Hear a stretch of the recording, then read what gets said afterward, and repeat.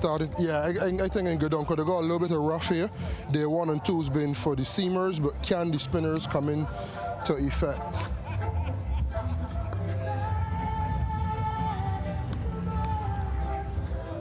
Yeah.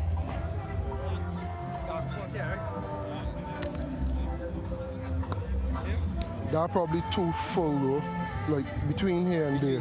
Yeah.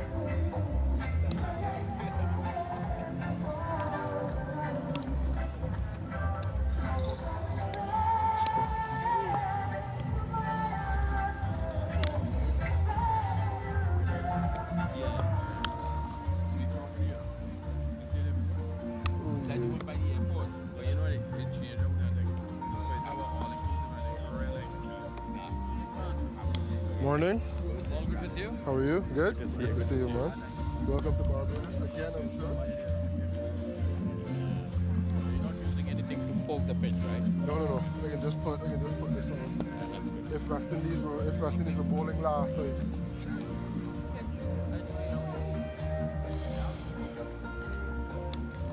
You have to wait a little bit Match referee wonder if I poke in the pitch.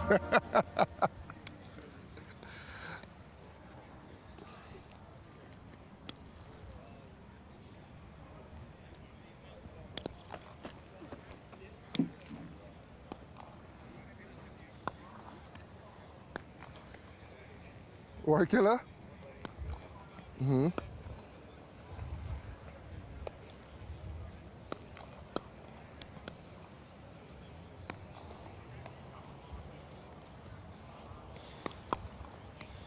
Day 3, dubbed as moving day. And over the first 2 days, we've seen plenty of seam movement. Day 2, it's been less prodigious than day 1, but the epitome of the seam movement and batters never being in is Jaden Seals to Josh Inglis. You can see 2 deliveries just before and just after this, not much movement. But these 2 deliveries on a good length, just outside the off stump, probably on 4 stumpish, and jagging back prodigiously. One over the stumps going for 4 byes, and the other one hitting the top of off. Now the seamers have come to the 4, they've been exceptional. That is why we are in the 3rd innings on day 3. However, if you can come down with me, we're starting to see a little bit of rough. Nathan Lyon has got 1 wicket so far, he's the GOAT. Jamel Warrican, Test Vice Captain, has not bowled the delivery in this game yet. Can they now come to the 4 on day 3?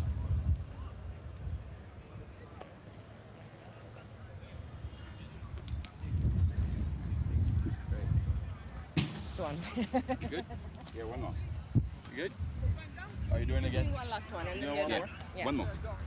It's 20 years of me arguing. How do you want me to finish? Down, up, walking, standing? If you stay down, I'll come with you. 20 years. Yeah? I'll just push in a little bit too. Once you stay down, I'll just push in a bit to you. All right, cool. He's mocking me in the meeting the other day. Oh, Colin, there's one music. No, But how did that flow from bail on to video? Okay.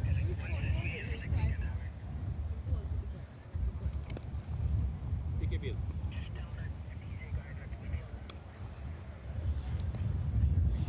I know you're gonna mess up one, Gav.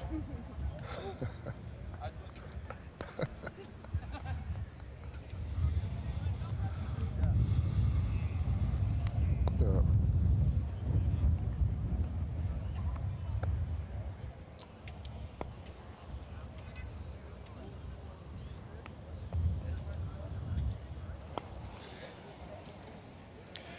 Just about to get started on day 3. Dubbed as moving day, and there's been plenty of movement, seam movement on show on days 1 and 2. Day 2, less so than day 1. But this pitch, as a batter, you never feel in. And if you can have a look at 2 deliveries from Jaden Seals to Josh Inglis, this proves the tale. There's not been many movement before or after this, but these 2 balls are symptomatic of getting the ball in a good area, on a good length consistently, and how the pitch can help the bowlers. Now on days 1 and 2, the seam bowlers came to the 4. They were excellent. However, The grass is starting to wither away, and we're starting to see a little bit of rough come in. Now, if you come down with me, Nathan Lyon, considered the GOAT of our generation when it comes to spin bowling. Jamel Warrican had an amazing year last year. They have hardly featured. Can they come into the fore on days 3? We shall see.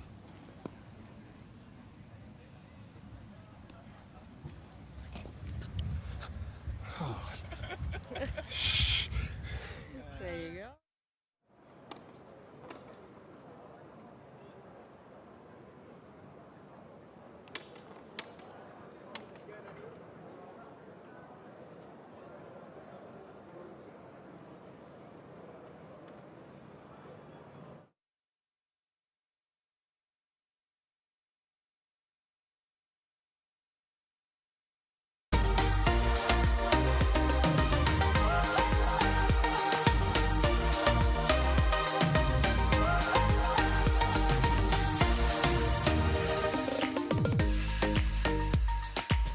It continued to be tough work for the batters in the opening test at Kensington Oval yesterday. But the West Indies found some broad-batted resilience in Captain Roston Chase and Shea Hope, who shared a stand of 67 as they hunted down Australia's first innings of 180.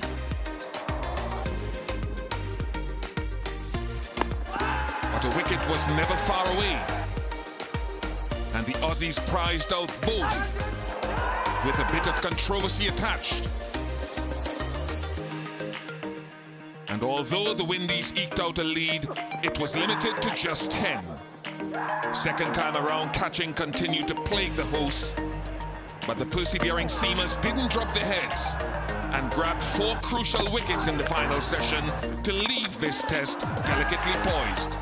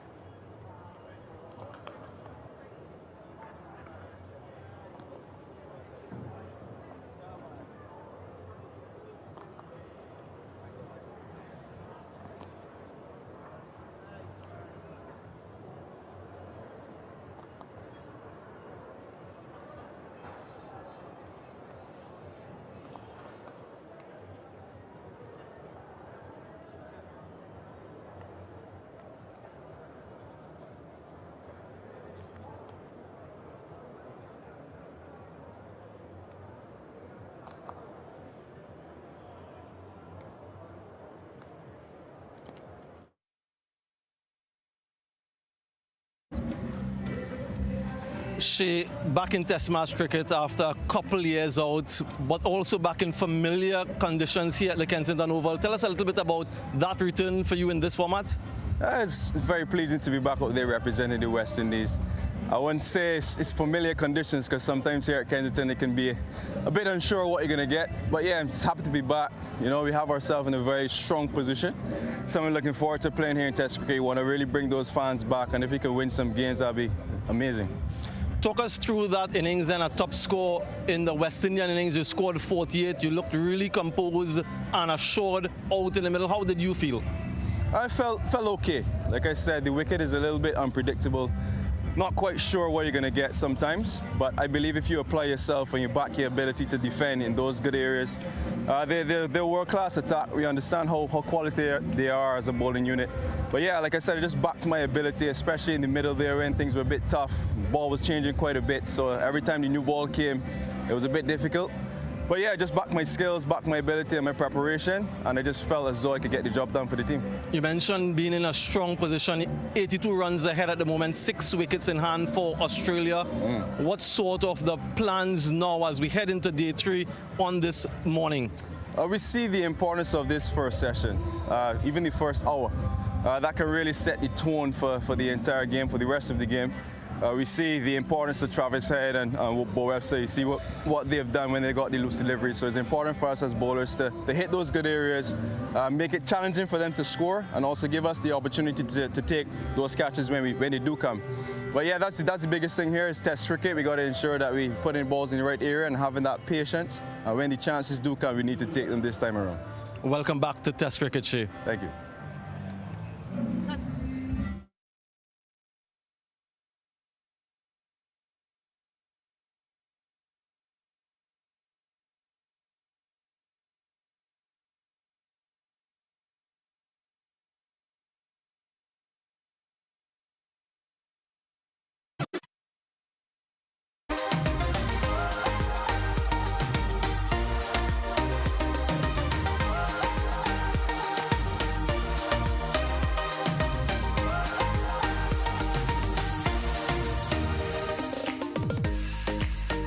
It continued to be tough work for the batters in the opening test at Kensington Oval yesterday.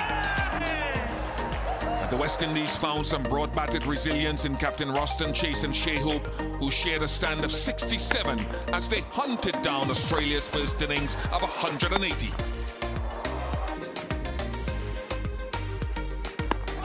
But a wicket was never far away, and the Aussies prized out both, with a bit of controversy attached. And although the Windies eked out a lead, it was limited to just 10. Second time around, catching continued to plague the hosts, but the persevering seamers didn't drop their heads and grabbed 4 crucial wickets in the final session to leave this test delicately poised. Welcome to day 3 of this first test between the West Indies and Australia. Once again, we're at Kensington Oval. Bowlers have held sway in the test match so far after Australia chose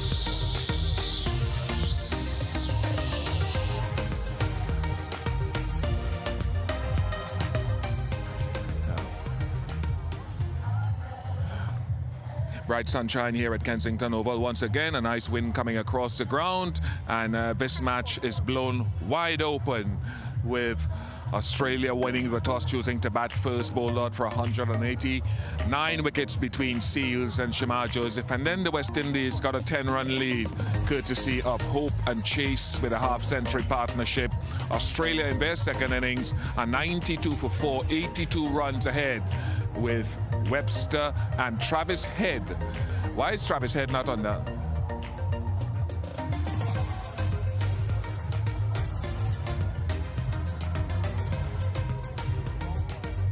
Does it have to be? That's very unfortunate. Right, okay.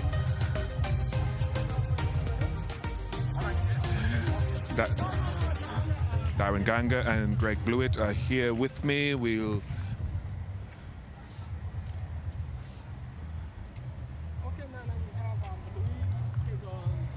Well, that's gone very... And You're doing something with my... after their comments, Ovals.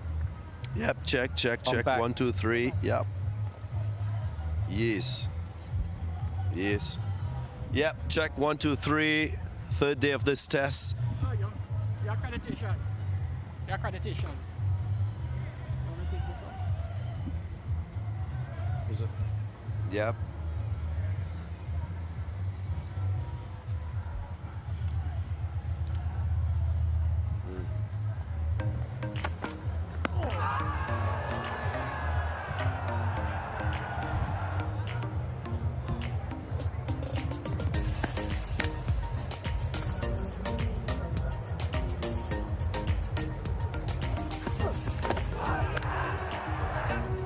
yep. It's been to the end. And so what is Webster and Head doing there? Are we showing their partnership or just warm-ups or what?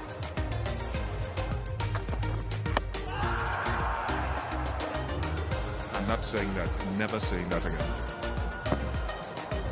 Not saying that either. Not doing that either. I always do my homework.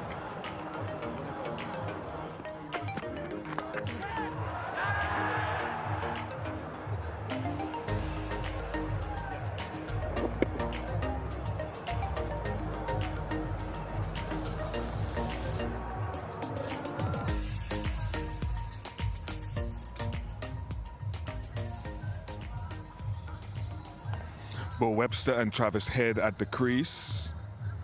How critical are they going to be to the progress of Australia today? Dab, dab, dab. Yeah. That's fine. All right, so after they come out and roll out of it. All right. Yeah.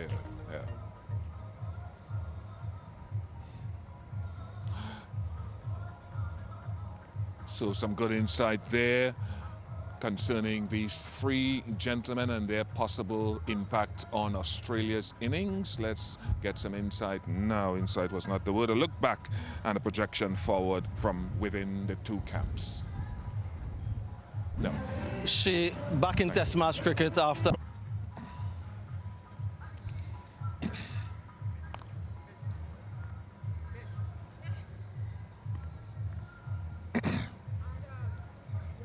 We've got a big day ahead of us before we hopefully get into the last innings. Thanks for your time, Nathan. Too easy. Thank you. Thank you very much to Samuel Badri. Now the pitch has been one that has challenged the batters, and that's not a bad thing in Test match cricket. How will it go on day 3? Let's ask Carlos Brathwaite. Just about to get started on day 3. Dubbed as moving day. Yeah, we've seen this already. Plenty of. And there's 1 and 2.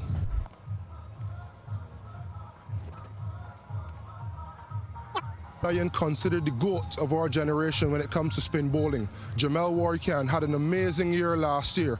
They have hardly featured. Can they come into the fore on days 3? We shall see. Thank you very much, Carlos, and we will. He's right here. Yeah. Yes, Greg. Yes, we'll get there. You know, with all great teams, as we discussed yesterday, you have to have good catches because your spinners and your fast bowlers do a wonderful job. Slip cordon of the West Indies has been challenged. They've been challenged. So we regurgitate some of the analysis we had yesterday. Right?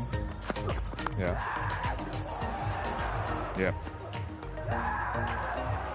Catch the ball.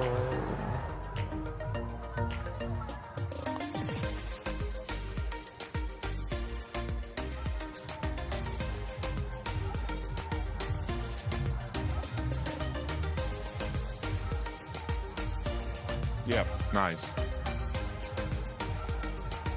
It doesn't look good over the shot, though, to be honest.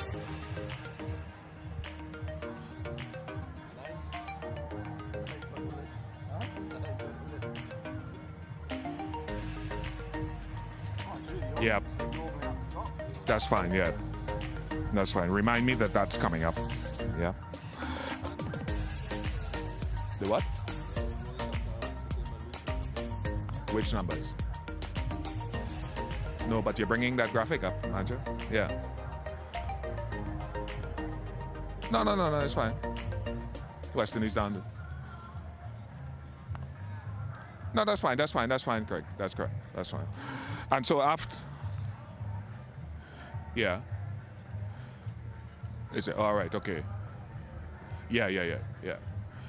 Yeah, distinction. And so, and after that... Craig? Hello? Yeah, so, and after that... And so we have a break today or not? Same as yesterday. Who are the two comes up?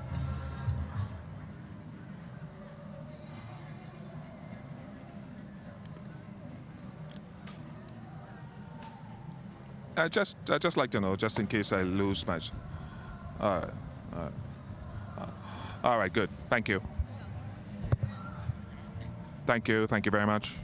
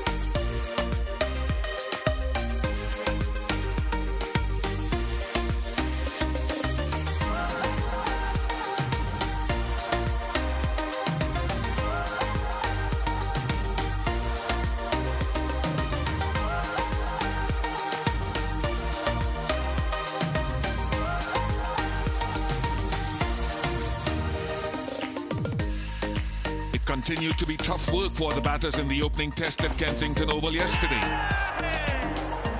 The West Indies found some broad-batted resilience in Captain Roston Chase and Shea Hope, who shared a stand of 67 as they hunted down Australia's first innings of 180.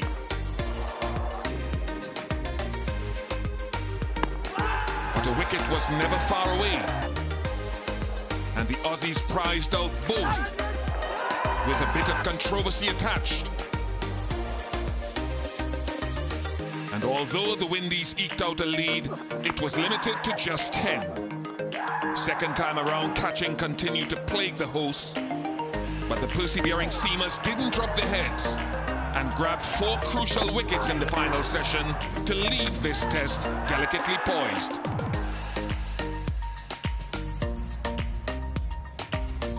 We arrived to what could be the most pivotal day of this first test between the West Indies and Australia. All the action coming to you live from Kensington Oval here in Barbados. As we say good morning and welcome, or good evening, depending on wherever you are in the world, maybe even good night. It is beautiful again here in Barbados. We are the envy of the entire world. But let me update you as to where this match is positioned heading in to day 3. Australia 180 in their first innings. The West Indies getting a 10-run lead courtesy of Hope and Chase, and Australia 82 ahead, 92 for 4 in their second innings. And a great pleasure to welcome alongside me once again Greg Blewett, the former Australian batsman. He likes to be called all-rounder, but I'm not going there with him this morning. And Darren Ganga here with me as well, as we look then, Greg, at the position of this game with an 82-run lead and 6 wickets left for Australia. Give me an overall picture as to shape. As you said in the intro there, Bish, delicately poised at the moment. And who would have thought coming into the series, Australia were expected to really dominate this series, and it's been a young West Indian side that's really taken it to Australia. So, Bish, I think the magic number for Australia today is 200. If they can get 200 in front, they'll be pretty happy with that. But up until then, it's going to be hard work, because that 120 runs away is still going to be challenging on a pretty difficult surface. Darren, how impressed have you been? Very, very impressed. Very impressed with the West Indian fast bowling, the way they have maintained the discipline in terms of their lengths, their control. The fact that the difference between the two sides in the first 2 innings was just 10 runs showed that this West Indian side is competitive. They're motivated under a new captain. And I love the application from the senior batters in this West Indian side. You think of that partnership with Roston Chase and Shea Hope. Beautiful. Second time around, they also showed really good composure with the ball. Azari Joseph wicketless in that first innings, taking the first wicket, and then Shamar Joseph. He's been a thorn in the side of this Australian batting once more, and much more is expected from him and Jaden Seals. So they dominated again. The Australian top order really struggled, put pressure on the Australians. Josh Inglis let one go just before that went over the stump. So just a little moment there that he had where the ball just didn't bounce as much as he thought and was clean bowled. And then Cameron Green, who I thought yesterday started okay, looked good for his first 15, 20 deliveries, and then started to battle a little bit just before his dismissal there, which he would be a little bit disappointed with. So again, the Australian top order have struggled, and the West Indies really staying in this game. Yeah, I thought they bowled as well for a group as I've ever seen this West Indian seam bowling quartet operate with. Now, those are the batsmen who have gone, and when I say gone, who've been dismissed, I don't want to say departed, because they're still with us. The guys to come, guys like Webster, who is at the crease, what are we to expect? Yeah, I think he'll be aggressive today. I really do. I think he gave us a bit of a glimpse of how he was going to go about it last night. He looked quite good, I thought. So I think all the players to come for the Australians will be quite aggressive. Travis Head went into his shell a little bit last night, but I thought he looked a class above just about all the other Australian players. So for me, he is the absolute key this morning. If they can get rid of Travis Head, they'll go a long way for winning this game. Alex Carey's another busy cricketer as well. He'll look to play his shots. So they're 3 big wickets for the West Indians. And then you've got Pat Cummins as well, who'll be busy, along with Mitchell Stark. But Travis Head is the key. All right, let's press the pause button there for just a moment, because we've heard from Greg Blewett and Darren. So let's get some more thoughts now from within both camps, looking back and projecting for the rest of this test match. Samuel Badri has been hard at work. She back in test match cricket after a couple years out, but also back in familiar conditions here at the Kensington Oval. Tell us a little bit about that return for you in this format. It's very pleasing to be back up there representing the West Indies. I wouldn't say it's familiar conditions because sometimes here at Kensington it can be a bit unsure what you're going to get. But yeah, I'm just happy to be back. You know, we have ourselves in a very strong position. So I'm looking forward to playing here in Test cricket. We want to really bring those fans back, and if we can win some games, that'd be amazing. Talk us through that innings and a top score in the West Indian innings. You scored 48. You looked really composed and assured out in the middle. How did you feel? I felt okay. Like I said, the wicket is a little bit unpredictable. Not quite sure what you're going to get sometimes, but I believe if you apply yourself and you back your ability to defend in those good areas, they're world-class attack. We understand how quality they are as a bowling unit. But yeah, like I said, I just backed my ability, especially in the middle there when things were a bit tough. Ball was changing quite a bit, so every time the new ball came, it was a bit difficult.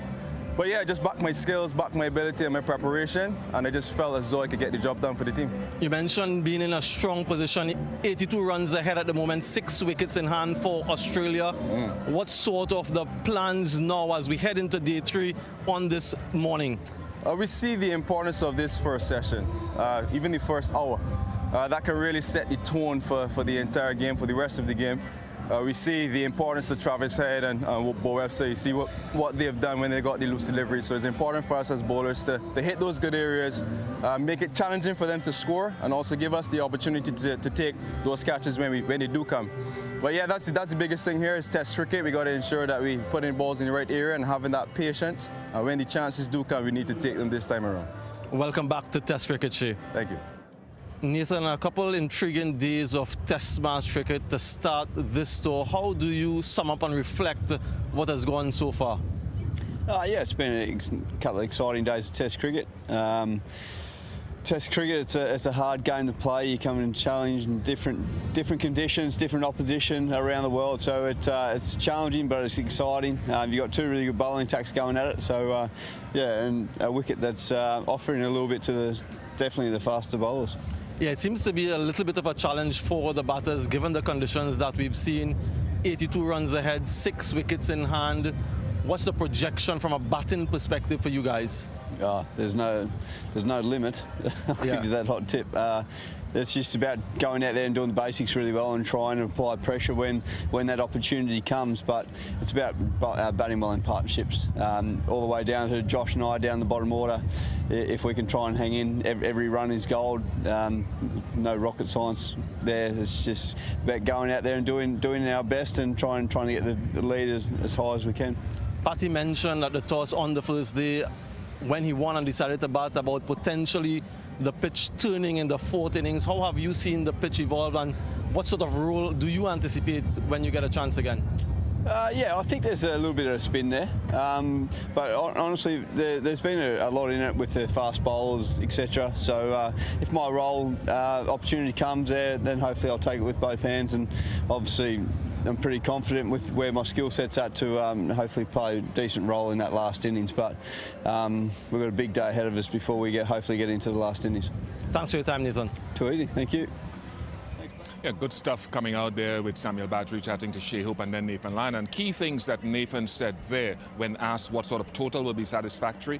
It could be infinite, really. The more, the better. And also that every run that himself and guys like Hazelwood can get will be important, right? So we've heard that. Let's find out a little bit more of what's in store for today with Carlos Brathwaite. Just about to get started on day 3, dubbed as moving day, and there's been plenty of movement, seam movement on show on days 1 and 2. Day 2 less so than day 1, but this pitch as a batter you never feel in, and if you can have a look at 2 deliveries from Jaden Seals to Josh Inglis, this proves the tale. There's not been many movement before or after this, but these 2 balls are symptomatic of getting the ball in a good area, on a good length consistently, and how the pitch can help the bowlers. Now on days 1 and 2, the seam bowlers came to the fore. They were excellent.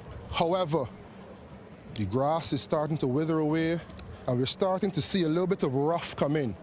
Now if you come down with me, Nathan Lyon considered the GOAT of our generation when it comes to spin bowling. Jamel Warrican had an amazing year last year. They have hardly featured.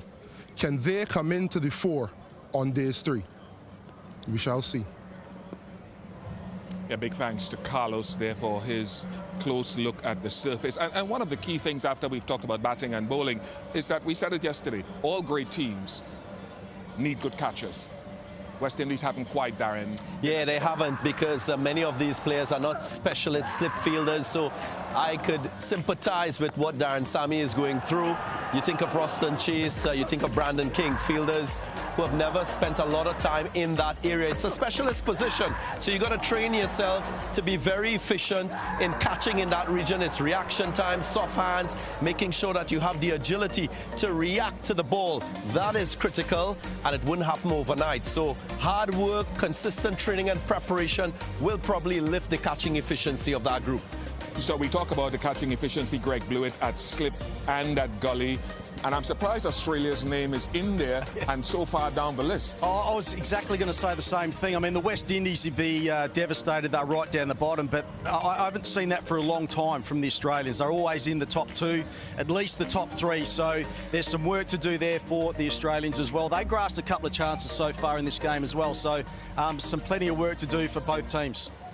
So just quickly, Darren, as I referred to you, what do you like to see from West Indies bowlers this morning? Same discipline, controlled aggression, making sure that they finish the ball a little bit more on the stumps, but they still need to maintain patience in this first session. Yesterday, we saw 1 wicket fall on session 1, day 2, so don't expect that things are going to happen very quickly. Thank you very much, Samuel.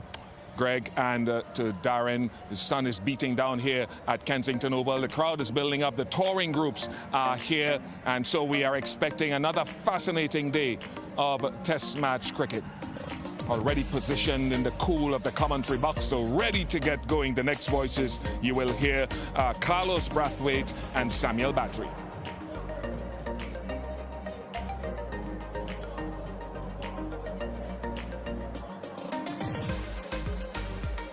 Patrons filing in here at the Kensington Oval in Barbados for this third day of the first test, West Indies against Australia. We've had some really gripping cricket, captivating and enthralling on days 1 and 2. Australia won the toss on that first morning, and a bit of uncertainty and unknown with regard to the surface. They opted to bat first. They were shot out for 180. Seals and Shamar, 9 wickets they shared. The West Indies, they managed to eke out a 10-run lead on the back of Hope and Chase, both of them getting 40s. Australia, their second turn, 92 for 4. An overall lead of 82, still 6 wickets in hand. The smiling assassin, Shamar Joseph, he continues to go about his business with vigor and alacrity. Even though so many catches have been put down, he continues to play with a smile. These two, though, would be very crucial from an Australian perspective. Travis Head and Bo Webster unbeaten, partnership of 27. Carlos Brathwaite alongside me. What's the message in there, Carlos, if you were to project, and I suppose just give us an insight as to what these guys would be hoping to do early doors? Good morning, Samuel. On the cusp of another exciting and enthralling day of Test cricket. I think my message would be win the first hour and you potentially win this Test match. It's come down to that. You start well, first 4 or 5 overs, get back into your work.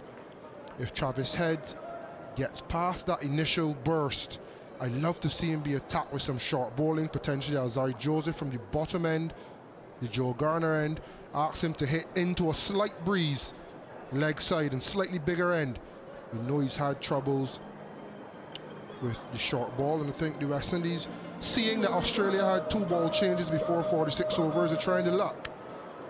Not sure they have any on the basis of the photos that we can see. And a wry smile from Justin Graves, why not? But I think West Indies have to seize the moment today. They've put themselves in a fantastic position to start day 3. This man in particular, 1 wicket, could have been 3, but a miserly economy rate of 1.5 per over.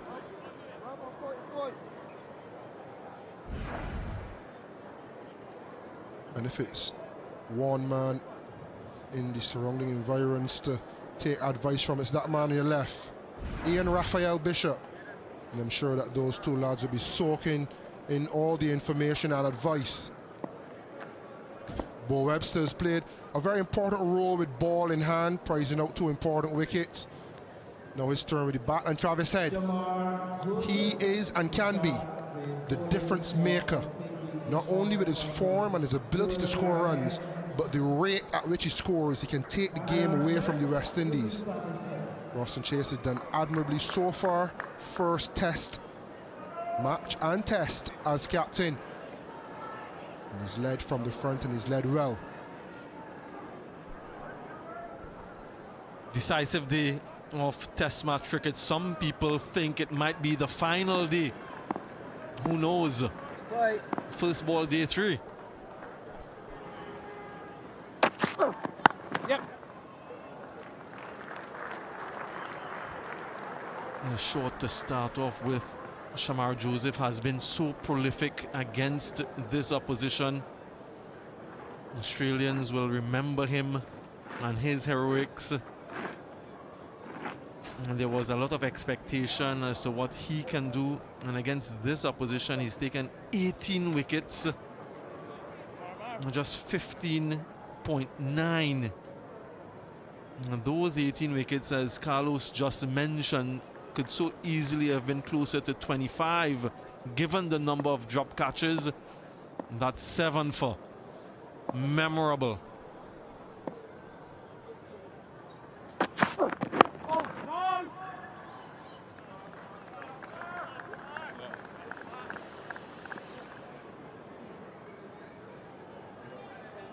Darren Sammy mentioned in a post-match press conference yesterday, Carlos, about the deliberate planning and preparation with regard to Shamar Joseph. The fact that he was involved in that 18 match against South Africa and getting that workload up for this format.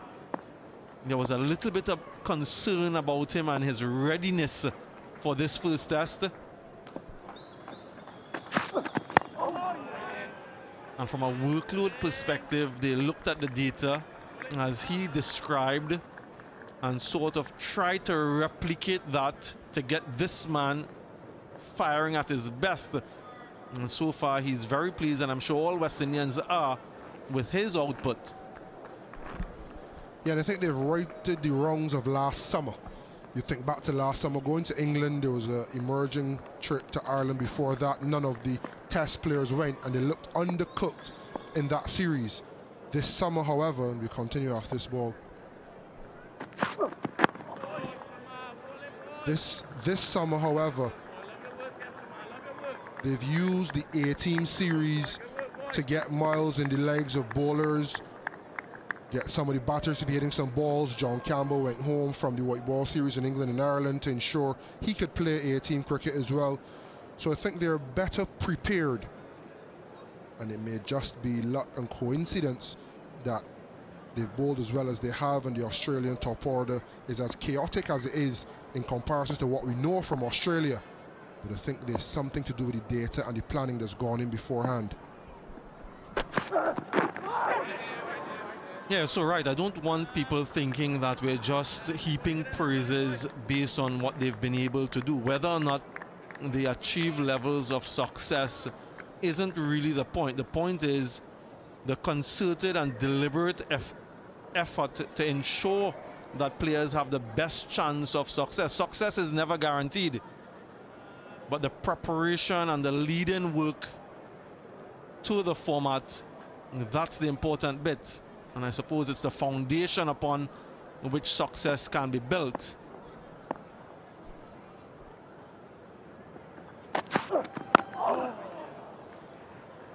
Good start. 93 for 4.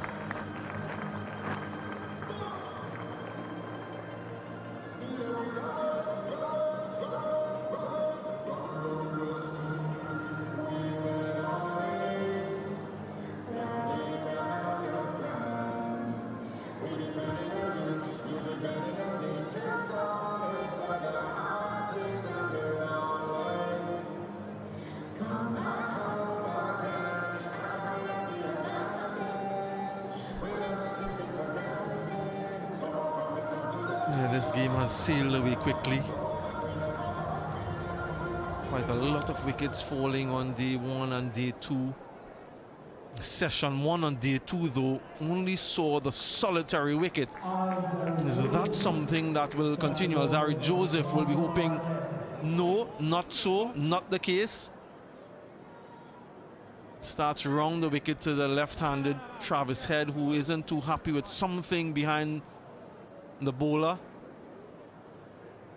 Just wants to ensure that there's consistency with the colouring behind there, wants it all white. It's not a free hit, folks. That's not the signal for a free hit. We've been so used to that in white ball cricket.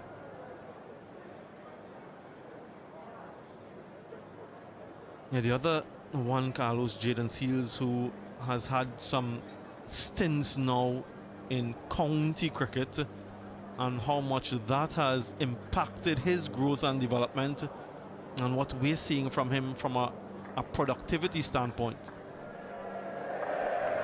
Yeah, in an ideal world, I'd love to keep this cohort of bowlers together. Jaden Seals on screen, Alzarri Joseph, Shamar Joseph. Keep them playing Test cricket, ODI cricket, and potentially supplement that with some county stints.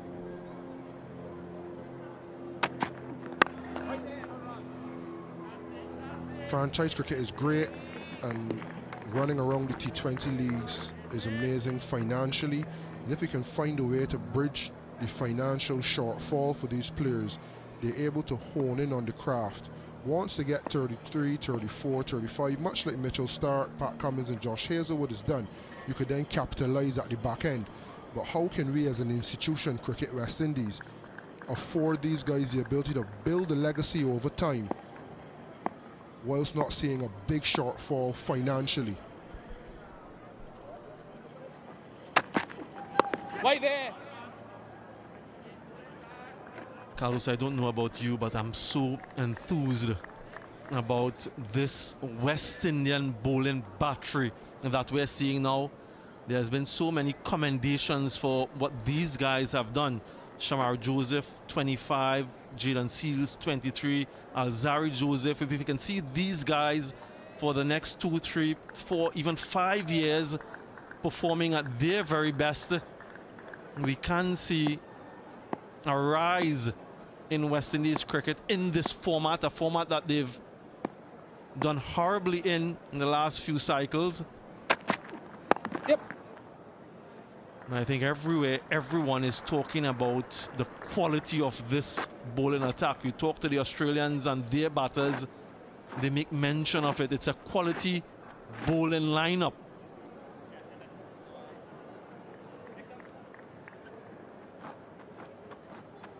Yeah, they did have a couple standout performances in that last cycle. That win in Pakistan earlier this year. A win against Australia for the first time, I think, in 27 years in Brisbane. So there have been a few moments. They're looking for the consistency. And I mentioned before, there's no delusion about where they are and where they can potentially be.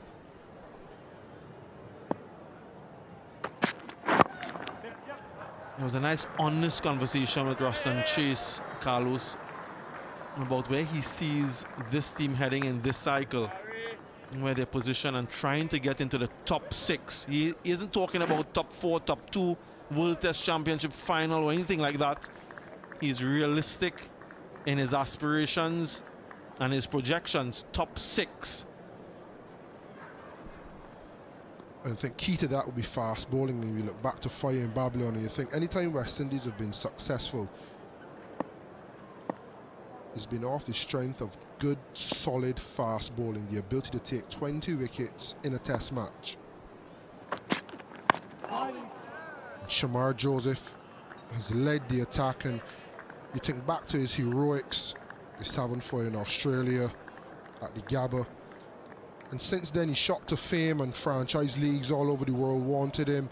He then played some white ball cricket. And if you could have a look at his stats in T20Is, he's played 9 matches, bowled 28 overs. ODIs, 3 matches, bowled 27 overs. IPL, CPL, and other franchise cricket, 9 matches for just under 28 overs.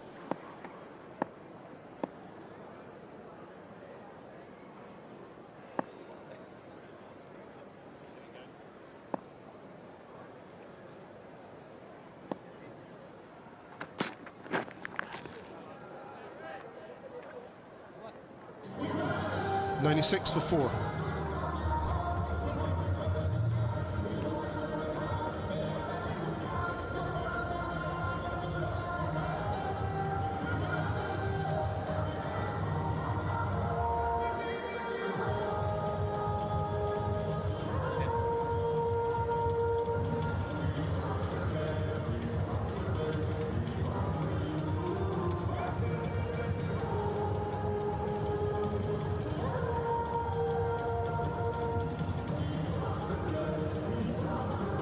Yeah, the wind factor makes it feel a lot cooler than it actually is.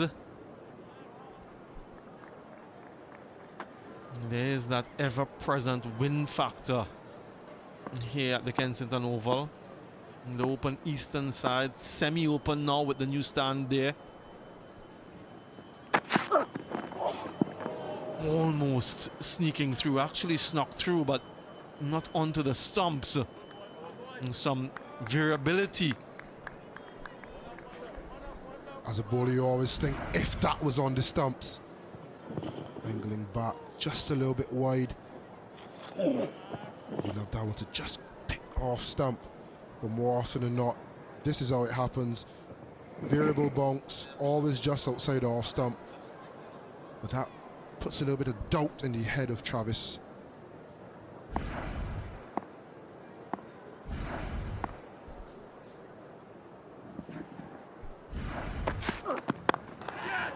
Yeah, Travis Head, expansive, will get a boundary. 100 up for Australia.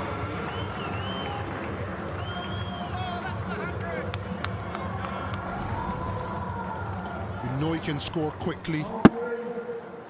And he's going up and over. No intent to go through the field.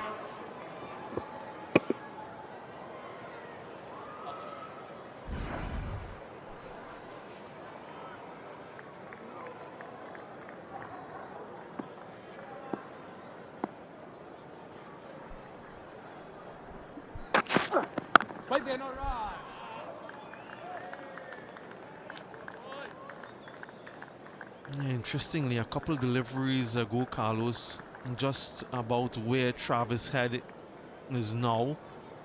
That ball pitching, and you can look at the explosion. Yeah, lots of dust just rising, the ball scooting through quite low.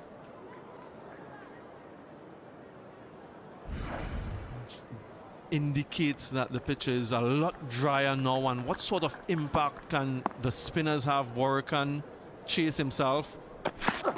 Right there. And then Nathan Lyon, if we get to that stage, and that's the beauty of test match cricket, isn't it, Carlos? You're tested, fast bowlers, first couple days, and then if the test match goes into day 4, day 5, you're tested against the spinners. Yeah, and had a quiet chat with Warwick. Can't ask him, where is your head at? You've been made vice captain. You haven't bowled a ball in the first innings. Been thrown to the wolves as a night watchman, getting 2 balls. And he said, you know what, my sacrifice was worth it. We're in the game, and we could well be on the cusp of winning the game. So he'll have a big part to play.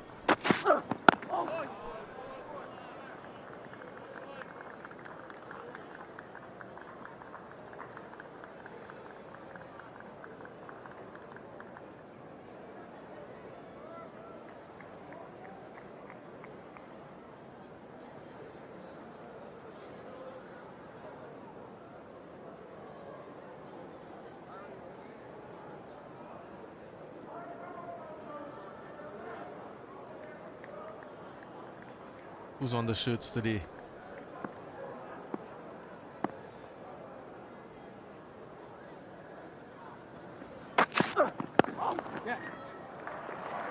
Tucked away nicely. A good bit of timing from Travis Head. Every run so important.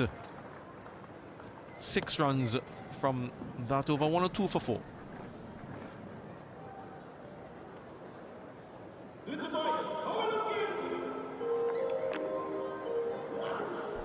Another wonderful day here in Barbados. There's been quite a lot of rainfall around in the lead up to this test match. In fact, that women's series against South Africa, there were a few interruptions.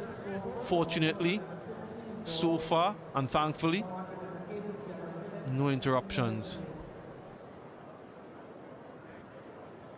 Yeah, lovely shot there, the white fluffy clouds. Looking at that iconic stand here at the Kensington Oval. A venue that has hosted so many memorable matches. An ICC finals. Most recent one, T20 World Cup final last year. Alzari Joseph continues.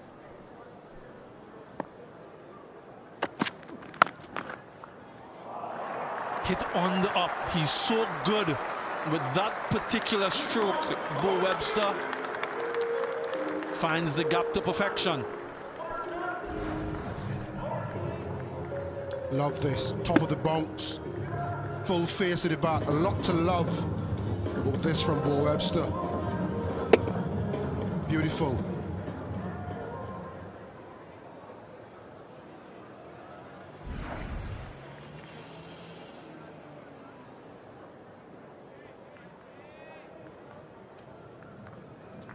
Such a tall man, so again the length from Alzari Joseph is important. He gets the balls that other batters may not necessarily get to.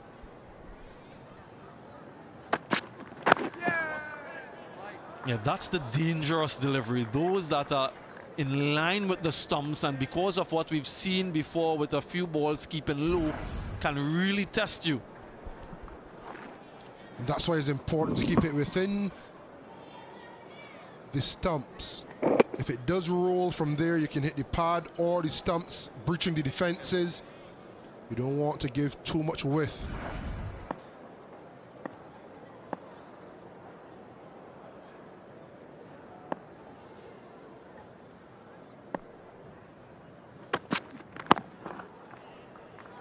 And just a conversation to finish on what we were talking about earlier. After Australia, white ball cricket took over. 21 matches for Shamar Joseph, but only 77 overs. He bowled 64 overs in 2 games in first class cricket. And you talk about workloads. This man on screen, Anderson Phillip, had a stint with Lancashire, 25 wickets. 2024, 2025, Jaden Seals has done well for Sussex. Hakeem Jordan had a couple games for Kent. Anderson Phillip with a 5-wicket haul against South Africa A as well. So West Indies are building a contingent of fast bowlers that we can rely on. They're young enough to build together.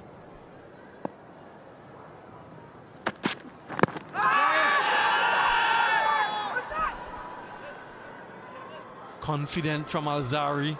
Shea Hope is calling everyone in quickly for a conversation. It's an assembly here to make a decision whether or not to go for the review. From that sort of body language, they don't seem to be interested.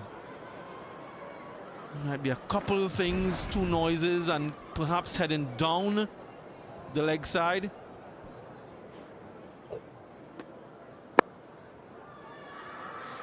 Yeah, no bat involved. So Shea Hope thinks that the angle was taking it past the leg stump. Bowlers, well, they always think it's out, no matter where it's struck. What they're trying to do, though, is to get the on-field call. And that's such an important part. If you get the on-field call, oftentimes we've seen umpires call. So if they can get that, that's, I suppose, half the job done. Oh, edged and dropped again. How many of those have we seen in the test match? 7th drop of the match, Justin Graves again. Joseph Alzari this time.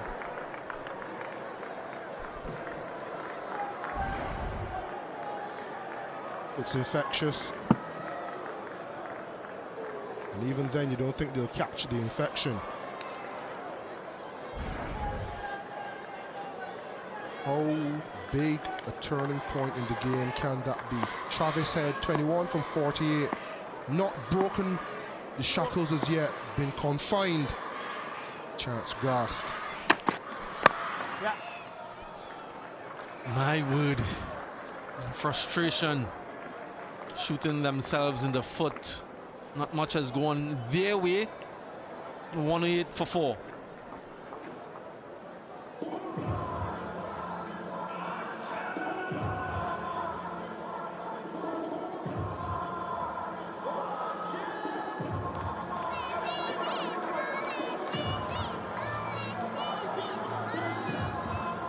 Yeah, the youngsters are in. I just love the smiles. They're enjoying every moment of this test match, and why not? What day is it? Is it Friday? Is it the school day? Yeah, here at the cricket. This is a few deliveries ago that West Indies decided not to review, and quite wisely so, it turns out. And then this, Justin Graves low to his left. They've seen that before. He's seen that before as well.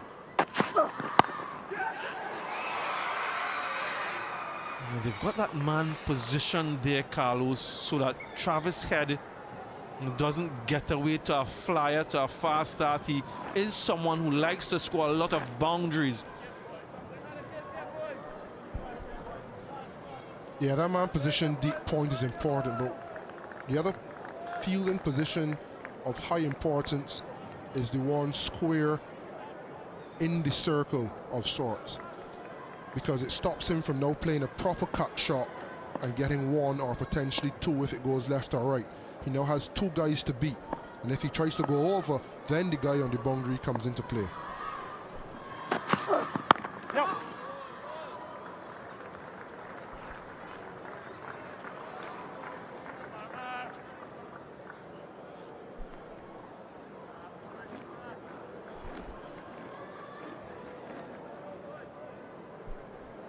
Yeah, the catching efficiency in tests since 2023.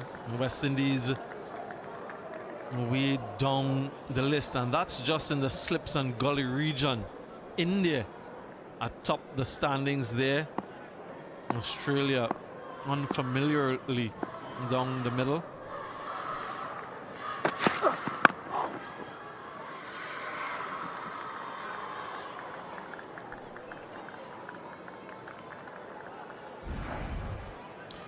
There's a before play.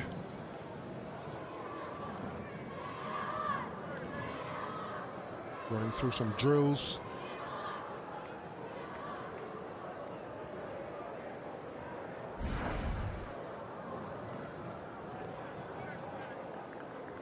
Just above the court sign, John Campbell at point. Important fielding position.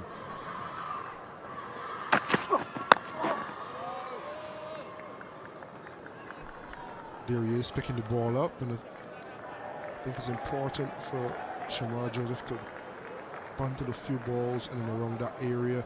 You can see over, going over cover, this over, going over point. He wants to get on with it, he wants to score. That is the nature of Travis Head. How can you entice him to play those flamboyant shots? Have the fielders in the right position, lead by 100.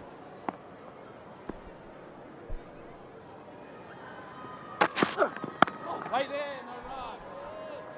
Yeah, so they've got that regulation sort of backward point, and they will also have reinforcement behind him. So they've been pretty solid with their planning, their field positioning throughout this test match, the West Indies. Yeah, that's where the field in the deep is, and you can almost say he's directly behind the fielder at point. But the one up close is there for the catch, the one that he slashes in the air.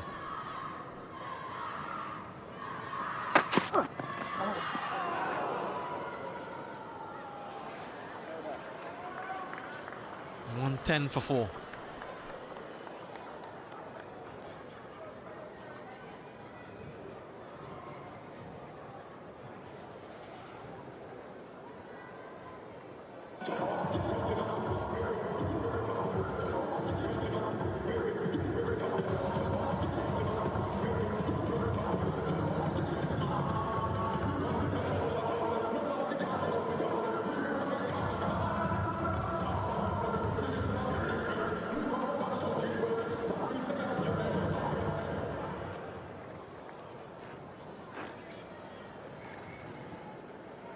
Yeah, that image overhead here in Barbados, and you see the boats, the yachts, etc. It really is inviting. A lead by 100.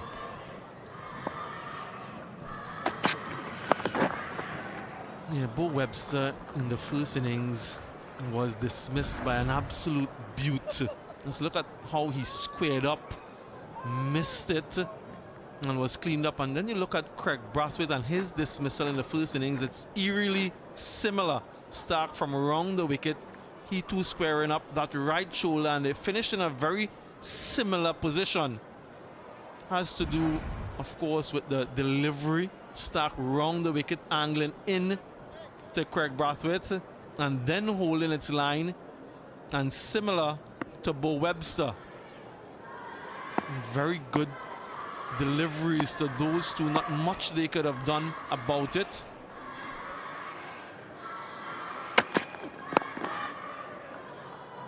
Bo Webster, of course, announced himself in international cricket when he made his debut against India at Sydney. He scored 57 in the first innings and an unbeaten 39 to see his team over the line. In the embryonic stage of his career, so very much learning his craft.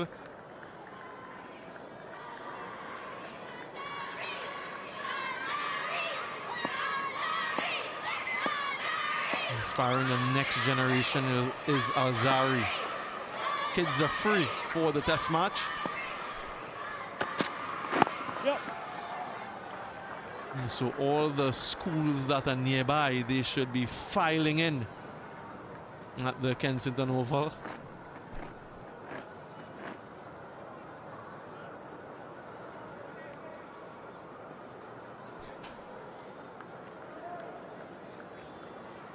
Carlos, your early memories of looking at cricket at the Kensington Oval? Yeah, my dad used to work for Banks Brewery, so I'd be up to the brewery with him, get on the truck, and then sneak in with the workers.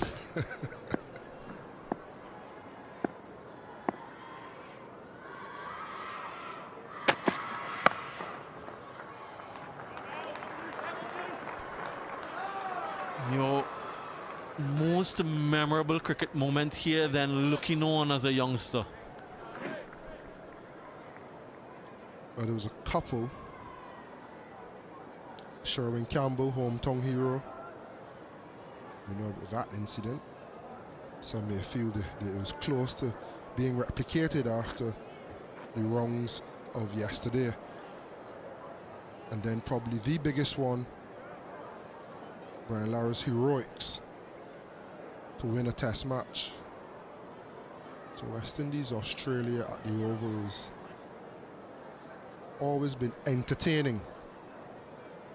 153 not out, 1999.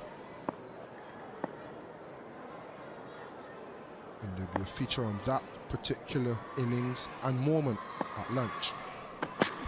Yeah, some movement still, seam movement off the surface.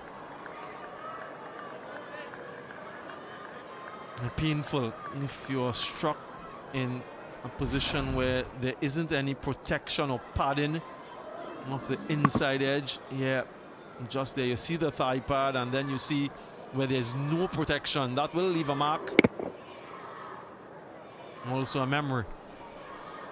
In the cricket anatomy, anything from the waist down, between the waist and the thigh pad is painful. That is the name of the area. Pain. And it's always funny for everyone else but the batter on the receiving end. But he's braved it well, Bo Webster, not showing much emotion. He's gotten on with it.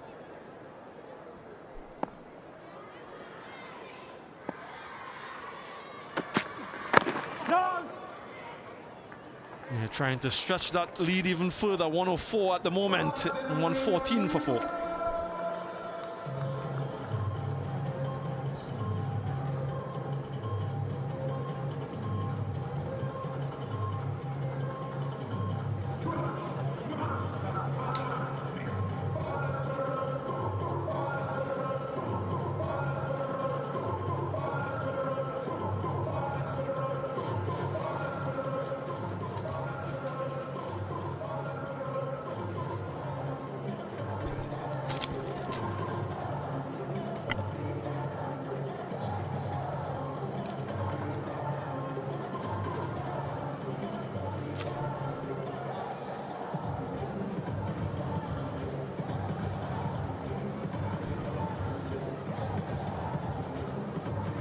4 wickets down.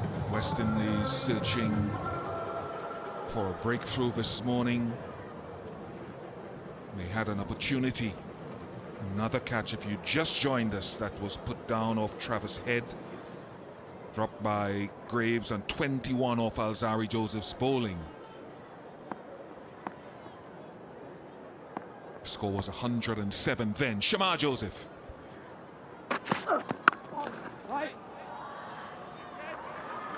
Greg Blewett is alongside me. Greg, you had your own understanding of what might prove to be a challenging total to set. And these chances will allow the opportunity to get there. Yeah, it's been the story of the match so far. And amazingly, after so many drop catches, the West Indies are still right in this game. But it remains to be seen how much that's going to cost the West Indies.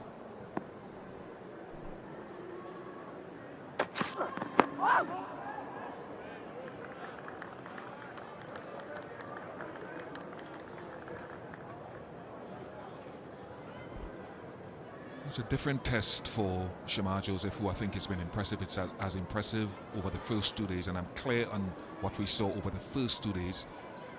It's the most consistent I've seen the West Indies as a bowling group, this group here, in the time they've been together. They'll be under some pressure today, though, because Head, as we know, looks to put pressure on you. And the pitch is dried out, even given the variability of bounce that's still there. But they've held their length impressively. Yeah, Bischoff just got 200 in my head for the Australians. If they can get that total in front, I think they can put some serious pressure on the West Indies batting lineup. Having said that, it's still a fair way away for the Australians. At the start of the day, 82 lead. Alex Carey to come. He'll be busy, as will Pat Cummins, Mitchell Starc. They'll play their shot, so there'll be chances as well for the West Indies. They've just got to start taking them.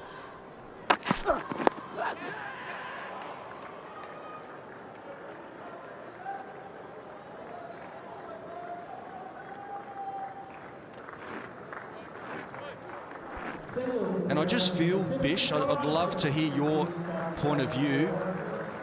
Being a bowler, it just feels like now that they've just got to, the West Indians, and when the Australians get their chance to bowl as well, I think when the ball gets a little bit softer, they've just got to change their line a fraction, from just get a little bit tighter towards the stumps, because I just feel like it is just starting to keep a little bit lower. I'll come back to that. Actually, that brought up the 50 partnership between these two, only the third half-century partnership in the match. I don't disagree with you. The variability of the bounces Carlos and Samuel Badri had alluded to.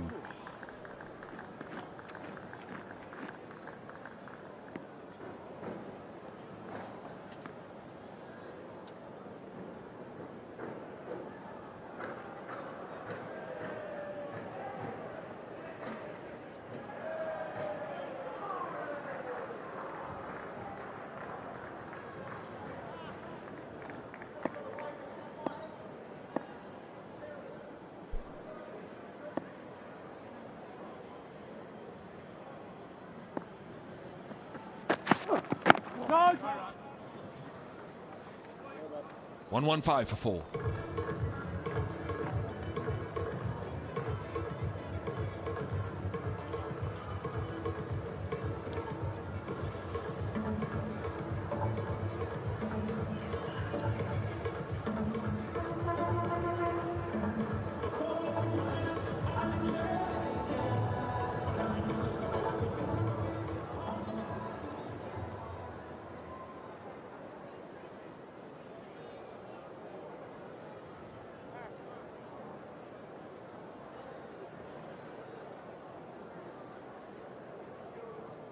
Shallow draft just outside of Kensington Oval. Rihanna Drive in We head up to the west coast along that road that is fading out of picture to the left. And that's Kensington Oval, the view from above.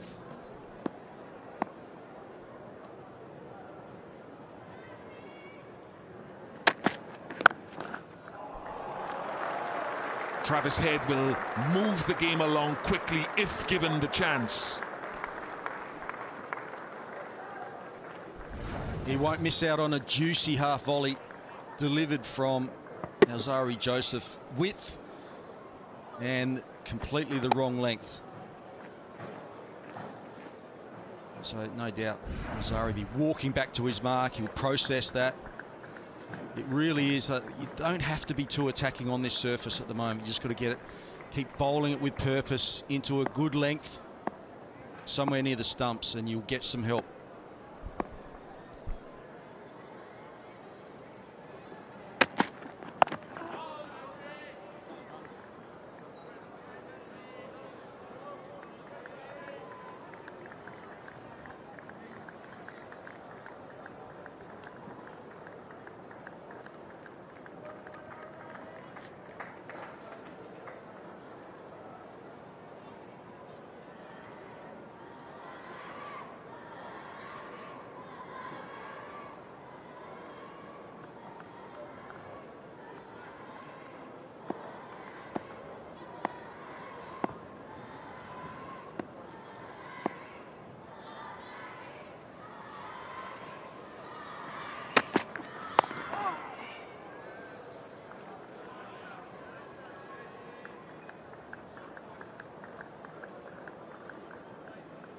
One of the couple of things just to reinforce, and we've talked about it with both bowling attacks over the first 2 days, is the ability to be patient.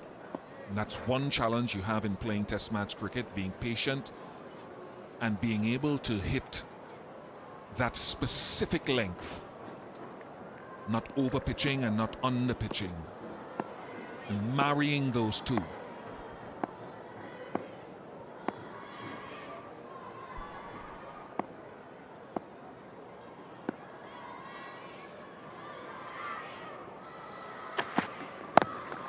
So since the boundary, what he's done, Blue, is exactly what you suggested, what we think is home in on a good length. And there are some good visuals here, just there. That ball patch, if you're inclined that way as a bowler, a fast bowler running in, to have a target. I like to target. I know Curtly Ambrose used to run down near you when you batted, and he'd rub his hands together on a length and say, this is exactly where I want to pitch the ball. Some guys don't need a visual cue. I needed one. Curtly sometimes needed one. Because when you have to pull your length back, let's say, to a Webster, a couple of feet, how do you do it? Do you just say, let me pull my length back? Or you are specific and meticulous enough to say, it's exactly maybe 3 feet or something I need to pull it back, and you have a visual cue. And this pitch offers you those visuals.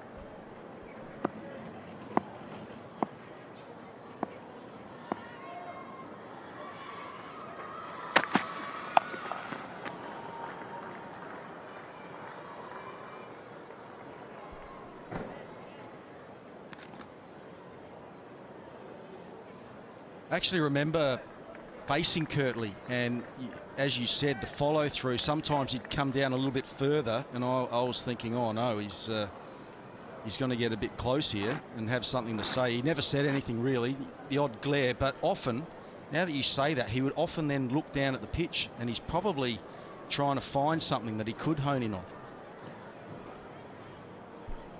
Look for a marker, and again, not everyone is inclined to do that. Some guys don't do it. What is the length you want to bowl here? Into that ball spot again on a good length.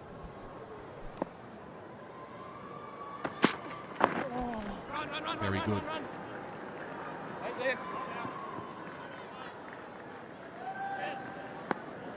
1-2-1 for 4.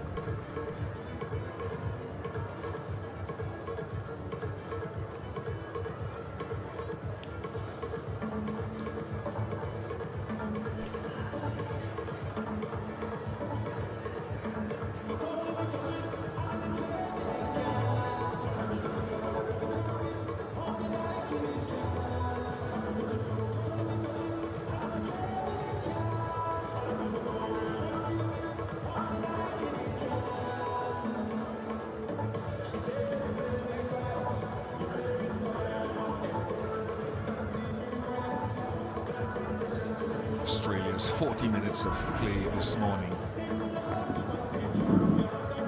Talking about it yesterday, and Carlos Brathwaite alluded to it at the pitch report. 2 deliveries pitching in the same spot to Josh Inglis. From Jaden Seals. There's a reason I point that out, not because Jaden Seals is now into the attack. 15% of his pocket money lighter for the match. He's been fined again. But because he'll be looking for that spot just in the grassed area of the pitch.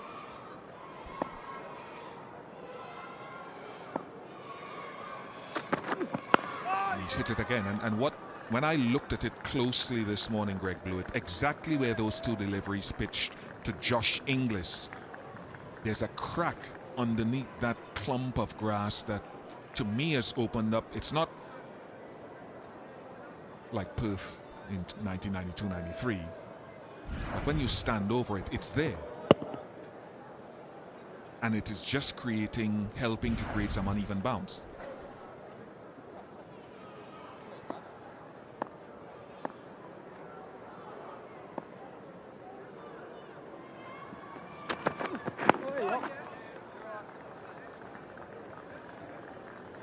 There's that variation in bounce again, and it's why it's so important for the West Indians to really home in on those stumps. A lot of people probably watching in this morning, Bish, would be maybe a little bit curious as to why Shamar Joseph and Jaden Seals didn't open the bowling. There's that good replay of where that ball pitched and what length.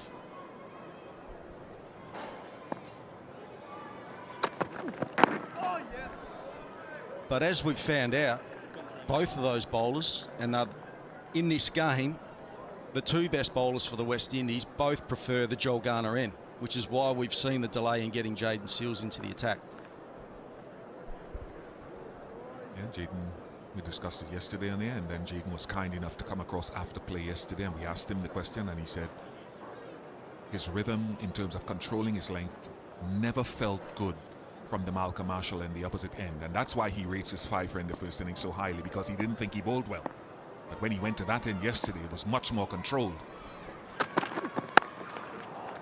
Very good stop.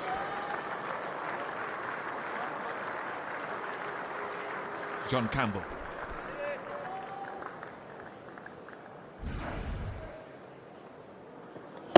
Yeah, that's what you want from your fielders, effort and skill. Very good. It's actually a good sign, Bish. And we talk about it a lot as batting groups, that often you're not at your best, but you've got to still find a way of, you know, scoring runs or doing something for your team.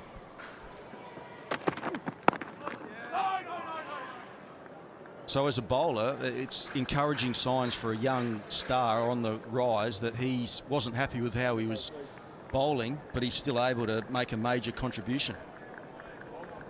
I'm sure you would have felt that way sometimes when you scored runs in tough conditions. You would have played and missed, and you often hear the great players and the excellent batsmen say, I value that 75 more than I do the 150. Yeah, absolutely.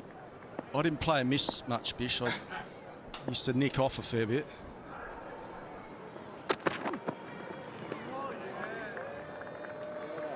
Maiden over to start. Jaden Seals his spell. 1-2-1 for 4.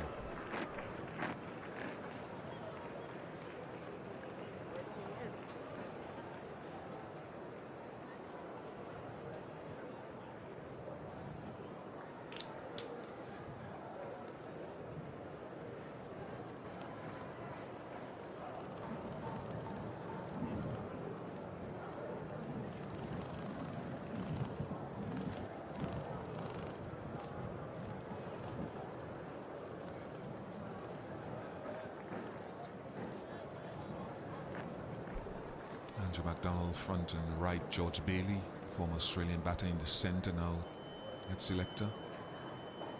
They will know where the uneven bounce, their very tall bowling attack of Stark, Hazelwood and Cummins, in addition to Nathan Lyon. will relish bowling on this later. Over the wicket for Joseph. Yep.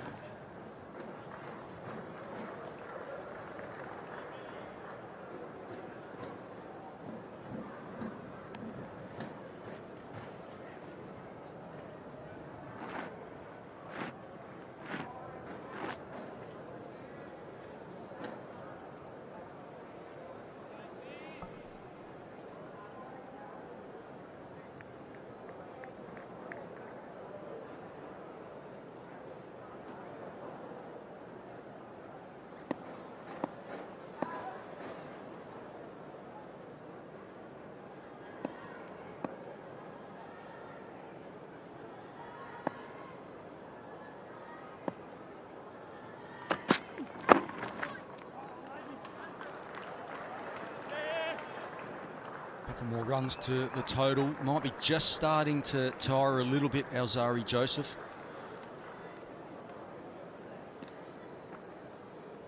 Next to come for the Australians, and they'll all be busy.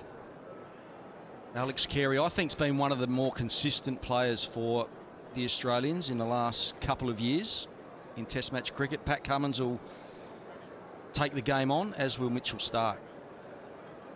So a little bit of batting, and probably more important for the Australians, some experience there too in what is a very tight game.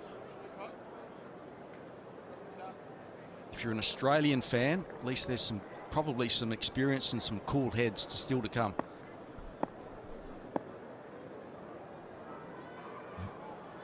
One of the slips has gone into a leg gully position.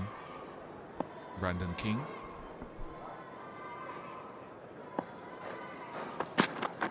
No. Who follows Alzari Joseph for you, Bish? I mean, the quicks have done all the damage so far. We haven't. I mean, Nathan Lyon was used by the Australians. Graves has picked up a wicket here and there. Or do we see spin?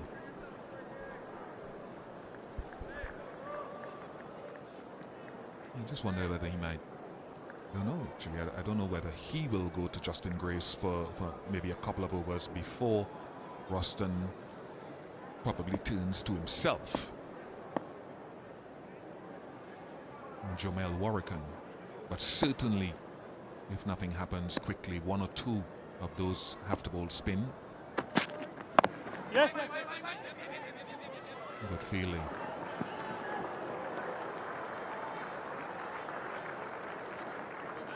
Just wondering whether Graves might be entrusted to replace Alzari after this over is completed for him, and then maybe they'll go to spin.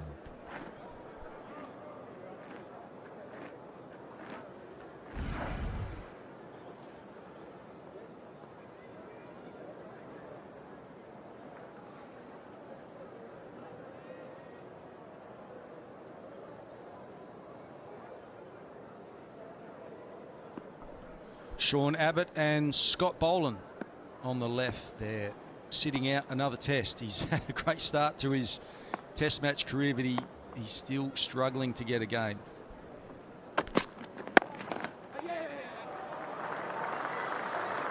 Very positive Travis Head. Looks like good footwork from Craig Brathwaite. Ouch. He took out Alzari as well.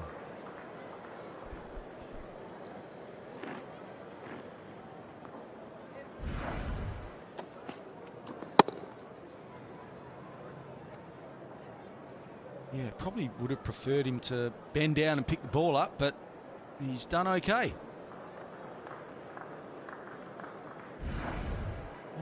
Got a couple of little spike marks in the ball too. A bit of reverse swing. And the only reason I was wondering whether he'd go to Graves. Graves got Travis Head out, dismissed in the first innings, nicked him off behind. So I don't know whether that'll play a part in the decision.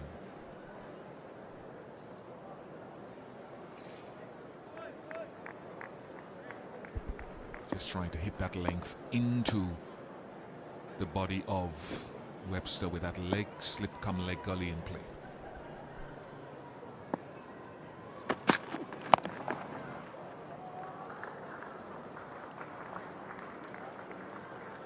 One, 2-9 for 4.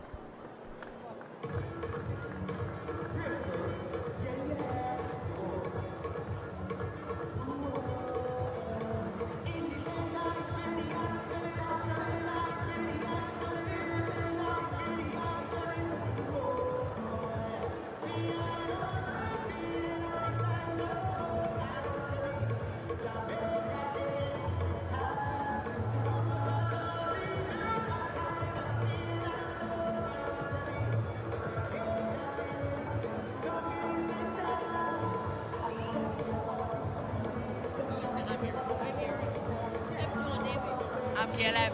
I'm Mark. I'm Jess. I'm Najee.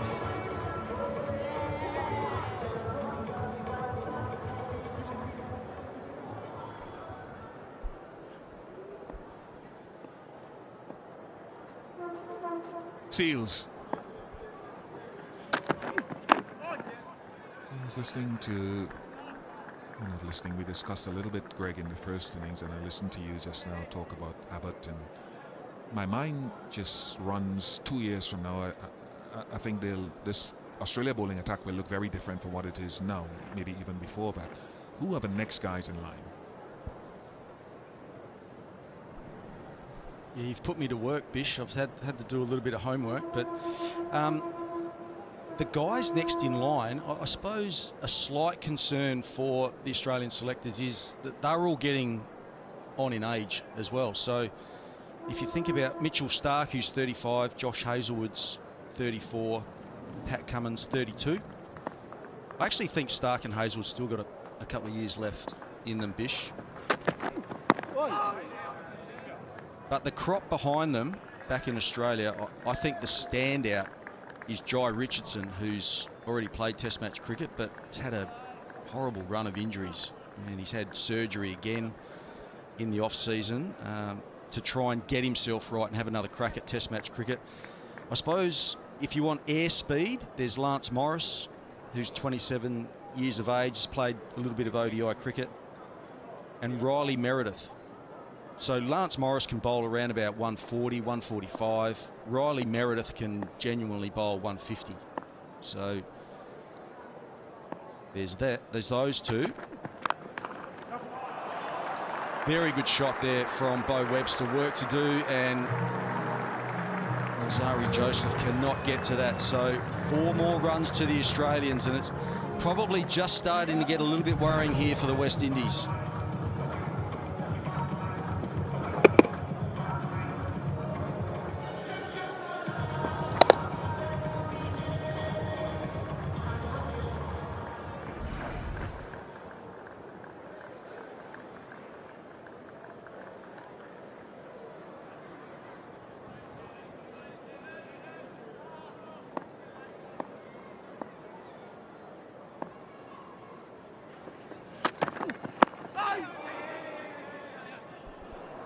That might be another couple, yeah. Good running from Bo Webster. Another couple of names, Bish. A couple of younger names. Xavier Bartlett, I really rate. I think he's a very, very good bowler. More of a seam swing bowler. You know, bowls about 135. Excellent skill, 26 years of age.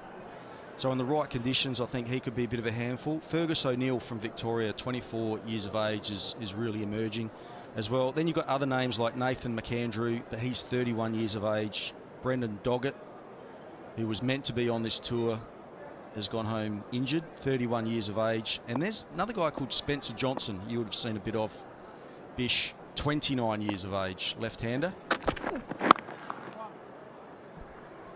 who's very much probably like for Mitchell Starc if the Australians wanted a left pace bowler who could swing the ball back into the right-handers, but can be a little bit, hasn't played a lot of red ball cricket. So whether he's as durable as Mitchell Starc remains to be seen at this stage of his career. But yeah, I think there's some of the names that you might start seeing in the next couple of years in Australian colours. Fascinating. So the Mally Batemans and Callum Vidlers are still some way off, although I think Mally Bateman was in one of the white ball squads a year or so ago, a little while ago. Oh, terrific, terrific from Travis Head. These are concerning signs for the West Indies, but very good for Australia and their supporters. 140 for 4.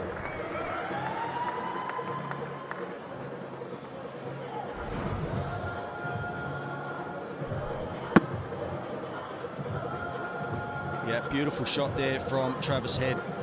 Just that natural timing that he's got. Don't forget, dropped on 21. Now he's 39, and the lead goes to 130 for the Australians.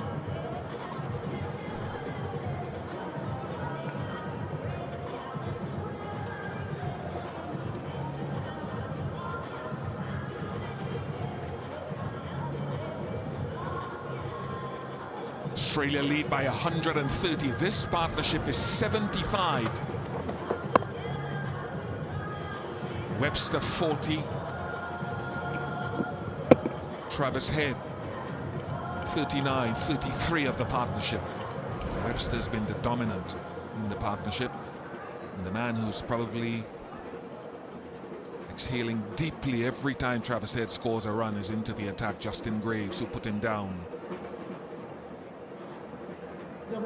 this morning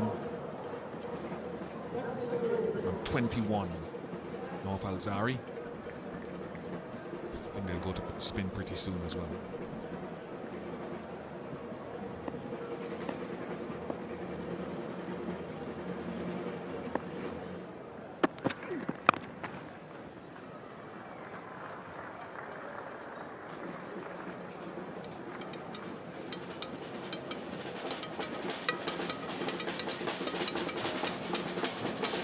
Sports Fan Cabana, official retail partner of West Indies cricket fans watching the cricket get a great view in the comfort and style.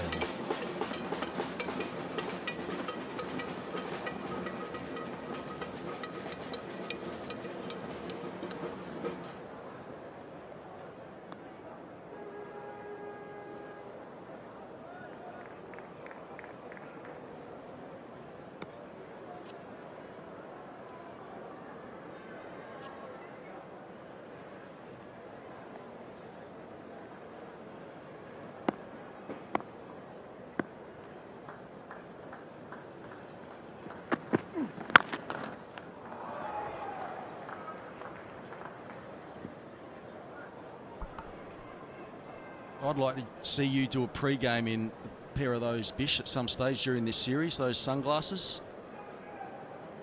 What do you think? You'd rock those?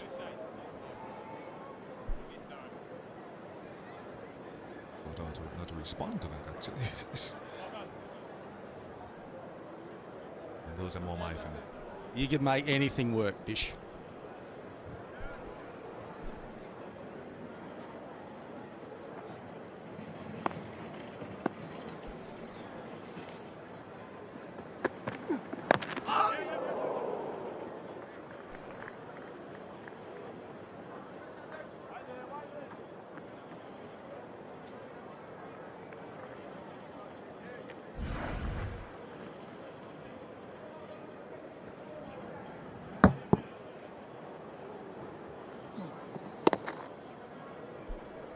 Runs now in the session so far, the quickest scoring session of the match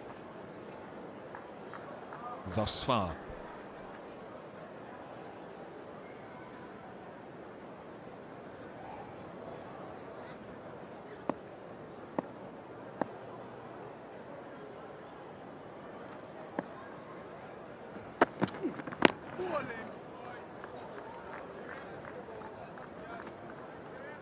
Yeah, the worrying thing probably for the West Indians at the moment is this ball now is nearly 45 overs old, so it's definitely softened, and there's no swing.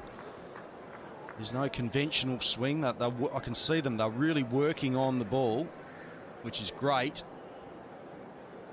Just in case maybe some reverse swing might eventuate with this older ball, but at the moment, pretty reasonable batting conditions. That's why I think we have a drinks break coming up shortly. I'm sure there'll be a consultation as to whether Roston can either go to himself or go to Jamel Warrican.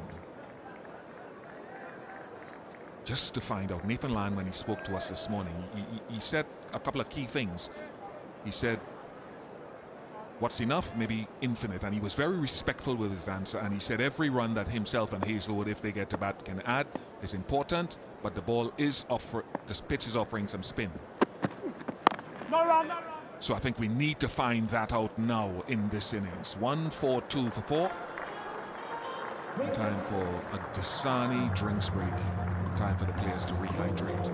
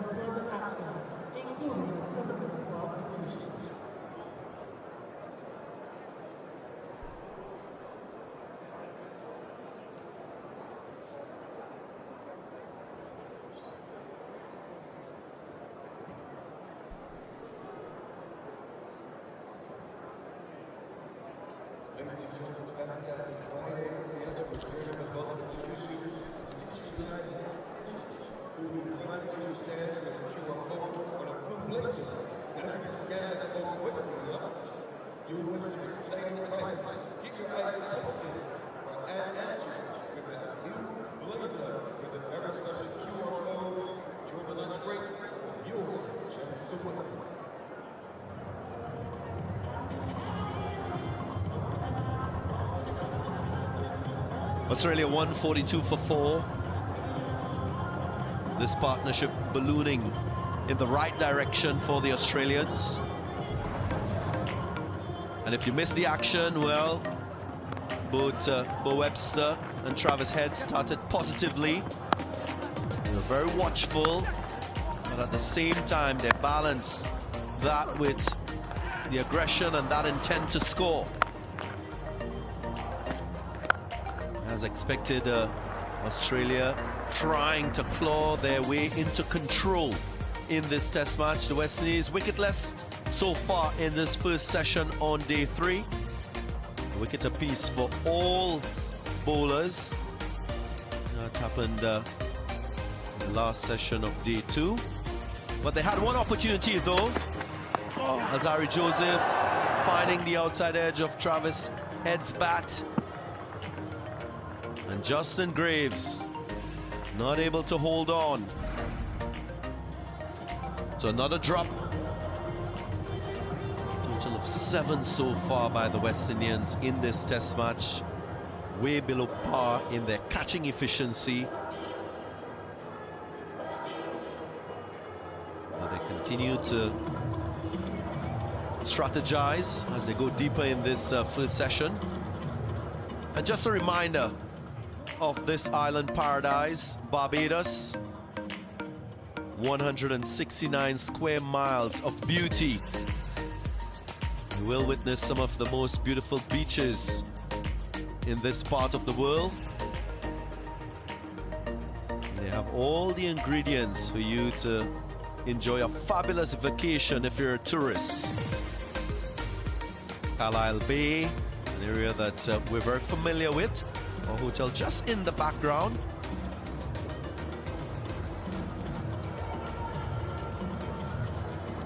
staying with Barbados and being familiar with the island. And I have a local alongside me, Shakira Selman. Good morning to you, Shakira. It's been hard work for the West Indian bowlers. Good morning, Darren. Yeah, not much seeing movement on offer this morning for West Indian bowlers, as we all expected. Surface a bit drier. We did see some explosion from a length on certain occasions. And no surprise that we are now seeing spin for the first time in this innings for West Indies, and the first time we are seeing vice captain Jamal Warrican.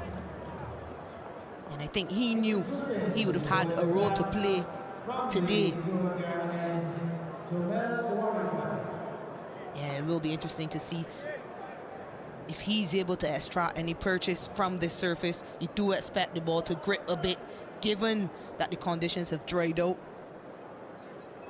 And going forward, Warrican and Captain Roston Chase will have a big part to play. Starts against the left-handed head. Beautifully struck. Straight away aggression from the left-hander, just beating that fielder in cover to the right, and he finds 4. Yeah, over pitches. The ball just seems to drift away from the right-handed, the left-handed Travis Head. Yeah, easy for him though.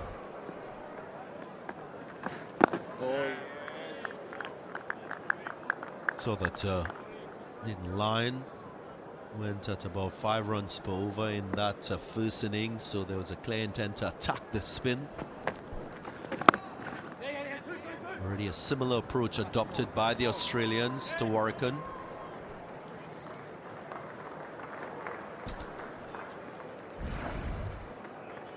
Look at Warrican a little bit closer.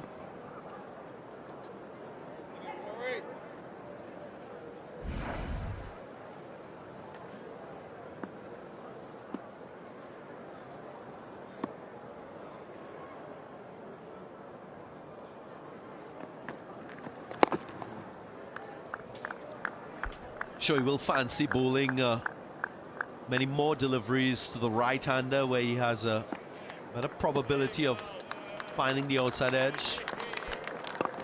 Spinning away from the bat.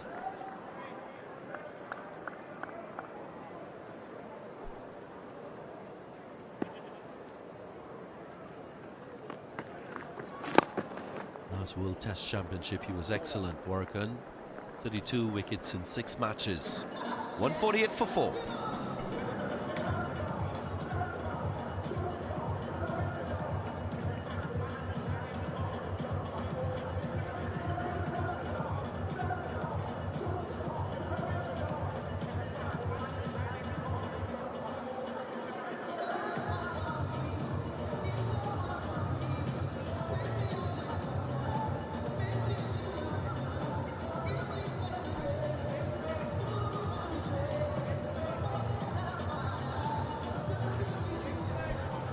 Another glorious day here in Barbados as we zoom in to the Kensington Oval. Very important for Roston Chase to be aware of the little 1%ers while this test match is unfolding. Allow that piece of information to inform his decision making.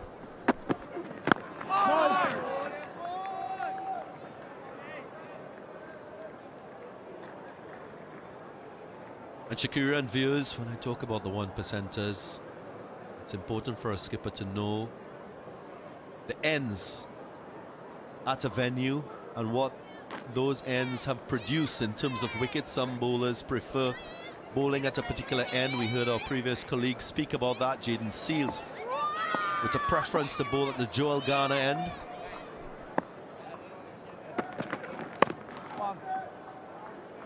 And just for information for our viewers, Shamar Joseph with 5 wickets bowling from that Joel Garner end. Jaden Seals picked up 2 wickets from that set end and 4 wickets from the Malcolm Marshall end. So that could be instructive in terms of how Roston Chase uses Jaden Seals, although he has that preference.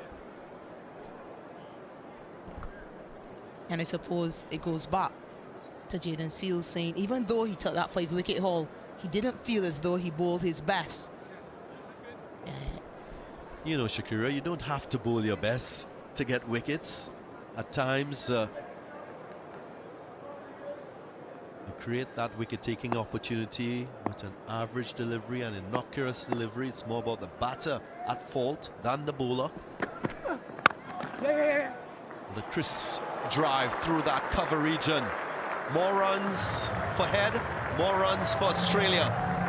And he brings up his 20th half-century in Test match cricket. How important, very important indeed. Yeah, impressive from Travis Head. Controlled aggression across this innings in particular. Got to 50 in that first innings. He follows up with another 50. And he's looked a lot more at ease this morning in particular.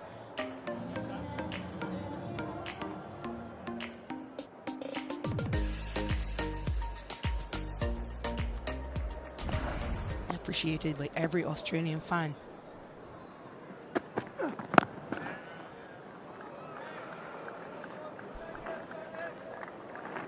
Just to end on that outcome from the West Indian bowlers as a collective. Justin Graves with a wicket from the Malcolm Marshall end, one from the Joel Garner end. Alzari Joseph with a solitary wicket in this Test match. Achieved from this said Malcolm Marshall end.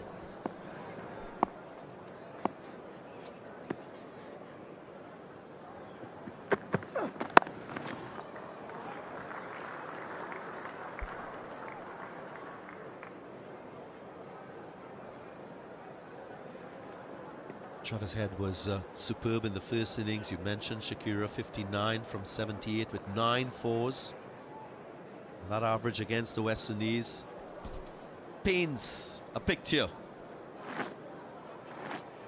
Certain appetite for run scoring against this opposition. Many will remember that 175 against West Indies at Adelaide. No run. 154 for 4.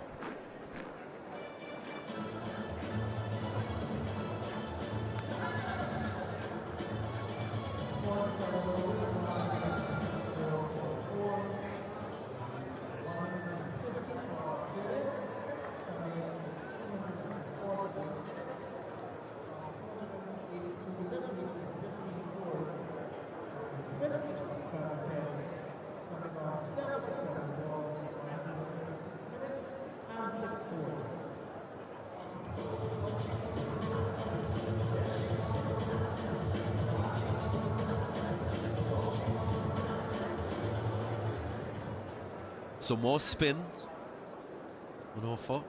Jamel Warrican again wouldn't have the chance to bowl to Bo Webster, the right-hander. Starts against Head.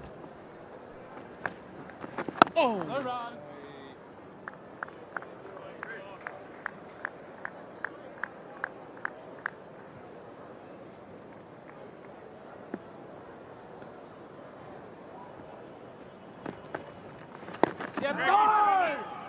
What we've seen, Shakira, is a reduction in the seam and swing as we've gone through the days in this Test match. Yes, one.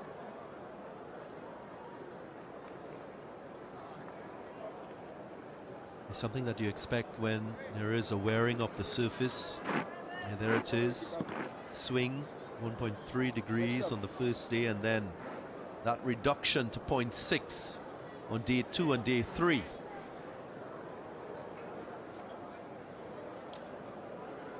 So that's one significant threat that has been reduced for batters. Oh, yes. I think the same applies for seam off the surface. And maybe bounce as well. Maybe the odd delivery just giving you steep bounce, but not with regularity.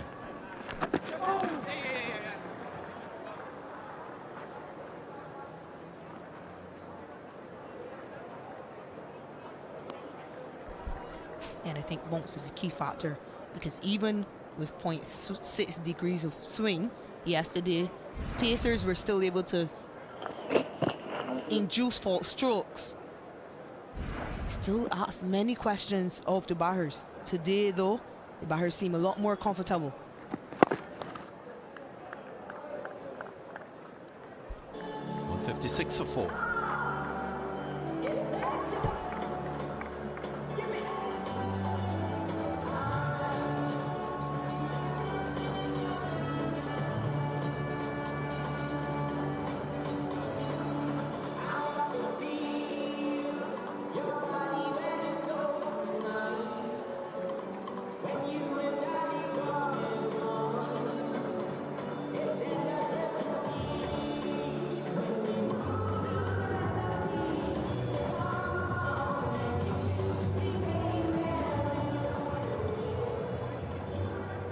Just approaching the 50th over with this ball in this innings, so that as well will impact the pace that seamers will achieve from the surface.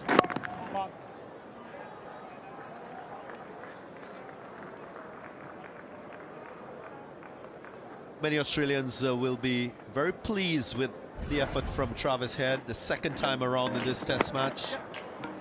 52 from 83, just 6 fours punctuating this innings. But he's playing to the situation and he is handling the responsibility in this batting lineup with great maturity, as you'd expect, because he is the vice captain of this Australian test side.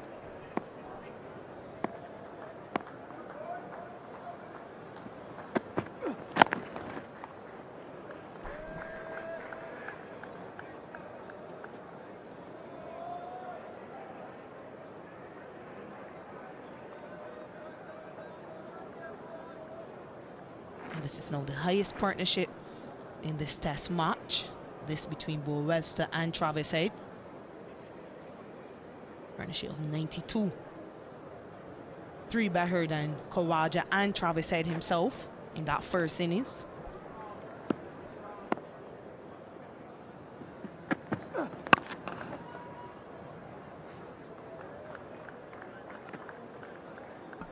Yeah, becoming a thorn the West Indies side.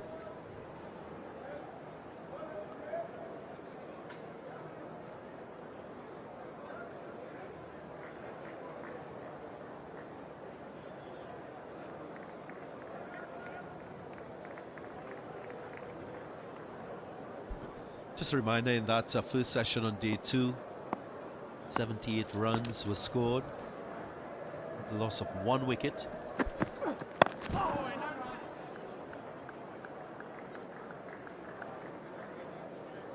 Already in this first session on day 3, 65 runs, the Windies wicketless. A very similar sort of outcome being experienced early on day 3.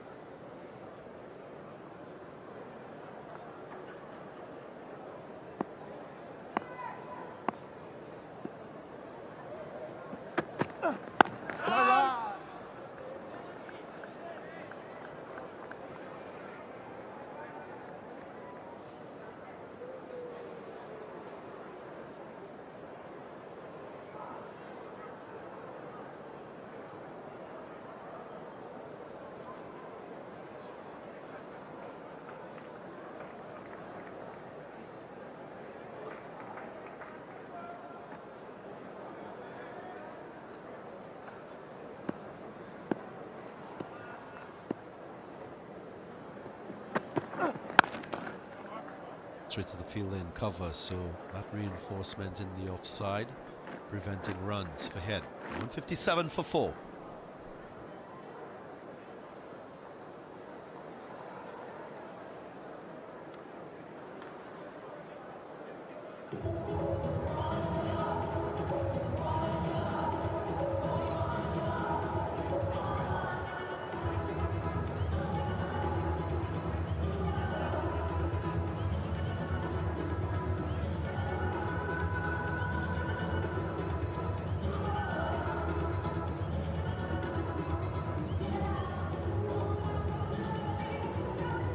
End of the week. This crowd should grow in stature as we go deeper into the afternoon. West Indians, they love their cricket, and more so it being a Friday. Make the time. Come to the Kensington Oval.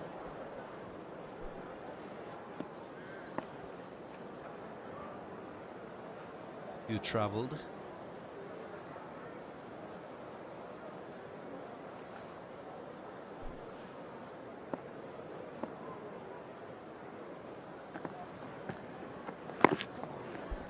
Right, left arm spin to the right-hander, Bo Webster. What will be his approach? Rosson Chase a little more attacking with his field placing. There is a slip, there is a leg slip as well in play. One thing I must say is Joel Workin is not a massive spinner of the ball, so will rely a lot on bowling straight lines to the right-hander to bring LBW into play.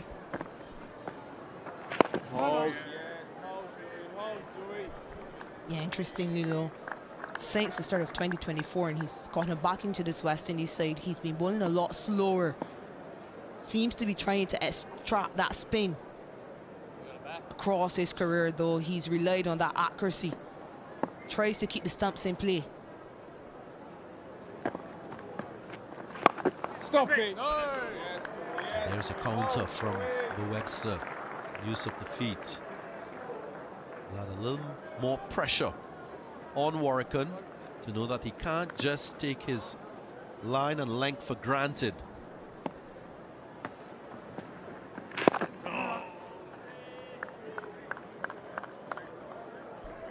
So Shea Hope do that when he batted against Nathan Lyon.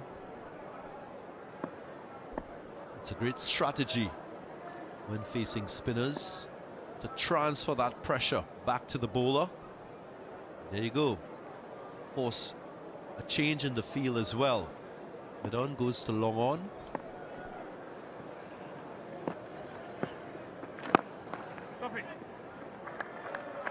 Nice maiden over by Warwick. 157 for 4.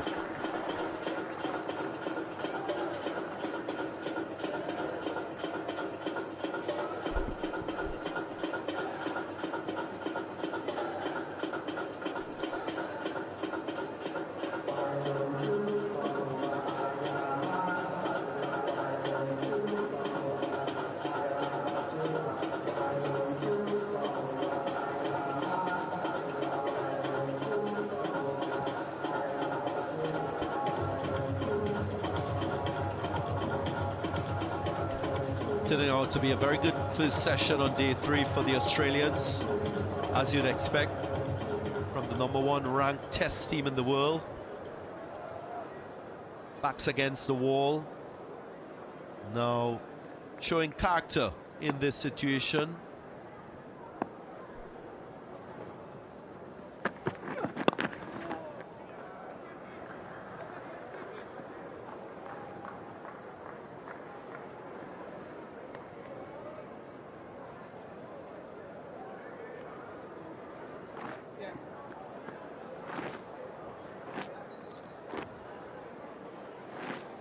Yeah, you're almost wondering just how West Indies are going to plan and build up to taking the wicket. They can't afford to just let this partnership build.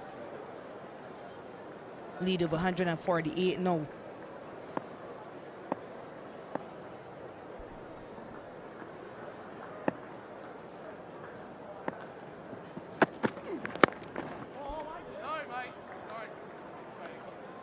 Difficult task for Roston Chase because it's his first test match as captain. Hasn't had a lot of experience leading cricket teams prior to this experience, but it will need a strategic approach. The way he uses his bowlers in this situation, he has to recognize as well the game is in the balance. This is a critical moment.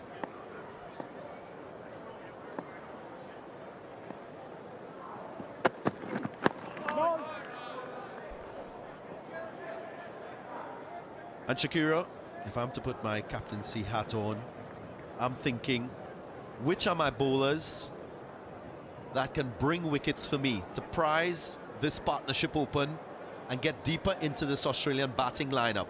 Straight away, it must be Shamar Joseph and Jaden Seals. So that is where my headspace is at.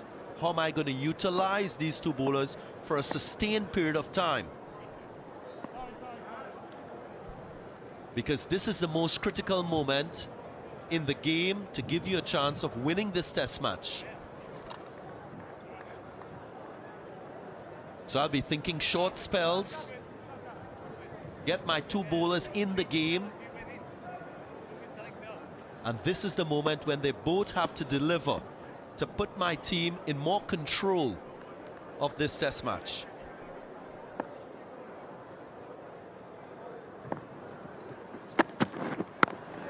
Yeah, 100%, Darren.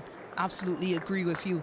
And you almost think you don't want a case where Justin Graves, who's perhaps the bowler chosen to hold an end, to be bowling alongside Jamal Warkan, who's not going to spin the ball too much. So how do you get one of those guys to bowl alongside a Shamar Joseph or Jaden Seals? If not, though, if you do commit to this plan of using Justin Graves and Jamal Warkan, what sort of fields can you set to create opportunities? Can he go to a slower delivery, wider, induce a drive? Yeah, there are two fielders at cover. Jamal Warkan in at cover and Casey Carty. So maybe Justin Graves can use a variation and almost induce a fault shot from Bo Webster in particular. Yeah, so my thinking will be both Shamar Joseph, Jaden Seals bowling short spells, maximum 3 from that Joel Garner end, straight into the launch interval. Because this is the moment when the West Indies needs to deliver with the ball. The longer these two stay out in the middle, the less vulnerable they become. So, talk more about that. 159 for 4.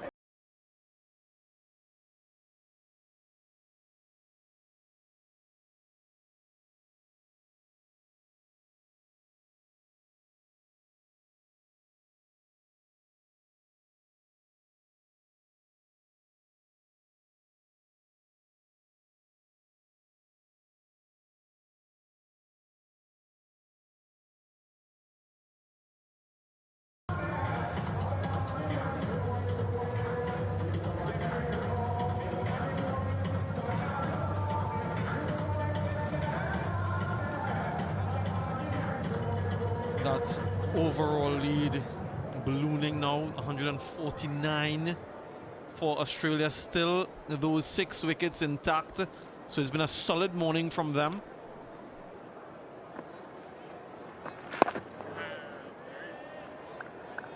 West Indies simply haven't found a way in. They did create an opportunity that was grasped.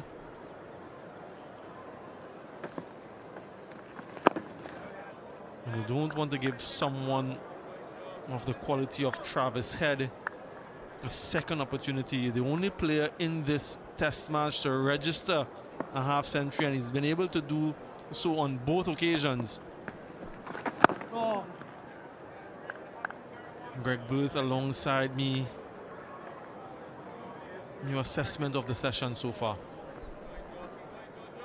Yeah, that start was crucial today, and that the grassed chance is proving to be critical, really. Travis Head was on 21. Oh, yeah. I do agree with Darren Ganger that they've got to make a change here with the bowling. They've got to bowl at least one of their 2 best bowlers, so either Shamar Joseph or Seals from that Joel Garner end, the end that Warrican is bowling at the moment. If they want spin in the attack, he's got to bowl the other end. Catch him! Yeah, thought at the start of the day if Australia could get a lead of 200, they would feel like they were probably starting to boss the game, and that lead now is 149. No. still with 6 wickets in hand, 159 for 4.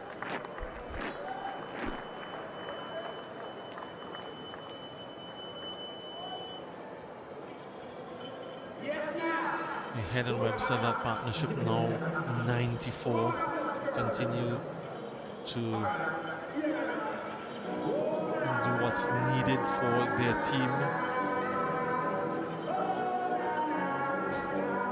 I just wonder what their thinking was overnight. Yeah, the highest partnership of the match so far, 94 between these two. And you're right, Greg, they perhaps would have been thinking somewhere around 200, both teams actually. So what potentially could have been a good score to chase and also to defend, but with 149 on the board now, 6 wickets in hand, Australia will be thinking a lot more than that.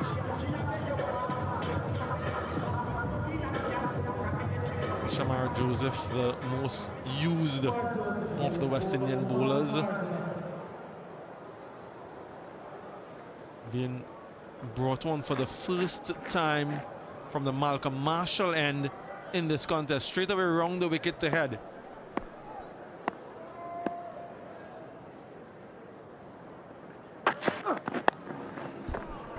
Yeah, that will be 4, just helped on its way. 150 plus that lead now. Well, he's had an exceptional game, has Travis Head, in a low-scoring game. 59 in the first innings, and he's now gone to 57 in the second innings.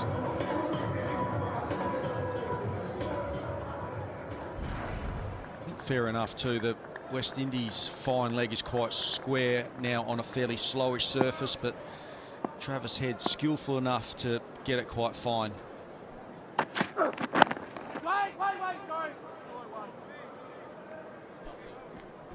Well, the Australians have played really well today, apart from that drop catch, because it's been challenging. It really has.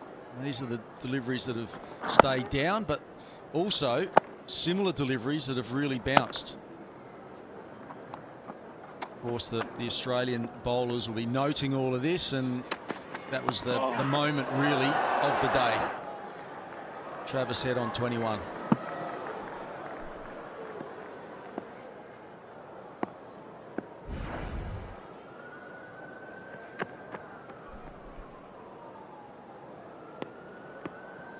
And it's really fascinating, Greg, to see how the bowling plans evolve as you go deeper into the test match. With the new ball, with something on the surface, you might just start a little bit wider, 4th stump, 5th stump. And then as we see the variable bounce coming more into play, you straighten that line ever so slightly to get the stumps into play.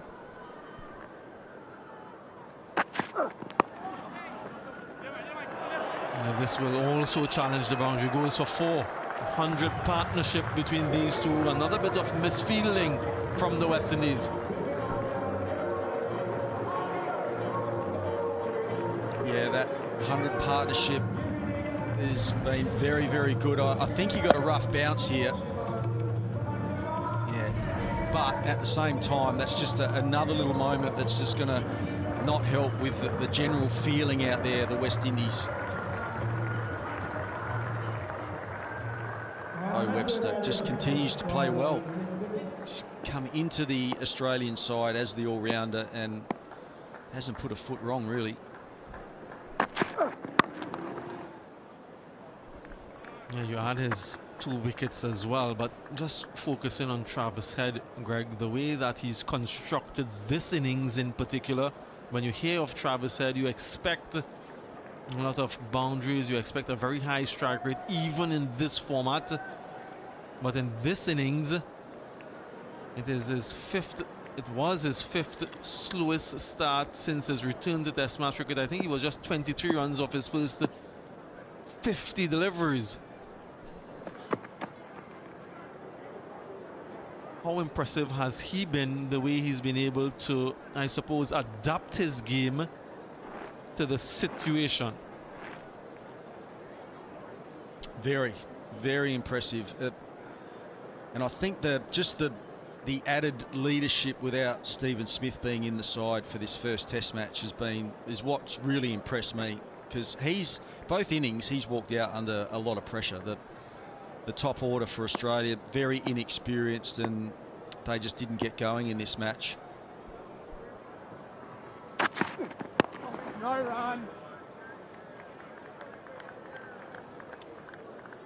And I thought the way he finished off day 2 yesterday under a bit of pressure as well, he just really steadied things, and he let Bo Webster keep attacking the bowling, and he was prepared just to soak up a little bit of time and some deliveries and pressure, but at the same time looking ultra steady and hard to get through. Really good defence.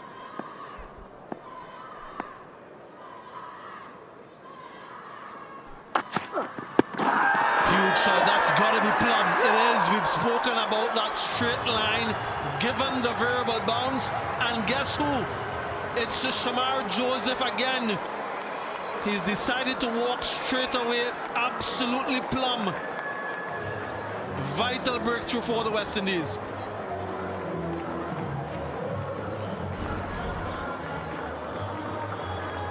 Stump to stump, that's what they've got to do, the West Indies, because you're going to get deliveries just about every now and then, and that's why Travis Head did not bother reviewing it, because it was hitting probably about halfway up middle, maybe middle and leg, and that is a massive breakthrough for the West Indies. Shamar Joseph, the man. Well played, Travis Head. 167 for 5.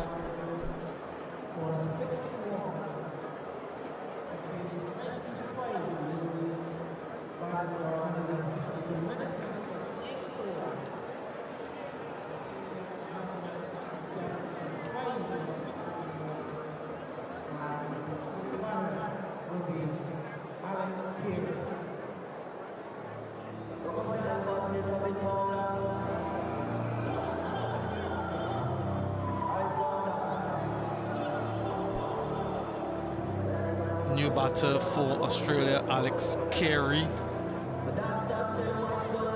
Average of 34.5. Has a lot of pedigree with the bat, so he'll be looking to get set and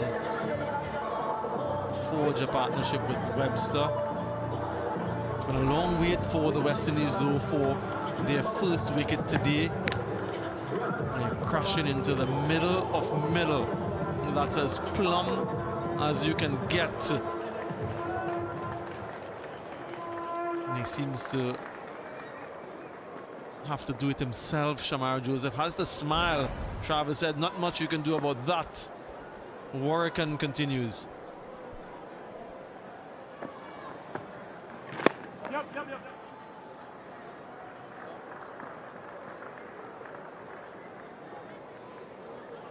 Suppose, Greg, that delivery, that dismissal will not only be on the minds of the Australian batters and those to come, but also the West Indian batters.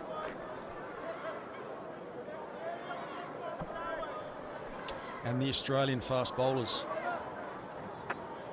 So yeah, I think definitely when the ball gets a little bit softer, Shamar Joseph doing exactly the right thing, coming around the wicket to the left-hander.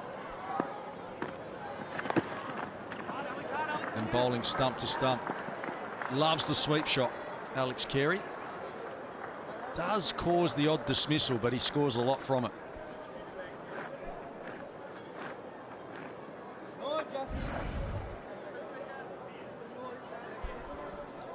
Yeah, just look at how low that one kept when you think about the deliveries that have kicked and so on.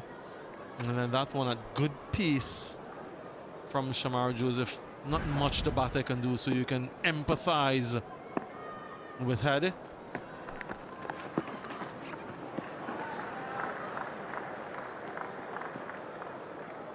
And a couple of sweeps early in the plot for Carey.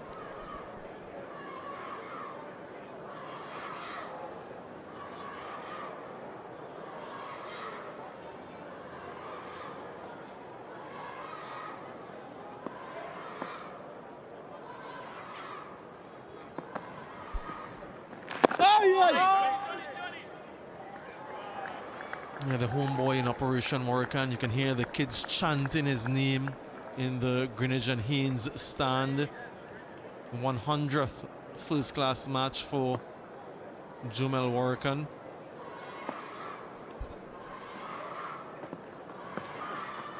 Oi.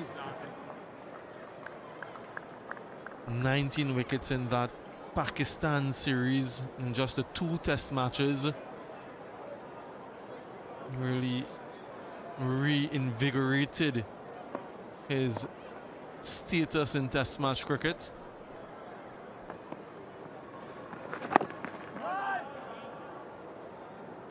Leading wicket taker in that series, 171 for 5.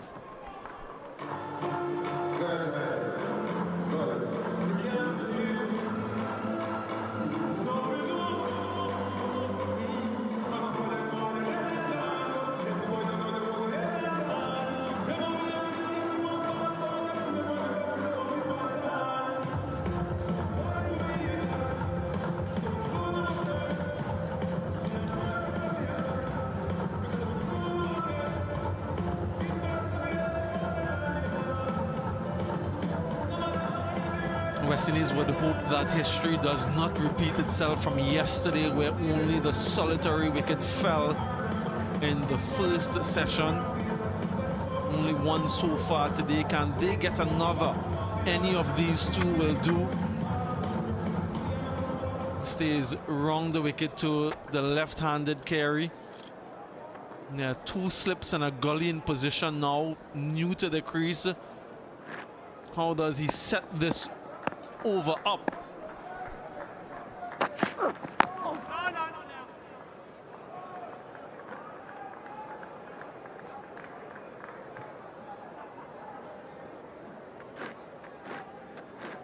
Well, he's done a great job for his team this test match, but that was a really big breakthrough and it's kept them in the game.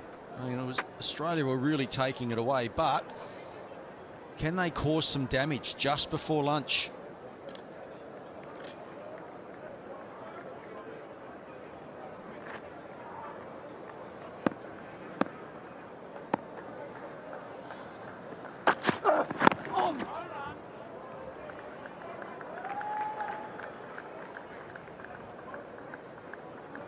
I think it's probably worth maybe getting Jaden Seals back into the attack just before lunch too. 1 or 2 overs from that far end, the Joel Garner end, just to get maybe go into lunch with Australia 6 down. We might just see that. Yeah, good shout, Greg, with just about 14 minutes to go for that luncheon interval. Right there. And then the couple of sweeps that Carey has played against Jumel Moroccan on trouble. I think that's a good shout. Get the strike bowler back in. An anxious period before lunch, generally, more so for a new batter. If they can get one more, they'll feel that they can restore some bit of parity. At the moment, Australia with 161 ahead will feel as though they're getting to a position of relative strength.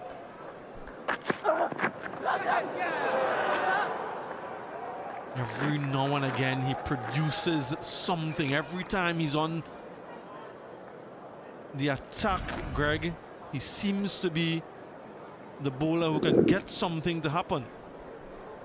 Yeah, you can't fault the effort, can you? Just about every delivery that he bowls, there's just maximum effort into that action, and he's got one past the outside edge. So yeah, that just nicks the edge. You know, they can really go through the Australian bottom order.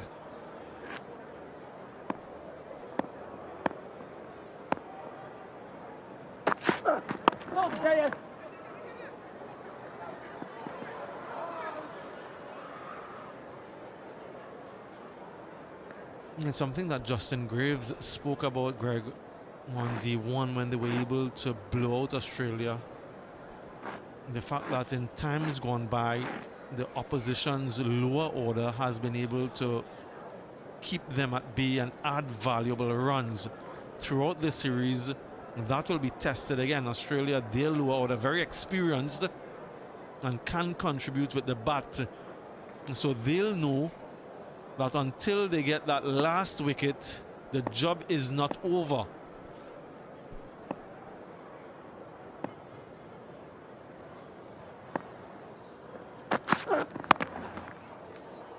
He plays that shot on the up really well.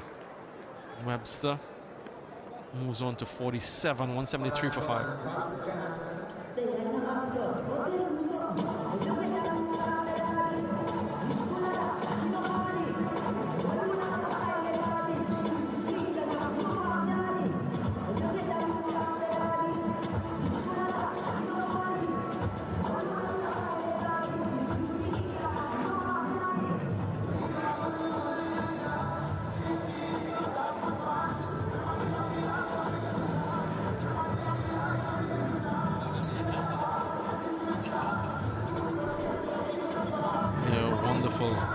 The beaches here in Barbados, known for their white sand and aquamarine turquoise water.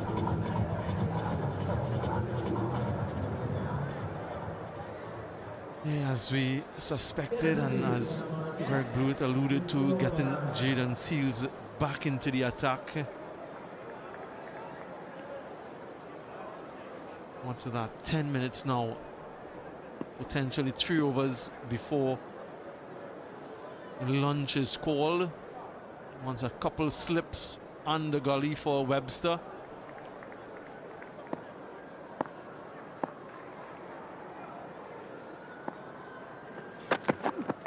Go!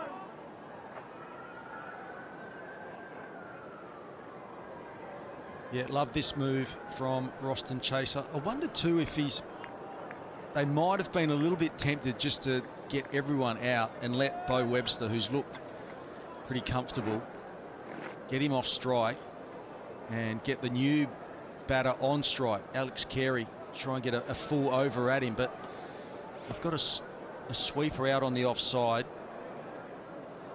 Fine leg, so Seales will look to go stump to stump here.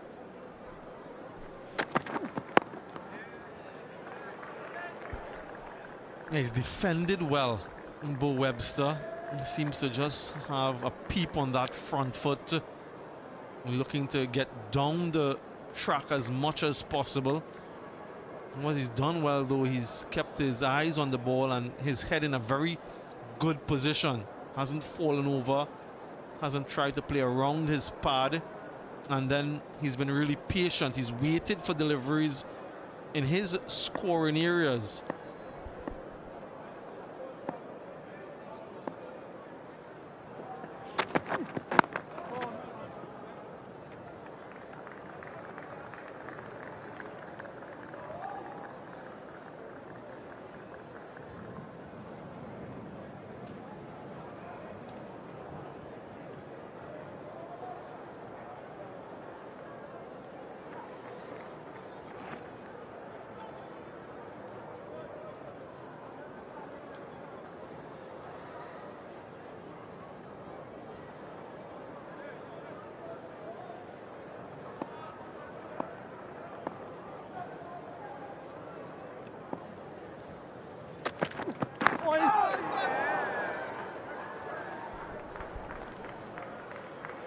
There's some inward movement off the surface again, quite exaggerated, and even though Webster is on 47, he's still having some problems. It's something that we've spoken about. Even though you have a score behind your name, you don't feel quite in. Continues to battle dutifully.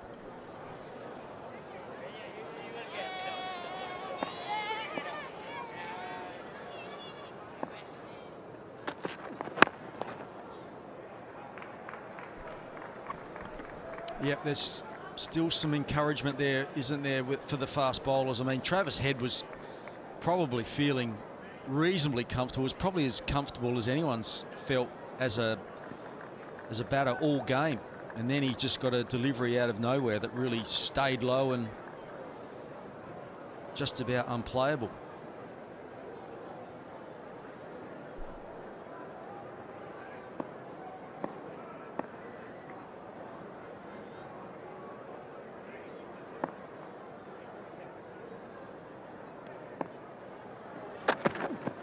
Yep.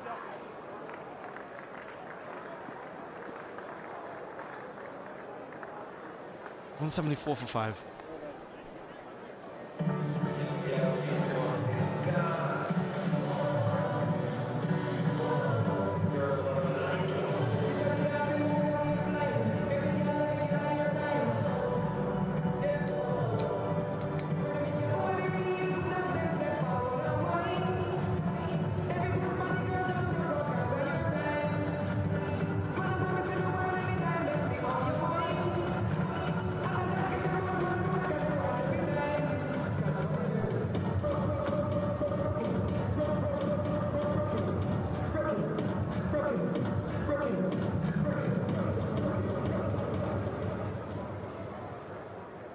Six overs this innings so far. And they were shut out in 56.5 in the first innings.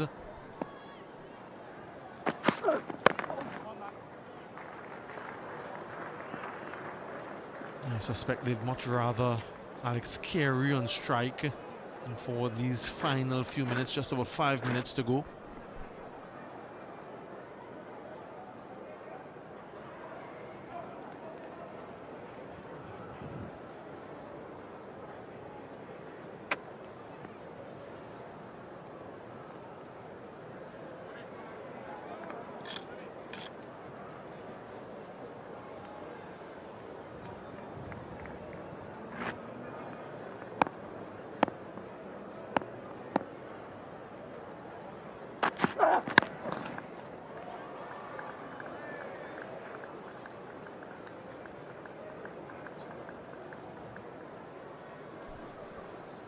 Just looking at what the lower orders have done against the West Indies since the start of 2023. West Indies are mid-table in that regard. Just about 16 runs per wicket. Batters 8 to 11. So they haven't done altogether too badly, but room for improvement. And that's crashed. A wallop for 4. He's a dangerous player, Alex Carey. Always looking to score. Got some width and was in the air, but nowhere near a fielder.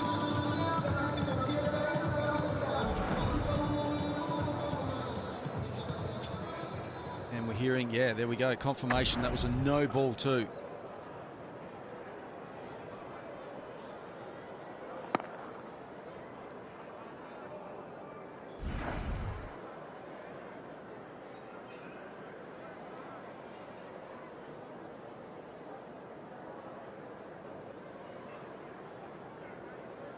Just having a look at the ball, see if it goes through the hoops.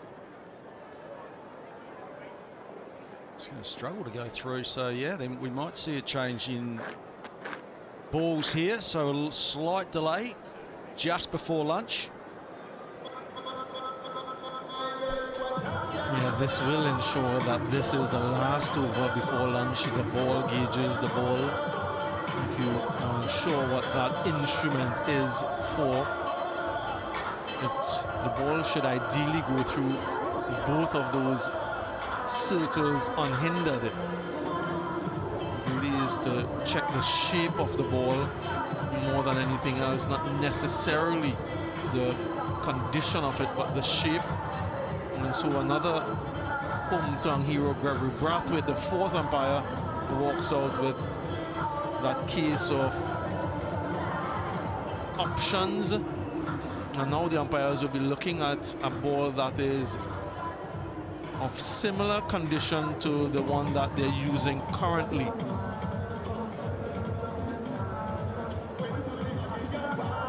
A wonderful host for the first test match. Barbados, known for its aquamarine waters and white sand beaches, wonderful local cuisine and hospitable people, very friendly and welcoming. Let's have a look at Carlisle Bay, popular beach on the island, one of the many actually. If you ever do have an opportunity, this is the place to be. And we have a few more test matches carded. One across in Grenada, the Spice Isle, and then the land of wood and water, Jamaica, for the third. 5 T20s to follow. A couple in Jamaica, and then we round off this tour in St. Kitts.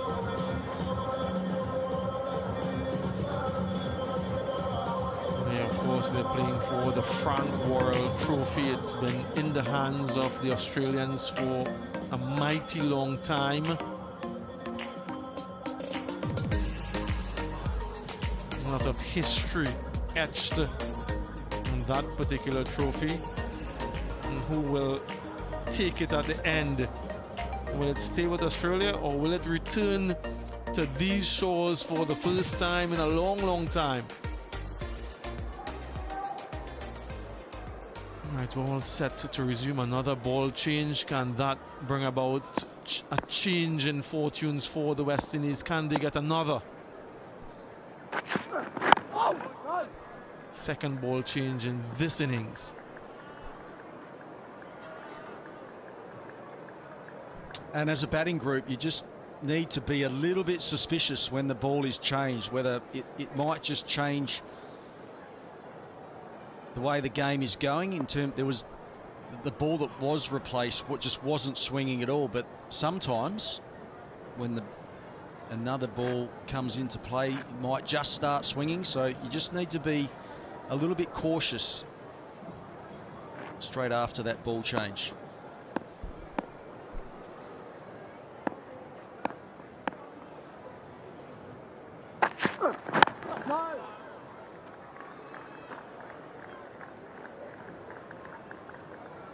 He's kept up his overall speed throughout this test match, Shamar Joseph. Very strong action, bustling type. He attacks the crease with vigor. And bowling coach spoke to him a little bit earlier today before the start of the day's play, and he was very happy, as you'd imagine, with the returns of his bowlers.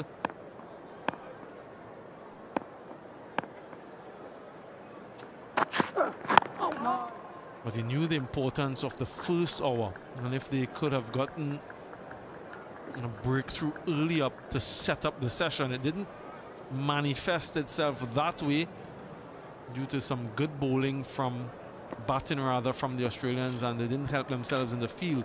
A drop catch of that man, Nazari Joseph, early on. Things could have been a lot different at the moment.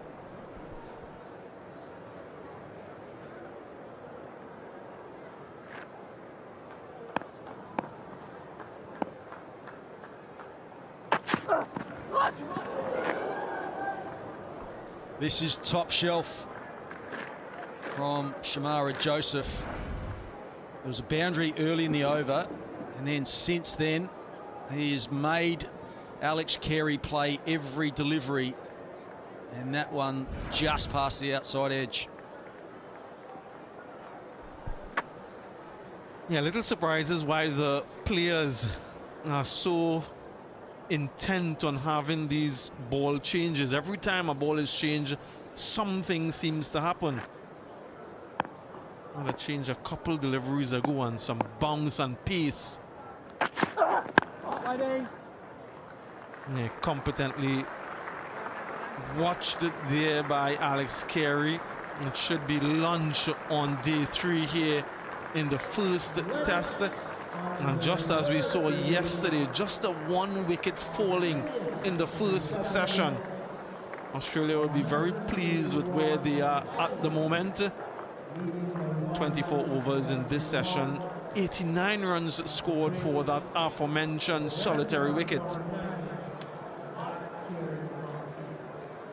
Bo Webster has been the mainstay, along with Travis Head, who registered a second half century in the match. The only player to date to score 50 plus. Wonderful partnership, the highest partnership of the match as well, along with Webster. Carey, relatively new, out in the middle. The bowling for the West Indies, a couple wickets for Shamar again against this opposition. Seals, Joseph and Graves with one apiece. 181 for 5, which means that Australia, they have an overall lead of 171, still 5 wickets remaining. Take a short break. On the other side, we'll have lots of analysis and a special moment and memory in West Indies cricket.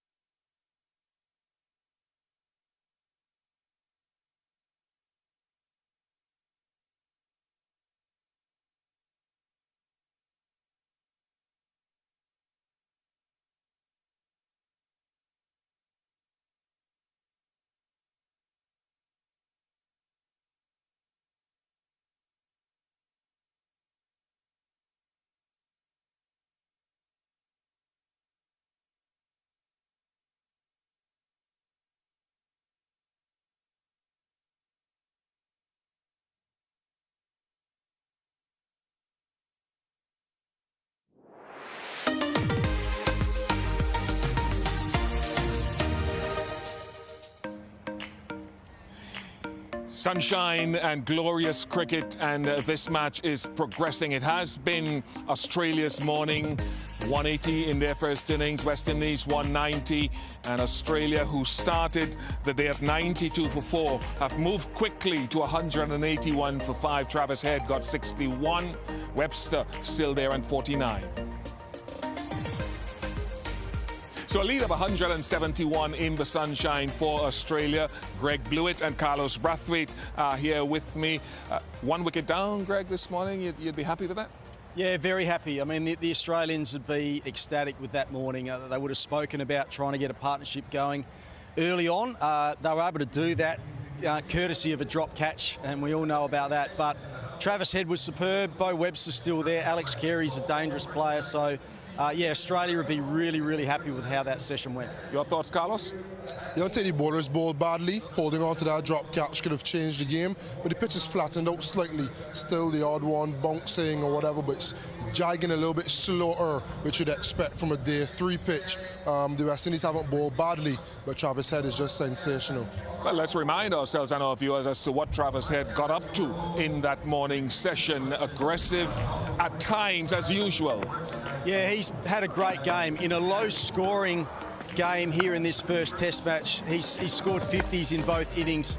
And I think I've been most impressed with his leadership with the absence of Stephen Smith in this game. So he tempered his natural aggressive game last night when he just tried to get through and be there this morning. And I think, again, just had a really good flow to his game, didn't over-attack, but always looked to score. And on a difficult pitch, those 2 contributions could be match-winning. What about Bo Webster, Carlos? He's about your height as well. New to international cricket, not new to cricket in general, but his contribution. Yeah, I love how positive he is. Even in defence, it always looks as though something is happening. And this is his shot. The punch, whether off the back foot or almost a front foot punch where he gets on top of the bounce like that and hits it into the ground. As soon as they've given him any width, he's played that shot. And on often occasion, it's gone for a single because of how the field has been set with the nature of the game, but he's continued to play, he's kept up with it, and that's one thing I've been impressed with him. It's easy for when a pitch is, doing a little bit to get into your shell. He's been watchful, but he's always had that intent that if you just err slightly short or slightly full, I'm going to capitalize, and that's been important in his partnership with Travis Head. Yeah, talking about errors, West Indies had another error in the slip cordon this morning. Well, we're getting used to talking about drop catches, and this is just heartbreaking, really. I mean, West Indies have played so well in this game and bowled particularly well, but the catches have just kept going down, and no doubt they would have spoken about taking an early breakthrough this morning, and the chance was provided, but unfortunately it went down. There was a wicket, and it did come a little bit later in the session of Travis Head. Yeah, and I mean, the West Indies will be happy that he's gone, but the batters would not be so happy in the manner in which he was dismissed.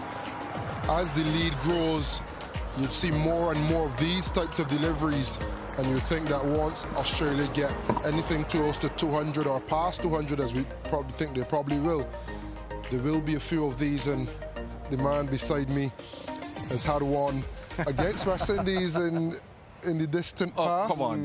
He'll discipline again. He'll discipline again. Come on, Carlos, man. You're preluding Listen, Greg, all right, we talked about it on commentary. I wish we could go back to social media. It ended up in a post something like this. Yeah.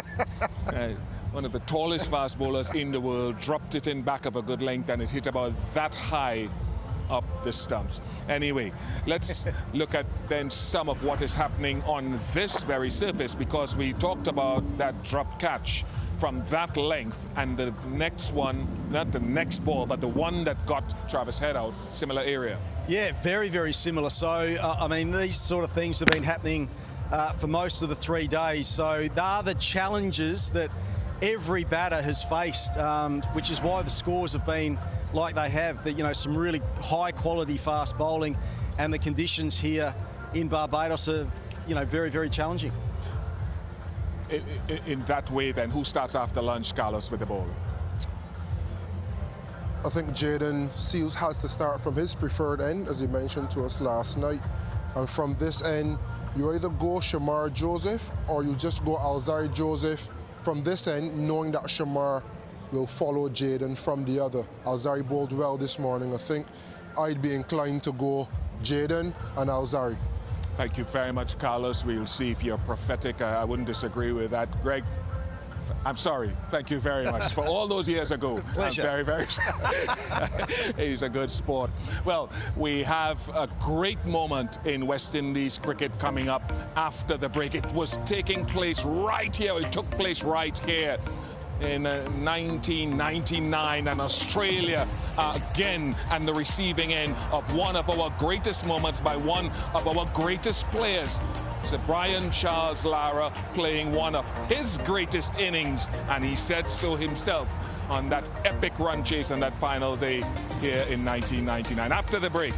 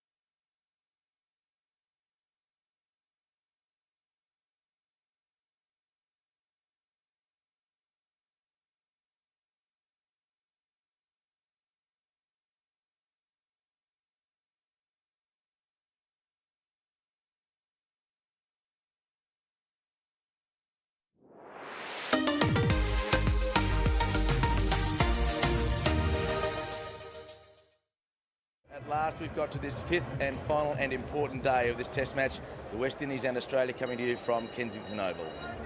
Well, the state of the nation, and the entire nation is watching this now, with the West Indies needing 223 for what would be a very famous victory. Australia making 490 and 146. The West Indies counter-attacking, and Australia needs 7 wickets. Brian Lara is going to be a key in what will happen today on this fifth and final day as he strides now to the crease. Big shot for LBW, and that's out. The breakthrough for Jason Gillespie. The ball swinging back at Adrian Griffiths, adjudged LBW. Lara and Hooper.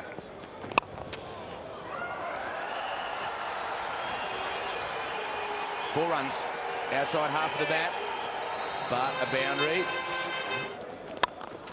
Brilliant. Brilliant. Beautiful shot, straight along the ground. Obviously one of the shots of the morning, probably one of the shots of the matches in the situation. Beautiful. Swing it, out, swing it, out. Hooper can't believe the decision. Lara is unmoved at the non-striker's end. The players, the Australian fieldsman, went up very quickly. Nice use of the feet, and he's got under that one and whipped it away over mid-wicket for 4.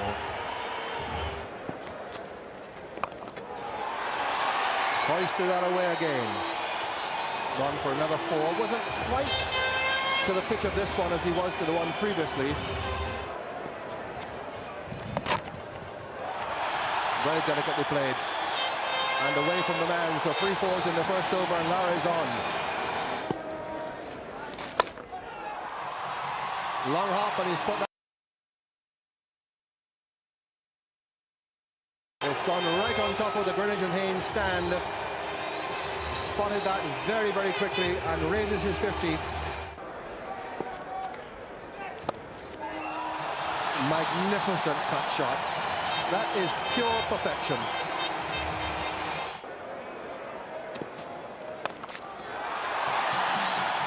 That's disdainful. Absolute disdain. Pulling a long hop through mid-on. And he's pulled it away for 4. Doesn't the crowd enjoy that?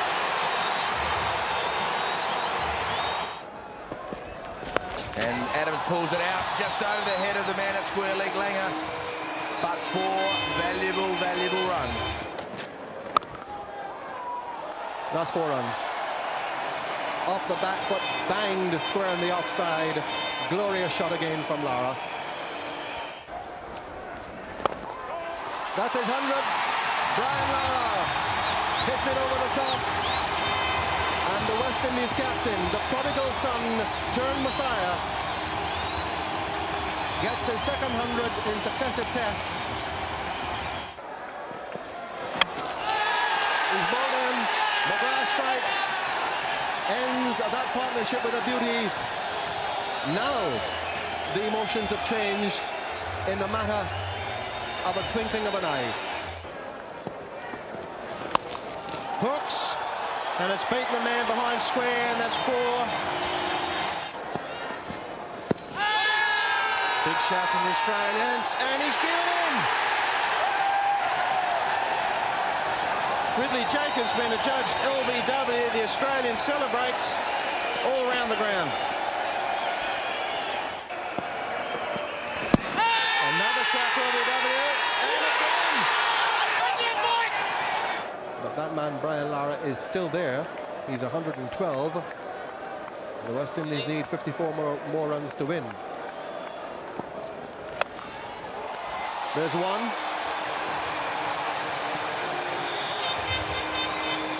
Reduces the deficit to 49. That's a good shot. Brian Lara initially was looking to let the short balls go, ducking as much as possible. Swept away, and that'll go for 4.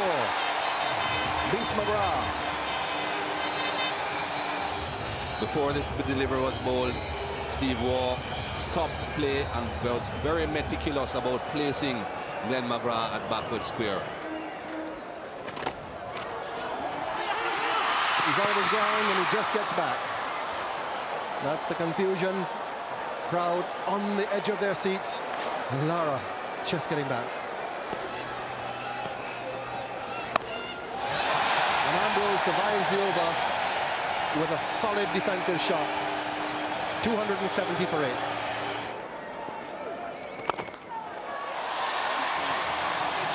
That'll be 4. Lara doesn't get the strike, but he gets 4 and reduces the winning target to 34. West Indies 274 for 8. That will go for 4. Little fine deflection off the last ball of the over. Ambrose is playing his part. The deficit now reduced to 28.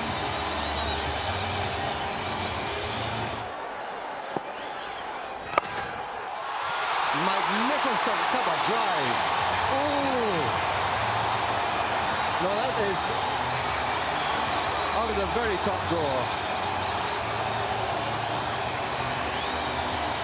Lots of men on the boundaries all around the park to prevent this from happening, but what a shot. And he does. The West Indies are 285 for 8. They require 23 more to win. They've got 2 wickets standing. Still some way to go. Anxious faces on the Australian balcony and some anxious faces among the West Indians as well. What a test match we've had. With this man at the crease, the West Indian hopes still remain pretty high. And down to the boundary line, they'll get 2 at least. McGrath is a long chase. He prevents the boundary, but he doesn't prevent Lara from staying on strike.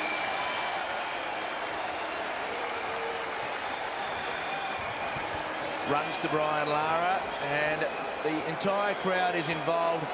A full house on the 5th afternoon of a test match, near enough, is just fantastic.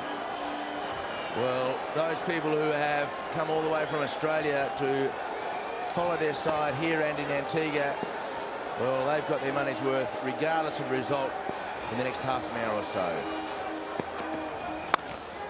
He tried to stab it through the colours, but can't get past the Australian captain.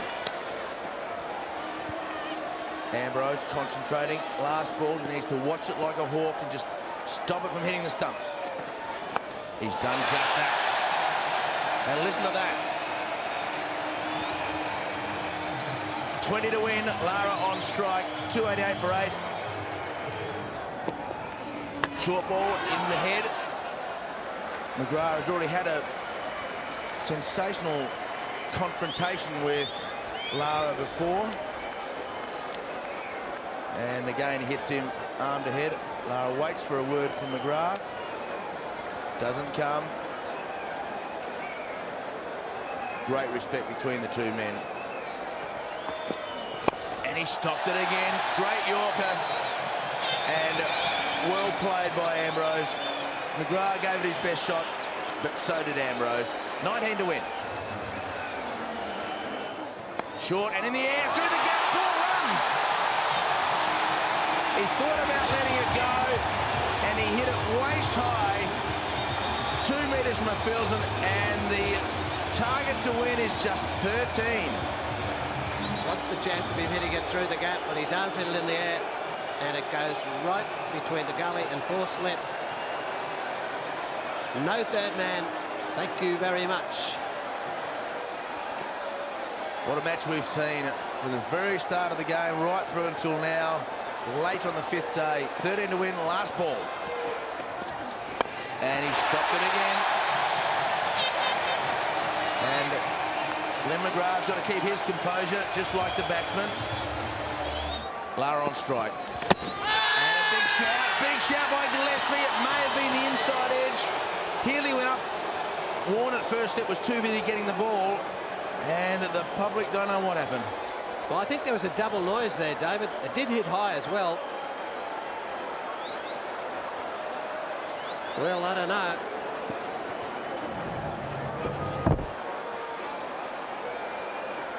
Well, it want to be a lot of bat there. Maybe the pad was hit by the bat, and that might have confused the umpire, but he's way back there. Last ball, just a single from it. He survives again. They may even go for 2. Lara will get back. Can Ambrose get those long legs going? He can. In the end, he does it easily. And that brings up the 50 partnership for the 9th wicket. And the target is just in double figures. 10 to win. Australia still needs what they have for 50 runs, 2 wickets to win. He sweeps in the air. Goes towards the boundary. Will he come back for 2? He'll take on the bowler. Brilliant running. So Gillespie at backward square leg did well. Ambrose applauds Lara, and the 300 is up for the West Indies, chasing 308 for victory. What will Ambrose do? Will he try and score? He'll just block it out to the applause and the cheers of the crowd yet again. 7 to win. West Indies 301 for 8. He has a slip in the gully. So Gillespie to Lara. 7 runs required, 2 wickets. In the air, dropped! Healy's dropped it into his left hand and out. Lara tried to glide it past first slip. Gillespie did the work, and Healy let him down. That is why we saw Shane Warne coming into that slip cordon. They know they have to get rid of Brian Lara. A very good delivery this from Gillespie. And Healy couldn't hang on. Just couldn't hang on. Excellent delivery though. Brian Lara looking to steer that down into the third man region. And he knows what it may mean for the Frank Worrell Trophy. He takes the single, leaving Ambrose 4 balls to face, but 6 only to win. In the air, out! Matthew Elliott has taken it at third slip. And Ambrose's stellar innings has come to an end. And Lara took the risk. He gave him 4 balls to face. And the first ball, Ambrose has glided into the hands of Matthew Elliott, and he has taken it. Just trying to guide that over the slip cordon, one would think. Not getting enough bat on the ball. Currently Ambrose and Matthew Elliott taking the catch at third slip. He had done that in an earlier over. Look at that. He's frustrated. He's upset. And Brian Lara knows this is getting too close. Australia needs 1 wicket for the Frank Worrell Trophy. And no ball. The target is 5, but there are still 3 balls remaining. Just over again. Walsh and Lara having a chat. Not much Brian Lara can tell Courtney Walsh. He stopped it somehow. That is stopping the Yorker dead. Probably you don't need the mid-wicket, but he's got him there.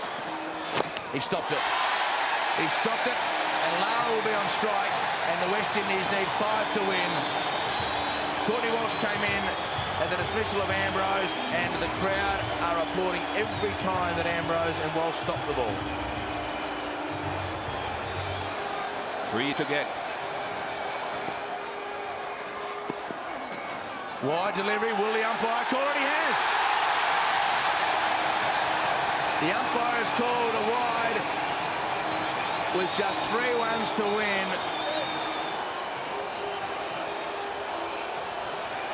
He can take the 1 to tie the game. He slaps it away. He slaps it. Will he come back for 2? No, he can't. Yes, he can. No, he won't. Scores are level. Scores are level here. And 1 ball left in the over because of the wide. So what a moment for Brian Lara and Courtney Walsh. 1 current captain, 1 former captain, both champion players in the history of the game, and scores are level. 1 ball to go. Courtney Walsh on strike. He lets it go. It ends the over, and Lara has the chance to bathe himself in some more thoroughly deserved glory. And the whole crowd is on its feet. Spectacular scenes here in Barbados. And if this doesn't get your hairs on your neck up, nothing will. The West Indies crowd sense a remarkable victory. The Australians still desperate to get a tie. It's been one of the genuinely great test innings. He's on 149, and it would be fitting for Brian Lara to tick over that 150 mark and win this match for his country. Short mid-wicket, short cover. Gillespie. The winning run. Brian Lara has won the match for the West Indies. The West Indies team run onto the oval, and one of the great results in Test match history has just been witnessed here at the Kensington Oval. So Brian Lara, Sherwin Campbell with his century. So Brian Lara finished with 153, not out. They chased 308 for victory. So what will they do with Brian Lara here? This will take him a month to get off the ground. Michael Holding, one of the great test matches and one of the great test match chasers on the last day. Certainly is. 308 runs in the last innings. Not many people thought that the West Indies would get there, especially when they lost those 5 early wickets. 105 for 5, and that man has done it. full house here on the last day. Brian Lara being embraced by Ambrose and Clive Lloyd. Absolutely fantastic scenes here at Kensington in Barbados. One of the great test match. Brian Lara looked to be on song, and what a genius. So the scenes here at Kensington, late on the 5th afternoon, who would have thought when Australia made 490 and the West Indies were 98 for 6, that the West Indies, let alone get back into the game, nobody thought that they would even avoid the follow-on, and they have won this match by 1 wicket, chasing 308 in the 4th innings. They finished with 311 for 9. Brian Lara, the captain of the West Indies, 153 not out. And that's what happened. Seems so long ago. One of the rare test matches to go late into the 5th day. Australia won the toss. They made 490. Steve Waugh just one short of another 200. And Perry took 3 for 102. Ricky Ponting made 100 as well. In the second innings, Shane Warne was the top scorer in a disappointing performance by Australia. They had plenty of runs on the board to lead, so every run was in front, and they set the West Indies a target of 308 after the West Indies were bowled out in the first innings for 329, with Campbell making 105 and McGrath again one of the stars of the show. They needed 308 to win. They were 85 for 3 overnight. Brian Lara got booed when he came to the crease last night for sending Pedro Collins in as night watchman. Lara survived last night, and he survived all day today to finish on 153 not out.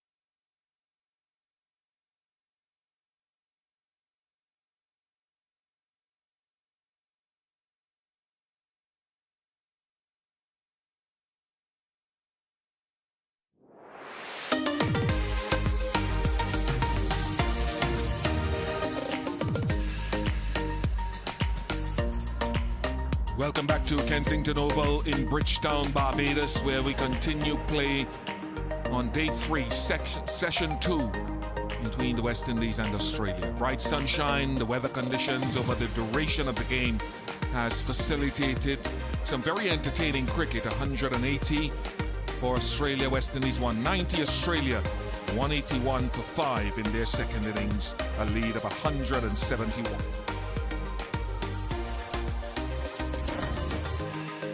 Morning session that saw Australia's not-out batsman Head and Webster walk out on 92 for 4. Travis Head, as he so often does, picked his moments. Webster not to be out, and he was actually the aggressor for most of that partnership. There was a missed chance on 21 of Travis Head's outside edge. Justin Graves failed to hold on. It's been a problem the West Indies catching in this match so far. Head needed no second invitation. Continue on his merry way. Webster's been impressive. Half century on debut against India at Sydney. Half century in the World Test Championship final. And his contribution to this partnership between himself and Travis Head, 102. Getting to another half-century Test match cricket.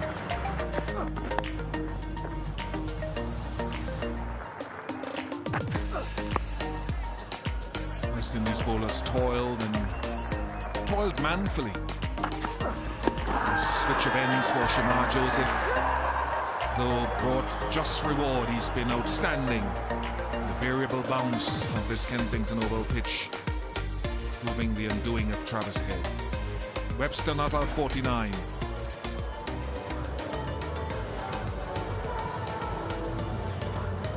So Darren Sammy will be trying to motivate his troops with rust and chase to initiate another breakthrough after lunch.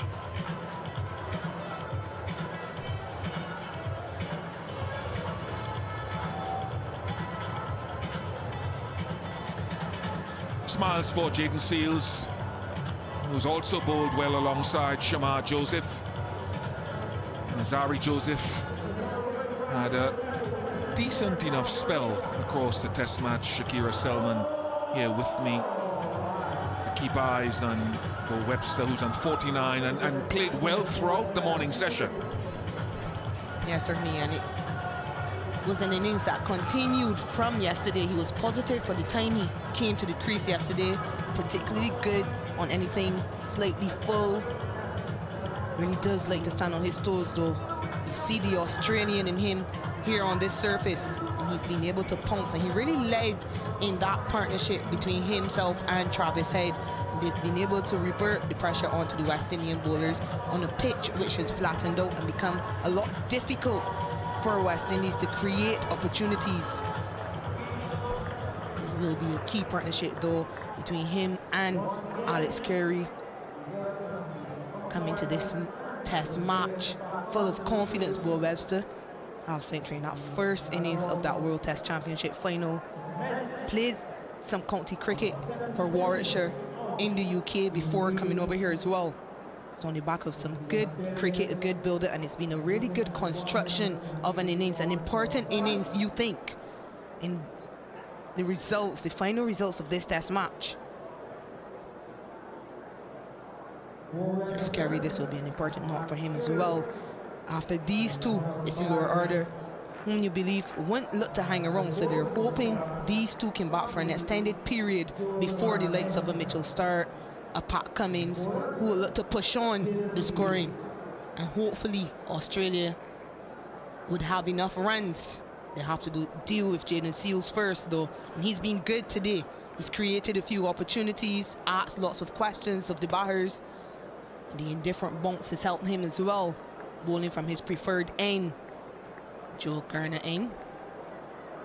It'll be interesting to see just who partners him after this lunch interval.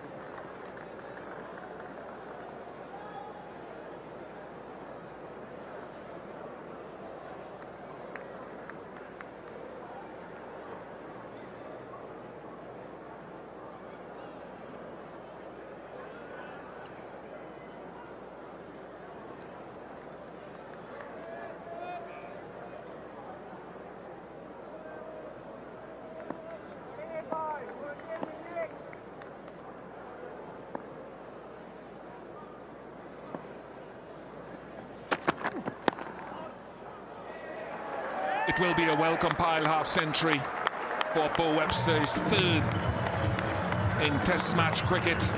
After one on debut, 57 on debut, 72 in the WTC final. And a solid and sometimes aggressive knock here in Barbados.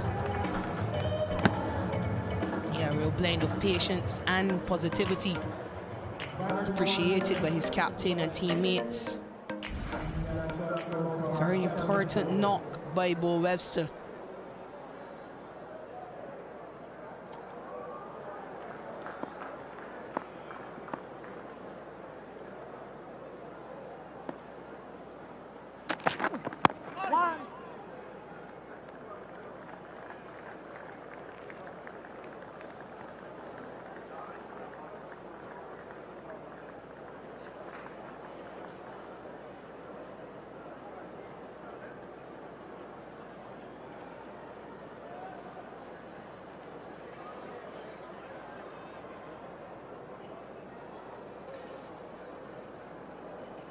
He's filled the breach quite admirably since he's come into Test match cricket.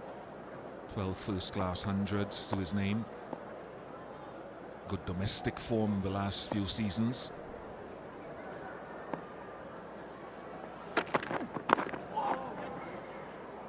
Don't forget the couple of wickets that he got yesterday. He filled the breach for Cameron Green, whilst Green was out recuperating.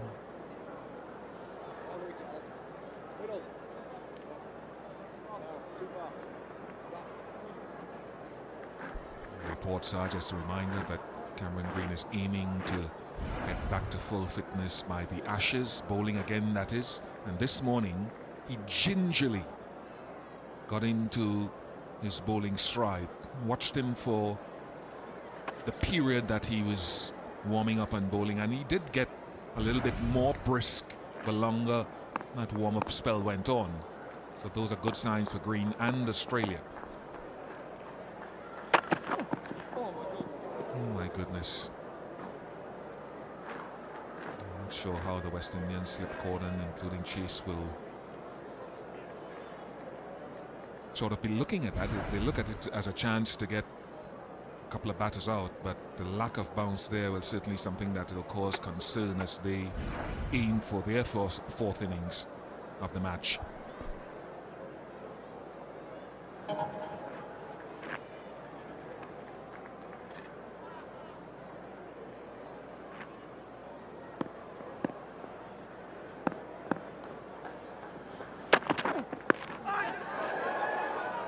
So one crept and bounced along the ground to Shea Hope the ball before, and that one has popped.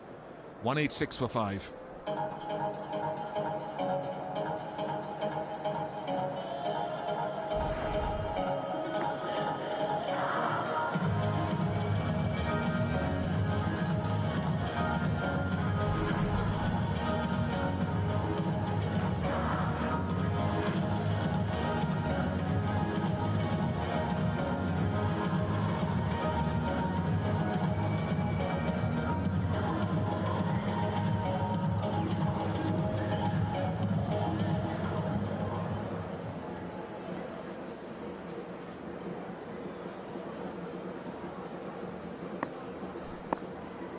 Shamar Joseph to continue from his morning's work from the Malcolm Marshall end.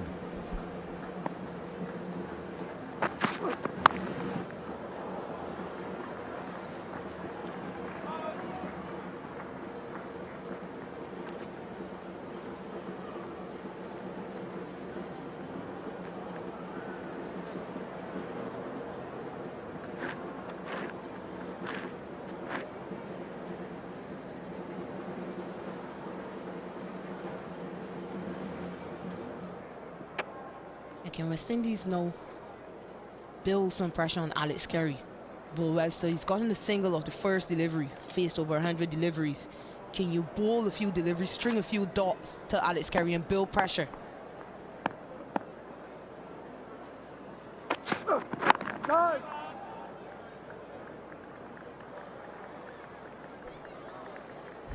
That pressure would be caused because the back end of the last over That was the 5th ball of the over. And that was the 6th ball of the over. 2 different reactions from the pitch, and we showed you a package this morning.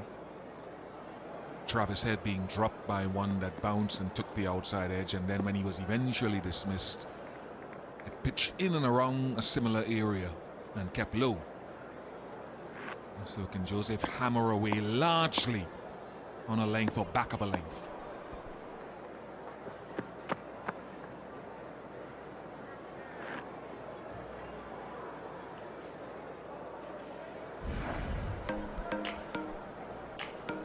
Lester, positive from last night when he walked to the crease, really was the enforcer in the innings between himself and Travis Head, particularly brutal on anything just wide of all stump. And he stands tall and plays with authority. A well-deserved 3rd half century across a short test career so far.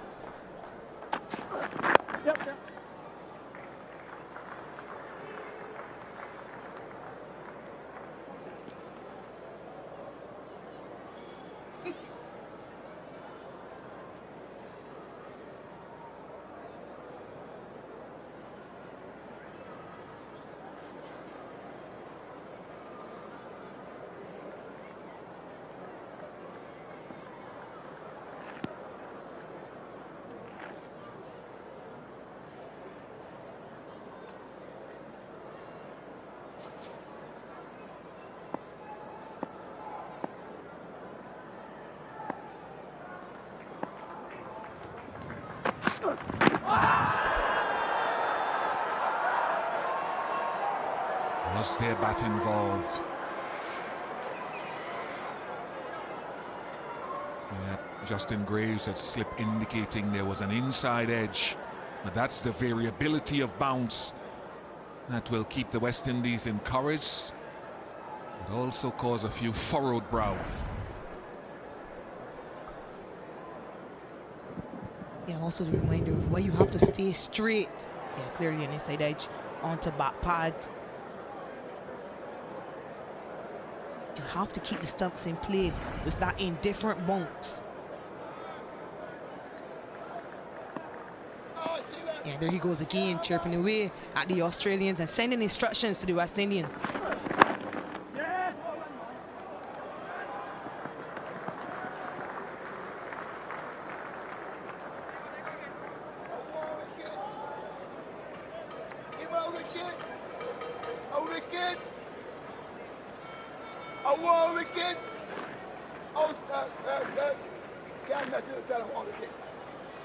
Give him a wicket. Wicket, Rahul, wicket.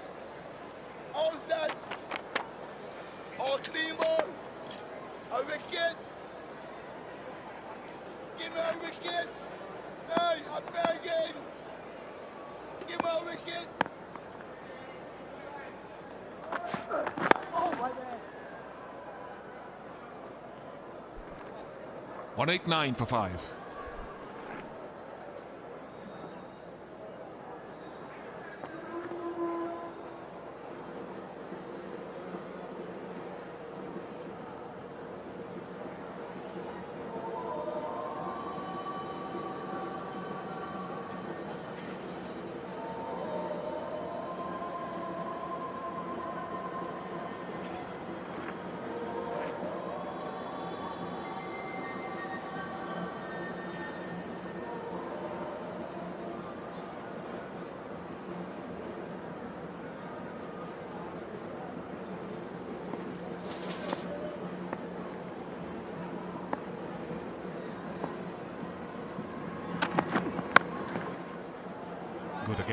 Good again at cover. And John Campbell.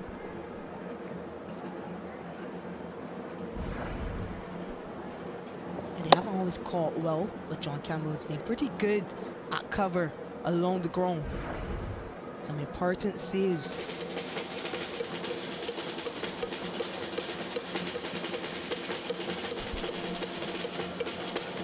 That's overcoming.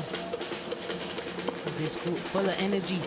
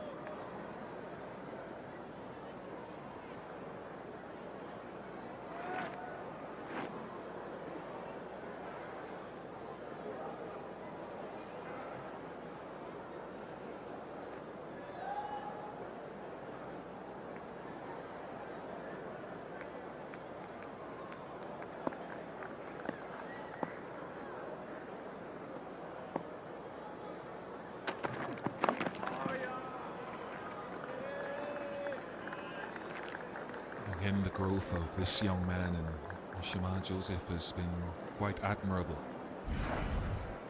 Consistency with which he's bowled the red ball, if not the white one. West Indies cricket will be hoping that many more years of deep focus on these young ones to inspire these young ones as well about Test cricket, which still has so much of a draw and an allure.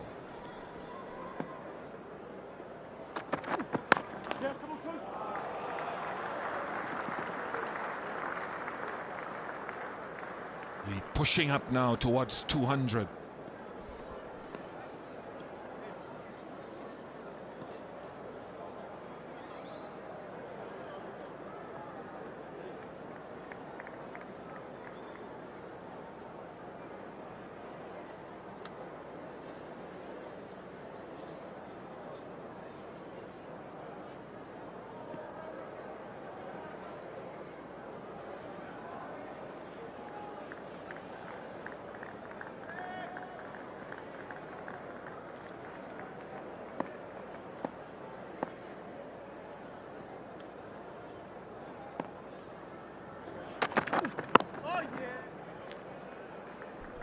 Two off the over, 191 for 5.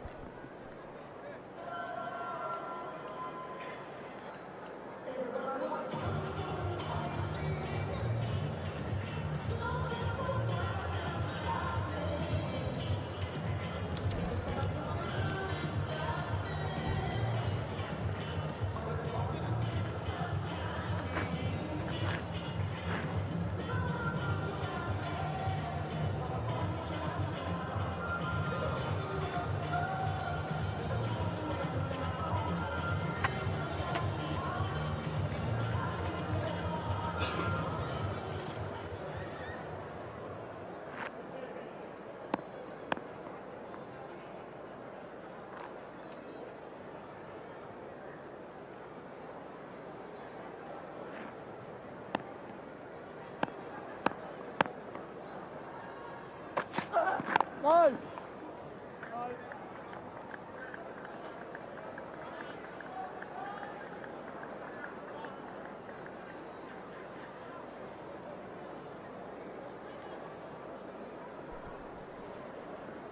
We've heard many people they speak about the problems Australia may have as it relates to the age of their pace bowlers. West Indies, though, there's hope. Shamar Joseph, just 25.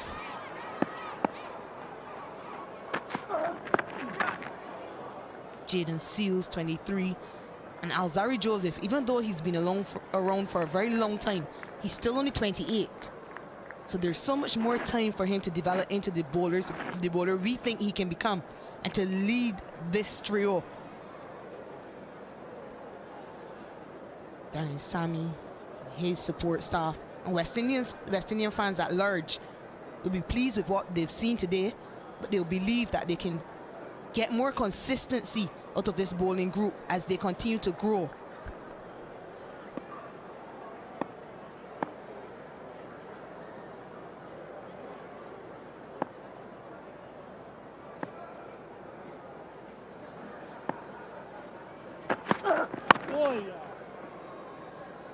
Yeah, no disagreement with that at all. I was talking to Carlos about it, in fact, after play yesterday, and we've talked about it over the last year and a bit, actually, if you're focusing down the bottom there. What is the priority? Which format of the game is the priority, the absolute priority for the 23-year-old and the 25-year-old? Alzari is, as you said, 28, so he's been across formats for a while, right? So I'm not leaving him out, but we're focusing on the two younger bowlers. Yes. Is Test cricket the ultimate priority, or do you still feel that they can go cross formats? That has its challenges, its absolute challenges of keeping your pace up. In the case of Jaden Seals, keeping his swing going, because in white ball cricket you're prone to a lot of cutters and bowling straight and all of that, so you don't want him to lose his outswing. Shamar is finding a length here to zone in, where muscle memory in the white ball game commands maybe a slightly shorter length. So cross-format bowling, as this young man may grow up to learn, has its challenges. And we've seen he is beautiful. So how can Cricket West Indies ensure that they attain financial security? I know they've tried multi-year contracts and XYZ and allowing periods off. How does world cricket allow the Shamar Josephs, Jaden Seals to flourish and keep Test cricket alive, while at the same time holding that importance of T20 cricket and the T20 World Cups and ODI cricket? You have lovely wrist, fast bowler in the making. Lovely rest position, lock and unlock with the fingers close together.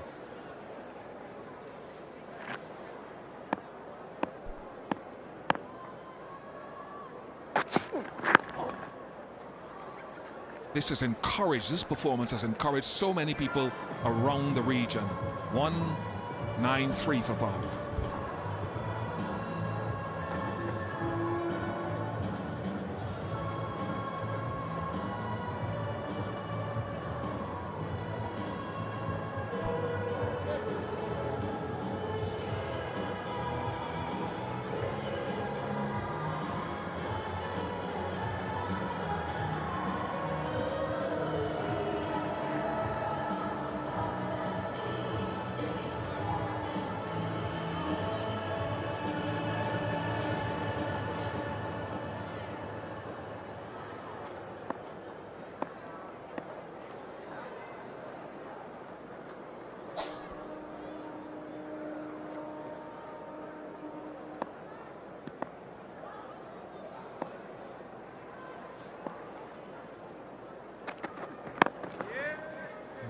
And just to build on that, Shakira, and I know you are very integral in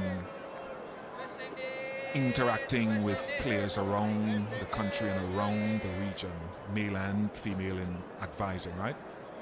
I think that Australia's bowling attack will need to transition at least in a couple of years, yeah, because the guys 35, 34, 32, not all of them, but one or two of them. So I think that'll happen. That's what the Red Blue was so good this morning in talking about who is behind.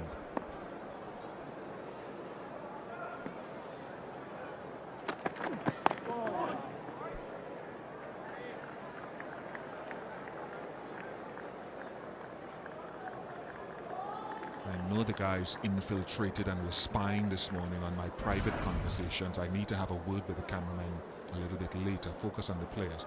But these guys are so receptive. Shamar, Jaden, Alzari, Justin Graves, they're so receptive, and we were talking about length and what you're aiming at. There's PJ. PJ won't be here tomorrow, folks. This is his last day on cricket commentary. It's his fault.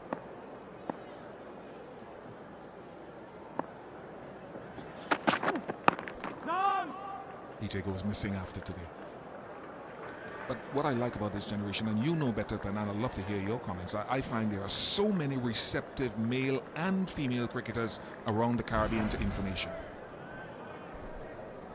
Yeah, certainly. But I'm more curious about what you're saying first before I tell you how receptive they have been to my opinions. I love Alzari. Talked to Alzari over the year, and what we were talking about was the consistency. I was sharing how impressed I was with the consistency of the bowling, which I thought was, over the first 2 days, probably the best I've seen, the most consistent I've seen, and that Alzari had bowled a better length of 31% on a good length, which is the second most he's ever bowled in a test match. So I complimented in the Caribbean. I complimented him on that, and he gave me his own thoughts, which have always, to me, showed his cricketing knowledge. And that's just my experience. It doesn't have to be yours or anyone else.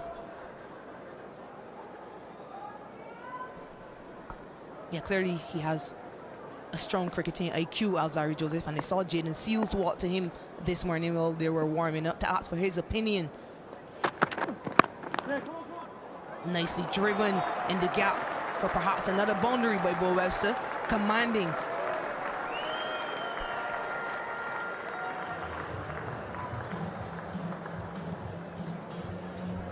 driving has been superb. His composure and character has been superb, given the challenges that he's faced since coming into the game against India and on this surface.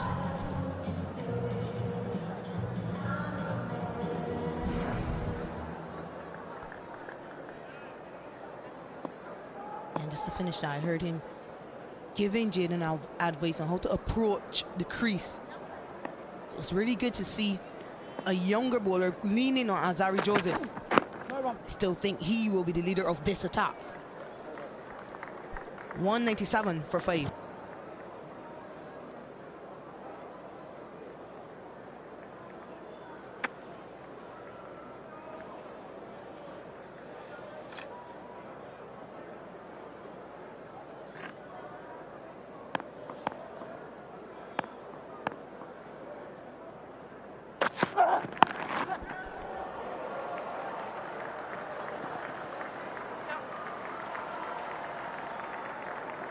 Australia have also got their own things with the bat. Shakira and folks looking on.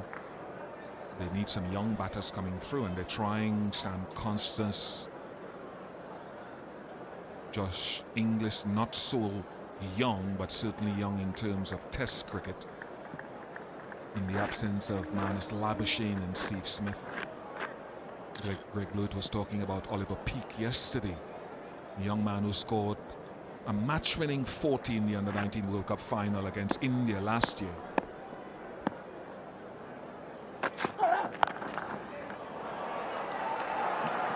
And got a trial run at this, the ball before. And Alex Carey, who has made a solid year in Test cricket this year, looks in good touch.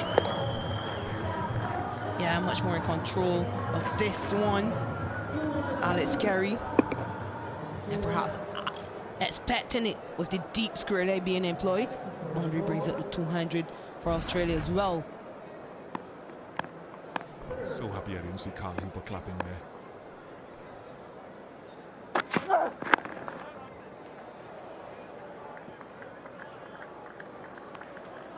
Talking about Oliver Peake and his, just going through his family legacy, and his dad scored a 300 in youth cricket against India many years ago.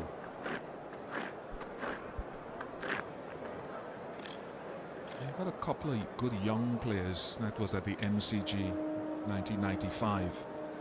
Oliver Peake's dad.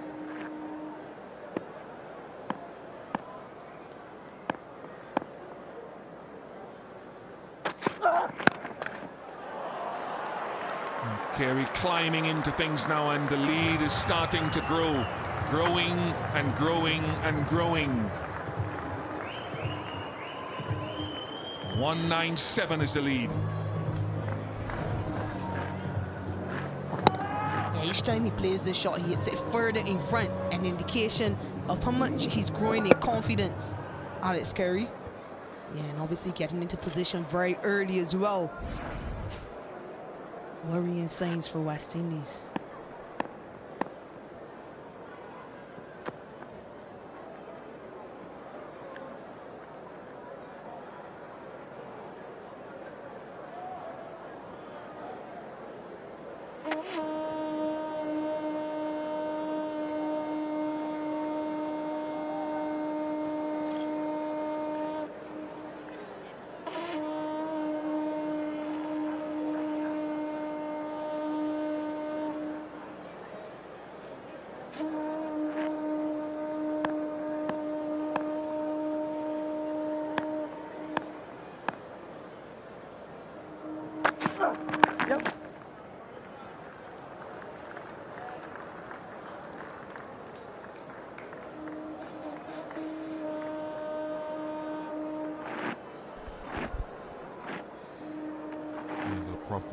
Probably ushering a change of bowling now. Azari Joseph will perhaps have to come back into the attack. Yeah, I also think there's a role for Roston Chase. I would have rather seen Roston Chase before Jamal Warrican. On that first day of play, we saw a bit of turn. There's still a left-hander at the crease. in Alex Carey.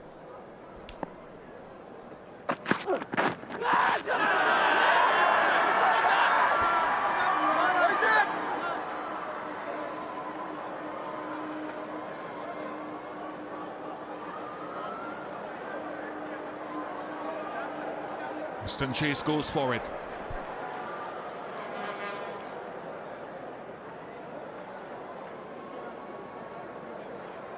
TV umpire to director, we have a player review for caught behind. On-field decision, not out. Check the bowler's feet, fair delivery. Front on, please.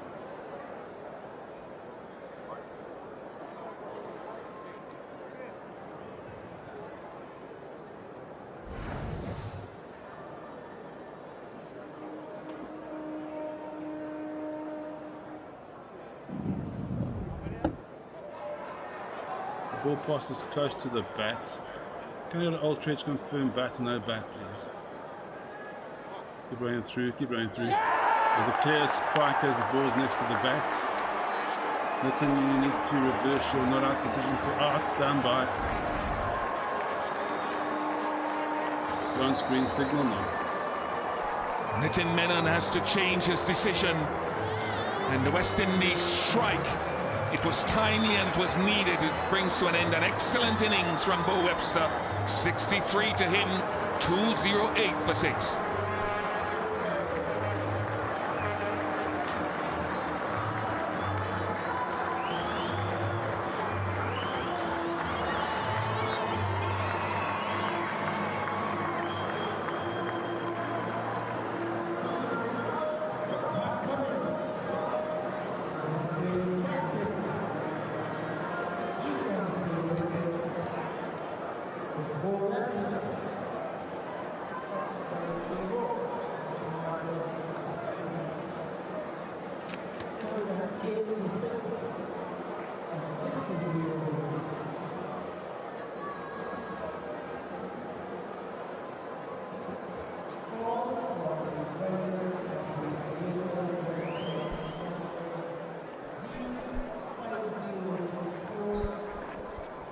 Pat Cummins, the skipper of Australia, strides out to the middle.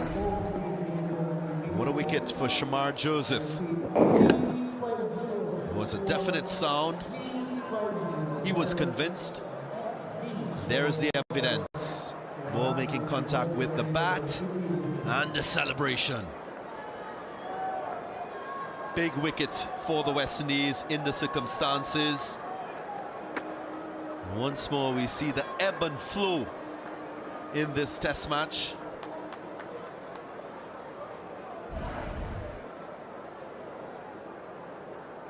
Nice to see the spirit of the game being upheld.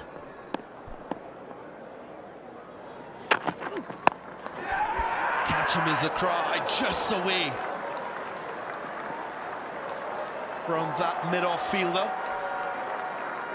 Casey Carty, for a moment, you felt he had an opportunity to complete the catch. We'd want to see a dive from Casey Carty. But Alex Carey, his intent is shown. Not sure if Casey Carty could get there, but as a bowler, you love to see the effort. You love to see him throw the dive out.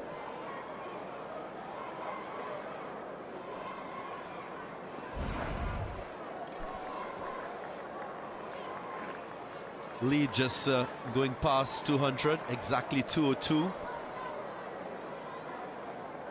And again, if you're West Indian player out in the middle, you recognize that the game is still in a delicate balance. No.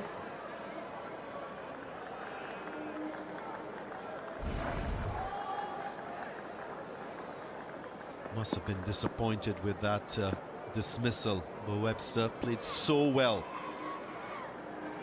Strangled down the leg side. Love the camera work. Exit stage left, just in the back of Bo Webster, but what a knock. And he's one of those players that his contributions can go unnoticed.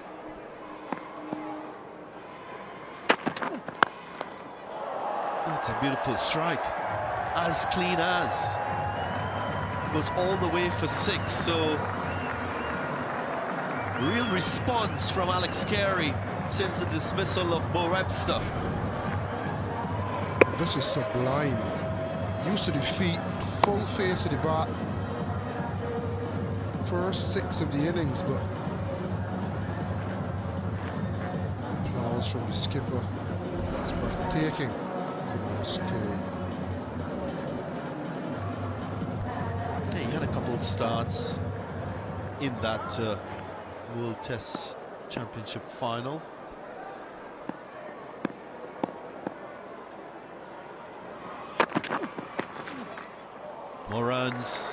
More runs for Australia. Alex Carey taking things into his own hands. 14 runs from the over so far. Yeah, helping it down the leg side. Attempted short ball from Jaden Seals. The angle pushing it outside the line of leg stump. Alex Carey looks a fine touch.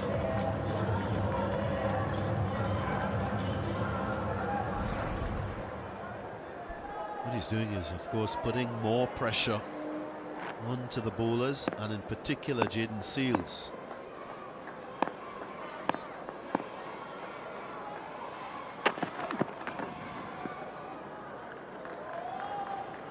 You can see a definite shift in gears since Carey came to the wicket, and you talk about batting in partnerships, but even building as an engine room. Bo Webster at 6, Travis Head at 5, Alex Carey at 7. Head and Webster had a job to do. They needed to see out last night, start back this morning unscathed, but now once they've done that, it's now time to accelerate. And although Bo Webster's gone, Pat Cummins is more than capable, Alex Carey's in good form. So as a team, as soon as you get near to that 200 in this game especially, you now need to motor on. You now need to bat the opposition completely out of the game. Makes no sense hanging around and waiting to get one with the name on it. I love this change of intent from Alex Carey. Quite end to the over. 2-2-2 for 6.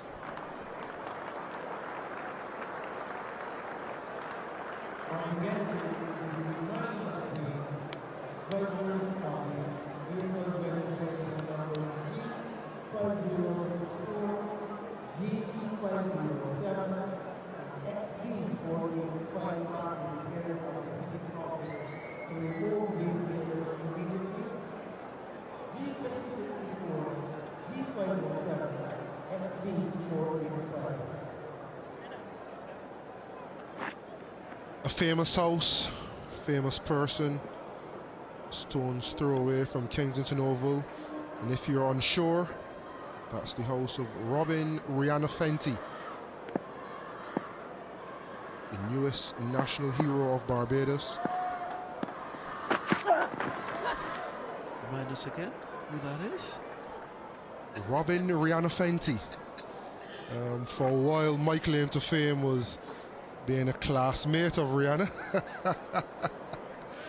And I've always loved her humility, and we had a real nice moment in 2019. She was in England, came to Durham to watch the game, and she embraced us. And what I loved about that story in particular, Roddy Eswick, who was bowling coach at the time, was a mentor of sorts to her, and she told him, "Come to me, the jet has to leave." And Roddy sent back a message and said, "If you are working and you're on stage, you can't come backstage to me to tell me bye-bye. You have to wait." And it was the most intriguing back and forth by Philip Spooner, the media manager at the time, up and down from the VIP to the dressing room. And ultimately, she stayed to embrace, to react with one of her mentors, old school teacher. And she remembered little old Carl Sprafford as well. We had a nice embrace and she gave us a time. Leg side again, stifled appeal. Roston Chase pleading with the umpire, Nitin Menon. And he remains unmoved. Will the West Indians take the review? He goes for it. Will the outcome be the same?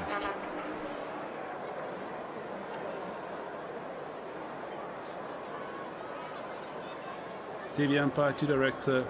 Have a pair review for caught behind. On-field decision, not out. I check the bowler's feet. Fair delivery. Front on, please.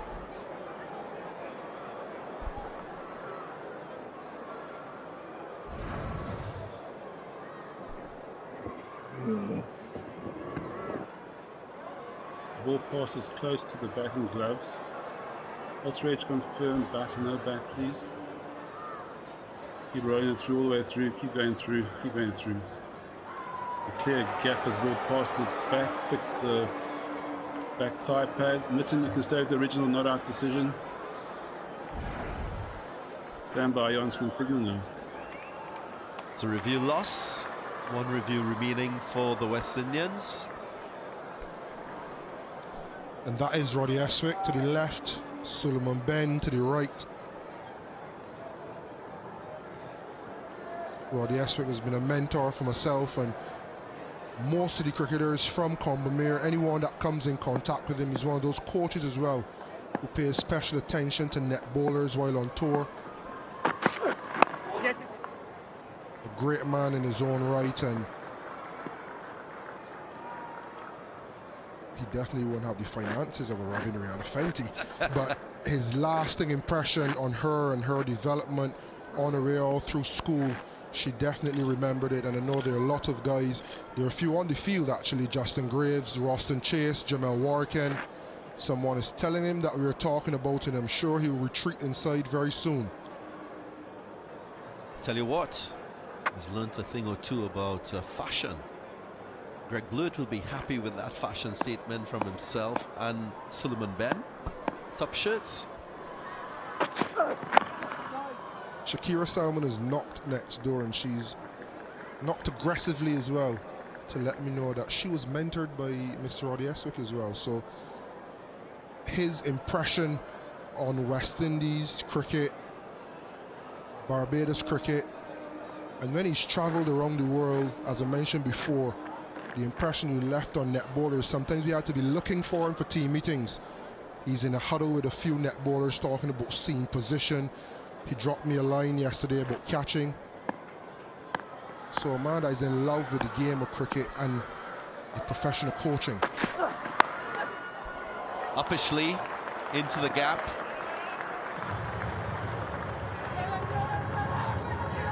Not timed properly. 3 runs to the Australians. End of the over, 226 for 6.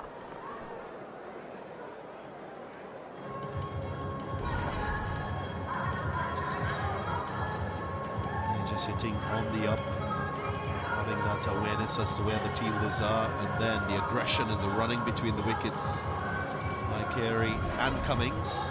Impressive.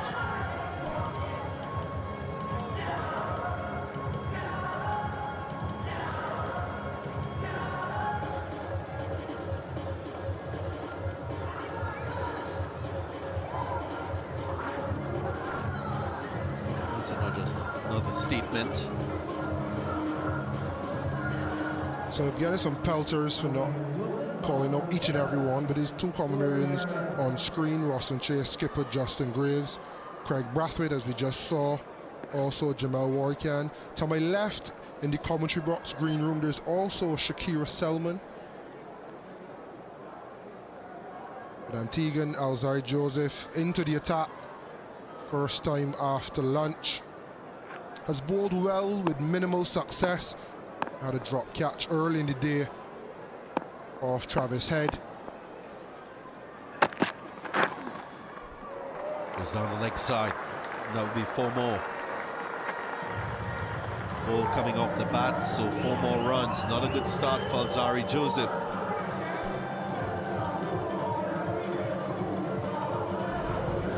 Yeah, real warm-up delivery, and Alex Carey's in no mood to miss out. It still proves though that runs can be scored on the deck once to be positive. We've been very vocal, Darren, about having to invest that time. And we see Carey Not him being the one investing the time, but the partnership before, wearing the ballers out, putting miles in the legs, getting the ball a bit soft. Then Alex Carey coming in and capitalising.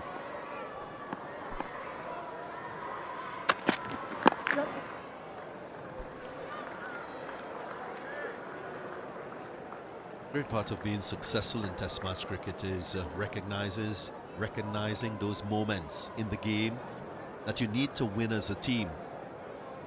And of course, Australia being ranked the #1 Test side in the world, they understand it better than anyone else. You can see the application, firstly from Head and Bo Webster in that partnership, and then the continuation with Alex Carey, and I'm sure the skipper too will recognize the importance of him being out there with the bat.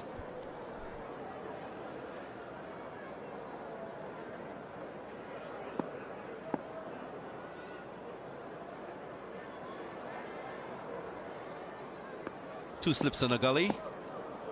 There is that forward of square.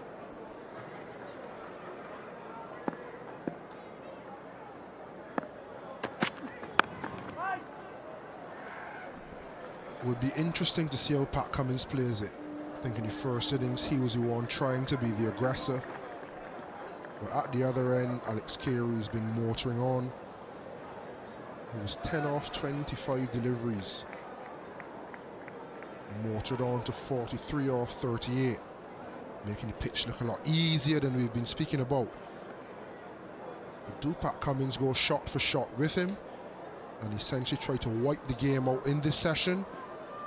Or does he be a little bit more circumspect and try to prolong it and then up the ante if Alex Carey goes?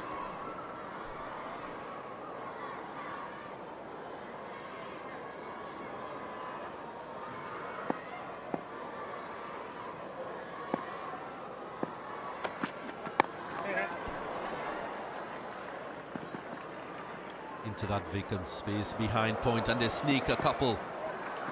Great awareness by the skipper. A little bit of a delay in the ball. Coming back to the wicketkeeper, Jaden Seales, disappointed with that effort. Yeah, it has been a day of just taking it cool, taking it calm. But this is engine room time. You're thinking wicketkeeper, batting or wrong, the bowling or wrong, these guys get the game moving. And Jaden just had a long spell, just looking to amble in, pick it up, nice throw. Cummins and Carey seizing that moment, getting an extra run.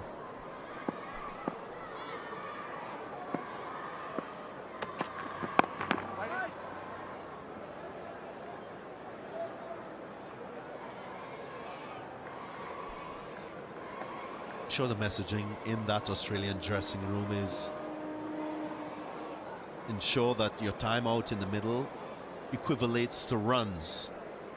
However you can find that method of run scoring, by all means go forward and achieve it. Shale will know that this surface will present an unplayable delivery, so you have to take your chances. And again, another firm push in that cover point region. 236 for 6.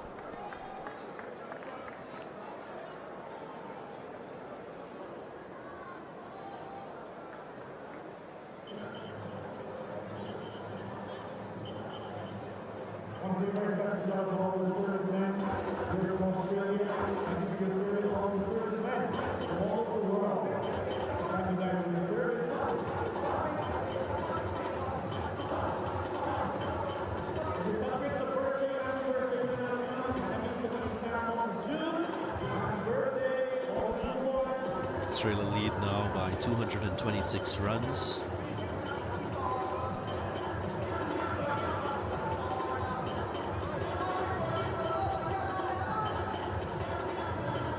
"50 years ago, the West Indies celebrated a win in the inaugural World Cup, and this man was instrumental in that final, scoring 55. Rohan Kanhai, former Guyanese and West Indian cricketer, Indo-Ghanese origin. That's his impact, 55 from 105. Matched with his countryman Clive Lloyd's 100. They were able to put on 291 in that final. What a win for the West Indies. And Justin Graves, as he comes into the attack, Australia definitely would see this as a moment. They're forced to change Jaden Seals and Shamar Joseph, the two more successful bowlers for the West Indies. They've outlasted them. It's now time to capitalise on Azai Joseph, who hasn't had much success, albeit bowled well in the first innings, and for the most part in this innings as well. And then Justin Graves, who they would consider the weakest link in the four-prong pace attack. So this is the moment for them to try to motor on, push the game along, and potentially have a session or half of a session to eke into that West Indies batting lineup.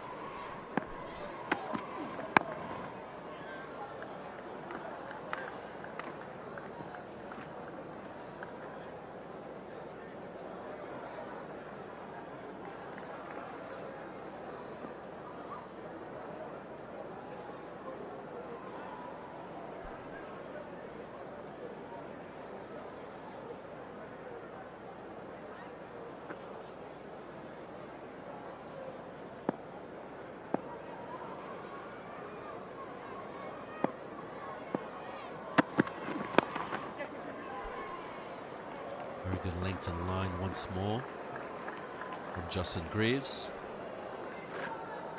Carlos and viewers, you look at this game and the current situation and you feel that it will test the composure of the West Indian bowlers.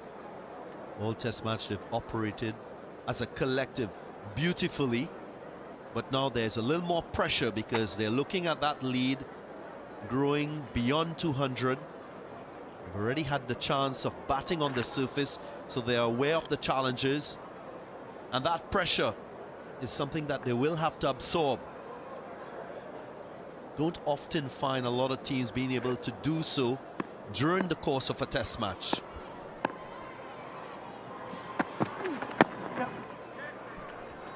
This is an opportunity for them as a bowling attack to be very proactive. They've been hitting good lengths and lines. The ball has gotten old. It's 67 overs old. There's not been as much movement. It's day 3. It's flattened out a lot. Now it's time to get funky. Set some fields. You either start to go wide or you start to go straight, set straight fields. I would say go straight. There's enough variation in bounce. You can get another Travis Head-like dismissal. Bowl some slow balls. Most of these guys play white ball cricket, have these balls in their arsenal.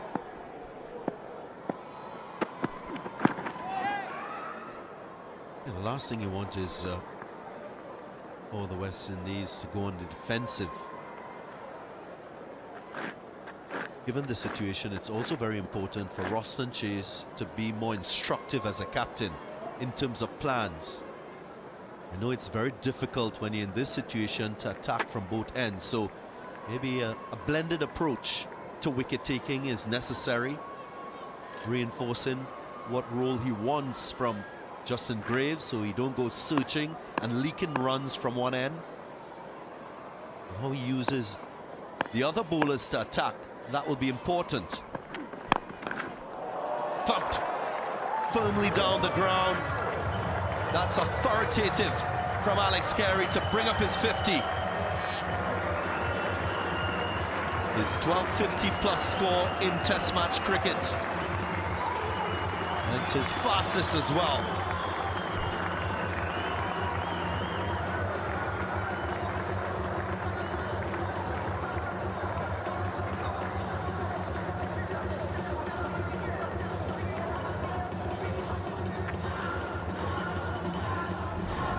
Sensational ball striking again. A little shimmy. It is the ease of stroke, the purity of swing. A well-constructed 50. Difficult conditions. He's changed this game, Alex Carey.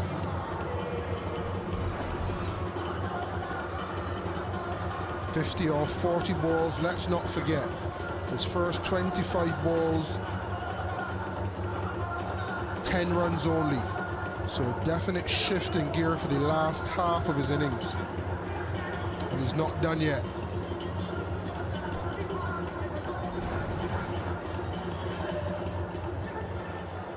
You talk about the pitch, sometimes it's okay to take the pitch out of the equation. Just a little shimmy.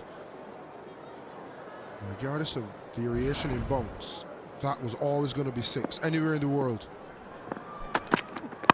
And skipper follows up with a firm strike down the ground too. As if gaining confidence from his partner.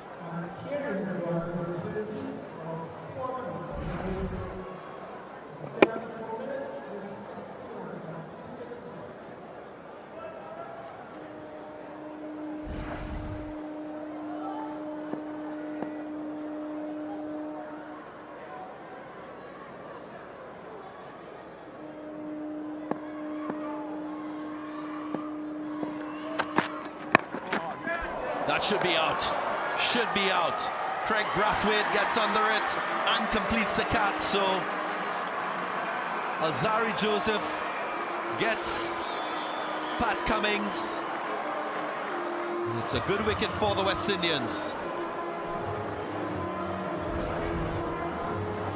Into the wicket. Bouncing as much as Pat Cummins would hope. Ended up just towing it to the waiting arms of Craig Brathwaite, and he's upset. They were building something nicely, those two, 39 off 26, the partnership, but that's now been broken.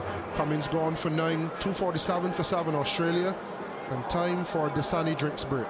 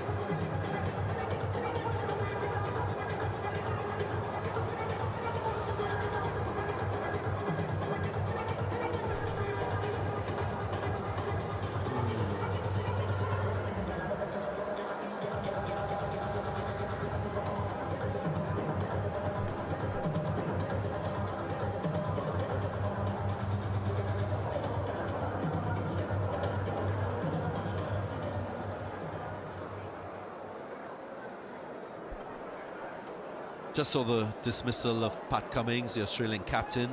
Well caught by Craig Brathwaite off the bowling of Alzarri Joseph. So another shift in this game, shift in the direction of the West Indians. He's trying to manufacture that pull through the leg side. Didn't make good contact. Ball hitting the Q end of the bat.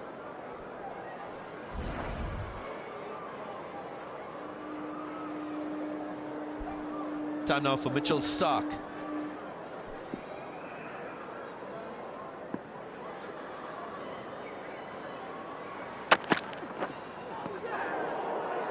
Good first delivery from Alzari Joseph just on that corridor line.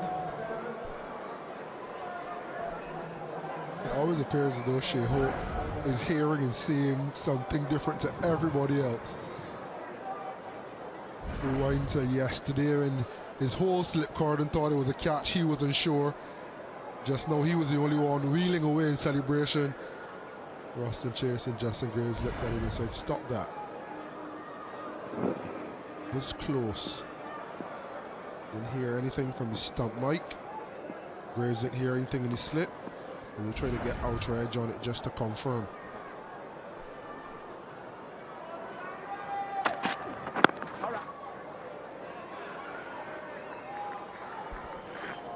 Let's use ultra edge to confirm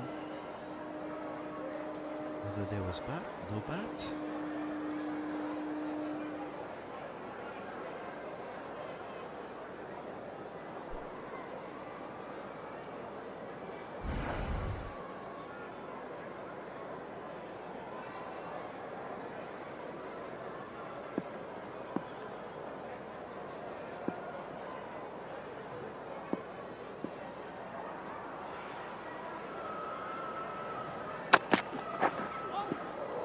There's another one from Alzari Joseph, so two very good deliveries first up for Stark.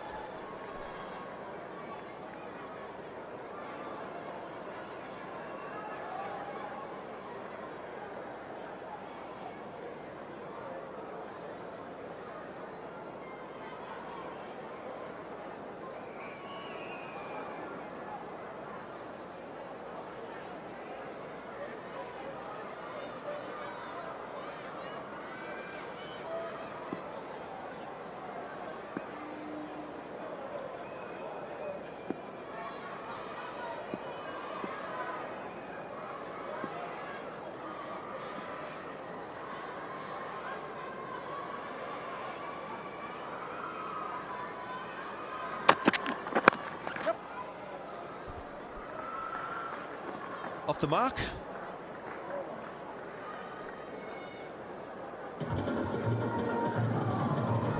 .248 for 7.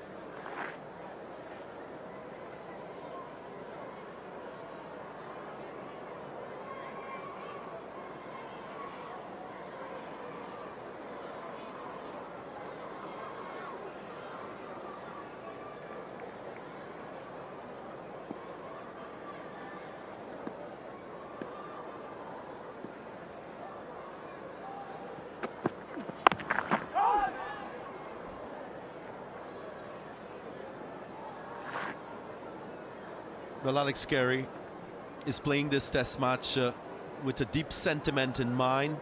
He's the only Australian player with a black armband. And after celebrating his half-century, there was that acknowledgement. Unfortunately, he lost his grandmother 2 days before the start of this test. It will be a great result for him, given his loss. Sympathy goes out to him and his family in this time of grief.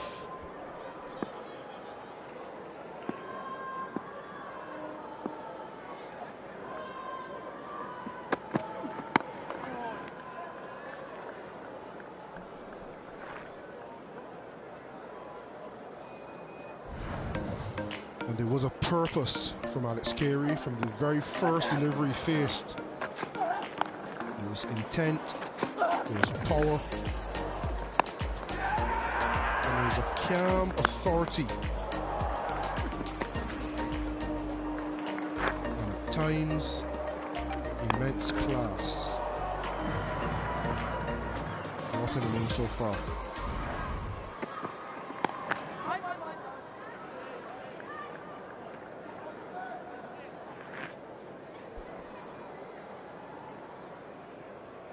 You look at the innings, both innings, in fact, from Travis Head in this Test match and this innings from Alex Carey, and you understand why performing in Test match cricket has so much meaning to players.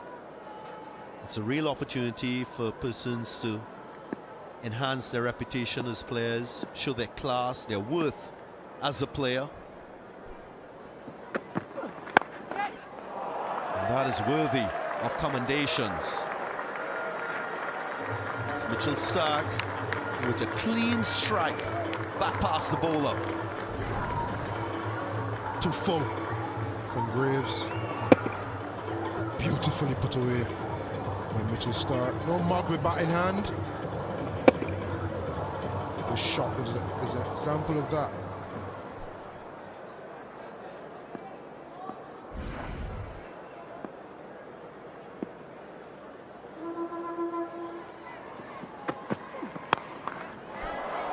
Leg side, bludgeon through that mid-wicket region.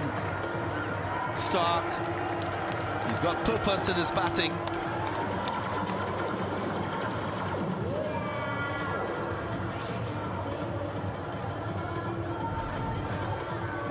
Starc, stand and deliver. Through mid-wicket, no less.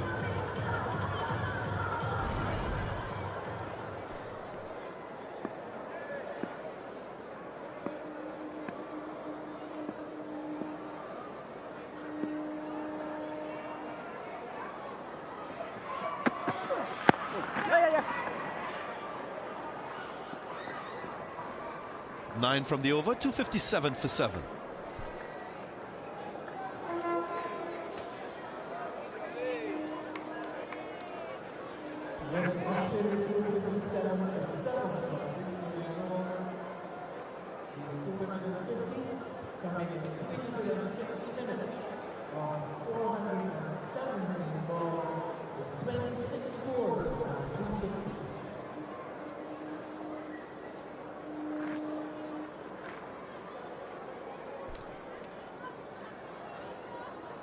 It's been a little bit frenetic since lunch.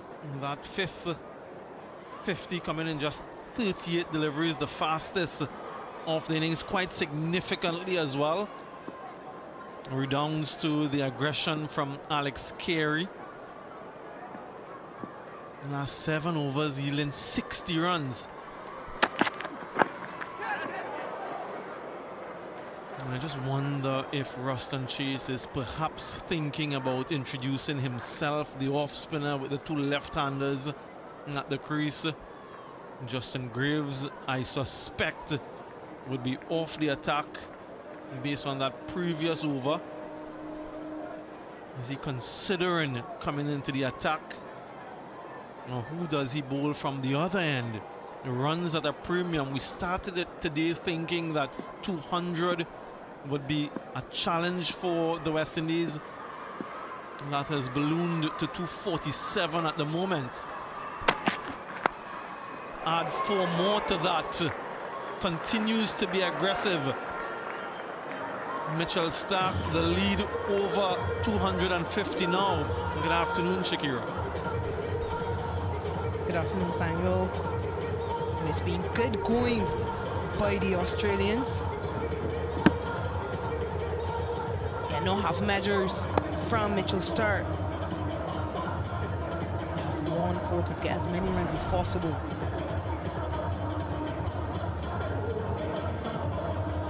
And you're right. You think Ruston Chase will introduce himself after this over. He hasn't bowled yet in this innings.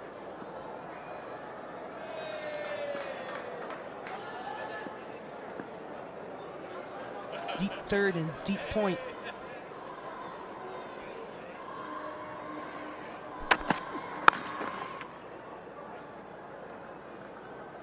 Yeah, eerily similar today and yesterday, just the 1 wicket in the first session and a couple wickets quickly in session 2.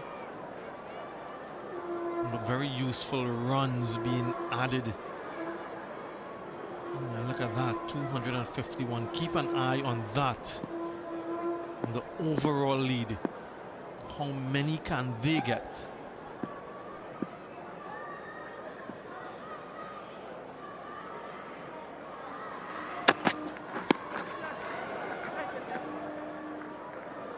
Yeah, some aggression from Alzari. Isn't too happy that Stark gets off strike. Carey hasn't faced a delivery since he got to that half century.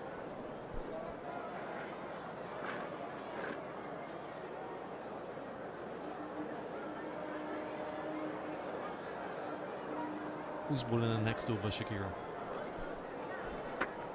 It has to be Roston Chase. No doubts about it. It has to be Roston Chase. Something different. And he's quite good to left-handers as well. Average in the 20s at left-handers, 11 wickets. Of his 34 are left-handers.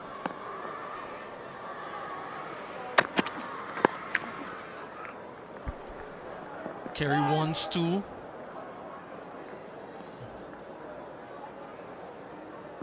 Just a single.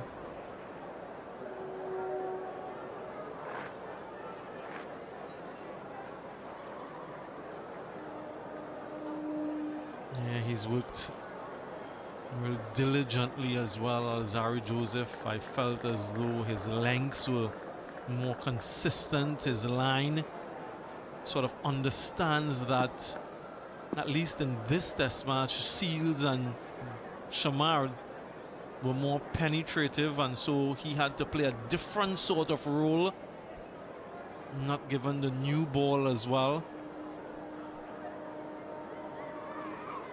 And another change, Gully and short mid-wicket to Stark.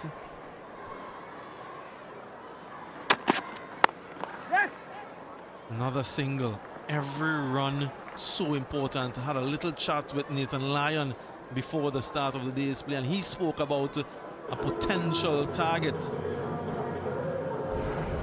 There's no limit. I'll give you that hot tip.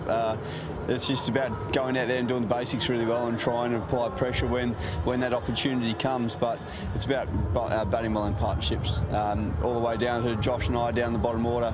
If we can try and hang in, every run is gold. No rocket science there. It's just about going out there and doing our best and trying to get the lead as high as we can. And that was when they were 82 runs ahead. Now they're 254 runs ahead, and so he'd feel in a much more comfortable position. So will they. Traveling contingent here at the Kensington Oval. We've been blessed with their company 3 days in succession. Quite a large contingent as well.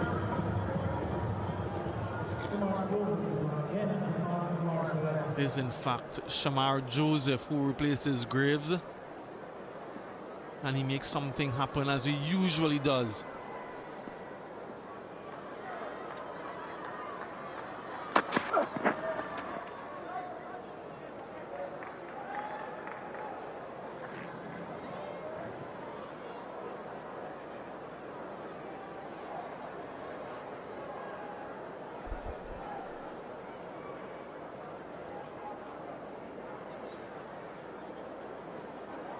Yeah, just 9 overs, 9.5 in fact, before the new ball is available.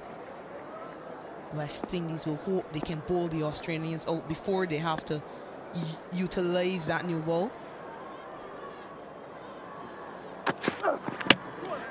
Clean them up, Shamar Joseph, that man again. Whenever West Indies needs something, he seems to produce. Stark cleaned up. Yeah, one step closer to dismissing the Australians. He continues to cause problems for every Australian batter. Trouble the top order, even more difficult for Mitchell Stark. Really good for Shamar Joseph. Really good for West Indies. Stark walks back for 16, 264 for 8.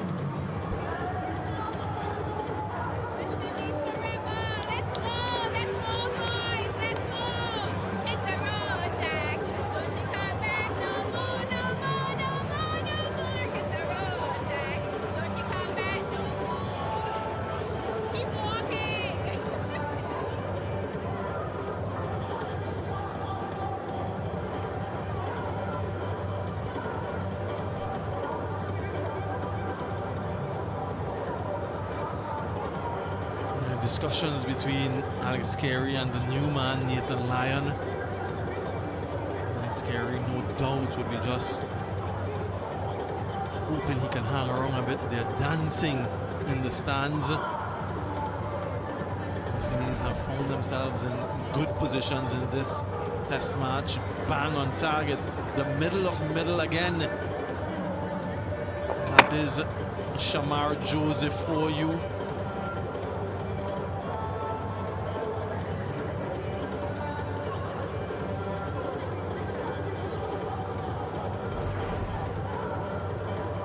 Wickets in the first innings. Can he claim a fifer?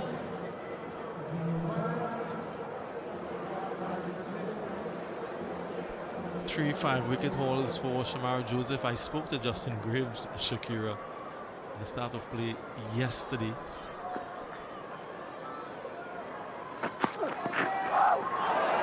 Wow, what a delivery. What a seed to get first up, angling in and just holding its line. Oh my goodness, how did that not hit the outside edge?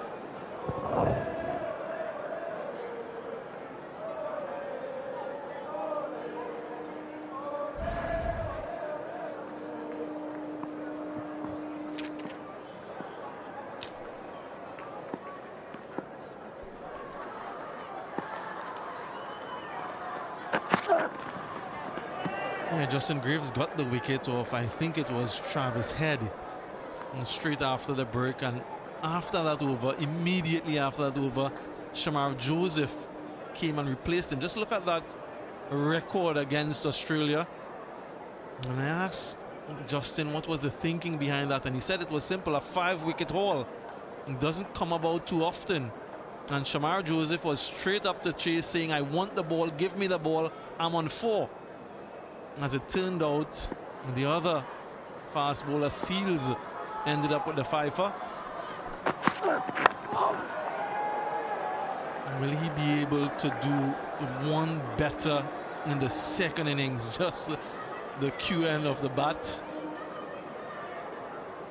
Manages to keep that one out. There's a smile on his face. And I suppose all of the Australian fast bowlers, the West Indian batters, there'd be some element of concern about the surface, and there'll be hope, not shape, but the emotion from these that West Indies can chase and not rust on whatever Australia set them.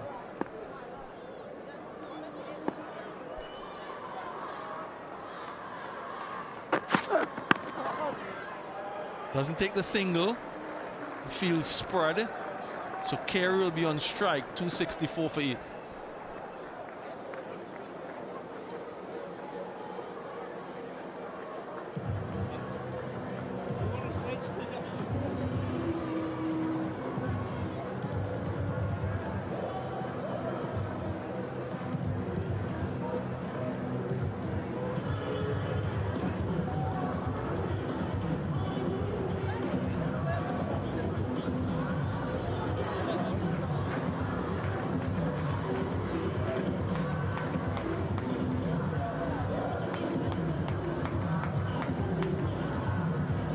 Fast bowlers who've been doing the bulk of the work. Look at that, you think they're settled at the beach, looking at the waves crashing. No, they've replicated a beach-like environment on that eastern side of the Kensington Oval. So instead of looking at the waves crashing in, they're looking at the fast bowlers crashing. Yeah. She's having a grand old time in the sand.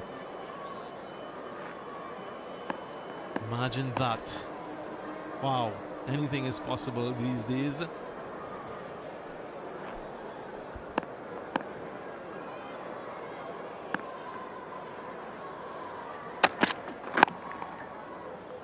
Yeah, so as you'd expect, Shakira, the field is very well spread for Alex Carey. Australia 8 down, so they are offering him the single. if he wants to take it. This is always a sort of tricky situation for a batter. How does he maneuver, navigate this particular scenario?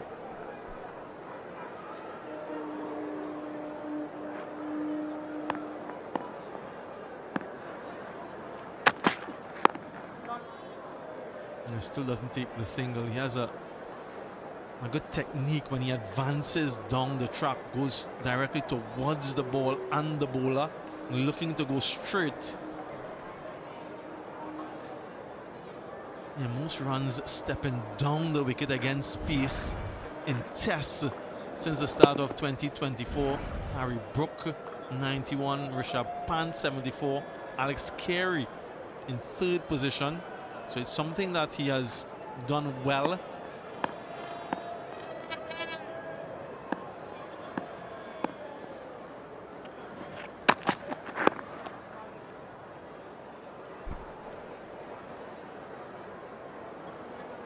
Yeah, clearly not going to run unless he thinks he can get back for 2. Yeah, unless it's the penultimate or final delivery of the over. He wants to face the majority of balls, Alex Carey, and you can understand why. Not only about scoring runs, but also about keeping West Indies in the field for an extended period of time.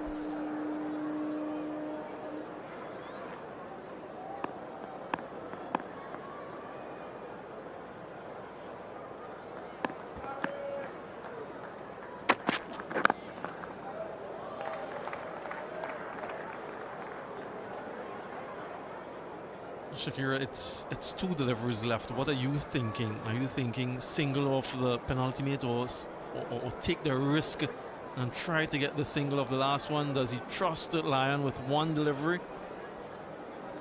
West Indies, they've maintained a spread field as of now. Changes the angle. He's over the wicket now. So can he get through 2 dot deliveries? Wicket being a bonus.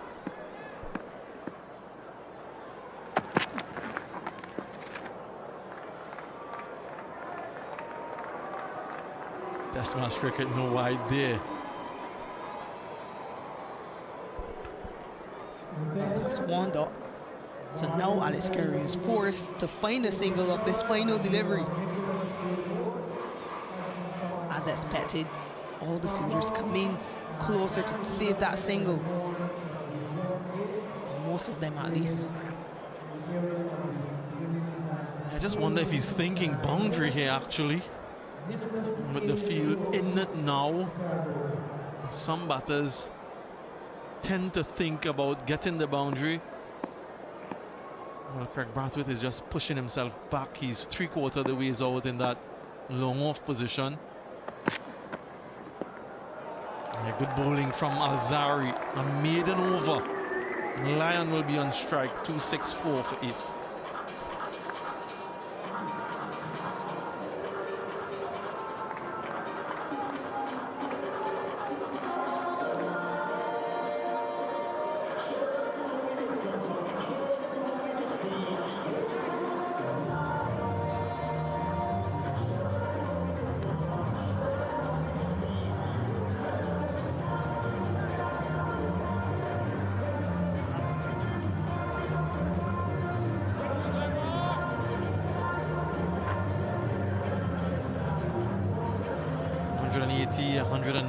And now 264 for 8.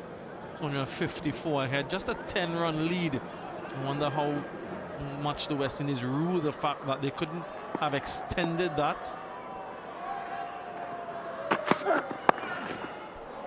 That's going to be 4. And very well placed by Nathan Lyon. He's off the mark. He did say he has a role to play with the bat first. So really good. He wants to build a partnership. Having a bat with bat in hand, Nathan Lyon.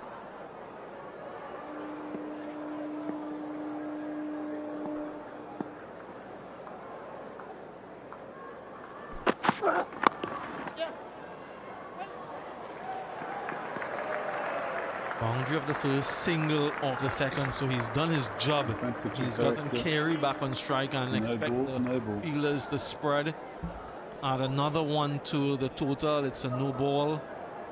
Seen a couple already from Shamar.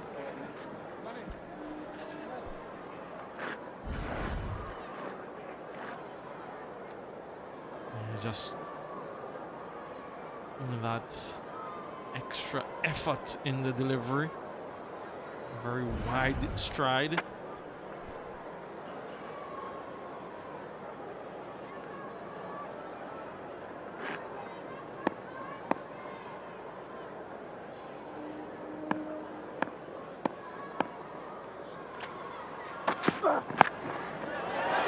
Still manages to get a 4. Fielders everywhere on the boundary, but the skill of Carey on display. Yeah, we've seen these shots before from Alex Carey, more so in the white ball game. And a really brave option, given that there's a fine leg. Excellent placement.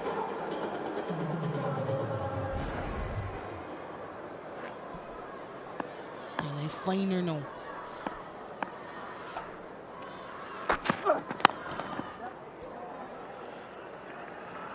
Trusting Lion a little bit more now, taking the single.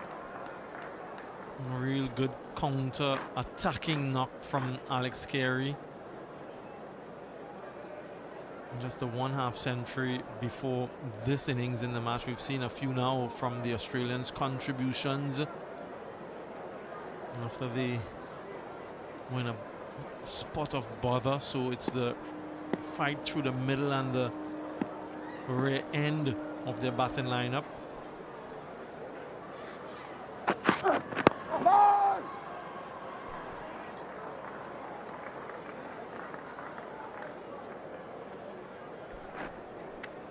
I find it quite interesting, personally, that Alex Carey trusts Nathan Lyon to face Shamar Joseph, who's caused the most trouble across this test match. He chose to face all the deliveries from Alzari Joseph.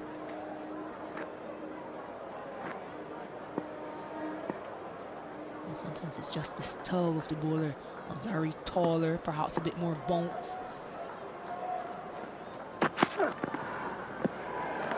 Nathan Lyon himself may have already communicated to Alex Carey that if he has to face one of them, he'd rather face Shamar Joseph. Of course, that's just speculation on my part.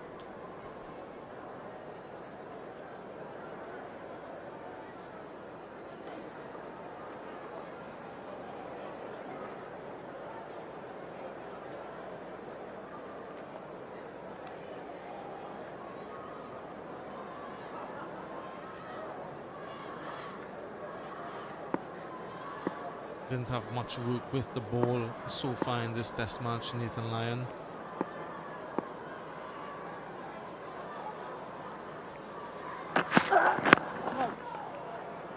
That's competently played, full face of the bat. For none though, 275 for 8.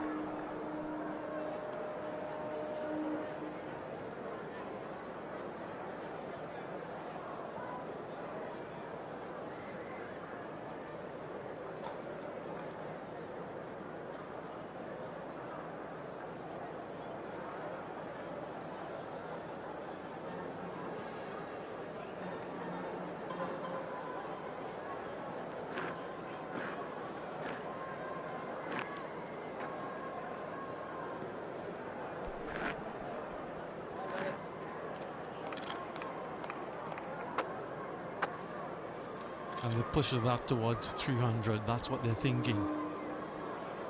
It's amazing how the, I suppose, level of comfort changes. The more runs are scored, might have started thinking that 200 was okay, 250 comfortable. Now they're thinking 300. And if they can add to that, that's Australia.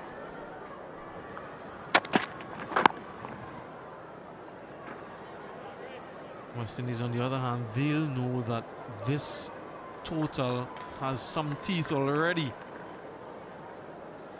And so Shea Hope and the others. Shea Hope top scored in that first innings, partnership of 67 with Roston Chase.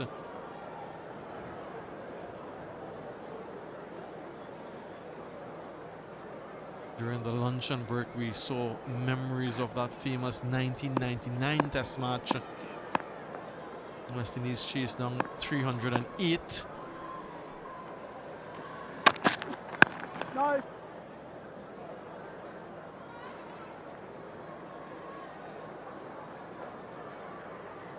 Brian Lara getting that famous unbeaten 153. That Test match, though, for many people around the region, Shakira, was remembered more for Courtney Walsh in that partnership with Brian Lara and his famous leaves, the way he, in his unique style, left the ball, Courtney Walsh.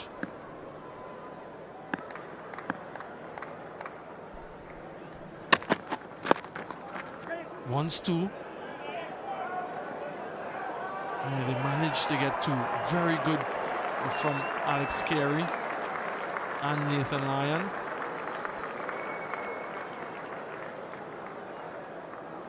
In 1999, let's go back to that moment. A moment that will be long remembered here in the region and all around the world. Jimmy Adams greeting him. People entering the field of play. That's a thing of the past now, isn't it?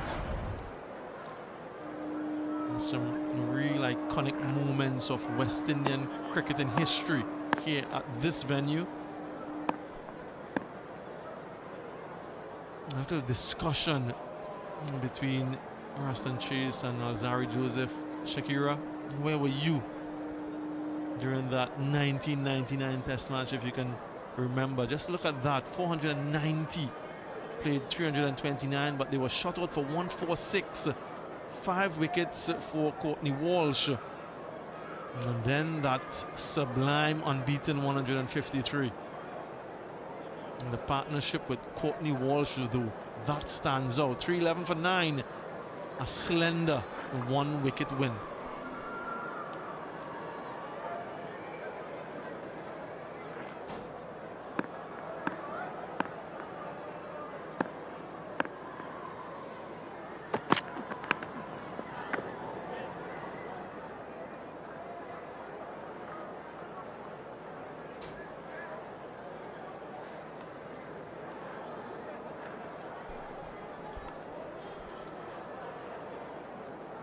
Just took some time there to think about where I would have been, perhaps at school.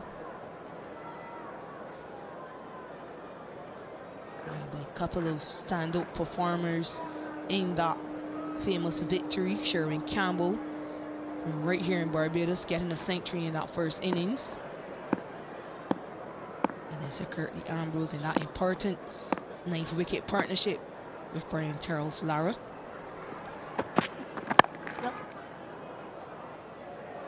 That 308 still remains the highest successful chase at this venue. The venue, if my memory serves me right, has hosted the second most number of Test matches in the West Indies, after the Queen's Park Oval in Trinidad.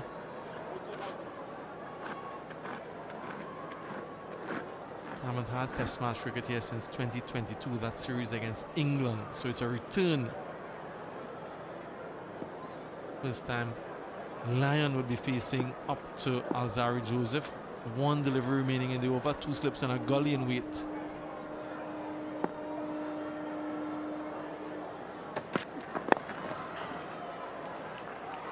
I wonder if they could have thought about 2. Just momentarily, perhaps. Dot to end 278 for 8.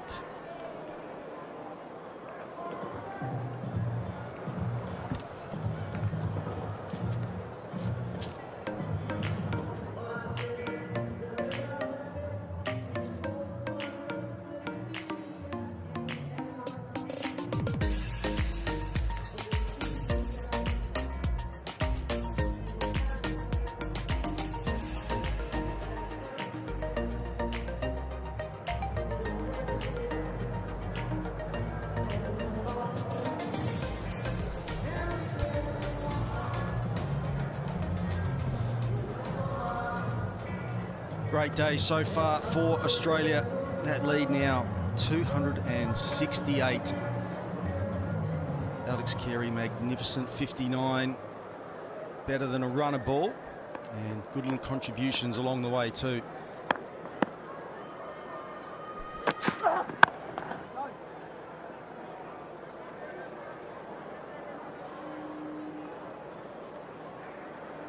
Shamara Joseph, as always, hustling in another 4-wicket haul, joined by Carlos Braithwaite. He just continues to impress. I tell you what, he loves playing against the Australians. A fantastic engine as well. He spoke about having to get miles in the legs, and he looks better for it. And from all reports from Jaden, when he's on 4, he wants the ball in hand. So how much longer until he gets his 5? He'll keep going until and beyond. He's called for 2 straight away. Alex Carey turned blind because he knew that they would get to fairly comfortably. Just going to check whether it's a no ball too, we're hearing, and it is confirmation. So more runs to the total.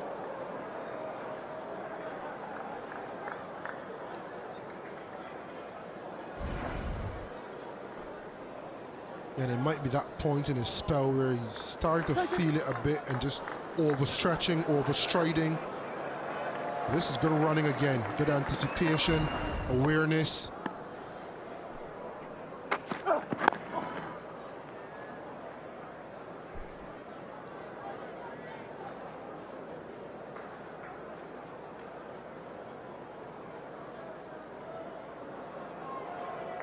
Yeah, the last thing he'd want is for the outstretched hand. If he were to create a chance, LBW bowled, or catch for that matter, you don't want this and getting a wicket. So he needs to pattern up and do it quickly.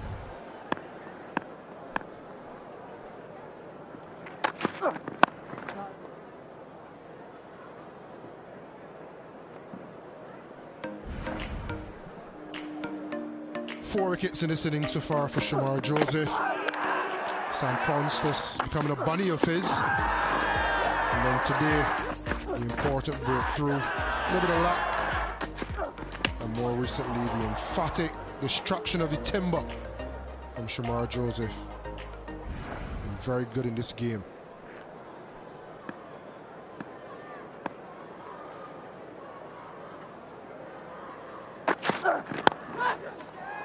Sliced away in the air, well, not going to take the single yet, this early in the over.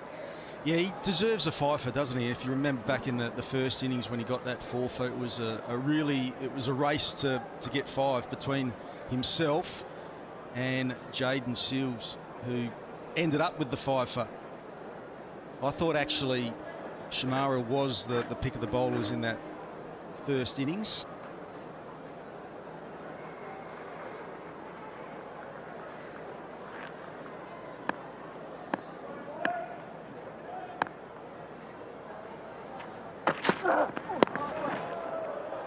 Be a no ball over waist height. Attempted slower ball. Yeah, confirmation. So just getting a little bit sloppy now. Yeah, and I know he would want that 5, and you think back to the first innings when he created the opportunity, should have had a 5. But you can see his rhythm has changed. I think that was an attempted slow ball, went awry. Still has that smile on his face, but you can tell there's a difference physically. His rhythm is a little bit off. That could be fatigue. He's really put it in. Jaden Seals has mentioned from this particular end, you're also running against the wind. So that's an extra factor. Just maybe time to pull him, maybe bring a...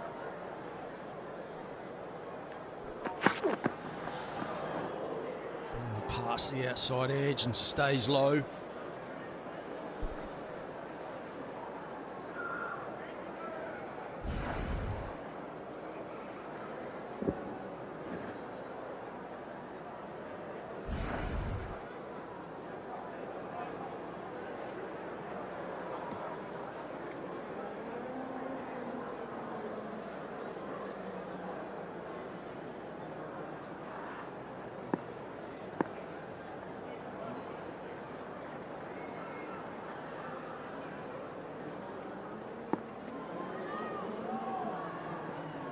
Oh, he's so close to that 5-wicket haul. Another one past the outside edge. So I'm sure for Shamara and the West Indies side just starting to get a little bit frustrated.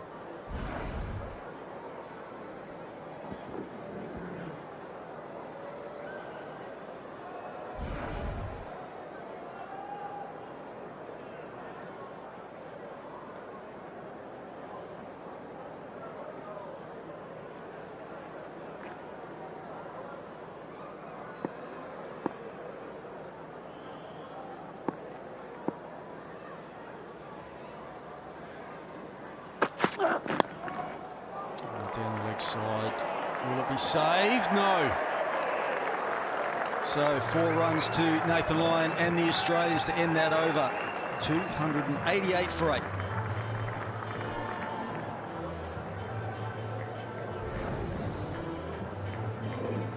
Yeah, on the pads. Nathan Lyon is a capable batter. Just needs to pick that off. Valiant effort by Casey Carty in vain.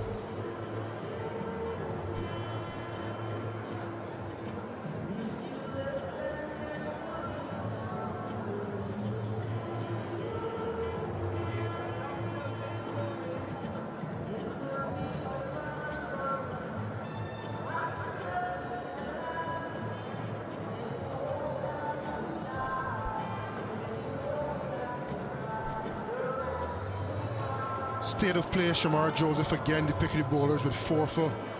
Alzari Joseph has come to the party in this innings. But welcoming our Aussie guest.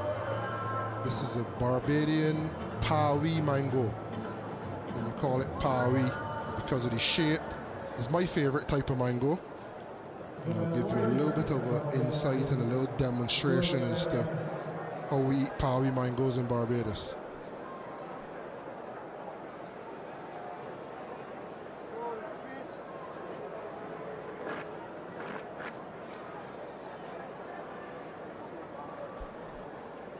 So what do? You just chew it off the end and then just suck it through the...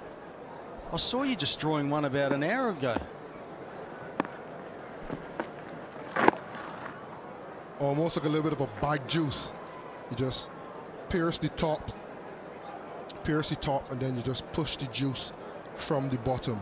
Gets quite messy at the end, however, when you have to take the skin off and get everything else, but in Barbados we love them.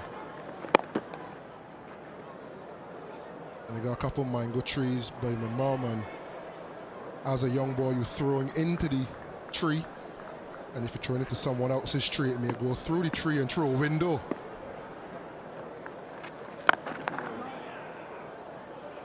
So regularly my dad would be out with a big stick, either picking mangoes or chasing boys from trying to throw into the mango tree. But it's a part of most households, most villages in Barbados.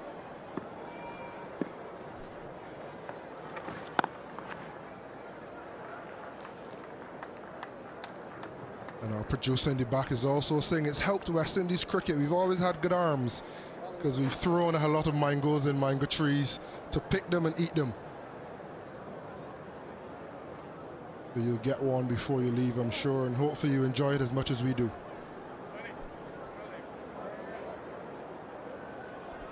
Yeah, love a mango. In Australia, the tropical areas, so a lot of mangoes come from the Queensland areas. A lot bigger than those. The big ones. Some have like a red tinge to them. There we are, mangoes all around the ground.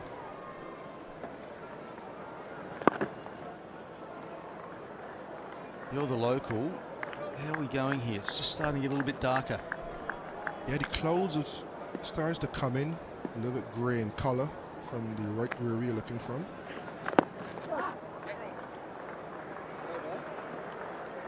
$2.89 for 8. You have a little bit of a look. And this is some of the Bajan cuisine.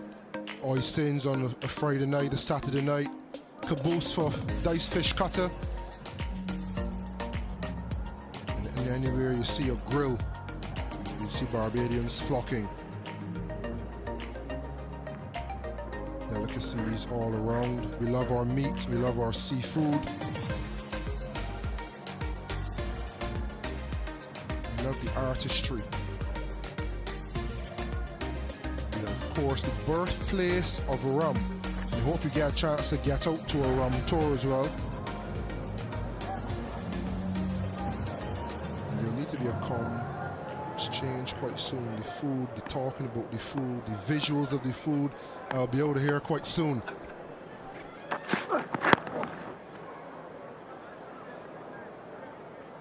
You know, Carlos, I've been to the Caribbean probably 5 or 6 times, and Barbados is right up there with one of my favourite places in the whole world. I've travelled a fair bit, but I tell you what, it is worth the 42 hours transit from Adelaide to Barbados. Once you get here, absolutely superb. Don't let Ian Bishop hear that.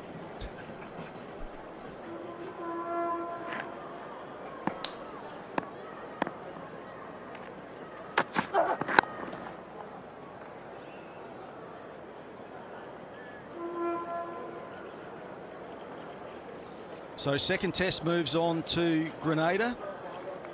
Beautiful Grenada too. And I love Jamaica. That's where the third test is going to be, along with the first T20 internationals. And then we move on to St. Kitts, which also I enjoy. Got some of those nice rum shacks along the beach there and a nice golf course.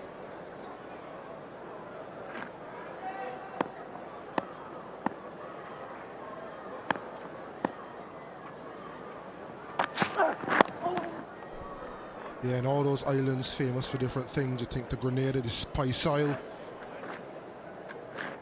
the way they have their carnival, mass. Andre Fletcher is from Grenada, very good cook himself, loves to do an oil down. Jamaica for me, best food in the Caribbean. Just love the spices.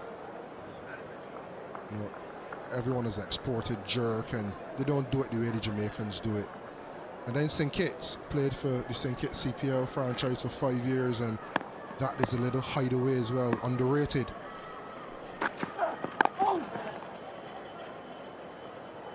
Another single there to Alex Carey, moves on to 64, and that lead now 280.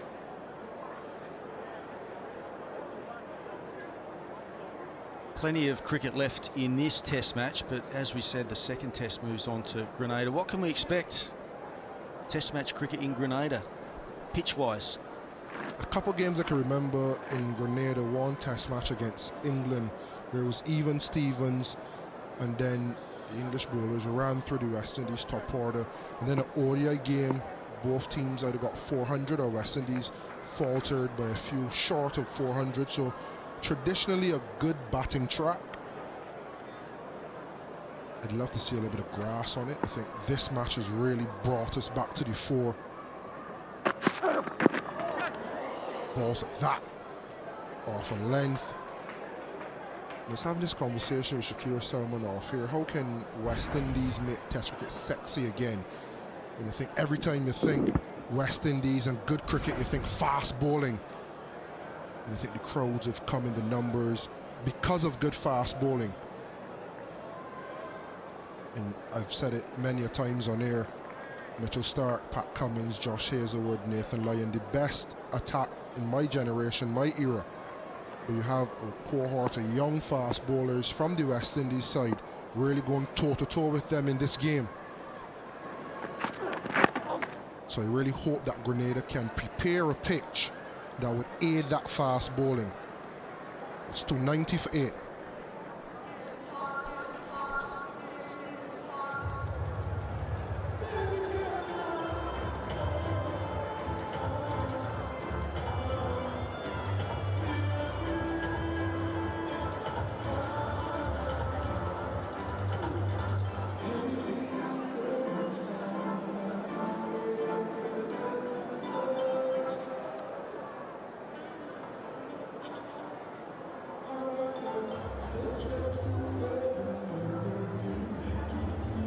Approaching tea on day 3 in this first test match between the West Indies and Australia here in Barbados, and it really has been all Australia today. The game was evenly poised as we started this day. Australia were leading by 82. And thanks to Bo Webster and Travis Head, very, very good partnership, and now it's just being finished off by Alex Carey. Now, I was thinking at the start of the day, Carlos, if Australia got to 200, that would have been, I think, a good result, and they've gone way past that now, so in a very strong position.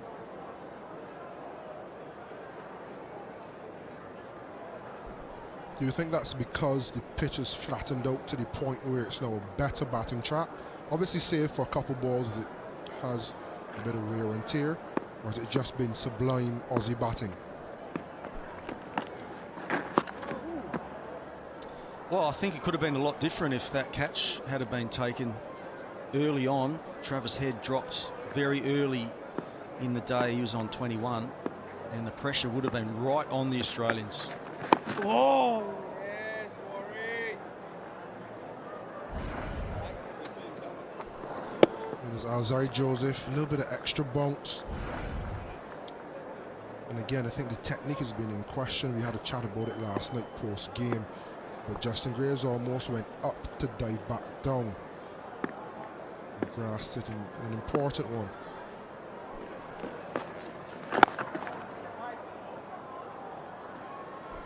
I think the other thing that comes into catching is, I mean, I haven't played at this ground since it's been redeveloped, but some grounds are hard to see or pick the ball up really quickly.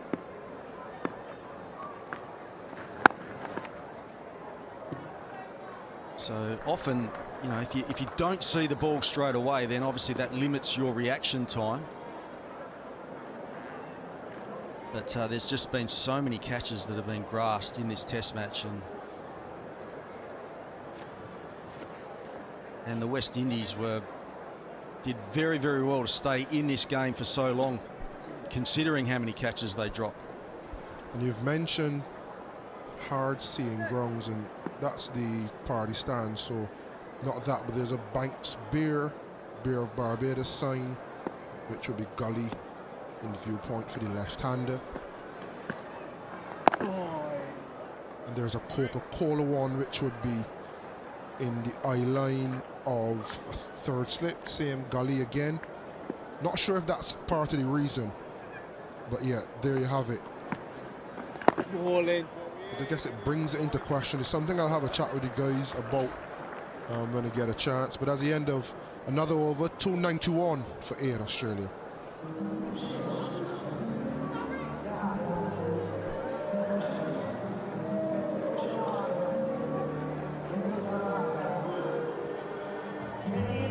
Yeah, that shows it a lot better. If you center it from the side screen, you can see Coca-Cola to the left, the Beer of Barbados, Banks Beer to the right. And if you look bottom of screen, just about where Jalen Seams was walking out, and you look through the stumps, that red Coca-Cola backdrop potentially is in the eye line.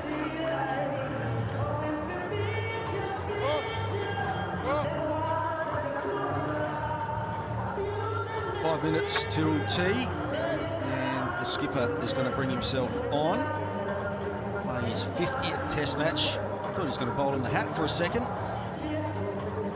Just trying to get his field right. Just about everyone on the boundary. Cover is in. Apart from that, there's a backward point or a fine gully. Everyone else on the boundary.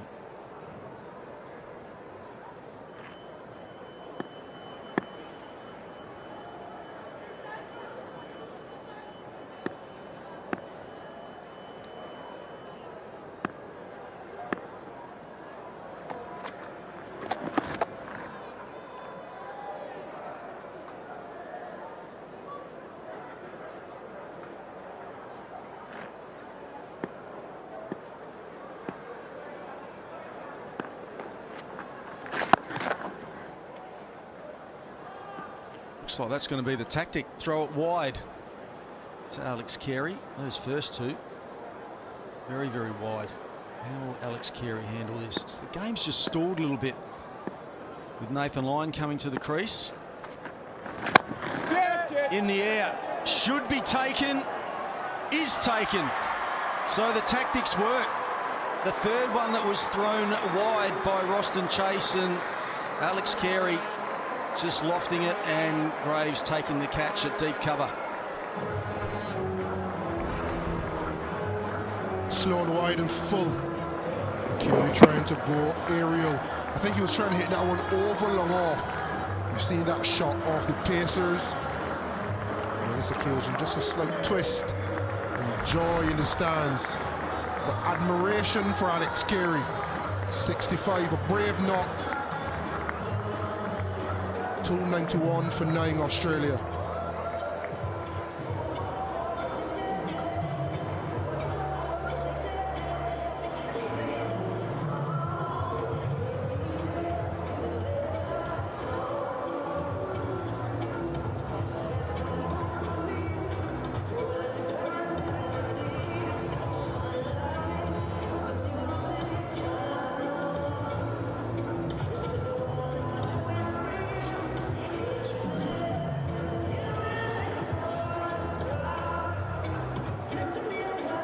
Australia 9 down. Josh Hazelwood comes out to the crease. Alex Carey played so well today. Great contribution. Very consistent performer for Australia. Valuable runs, and well, the tactic worked really. I think Roston Chase was trying to frustrate Carey by throwing it wide of off stump, and Alex Carey trying to get on with the game. Holds out the cover. Yeah, the change in pace toward the game, as you mentioned, slowed all the way down. And for once, it was the bowling team wanting to get into the break.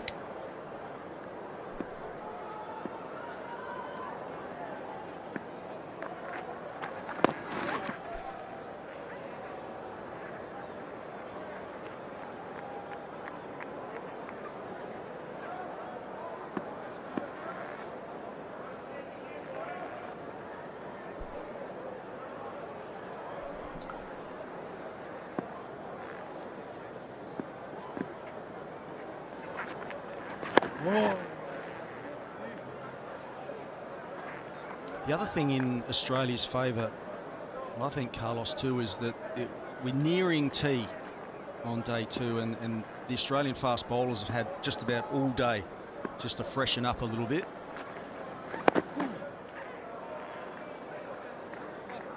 .291 for 9.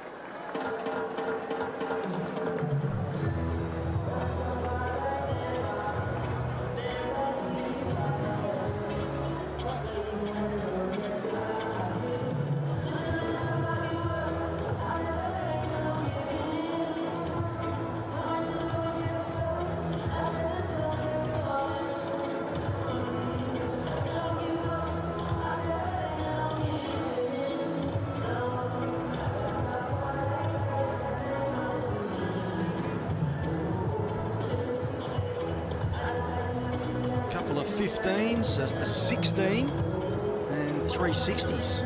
Head, Webster and Carey.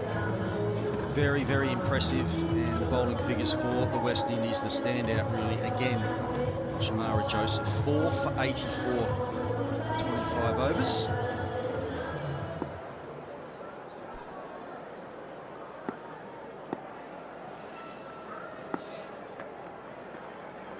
Well, that's close. Appeared to be close. Coming back for 2. And given runs.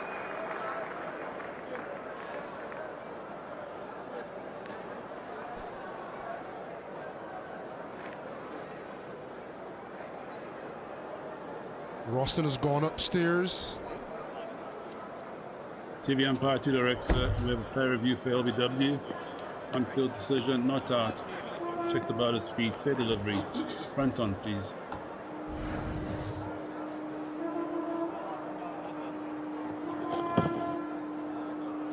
The ball's close to the gloves. All trades confirm bat or no bat, please.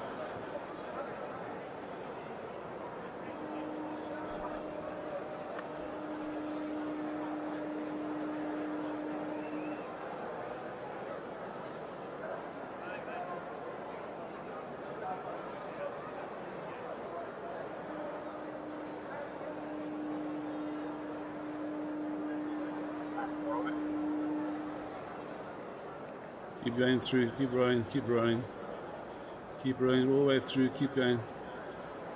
Keep rolling all the way through. Keep rolling all the way through, keep going all the way through. There's a flat line as the ball passes the bat and gloves. No bat involved. Ball tracking and ready, please. Original decision not out. Pitch outs are off, impact in line. Wickets missing. Richard, you can stay with the original not out decision. Stand by. On-screen signal now. So there you go, missing leg. Just had to straighten a fraction, didn't it? There was a big angle where Warwick releases the ball and it just sort of went straight on with the arm. Yeah, initial thoughts for me that I thought Nathan Lyon was going to be in trouble there, but going on the missed leg.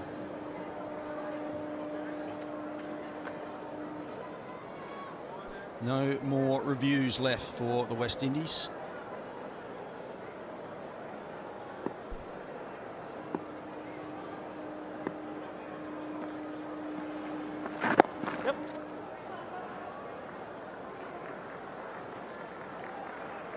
Just been dominated by the fast bowlers, hasn't it, this game? There's just not a whole lot there for the spinners. It is quite a bare surface.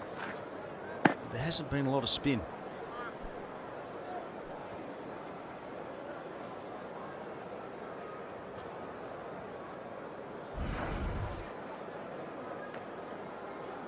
Yeah, it's been good to watch, to be fair. Red Walker Cricket in the Caribbean is dominated by spinners more often than not. There's been a good change. Some grass on the wicket, some bounce, some lateral movement.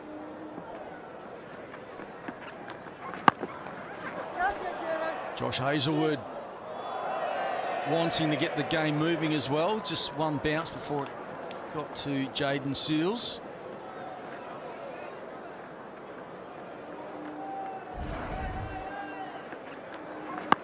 Similar shot Jaden Seals played in the West Indies first innings.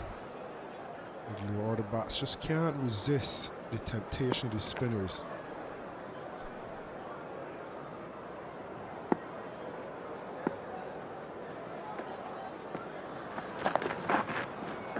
He loves a sweep, Nathan Lyon.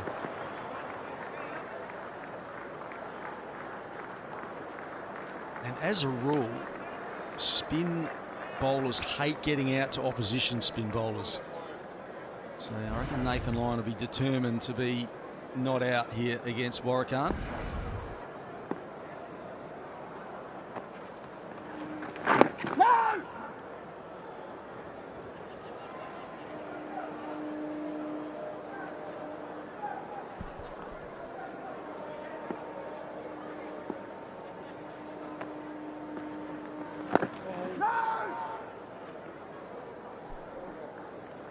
.297 for 9.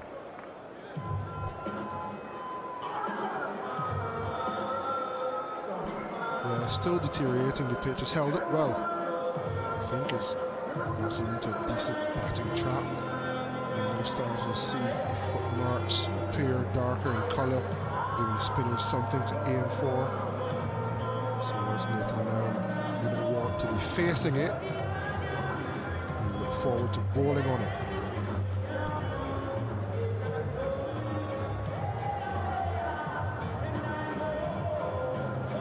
Seeing that aerial picture of the pitch here in Barbados, and it has changed colour, hasn't it? I thought that first day when we turned up, it was quite dark in colour, this pitch, which probably suggested how much moisture was in the surface. It's quite interesting, actually. I really enjoyed how honest Pat Cummins was in his press conference the day before the test started, and he was asked about the pitch, and he said, to be honest, don't really know how it's going to play. And the Australians did win the toss, elected to bat, and it was really challenging. So the Australians have worked their way, though, since that early morning on day one into a strong position. Now, a second new ball has been taken.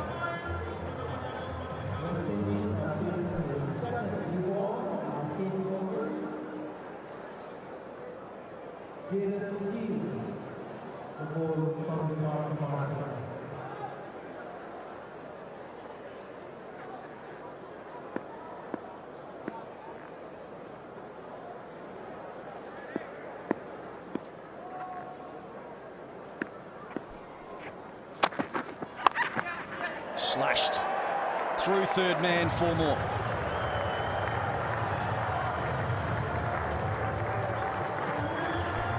$300 up for the Aussies.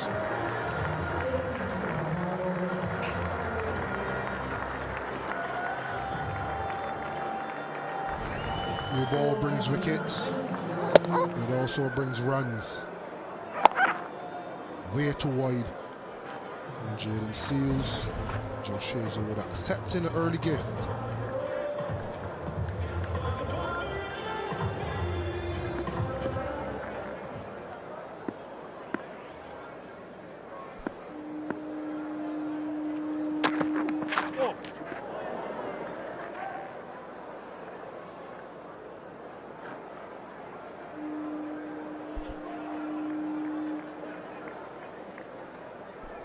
That ball would open the eyes of a Craig Brathwaite, a John Campbell, because it seemed quite placid, the pitch, but as soon as the new ball is taken, all of a sudden a little bit of movement, a little bit of excitement, and they will know that the new ball with the Aussies have it in hand. It's going to be a crucial part of this game, and any potential to win hinges on their playing of that.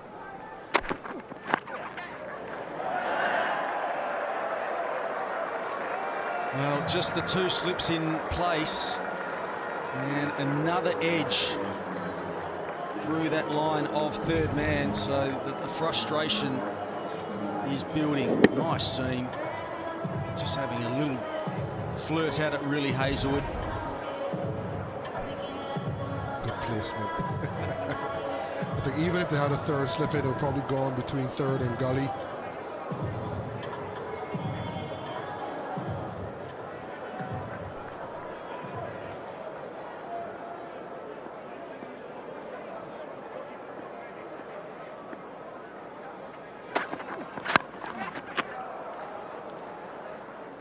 Heave-ho there, Josh Hazelwood. Just a little bit of shape there for Seals. Interested to see whether this second new ball does swing, because the ball hasn't swung all day. I think the first 2 days it definitely swung in the air. That's just maybe hinted at swinging.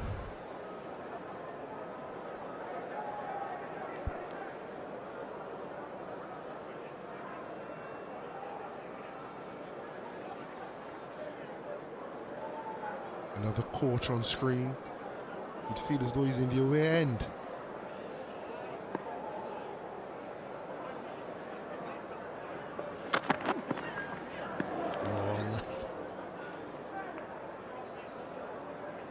Very impressed with Jaden Seals, Carlos.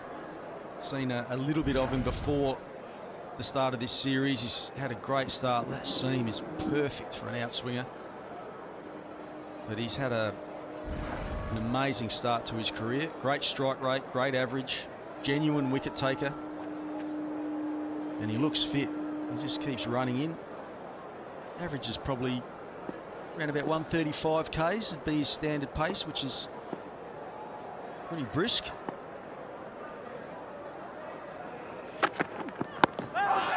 Close. Half an appeal.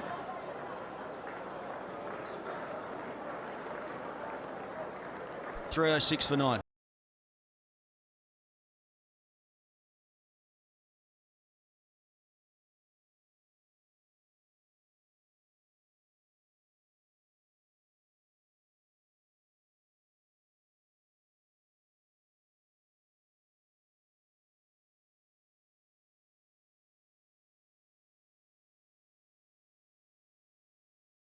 Maybe just a tad high.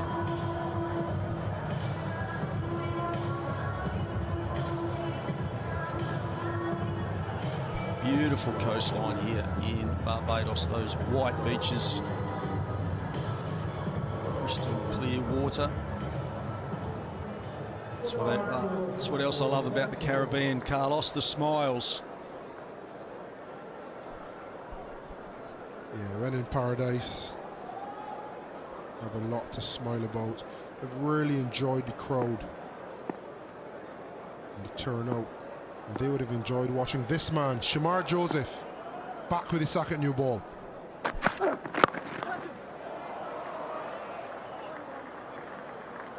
They've got cover out there, so Nathan Lyon prepared to take the single. He was shielded from the strike from Alex Carey. I was just seeing if he would maybe take the strike for Josh Hazelwood, but no, single off the first ball. So will they come around the wicket to Josh Hazelwood? I probably should angle in at those stumps. There's the LBW shout from last over, and it was only really half an appeal, and that's why the height was an issue.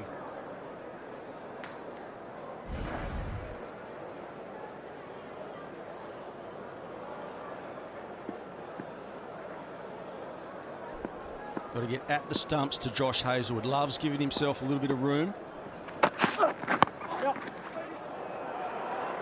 There's two more. So that lead now is 300 exactly.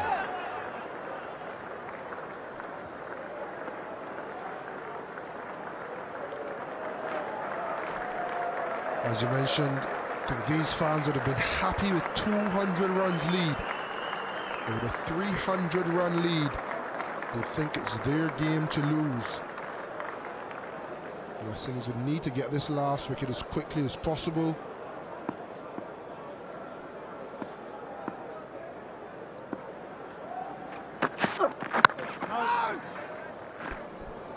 There he goes, Josh Hazelwood, just giving himself a little bit of room.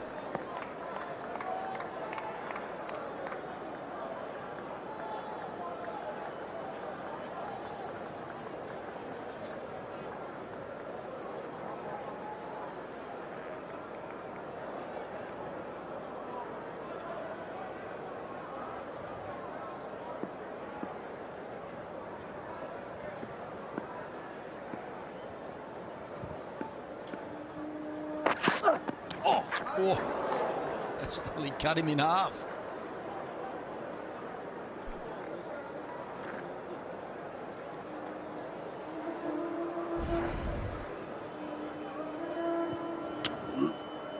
Fast bowlers union is a thing of the past. That is nasty. But I know what that smile means. I can do it too. And he'll be getting into his work as soon as this last wicket falls, and they would have enjoyed watching what they've seen from this second new ball from the West Indies so far. Bowled him, chopped it on, and he gets his fifer. Shamara Joseph takes his fourth fifer in Test match cricket, and enjoy that moment, you deserve it. Australia all out 310.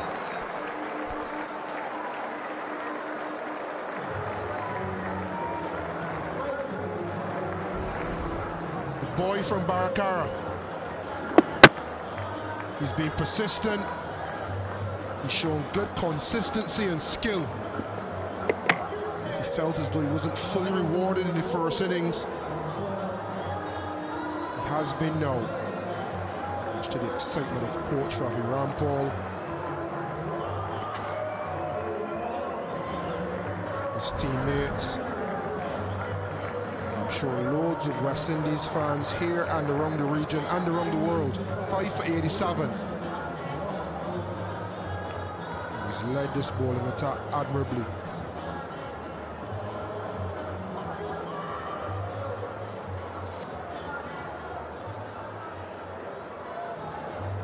So Shamara Joseph, with ball in hand, only took less than 2 overs with that second new ball to get through the Australians eventually, and Shamara Joseph with 5 wickets leads his team off.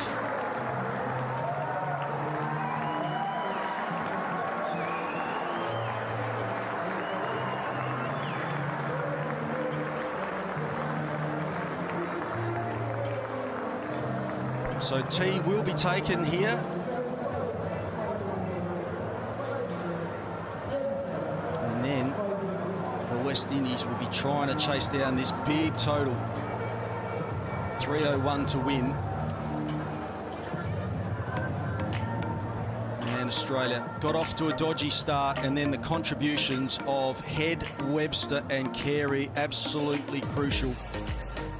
The early drop catch off Head was very costly for the West Indies, but Australia doing really well to get to 310 in their second innings. Shamar Joseph once again against Australia, 5 for 87, pick of the bowlers. Alzarri Joseph contributed, Jaden Seals as well, Justin Graves with his solitary wicket, and Roston Chase. So wicket maiden, and that's all he wrote.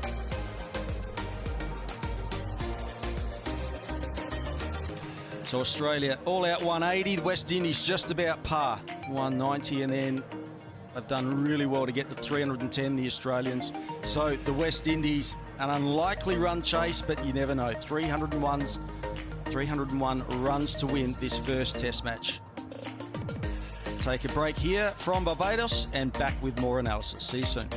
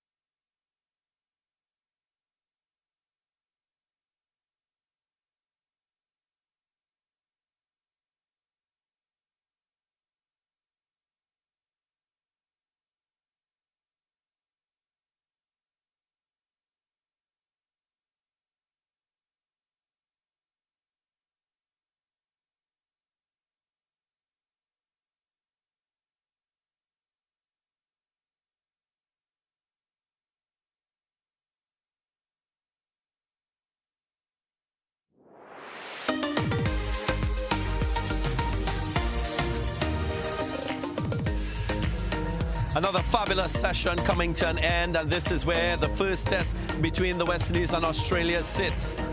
The West Indies now require 301 if they are to win this first test, and Australia will be quite pleased with their second innings batting effort, built on half centuries from Carey, Webster and Travis Head.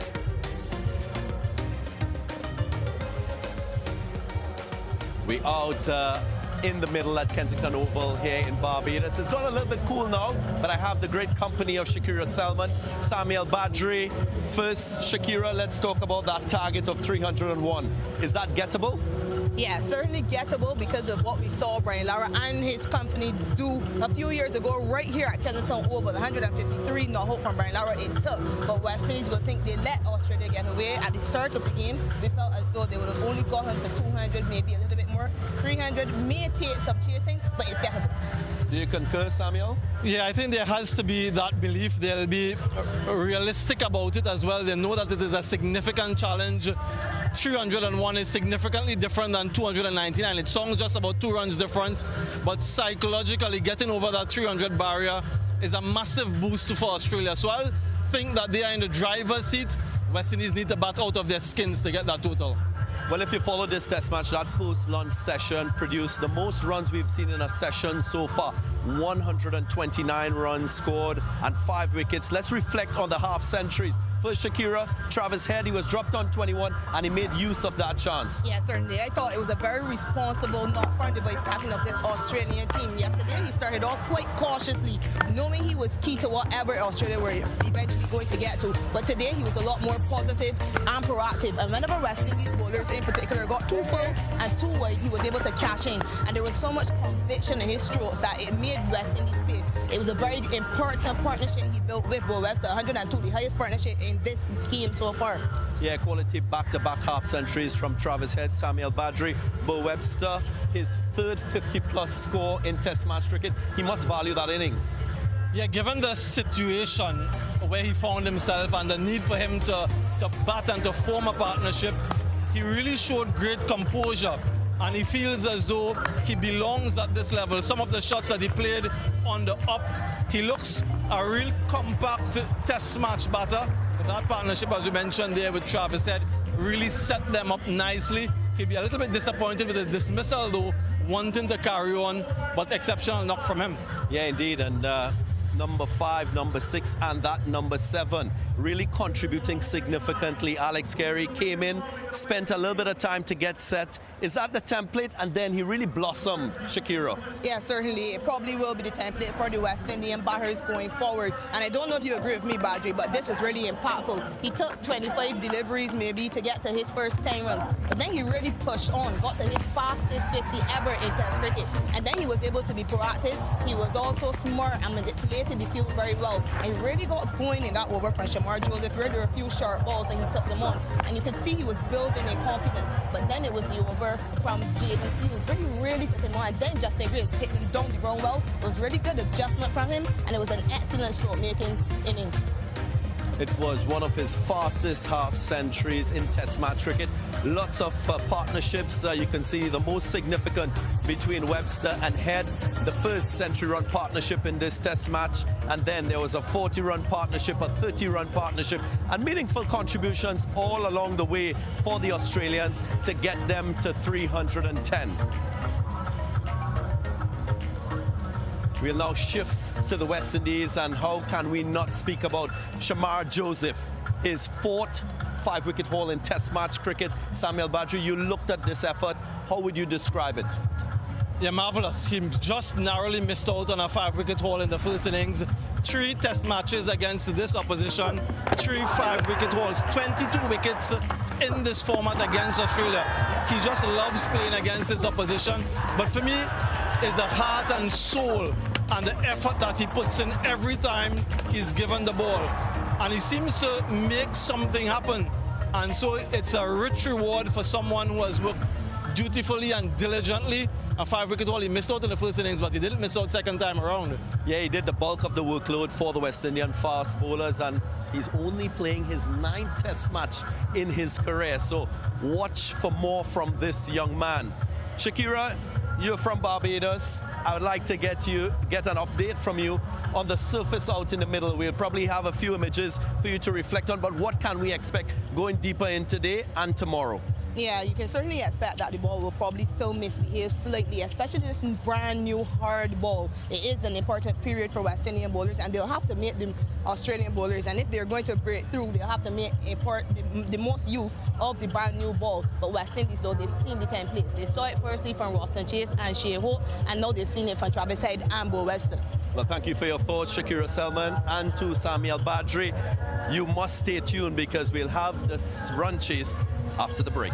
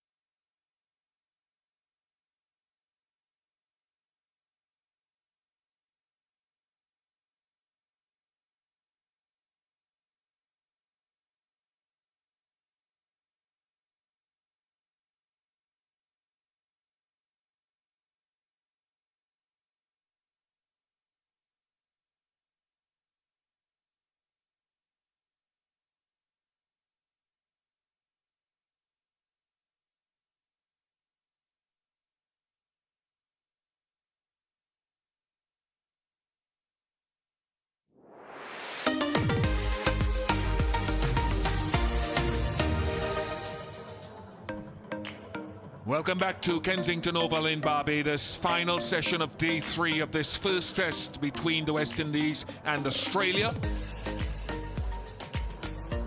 Australia bowled out for 310. Excellent knocks from Head, Bo Webster in particular. Alex Carey took it to another level with his bold aggression, and 16 and 13 down at the back end there from Stark and Lyon. Shamar Joseph finished with 5 for 87. He's been impressive all the way through the test match. Alzari Joseph worked manfully, and Jaden Seals also had his moments.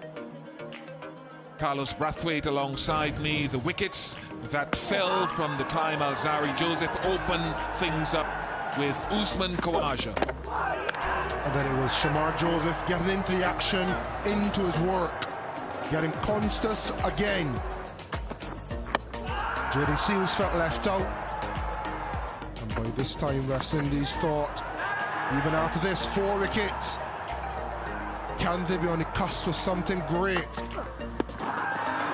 then today, after a drop, Shamar Joseph got back into his work, head first, Webster next.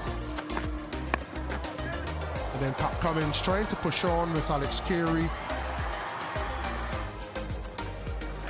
Alex Carey himself, after a blistering 60, perished.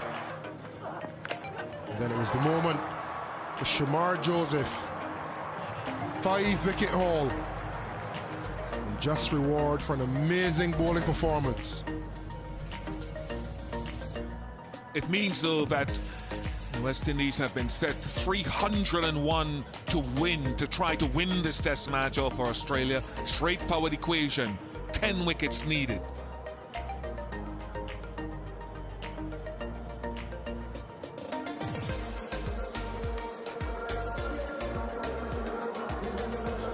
Mitchell Stark, Josh Hazelwood, Pat Cummins will be chomping at the bit to ply their trade again on what is still a slightly uneven surface, even if there's been less lateral movement than the opening day's play.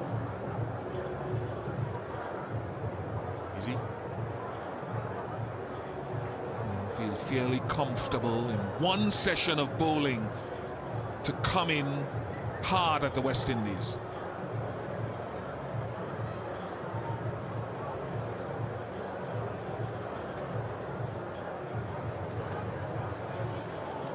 This will be another acid test for the West Indies batters Craig Brathwaite and John Campbell against this relentless bowling attack. Who will be buoyed, they can throw themselves into their work for one session. Carlos will probably go up until 5:30 local time, even though there are 41 overs remaining, and so these guys have a storm to weather. And there's always a difficult period for opening batters or a batting team when a good fast bowling unit can essentially have 20 to 25 overs. I don't think we would get 30 plus. We'd just have free reign to run in and bowl at the end of a day's play like now, knowing that they can come back tomorrow. The ball wouldn't have weared too much. Then the batter's in a little bit of a pickle. How do they blend attack and defense, be resolute but not miss scoring opportunities?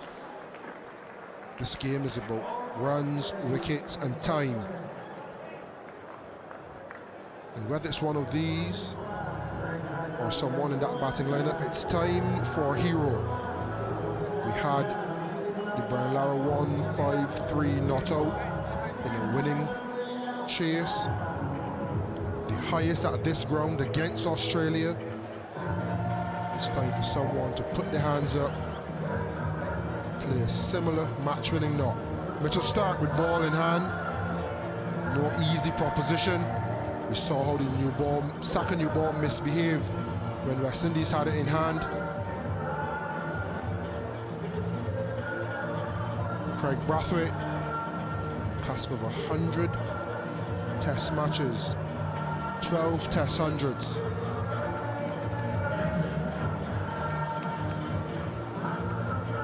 John Campbell, his return to the highest level, yet to get a century, but has done well in the chase against England in the past, and you need to go a little bit bigger than he did on that occasion.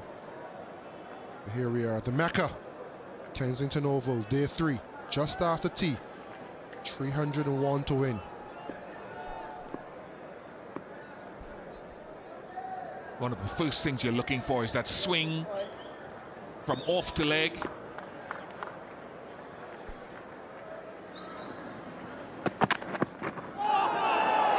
It did come back after it passed the bat, but that's an excellent way to start. And of course, he's got the one that scrambles and goes across the right-handed batter.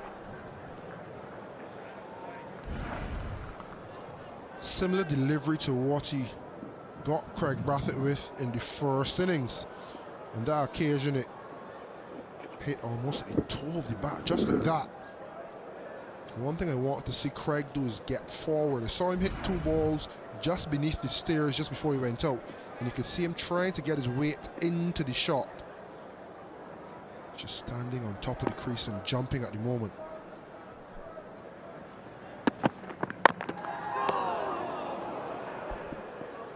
That inward movement, and with this very new ball, he'll bowl most of those.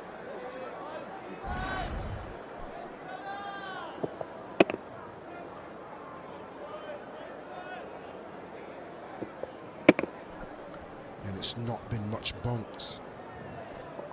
The tall bowlers, Mitchell Stark, and I'm sure Josh Sager to come from the other end. And you've played cricket for so long, when you see it pitch back and a tall ball, you expect bounce. You know, people will say, well, it hasn't bounced that much. And it's muscle memory.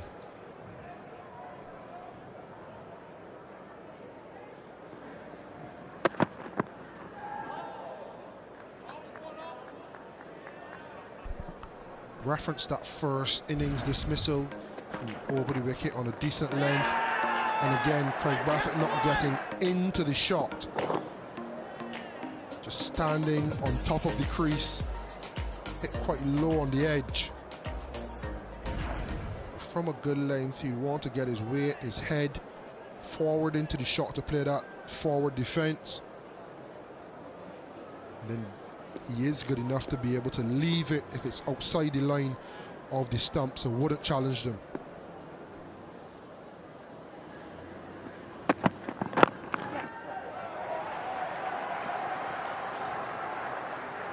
Brathwaite and West Indies off and running.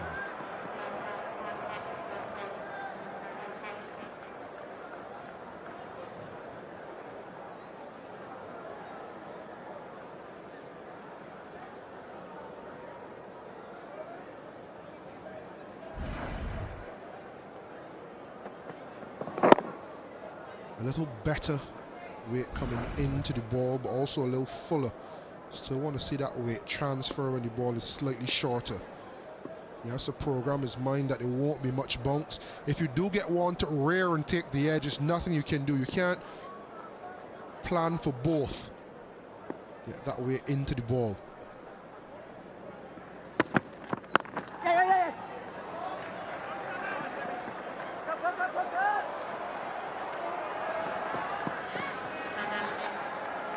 Constance strategically positioned at a short backward square leg that passed him to his left. A combination of things, one that swings in, but also Brathwaite does tend to tuck the ball into that area, sometimes airily. Slips have to ensure that they're right up there as well. The ball hasn't carried a couple of times in the over to the keeper and the full.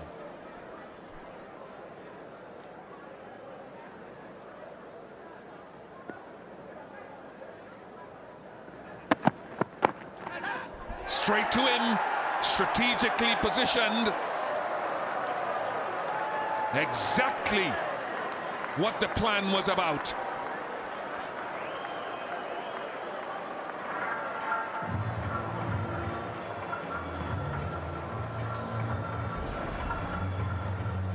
The planning from Australia. Set play, well executed, good catch from Sam Constance diving forward. And success for Mitchell Stark.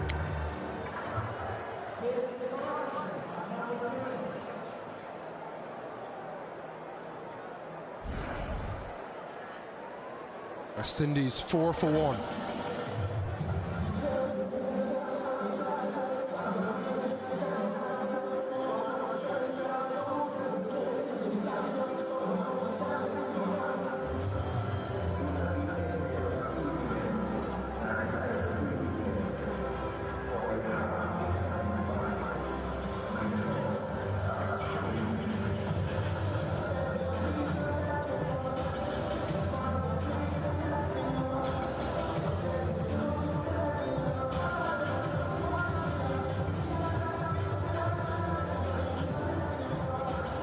Sikati, impressive young man, impressive limited overs, numbers, ODI careers, gone leaps and bounds, but the dismissal of Brathwaite, Craig Brathwaite.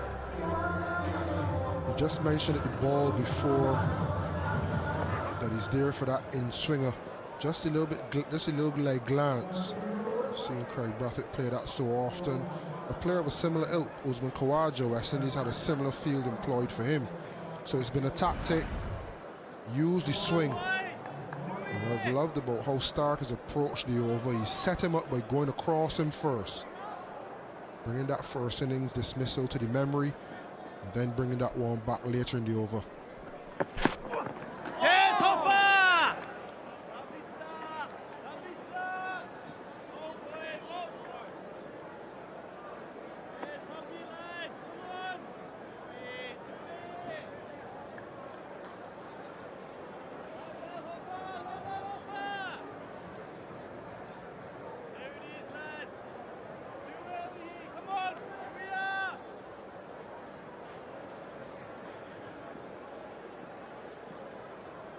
Rightly having a short leg in.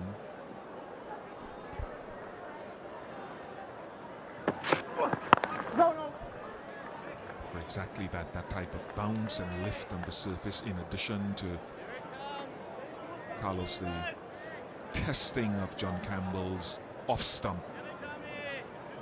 Where in times past you can think of guys like Abu Jayed of Bangladesh and a number of other right-handed seamers who came round the wicket at him and nicked him off behind, knowing what to play at and what to leave.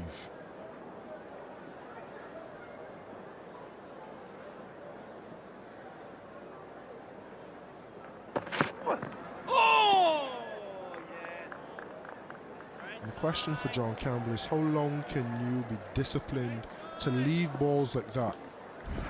There's a big jump from our first class level to test level, because at first class level you probably get 3 of those in the over, and then one a lot juicier and he climbs into it for 4.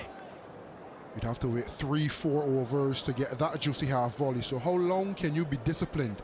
How much time can you invest before the lacquer comes off the ball, and then you can climb into your drives? It's very well played, that, yeah. Swung late.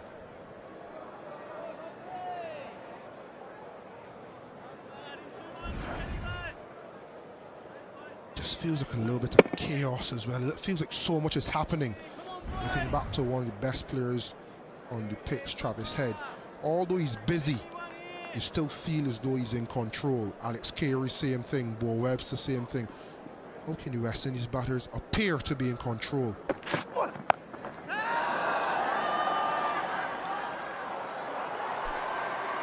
I did not see that coming. And Campbell is off the mark. Bingo card updated. Well, this is Test cricket. It's the beauty of Test cricket. There's no one right way to play. But on that occasion, it was effective. It's being inspired by Rishabh Pant.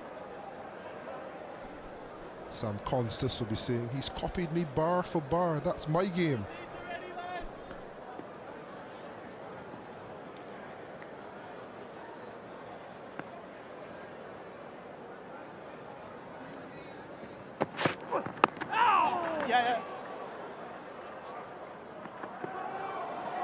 Oops, trouble. The throw was off target. That was one of the issues there. Alex Carey had to move to his right and come back. Had it been straighter.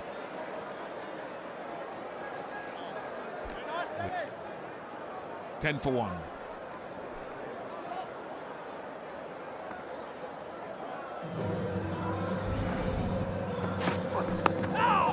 He looked a little lethargic early in the innings, and on this occasion he's dipping his looked, and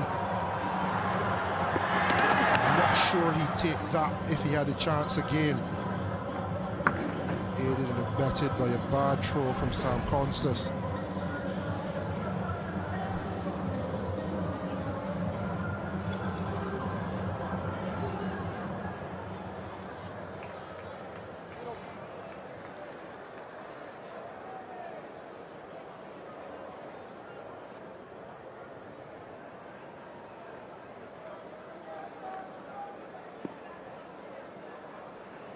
Runs are still around the corner for Casey Carty.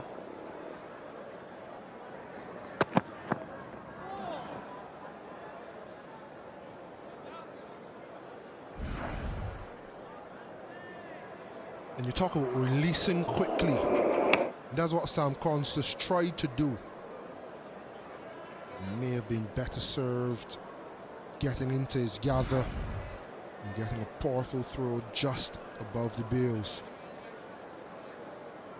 He rode his luck, couple deliveries last over. Dink firstly for 4 and then sketchy 2. But he's still there, John Campbell.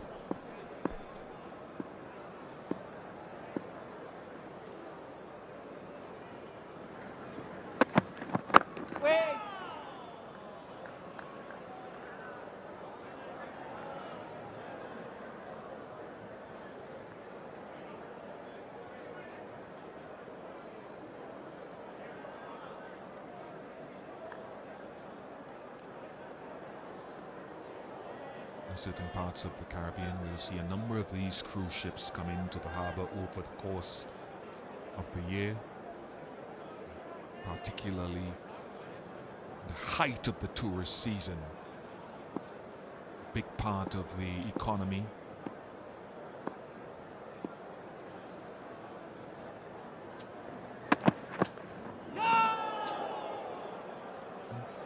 Think about that too, Carlos and viewers at home.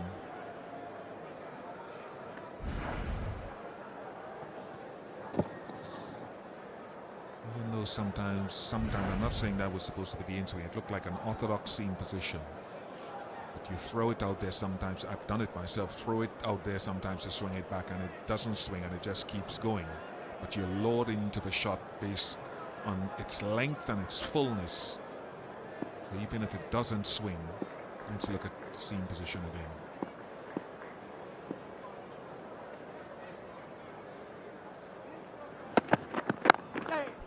Good. They need to do more of this. I think with the attacking fields, if you're skillful enough, there is an opportunity, if it's not going for a boundary, to steer it into what are wide open gaps. I suppose Stark wants that as well.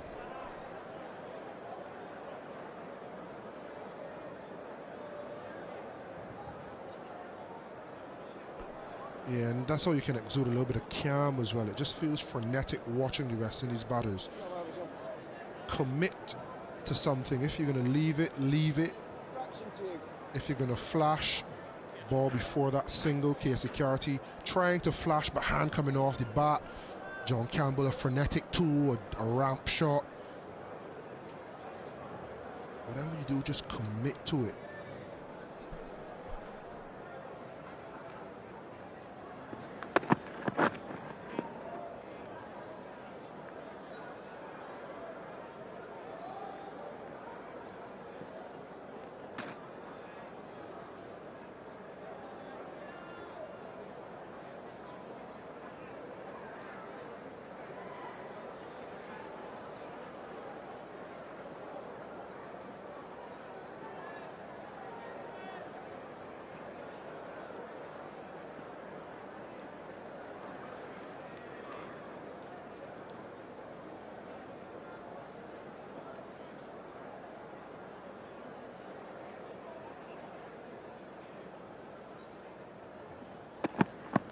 Go.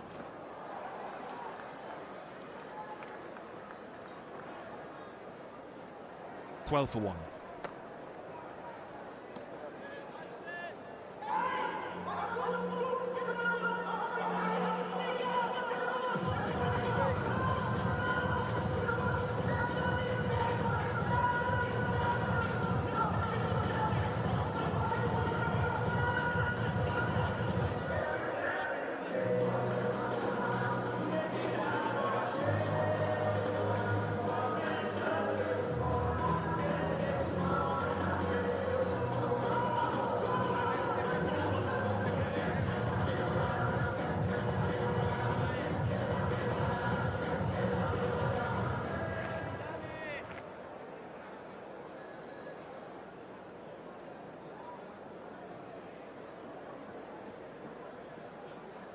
Lovely facility.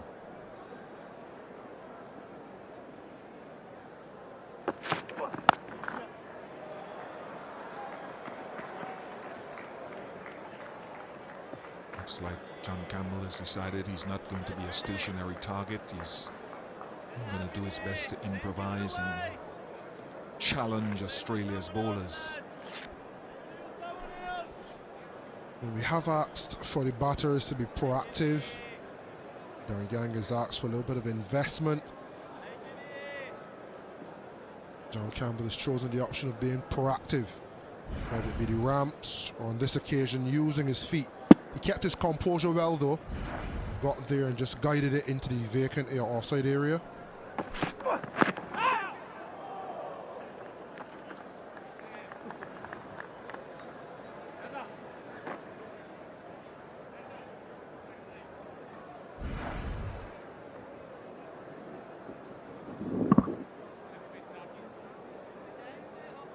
Think of the start of this over, I think. Nathan Lyon moved out of slip. He was positioned at forward square, and now he's gone right onto the boundary at deep backward square to join Mitchell Stark, who's at a long leg up into your shot there now.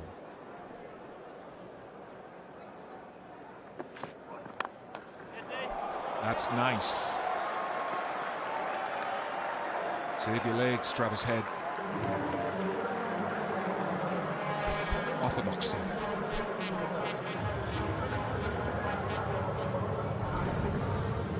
Classical from John Campbell.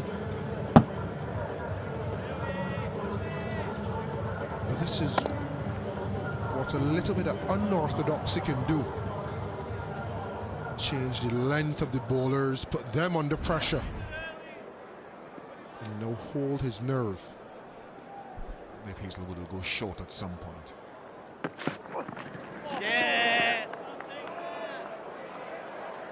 And there is that deep square leg there for that attempted shot.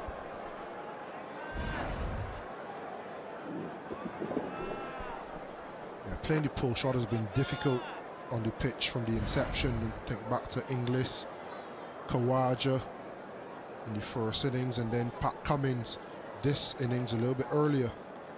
So it's been a difficult shot to play unless the ball gets softer, older, and then sits up. He's been driving the ball well. He's got the ball into the offside a couple times.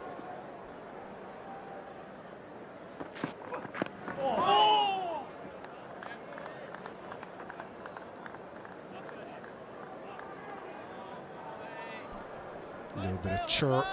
No fast ball allows to be ramped. Charge that. They love this. They love Test cricket. You need a little fire. And we love Jaden Seals and his fire. Josh Hazelwood bringing a little bit of fire of his own. Jaden's heading for a record, actually. I've seen a young man get fined so often. He's fined in this Test match as well. He's getting better. Too much money, man. He has too much money. He wants to give some away, Bish. Yeah, there is that short ball. There is that short ball.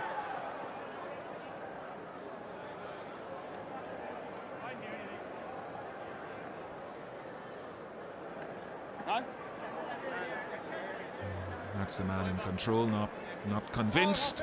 18 for 1.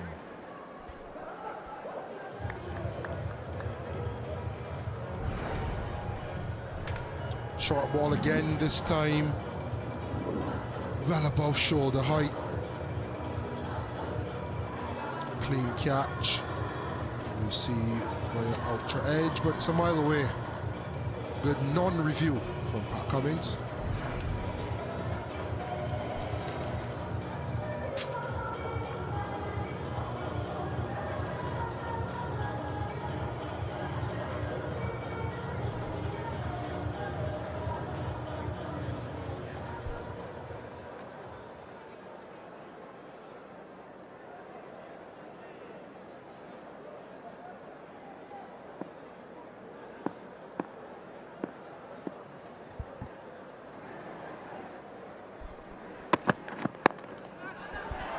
Bubbled and dropped.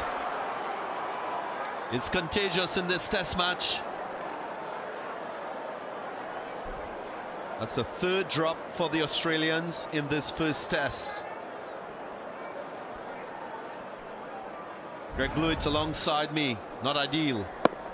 No, and it's coming from Cameron Green, who has got a great pair of hands. So that is very unusual.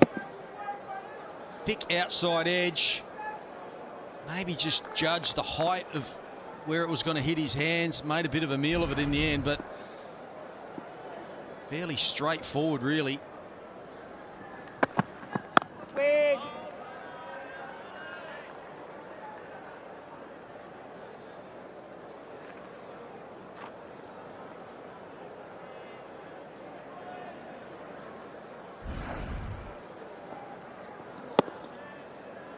It just came chest height, maybe guilty of sort of, you know, the hands and the fingers looking to point down, and then he just went the right up.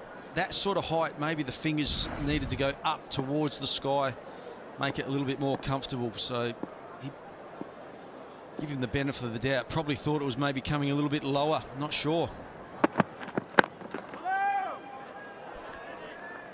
I hope Cam Green didn't see the expression on Mitchell Stark's face after he floored and grasped that one.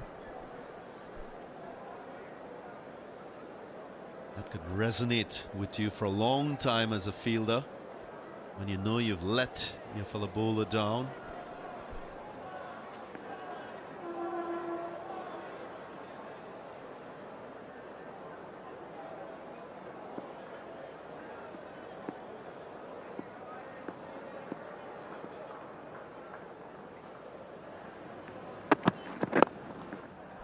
Work leg side.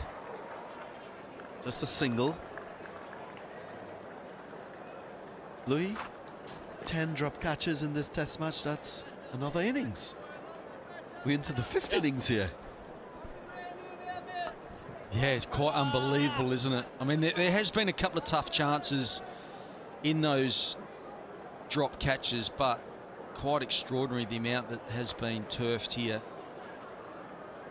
Yeah, it is awkward when you put one down, especially a fairly straightforward one. I mean, you normally get a couple of your mates come up and give you a bit of a tap and, you know, come on, get the next one. But I was never quite sure whether to go and apologise to the bowler or not, or just leave it.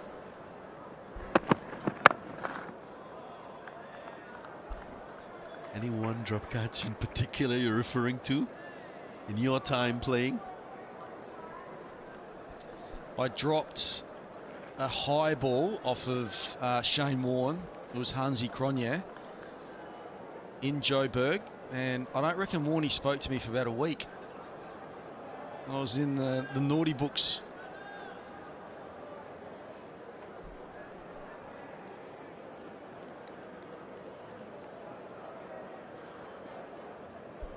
Once the drop wasn't expensive, I think you will get that forgiveness from your teammate.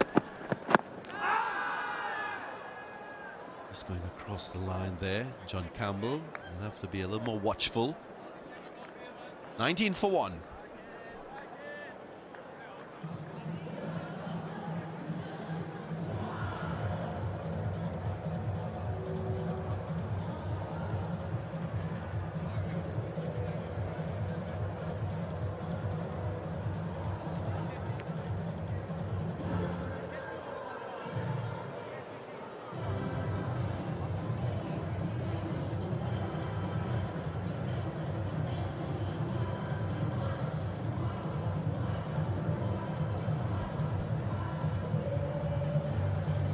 Theoretically speaking, 36 overs remaining in the day's play.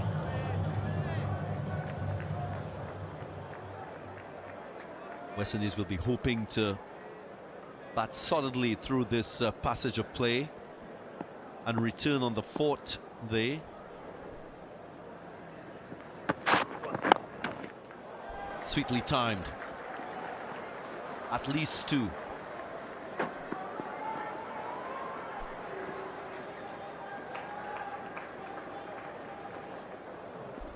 Did say that John Campbell had to be a little more watchful because the last ball of the previous over was very, very close. Just missing that leg stump.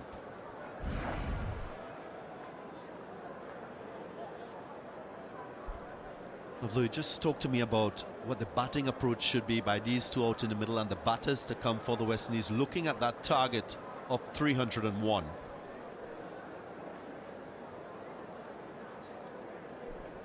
I have been slightly concerned about some of Campbell's shots. There was one sweep shot off Josh Hazlewood very early, which was an amazing shot, but I was questioning why.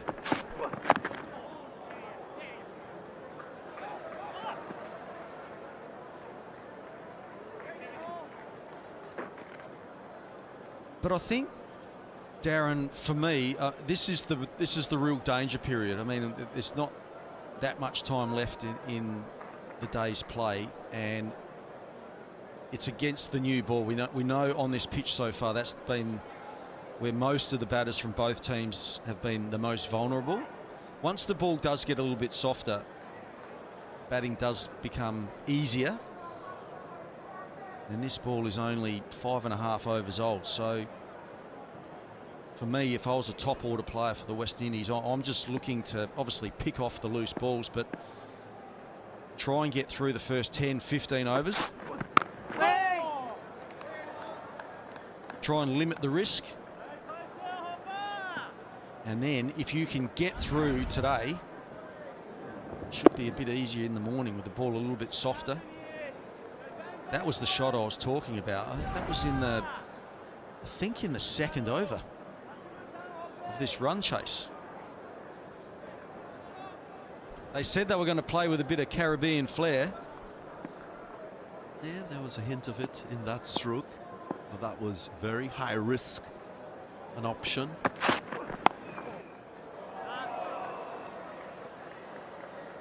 For me, I think what's also important is that mindset for the West Indian batters. There must be belief that they can chase this target. You must keep optimism. Again, I speak about the organization of your mind. Make sure you have an overall plan to your innings. 2 more days to go. 2 more days to go by Sunday. You got to tell Sunday for bat. Hold the racket.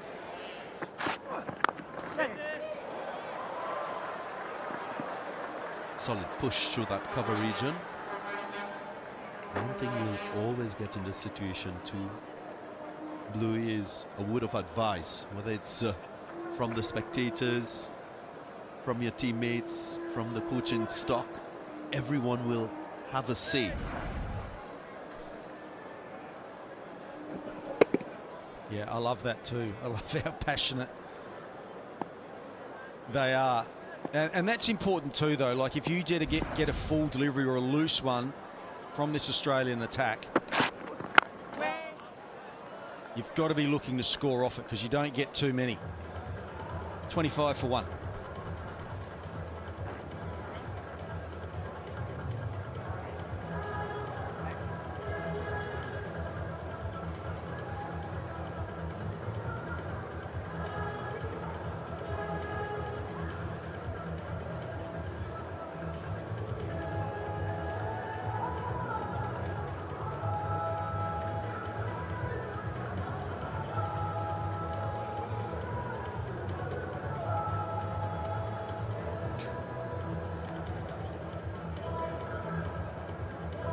Post-lunch session produced a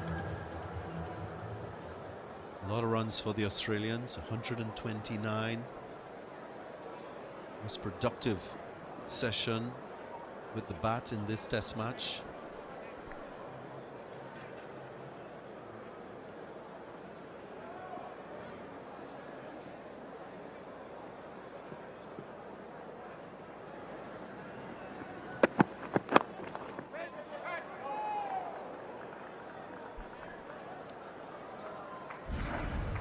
CG United's and Angie out and about in the crowd. Fans, of course, can register, win lots of prizes. Thanks mainly to CG United. And always an opportunity to interact with Aunt Angie. Fans doing so at the ground here at Kensington Oval. Make sure you take the opportunity to win something.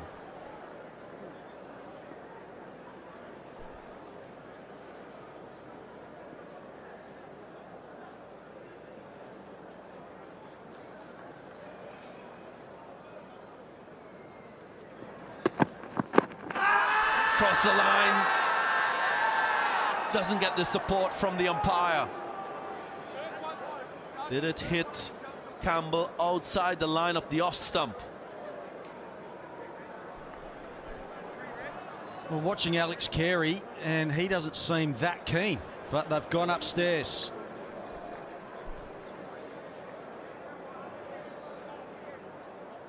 TV umpire to director. We have a player review for LBW. On-field decision, not out. Check the bowler's feet. Fair delivery. Front on, please.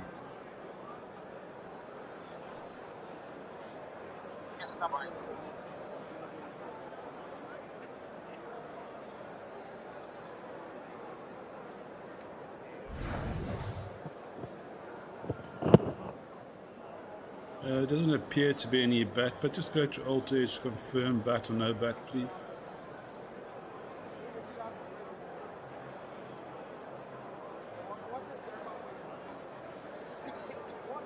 Alter edge coming up.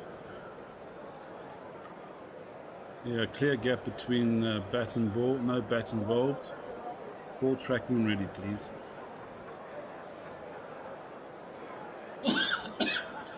Original decision not out. Pitch in line, impact in line.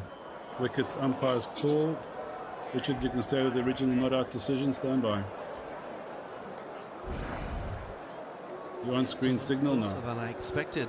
Campbell falling over, the ball angling down the leg side.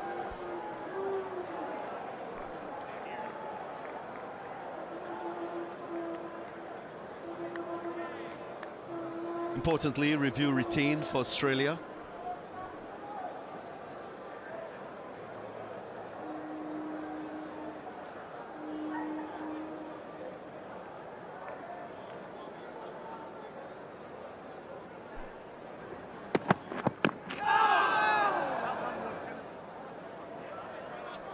Living dangerously here, both West Indian batters.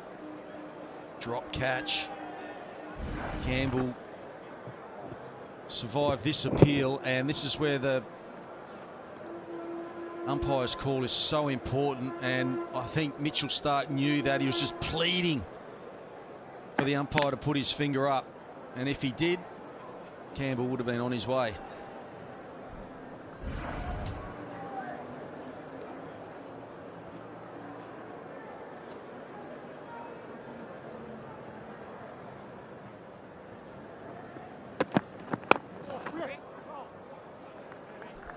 Across the line again.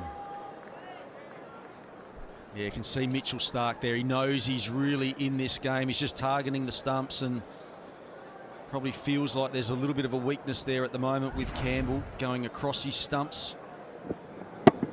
I mean, that's hitting middle stump probably. And it's gone a square leg.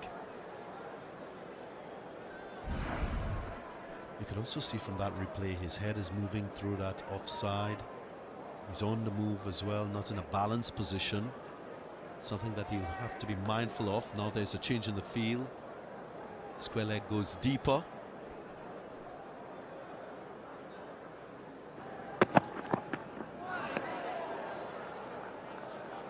It's very important as an opening batter to be in control of your movements.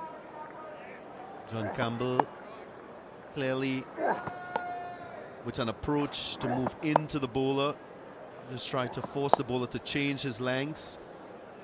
But that in itself puts you in an unstable position, so he has to manage that approach.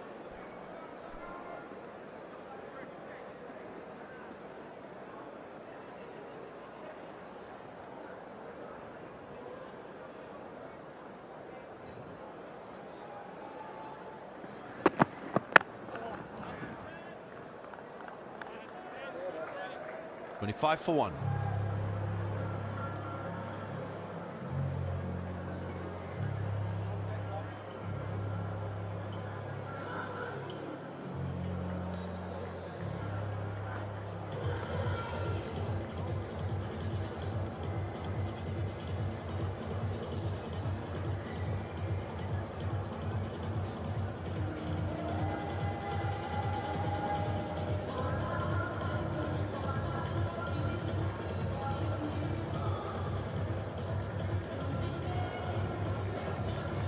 Greg Brathwaite clipped one straight to Constas behind square.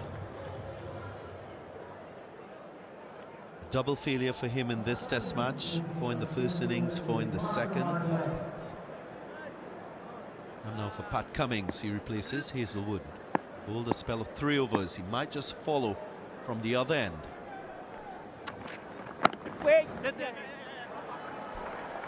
Nice firm hands from Casey Carty. I liked what I saw from Casey Carty in that first innings in terms of his approach. 20 from 40 deliveries, but what you saw is that composure in his defense. Didn't appear rushed off the fast bowlers, was very clear as to where his off stump was. Left a lot of deliveries too. He's a stroke player though. He's in good nick.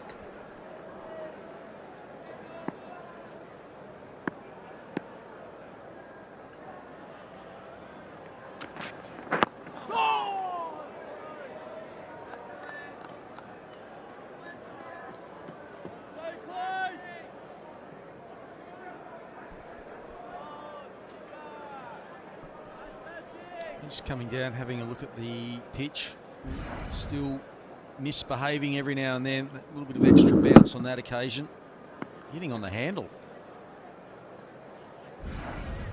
So already some encouragement there for Pat Cummins.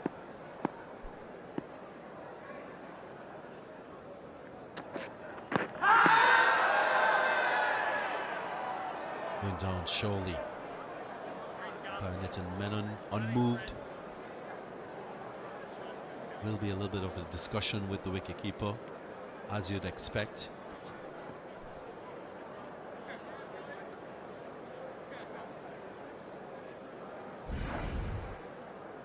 Yeah, so we saw one go up, that one stayed down and seamed in.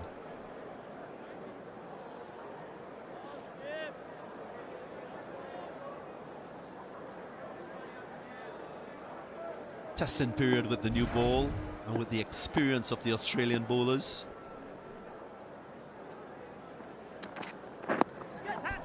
Nice tickle down the leg side. He will get 4, so off the pads though.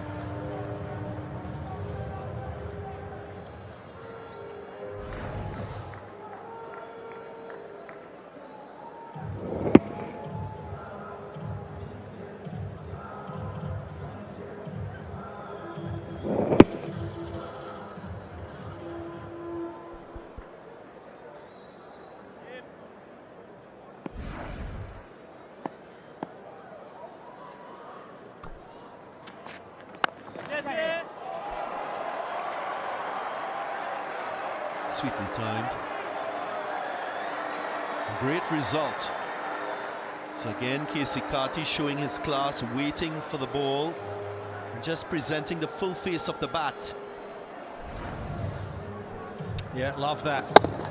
Mentioned before, he picked Hazelwood off as well when he was just over pitching, so you can see that's a strength. So when they do over pitch, any sort of mistake from the Australian fast bowlers, you've got to capitalise on.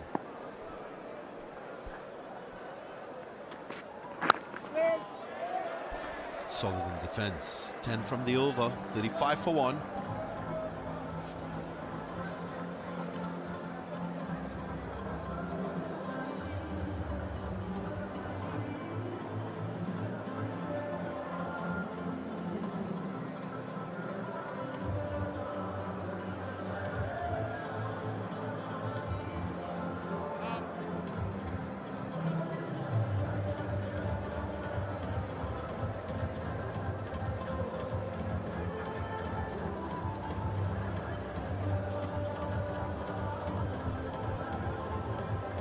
Western is chipping away at that target.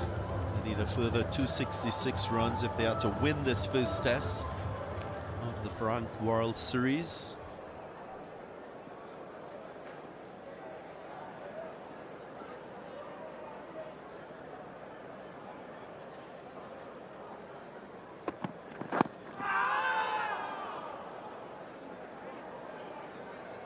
Well, if you grew up in the Caribbean, you'll know about cricket, not only at the Kensington Oval and in formal venues. You'll also know about beach cricket, which is a major part of the activities on the shorelines. Aussie fans getting into the action right here at the Kensington Oval. There's a sandy area on the periphery of the ground, enjoyed by many in that section of the stands. And someone with the baggy green.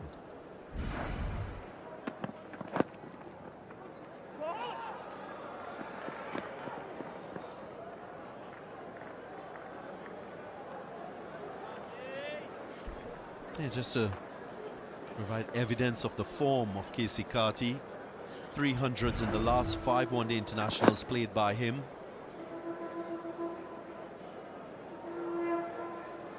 So he should be in a good mental space for this challenge of the run chase.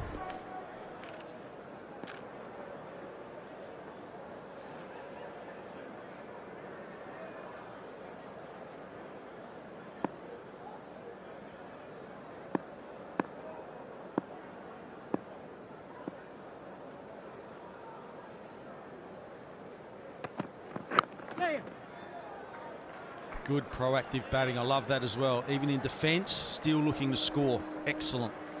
Mitchell Starc, again in this innings, took a wicket in his first over.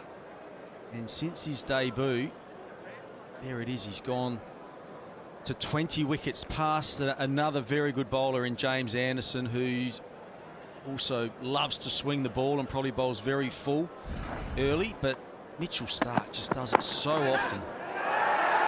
It was a good catch to Constas. Often think about, we're talking about Test cricket at the moment, but he does it so often in white ball cricket too, Mitchell Starc.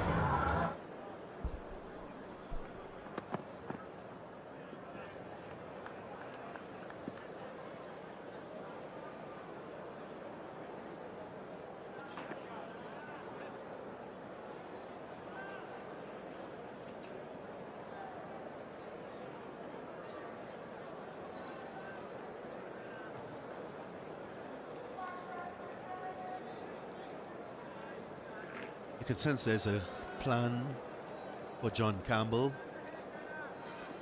which will start targeting the stumps. Taking notice of Campbell just falling over with his head to the offside, not showing that optimal balance required by an opener.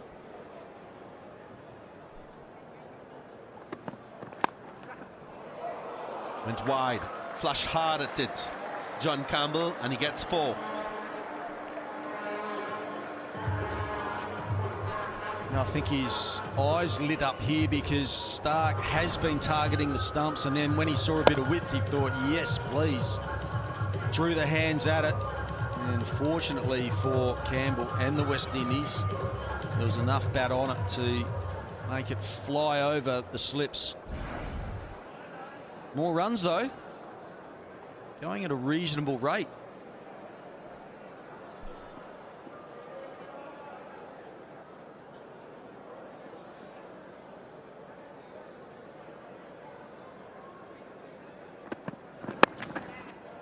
Another outside edge, goes into the gap, consecutive boundaries. Another 10-run over for the West Indians, 45 for 1.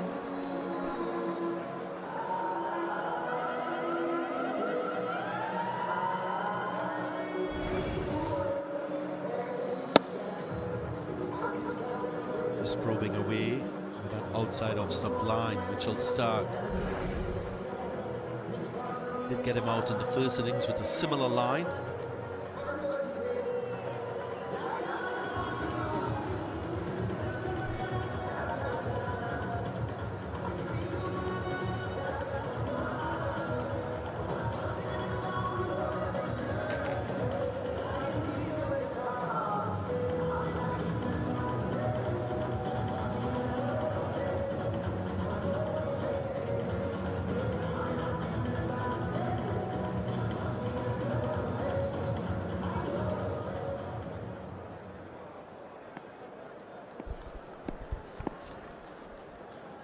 Pat Cummins.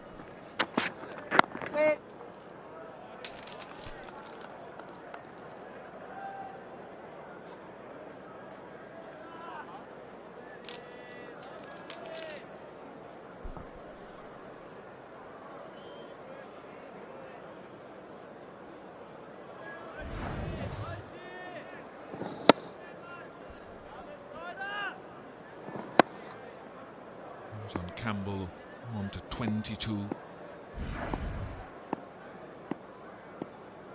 Hoping to bat until the ball looks like that.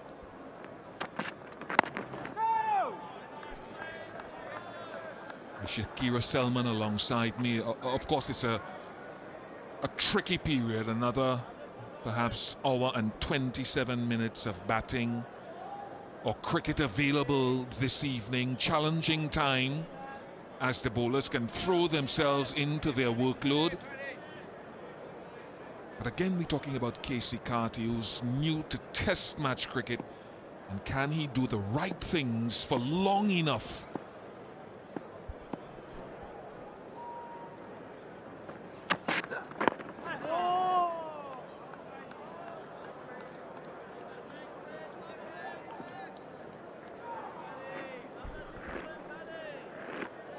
Normally he does look comfortable at the crease. Casey Carty, of course, he offered a chance earlier, but generally across his short test career he looks comfortable at the crease, and he seems to get a start but just seems to lose focus, and he's unable to carry on and convert into big scores. Just wonder if that again is because of the amount of white ball cricket he plays.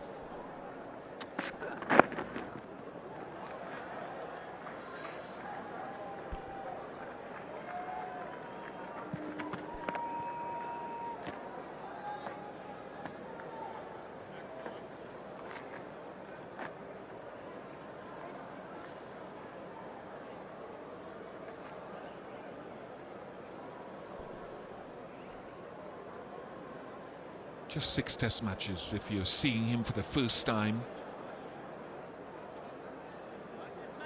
Most of his batters is 115 deliveries.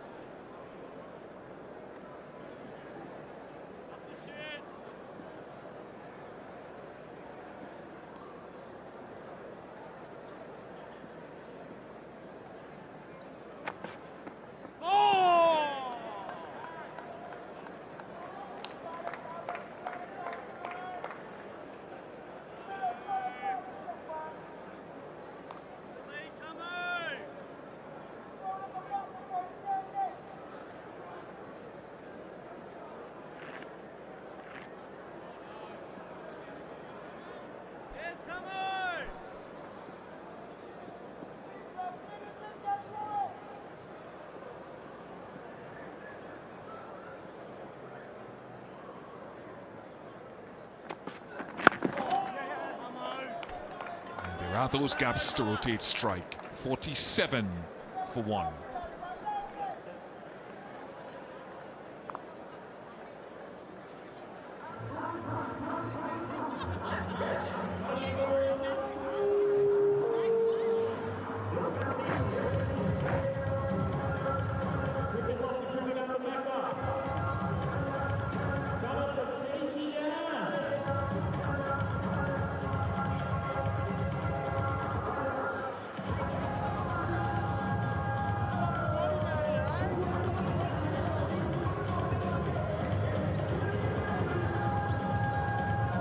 King, Chase, Hope, Graves available to come.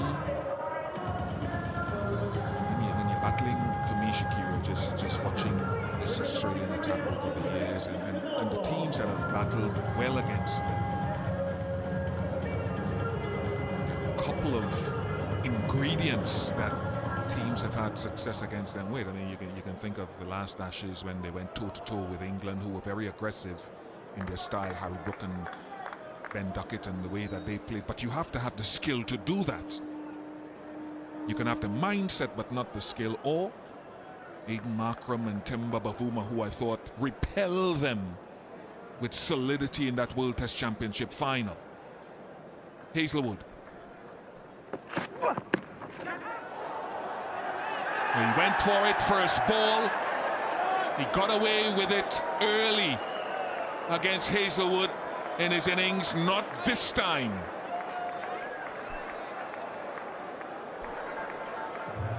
Yeah, you were just talking about ways to handle this ball in attack. John Campbell opting to play that last shot, got away with it, like you said initially, but a change of banks for Josh Hazelwood, and this time pays dividends for the Australians. Campbell has to walk back. 23, 47 for 2.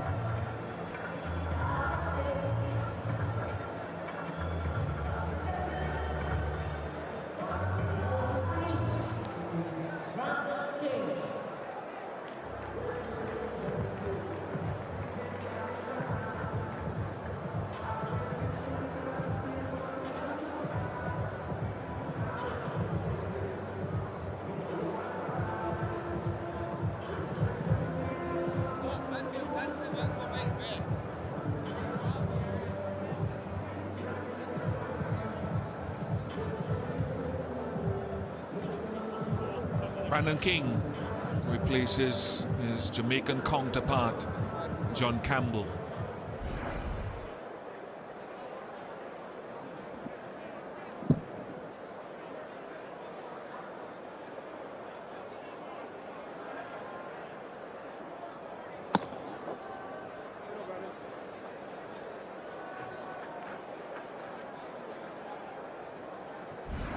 So they'll have some discussions about that at some point later on.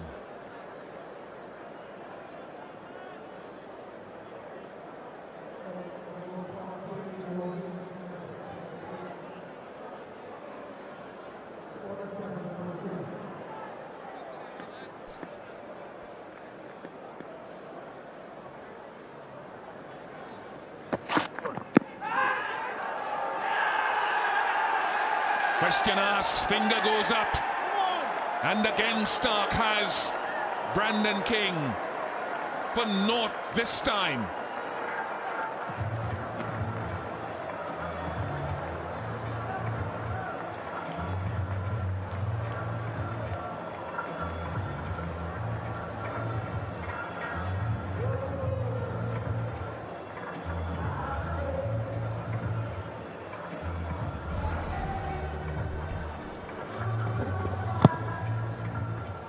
Yeah, just off the bat onto the pad and then lobbing for a much easier chance to bowl Webster at gully.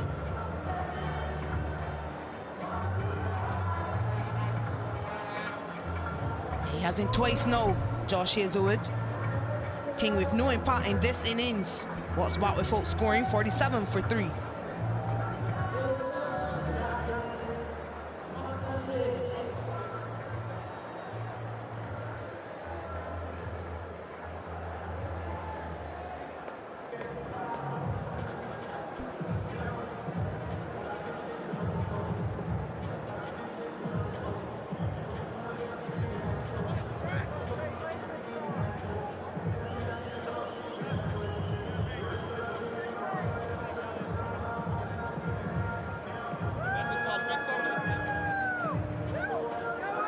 Chase, tough session to bat as the bowlers throw themselves into their work. He was solid in defence in that first innings. Apologies for name dropping Mitchell Stark in there. It's Hazelwood, as you know, twice getting King, getting John Campbell, and then Brandon King.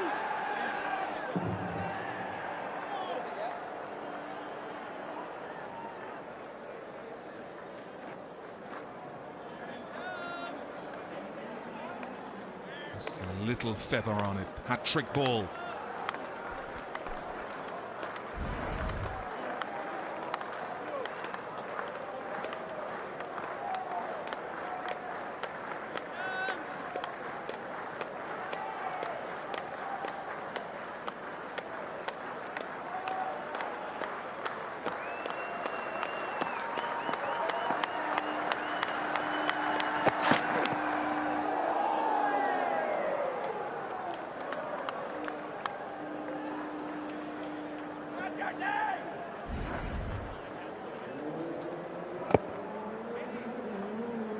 The other thing that's critical is a good catch. We've often talked about bowling very straight at Brandon King.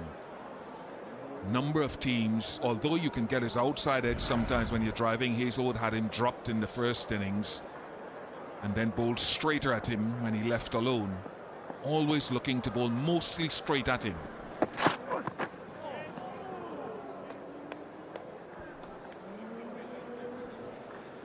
Yeah, I think in that first innings, the Australian bowlers would admit they slightly erred in line to Brandon King. Most of them went off stump, just outside off stump, looking for that outside edge.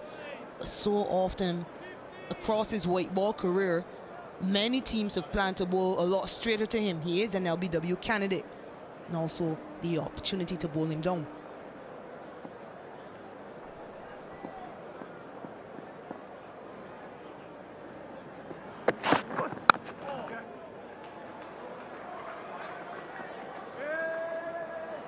Get it.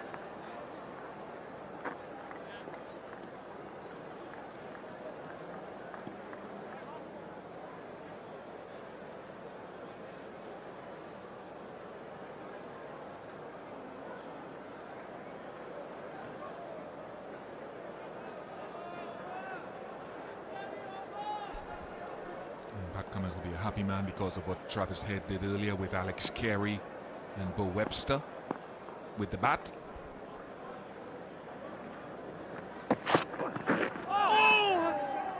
And the bowlers are holding sway as you'd expect from them. 48 for 3.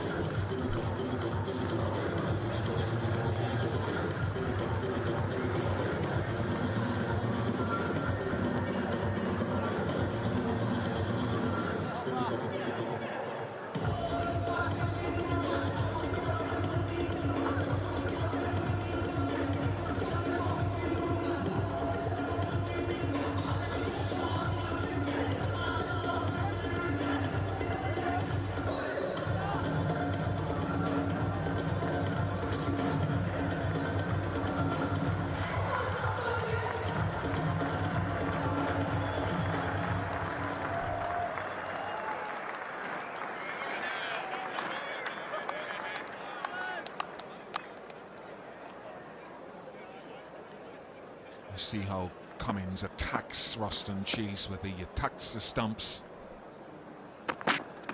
on target.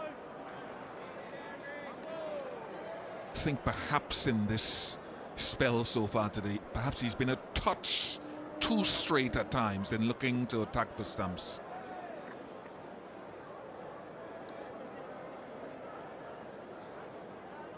And he knows more than anyone else what his starting point, what his touchdown point is outside the off stump, and just allow it to track back into the stumps, occasionally getting it to straighten as well.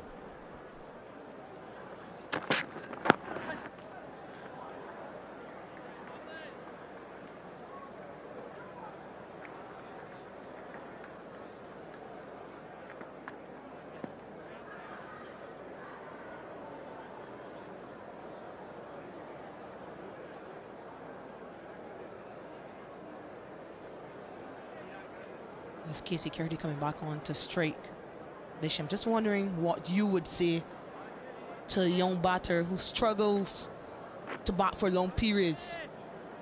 I've had a few conversations with batters, both male and female.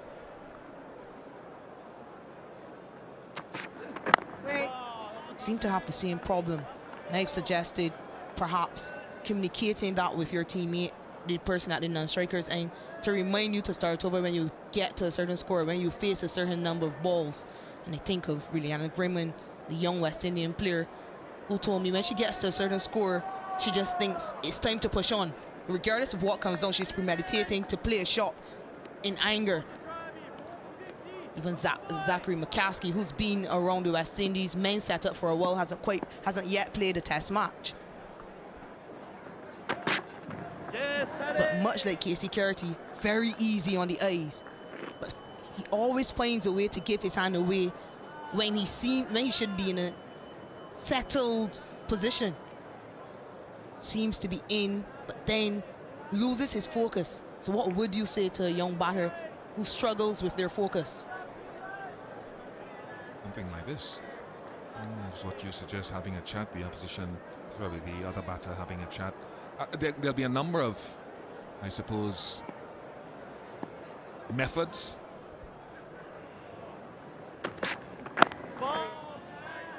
Can you find a little trigger within yourself rather than leaving it up to, let's say, a non-striker? A little method of reminding yourself. I know, one or two batters who would sort of pinch themselves on the thigh as one reminder. Dig in again. Take a new guard. But it comes down to practice as well, how you practice. Your method of preparation for the longer format. We'll come back to that.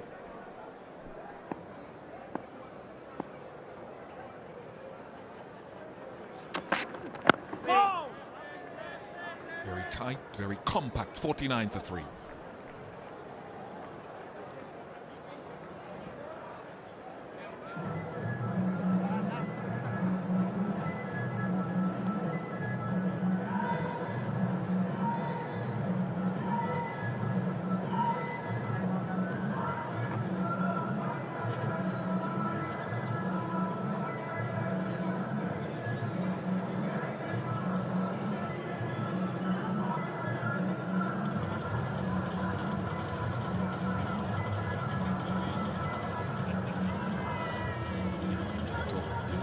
Talk about setting themselves little targets of time, little targets of run scoring, for example, right? But I think your preparation is critical. How you prepare.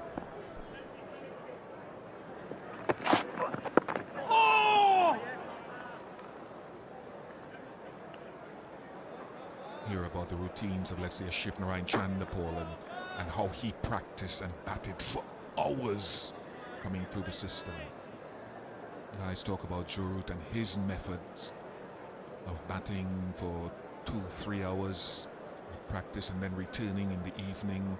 Some of the Indian players told a story about 1 or 2 Indian players preparing for a test and turn up at practice and face something like 1,500 deliveries in a practice session.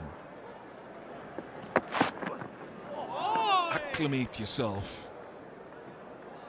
and prepare yourself to have to bat long against as good a quality bowling machine as you can get. What have you said to them? Yeah, you're right. Preparation is key. And it was pleasing to hear Roston Chase speak about the way he prepared when he was in the Barbados setup. He would come down 2 hours before practice sessions and hit lots of balls and then go again with the team.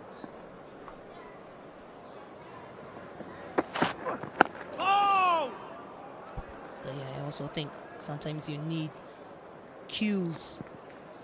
Something as simple as writing a visual cue on your back. This is a reminder of John Campbell getting away with one against Josh Hazelwood and then coming back, trying it again. And no reward for him on that occasion. I wonder what batting coach Floyd Reefer is thinking.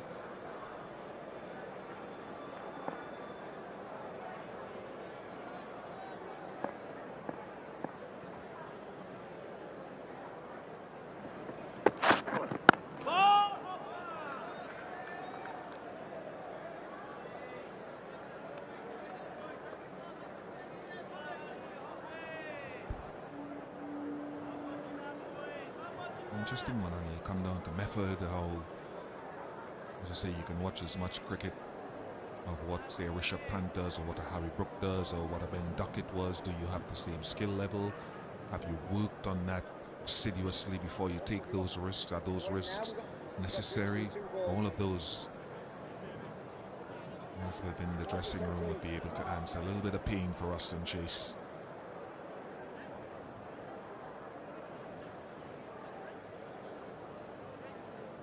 Roston Chase gets some attention. It'll be a Dasani drinks break.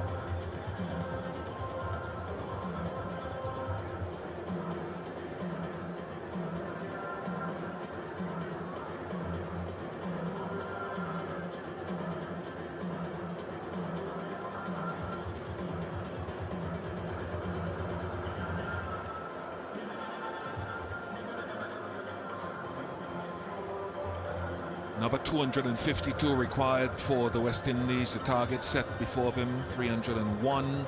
Australia needs 7 wickets to kick off this World Test Championship cycle on a winning note. Beginnings for these two teams, 2 wickets to Hazelwood, 1 to start.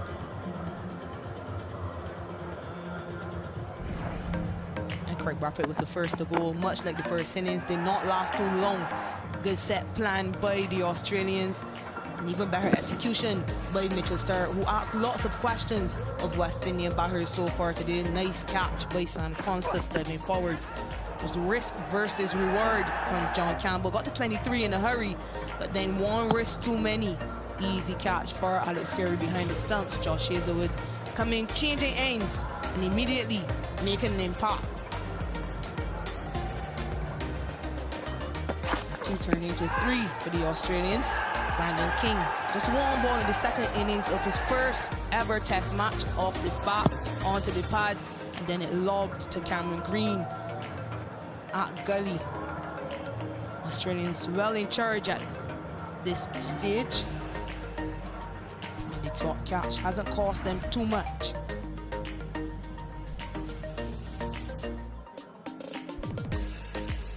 They still require another 252 runs if they're going to take this first test match in this new World Test Championship cycle.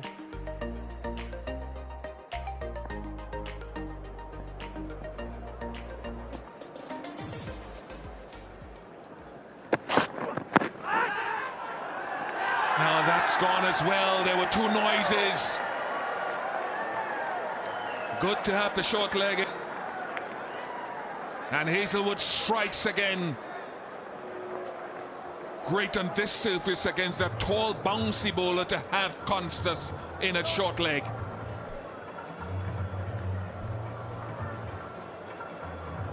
Yes, these straight lines again. Just attacking those stumps. Just seems to ask so many questions on this surface. Good again from Sam Constance. This one a lot easier, but 3rd wicket for Hazelwood. Since he's changed ends, he's dominated. Chase has to walk back for just 2. 49 for 4 West Indies.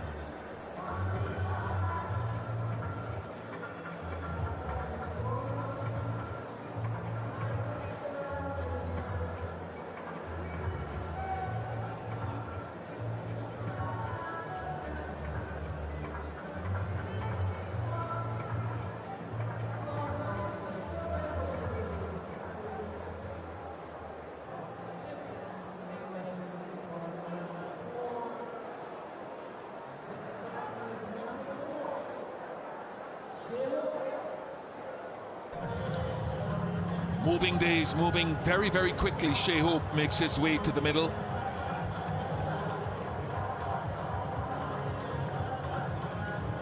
Hazelwood outstanding.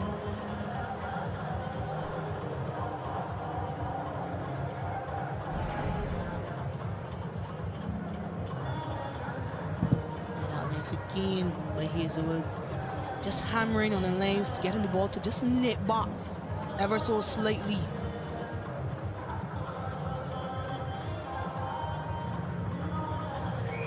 So metronomic he is. Continues to ask questions.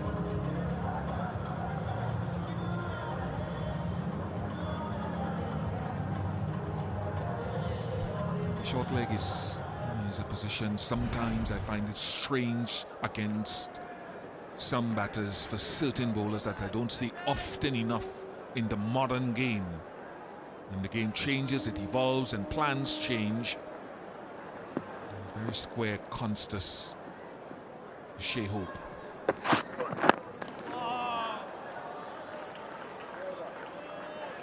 .49 for 4.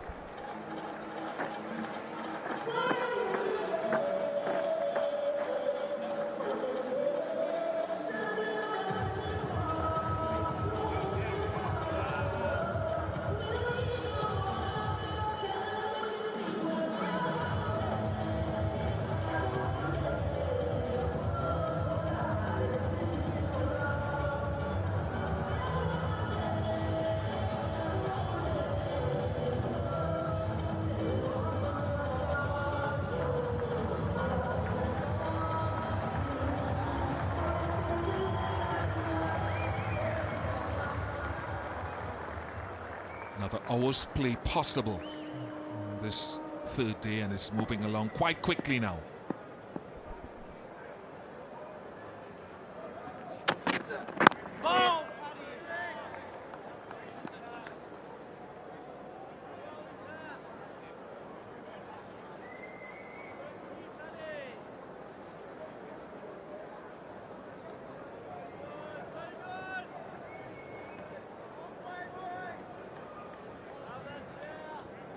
Members of maybe the touring group down there behind Josh Hazelwood.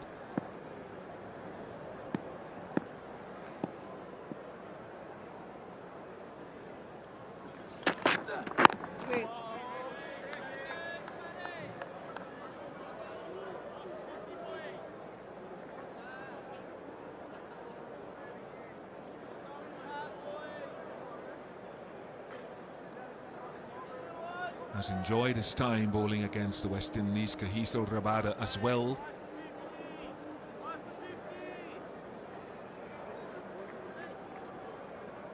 Rabada is outstanding, absolutely outstanding. And so too Hazelwood.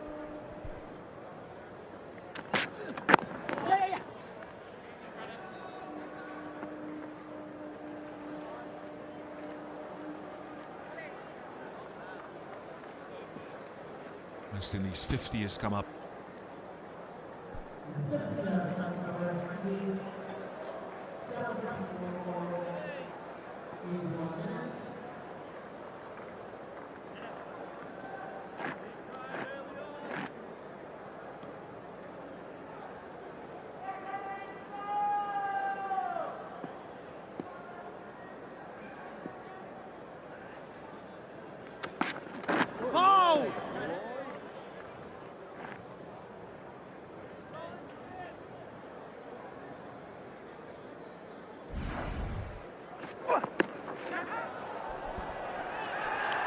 Since coming to the Joe Garner and Hazelwood, he's asked so many questions. He reaped the rewards. 3 wickets in just his 2 overs from that end. The one constant is he's kept the stumps in play.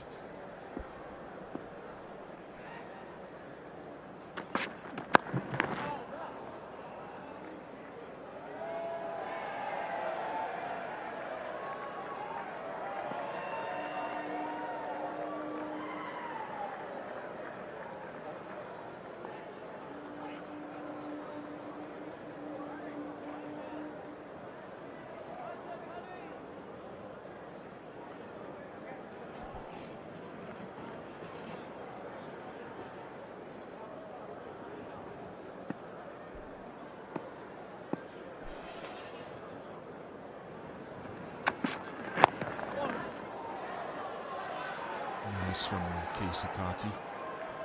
Again, the question is, can he continue? Can he push on? Can he at longer periods of time? 53 for 4.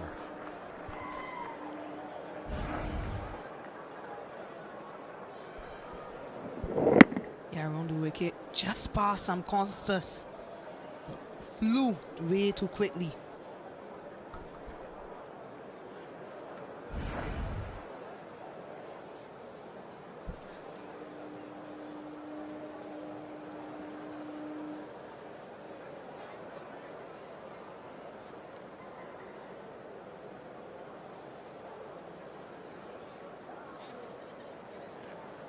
Yeah, the fans in that very comfortable Quartz fan cabana, they are replicating the comfort of their living rooms. The sofas very well relaxed. If they're supporting the West Indies, though, it's not a comfortable position.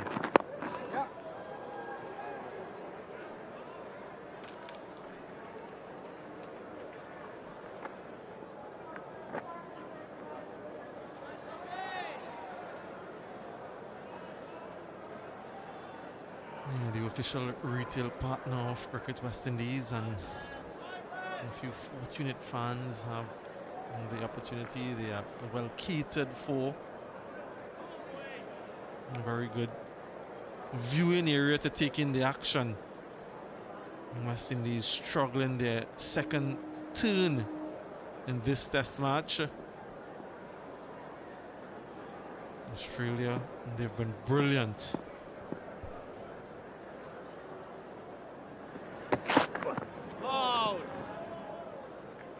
Greg Blewett alongside me. Greg, we knew that upwards of 300 will be a massive challenge for the West Indians, and that it would be a tricky period. This final session of play, how have you seen the Australian fast bowlers go? Yeah, they've been good as usual. I mean, it's pretty much like a broken record these days watching the Australian bowling attack. They're so experienced and so clinical.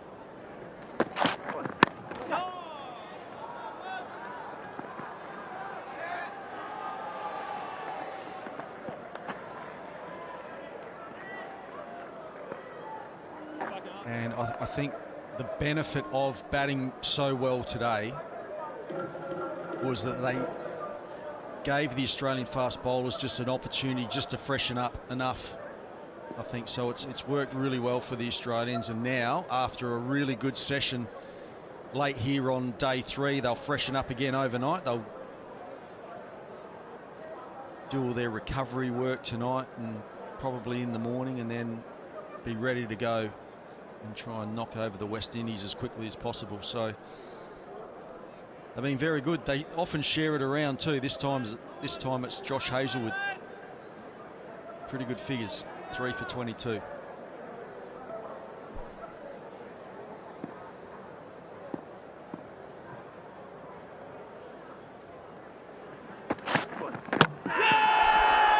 Again, it's Josh Hazlewood, a familiar dismissal type in this test match, targeting the stumps and nip backer. And he moves on to 4. Brilliant stuff from the Aussie quick. Yeah, make that 4 for 22. Josh Hazlewood bowling a relentless line and length and beating again the inside edge. Josh Hazlewood is really turning it on here late on day 3. Cardi worked pretty hard for his 20, but he is on his way, 56 for 5.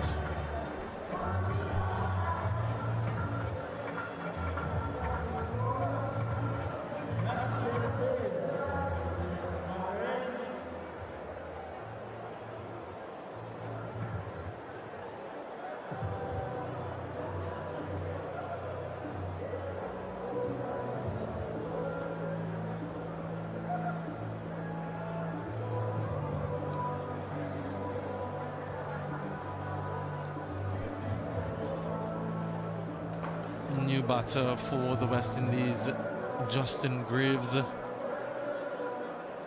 very precarious position, 56 for 5, still require 245, but it's been all Hazlewood. Eerily similar to the dismissal of Jumal Warrican, that ball on that length, just nipping back. The top of off stump.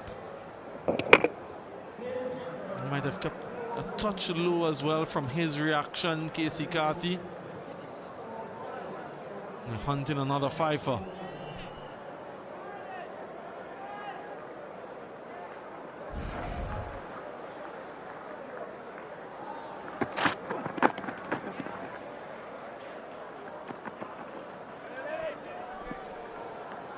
Yeah, it was just that awkward length. Looking at those replays, like Cardi wasn't sure whether to get a big stride in forward or try and get back and defend it. He was sort of in between, and that ball just cannoned into off stump.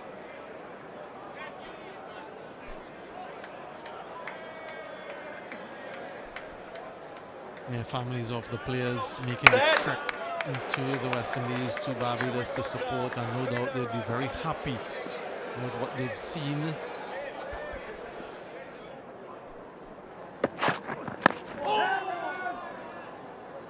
On target, successful over from Hazlewood. 57 for 5. Just look at the footwork here. Does he go forward? Checks it. He's thinking it's short enough maybe just to sort of stand nice and tall and defend, but it's probably kept a little bit low, and the seam movement, if more than anything, has got him. It's gone through the gap.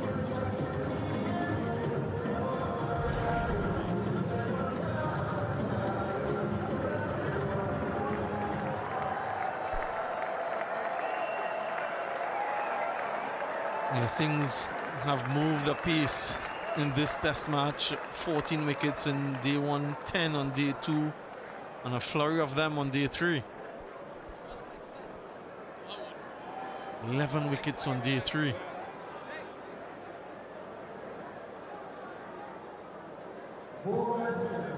Couple wickets for Webster. In the first innings, he's been brought into the attack.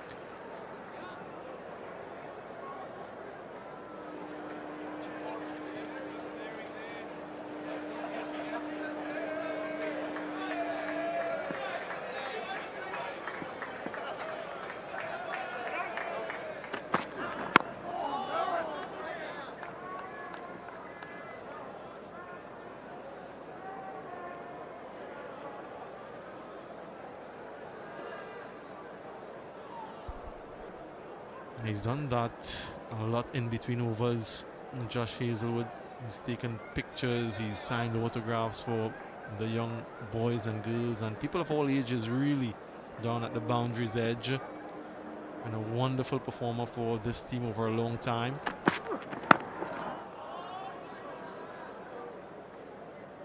Have you been surprised, Greg, at the way this surface has played? I know there has been some uncertainty about it, but all 3 days really similar in the way it has responded.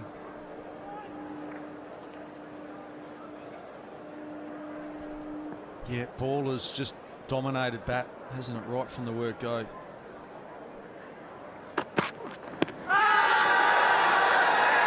That looks close. Is he outside the line? I'd be very surprised if they don't have a look here, the Australians.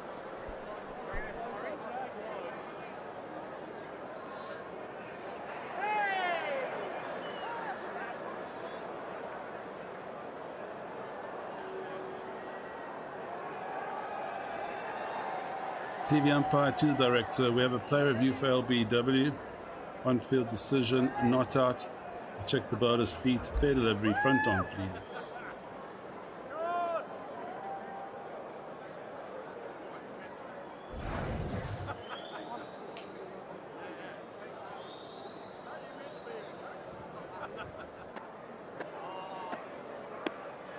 Doesn't appear to be any bat, but just go to Ultra Edge, confirm bat or no bat. Keep riding all the way through, keep going through. Keep going through, keep going through. There's a flat line as the ball passes the bat gap between the bat and ball. Ball trackman ready, please. Not out. The original decision not out. Pitching out sort of impact umpire score. Wickets hitting. Nitton, you can stay with your original not out decision standby. On screen. Decision retained by a whisker. Being struck marginally outside the line. Umpire's call actually. And just to give you a little bit of clarity with that, if the umpire had deemed that out, it would have remained out. Instead, he said not out, it remains not out.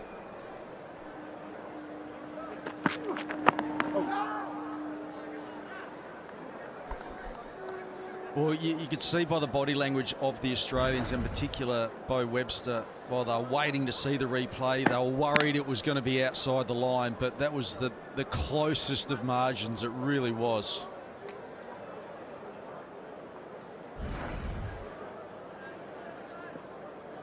Very, very fortunate to still be there.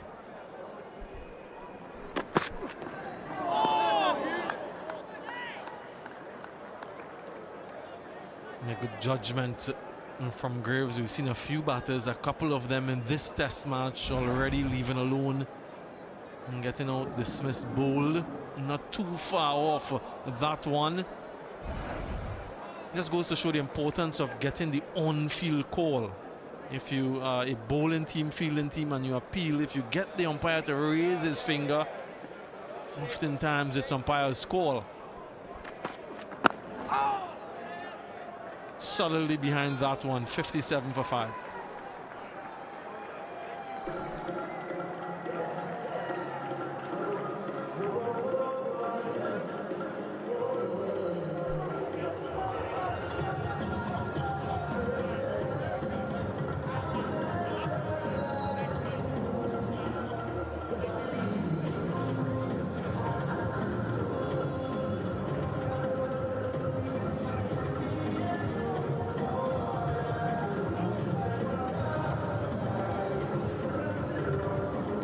Just the bowlers to come. A couple 20s for the West Indies. Real resistance. Hazelwood continues. And again, all 5 wickets, interestingly, falling from the Joel Garner end. 4 of them for Hazelwood. At one point was on a hat-trick.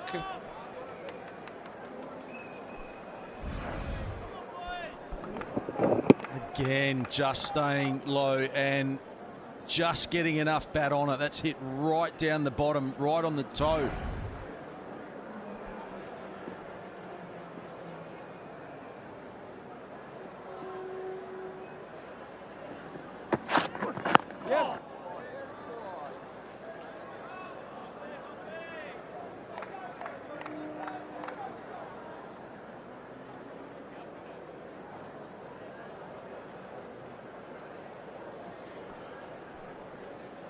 Really intriguing to see the way these guys go about their craft. The fast bowlers, they've been the epitome of consistency for Australia for many, many years. Hazelwood in particular. And getting that ball to jog back in. Let's have a look at what he did in the first innings in terms of his conglomeration of deliveries. A nice tight line, really good length and the consistency to go with it. And then in the second innings, just perhaps pulling that length back slightly, given the variability on the surface, and a few of the deliveries keeping low. So it's fascinating to see how they change their plans ever so slightly from one innings to the next.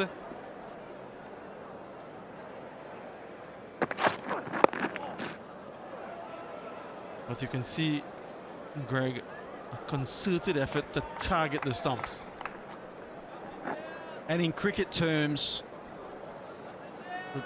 often used bashing the wicket, and that's what Hazelwood is doing right now. He's really trying to thump it in on a back of a length and let the pitch do the rest, really. I don't think he's changing too much what he's trying to do with the seam of the ball. He's just trying to land it on the appropriate length where it's playing a few tricks.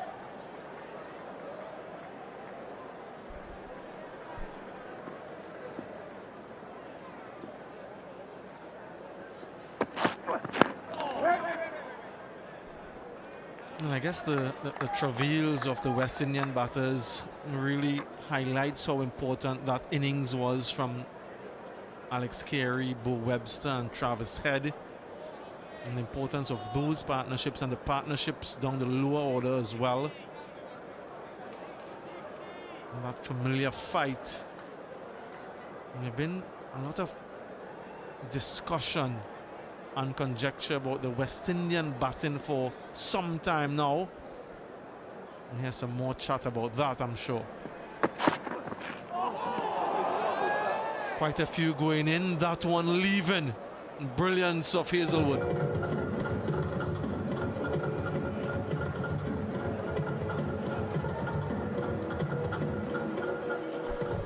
I mean, it has to be said that it is very, very challenging conditions, and coming up against a bowler like Hazelwood, I mean, that's just, you just cannot hit that. Most of the balls have been coming in, and then you get that.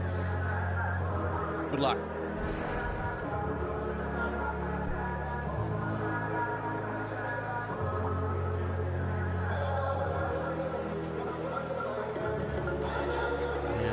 Last ball of the last over really shows how this pitch has played.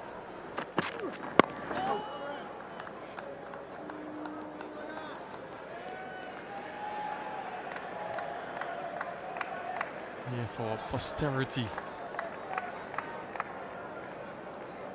It's been 10 years that these two teams have met in this format here in the West Indies.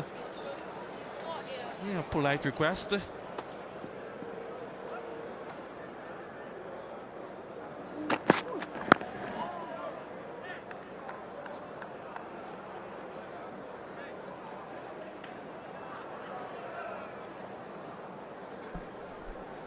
Yeah, I think this innings, Samuel, to me was always going to be about the first 25 overs, and we've had evidence as this game's gone on that, you know, once that ball gets about 30 overs old, it does get a little bit easier.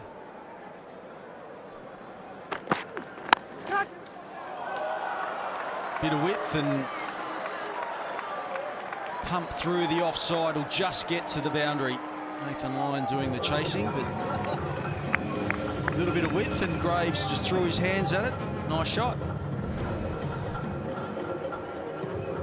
Yeah, first runs scored off Webster in his second over now. In the air, but in the gap.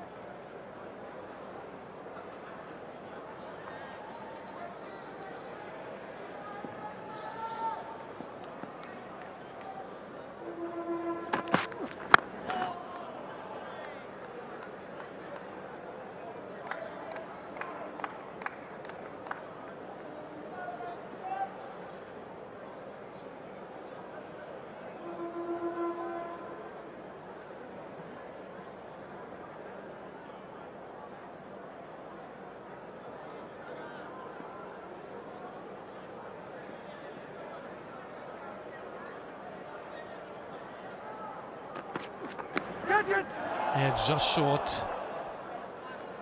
That one not carrying. Finding the edge though. 61 for 5.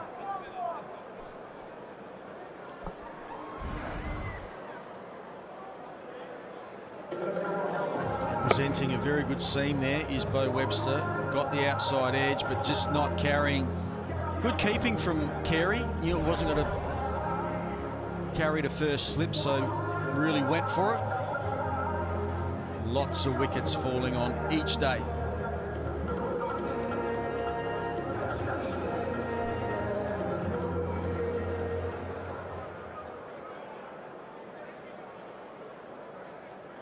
Lots of wickets across the 3 days.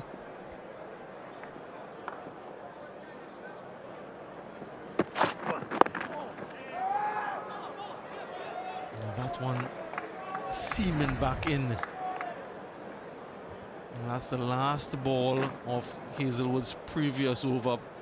Many of the deliveries are jogging back in. And that one, he was so far away from it in the end. Shea Hope.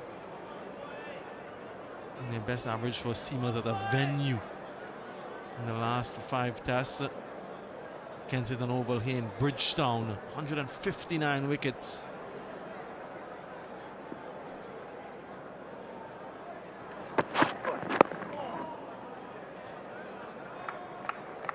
.33 of the 35 wickets in this test match fall into the fast bowlers. And it just underscores how significant a venue it has been for seamers, fast bowlers. Average of 21.4. We head to Kingston for the third test match of this series. And that's going to be day night.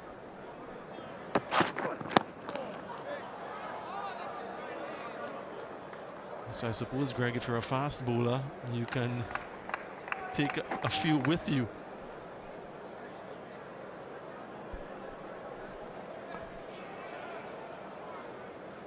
Yeah, under lights in Jamaica. It's going to be interesting.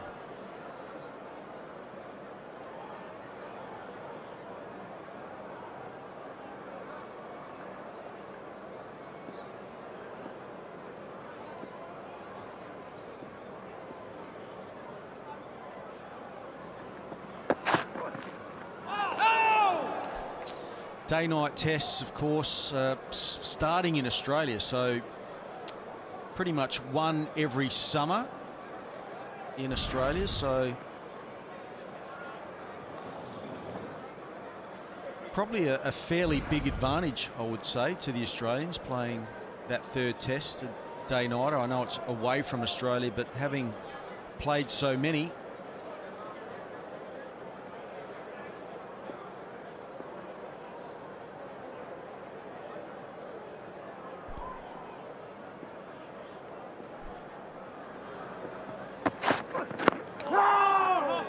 you know, we've hosted one day-night fixture here previously, Test match 2018, at this same venue.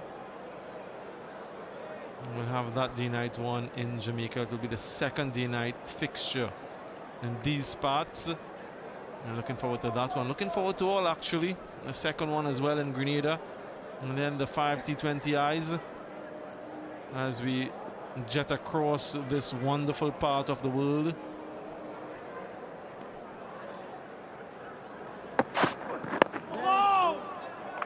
Testing again. Maiden from Hazelwood. 61 for 5.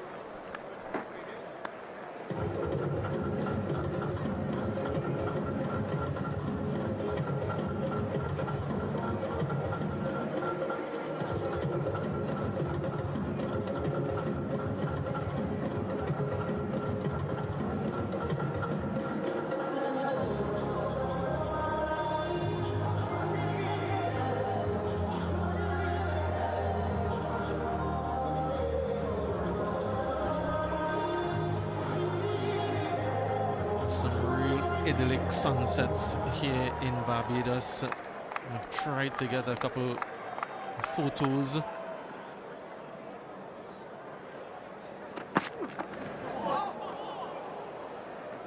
That one went all along the surface almost. It has the smile.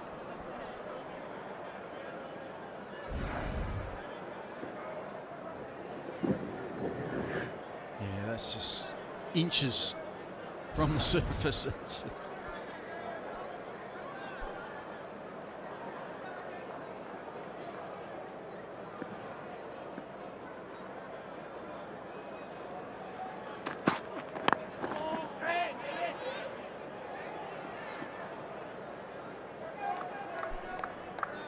Yeah, Justin Graves had a pretty decent first-class season for the Leeward Islands Hurricanes.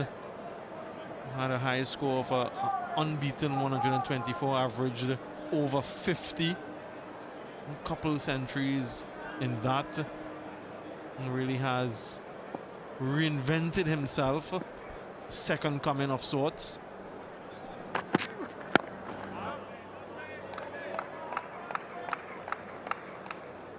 He is from Barbados, but he doesn't play first-class cricket for the Barbados Pride. He plays for the Leeward Islands Hurricanes. And since he's made that move, it's been a revelation of sorts for him. You know, 2 of those 4 centuries coming this season.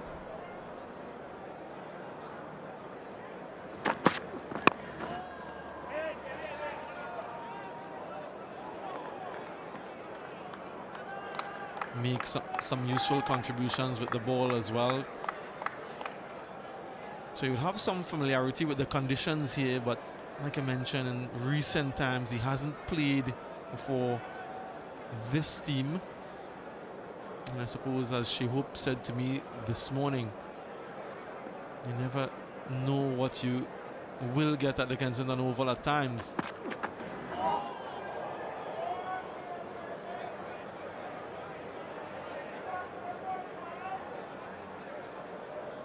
In 2018, that day-night test match, West Indies against Sri Lanka. Have a look at the scores: 204 and 93 the West Indies, 154 and 144 for 6. Sri Lanka registering a rare victory at the Kensington Oval against the West Indies in test match cricket.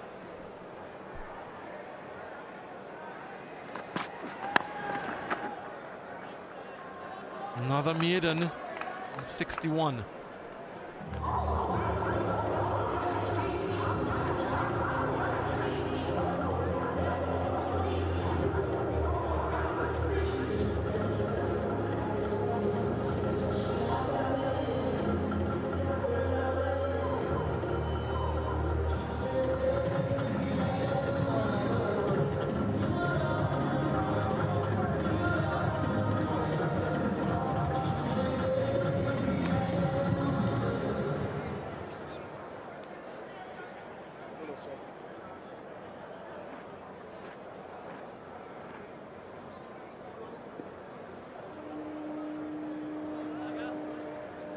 Change in bowling from the Joel Garner end. Pat Cummins replaces Hazelwood. Expect a similar line and length from him.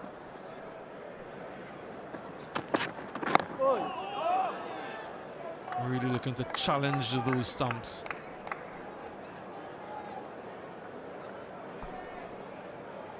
Yep, spot on. They do bowl similar angles, both sort of actions where they naturally sort of bring it in, don't get that close to the stumps. Sort of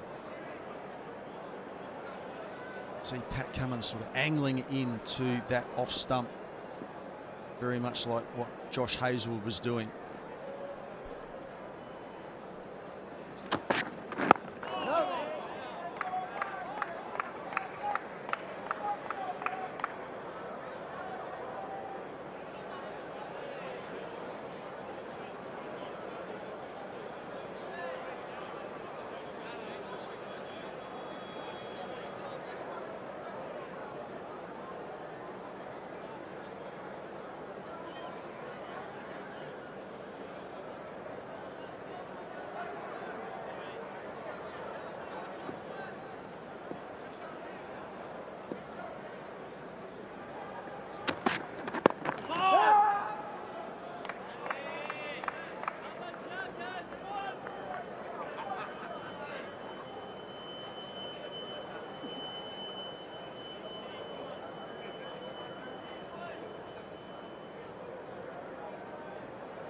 Lots of tour groups, and that there is Lawrence Colliver, or Loz. And he is what you call a cricket snuffy. He would be scoring there. Yeah, there you go. Bowled in. That seems to be the end that's doing all the damage. This time it's Pat Cummins. Angling it in, as we said, towards that off stump, stayed low again, and this time it's the Australian captain. Yeah, keeping the stumps in play. You just want to make sure you're on target for when it does exactly that. Not much Shehoop could do there as a batter. Instinctively, you're expecting bounce with that pace. All 6 wickets falling from the Joel Garner end. Shehoop tried 2 from 21, 61 for 6.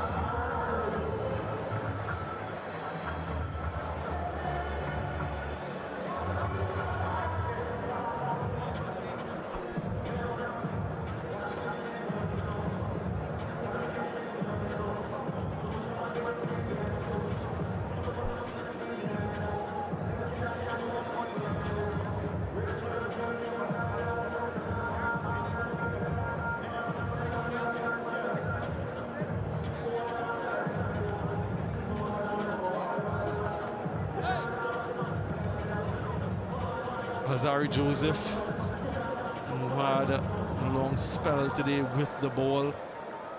Didn't think perhaps that he would be required with the bat, but just look at how low this one kept. The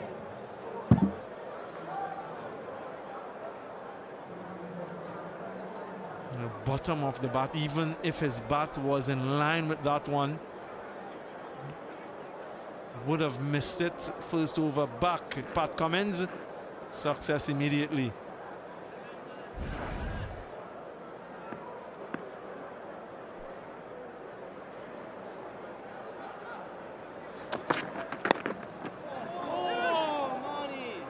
Just one bounce.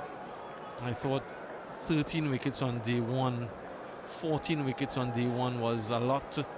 We've had 12 so far potentially. We can equal or even surpass that. Anas Labuschagne on the field. Yeah, 14, 10, 12. We still have some time left in the day's play.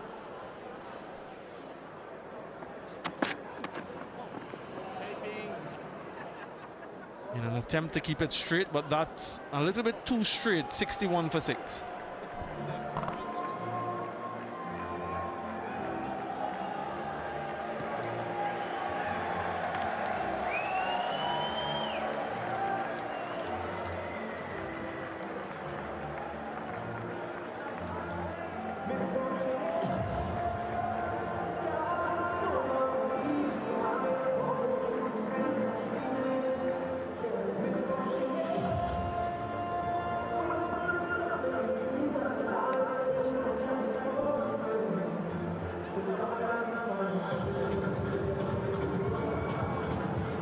The way things have panned out in 3 days, inside 3 days of this first test.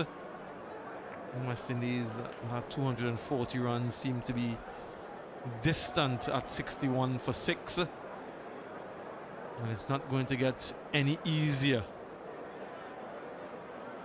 Mitchell Starc now into the attack.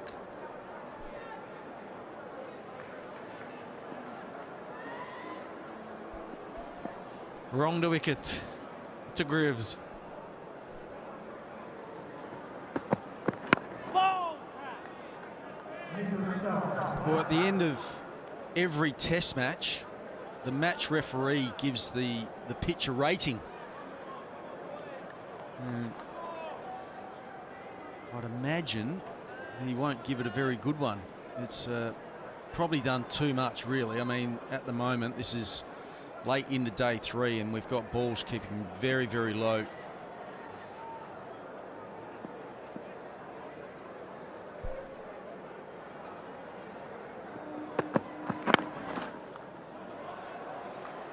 And that's 4. Classy from Graves. Very, very good shot. He does look a good player. Looks, and I like the fact that he's trying to get forward on this surface. That was just waited for the ball to come to him. Nice timing. Right out of the screws. Yeah, the balance on that particular shot is what you look at. Not trying to close the face too early.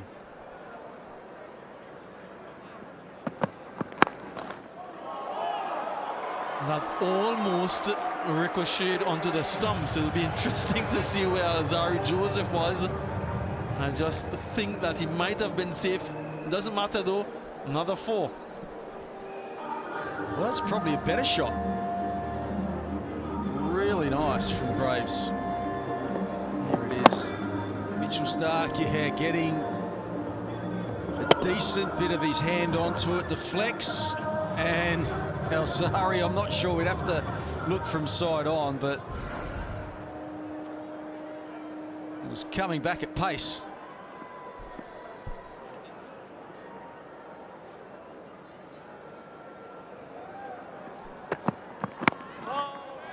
We're just talking about the pitch keeping a little bit low and up and down, and then you see those 2 strokes from Justin Graves. On drive, straight drive. Alzari might just have been caught short here. Yeah, quite short actually. That ball was halfway to the boundary when he eventually got down.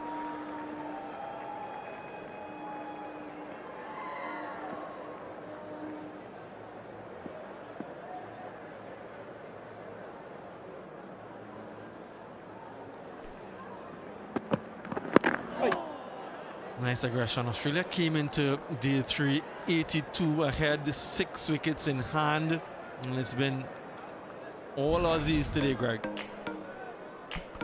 Yeah, it certainly has. Good contributions from Travis Head, Bo Webster and Alex Carey, all into the 60s.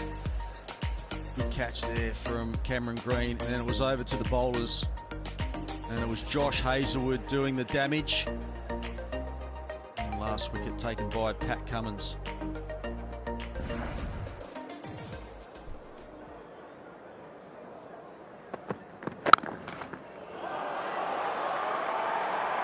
The best of them on top of the bounce, very well placed, 3 fours in that over for Justin Graves, 73 for 6.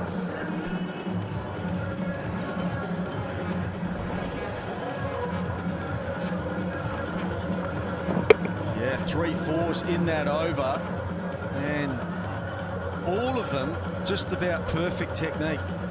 Very, very classy indeed.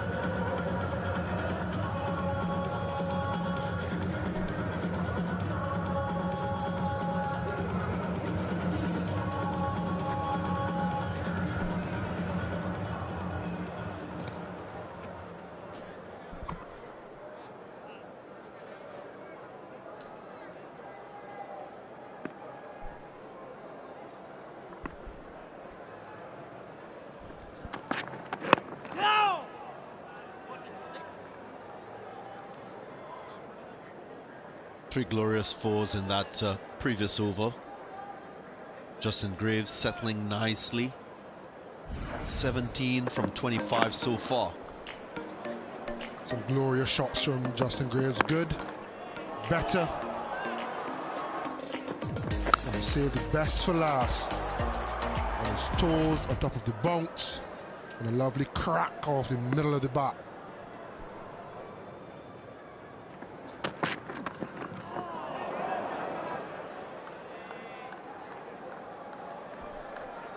Yeah, the runs will either come off today or West Indies we bowled out today. One is more probable than the other. It seems as though there's going to be a little bit of action for the crowd has turned up. Last half hour or so, potential for an extra half hour if they think the game can finish tonight.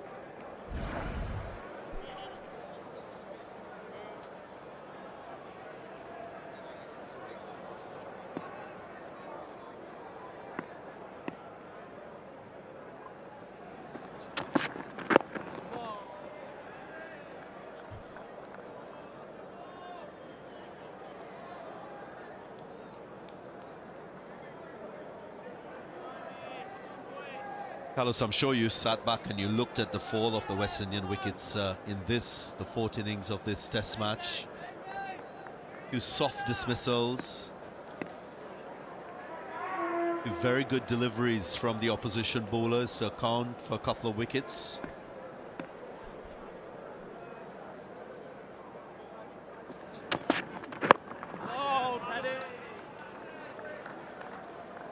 Another thing to take into consideration is the threat of that new ball.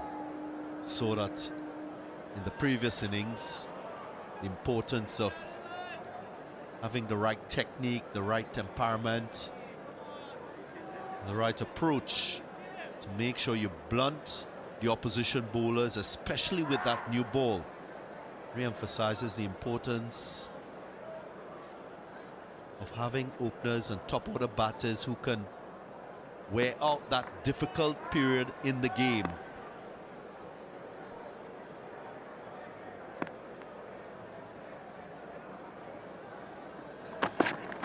At times it's taken for granted, but in this format, it's a little more significant.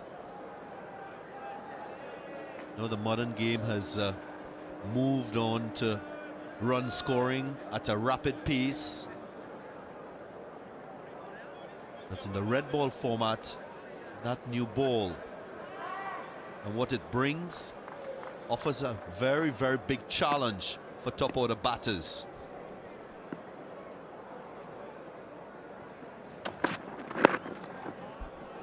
Well, the West Indies have struggled with that challenge in this innings. 73 for 6.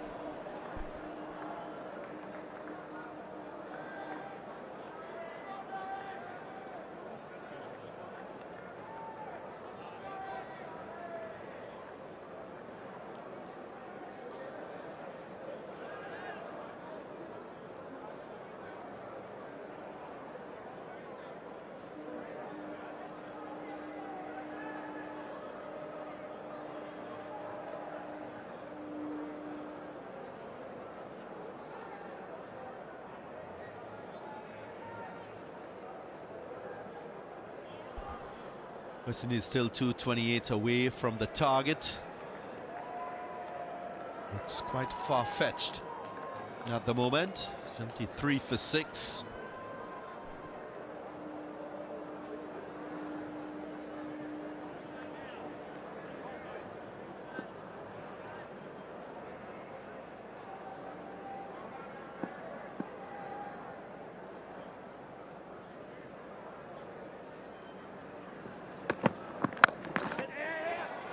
Quick single. Nice positive running. There's the direct hit. The Australians, they think they have another.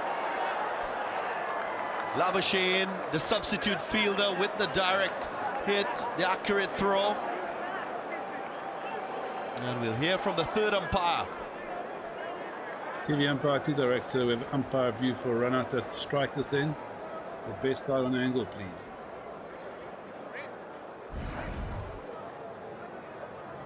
Rain at fourth from the piece.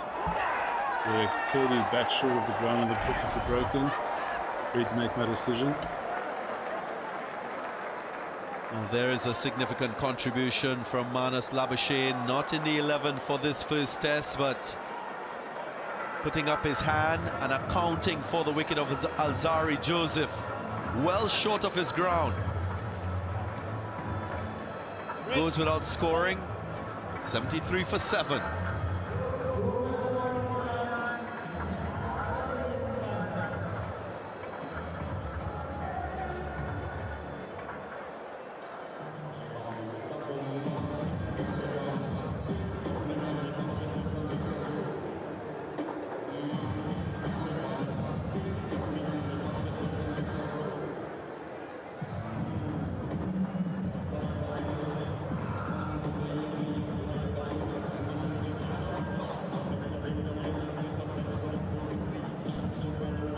Warrican was the night watchman in that first innings by the West Indies. Look at the dismissal. The call was early from Justin Graves. Alzarri Joseph was a little bit slow to take off. Didn't think that he was threatened.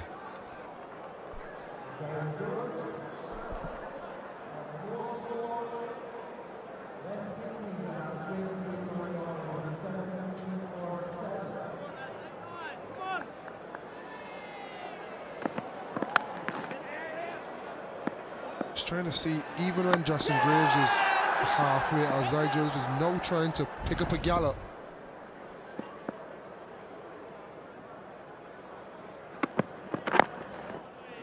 The questions will be asked if it is a single. The last recognised batter giving Alzarri Joseph the strike. But if it is a single, Alzarri Joseph's response could have been quicker. Still not gone, still not gone, and then, and once he got into his rhythm and his gallop, he did everything right. Slid the bat, was long forward, but a direct hit always gives the fielding team an extra second or so. It was needed on that occasion. It just shows the levels.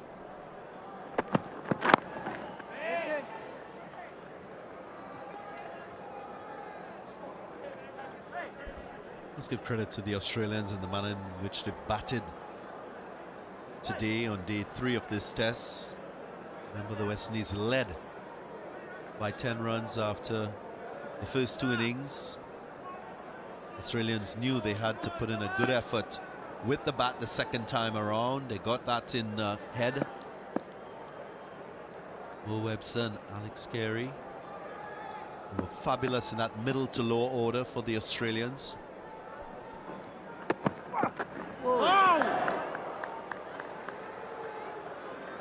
Then that world-class bowling lineup coming to the fore. Hazelwood 4 for 23 so far.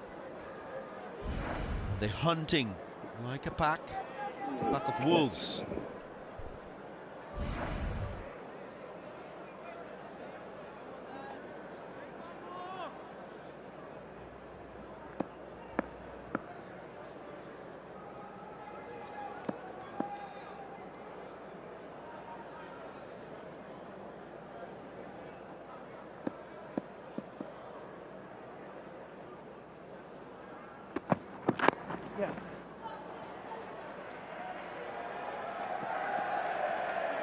Listen, I'm going to put you on the spot here. The dismissal of John Campbell and that stroke that he played. Maybe in the next over you can break that down for me. First in terms of what you saw.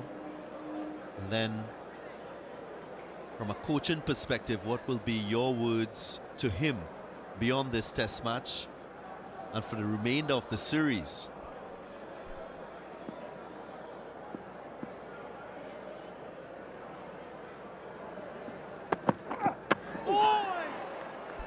Evasive action being taken.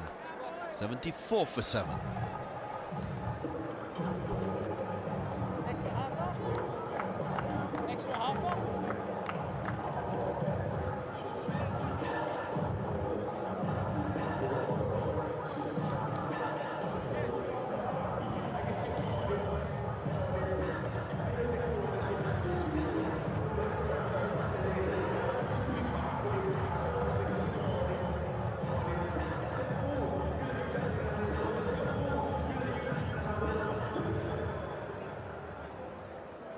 Just approaching 5:30 in the afternoon here in Bridgetown, Barbados.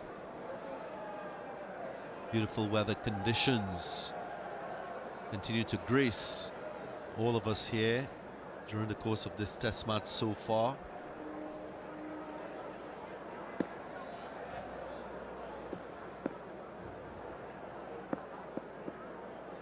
Three slips and a gully.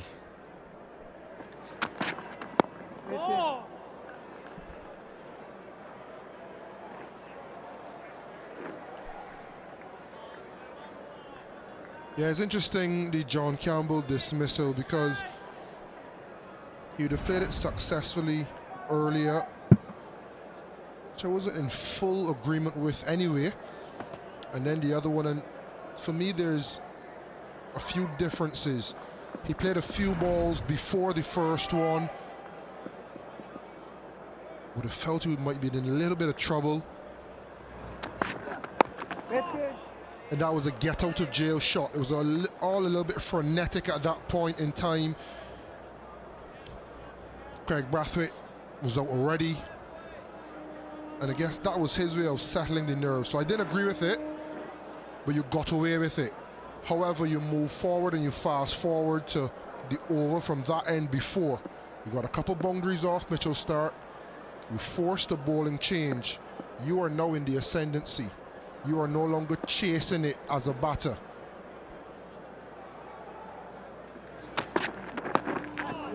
First ball from Hazelwood from that end, and you've gone into a lap again.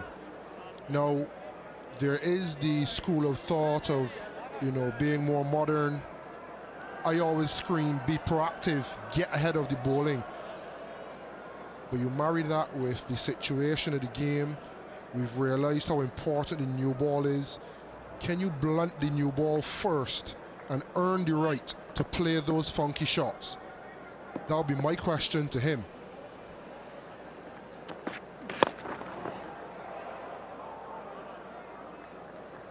And I'd go as far to ask, do you trust your defense?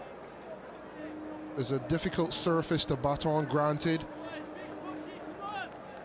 But the beauty of Test cricket is he was the one, or the only one, that's kind of got in this last innings. He gave his hand away, and there was a procession just after, and to good deliveries. I go as far as saying that you need a good defense if you're a sustainable option as an opening batter in a Test side. It's very important for you to have that quality as a player. And to build on that, you look at the players that were successful on the pitch. The West Indian players that were successful, Shea Hope and Roston Chase in the first innings, they built their foundation individually and as a partnership on a solid defence. You saw the discipline Roston Chase had in not playing anything outside the off stump. You saw Travis Head cull his natural positive attacking instinct to build a partnership with Bo Webster. And then you saw the end of that, where Alex Carey was able to build upon that, being more attacking. 76 for 7.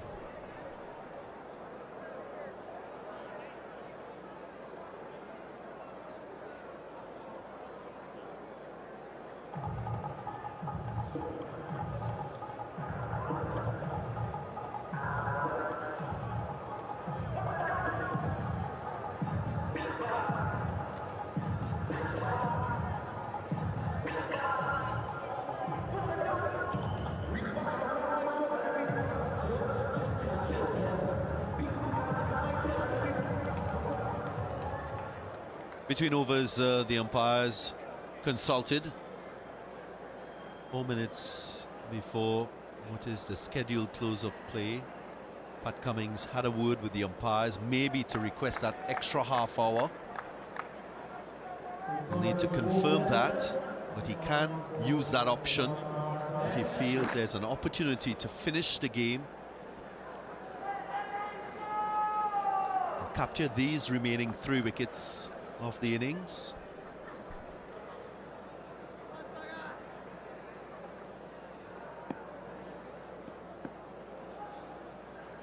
It was struck firmly through cover.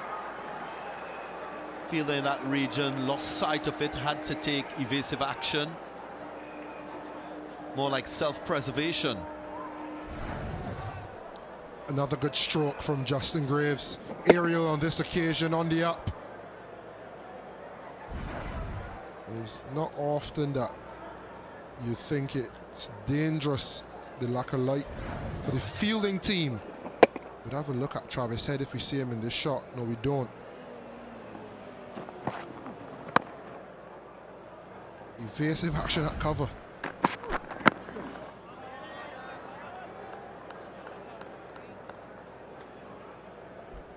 Yeah, that little area that he's standing in cover, it's in between the shadow from the stands, and there is a bright area too. Sometimes can be blurred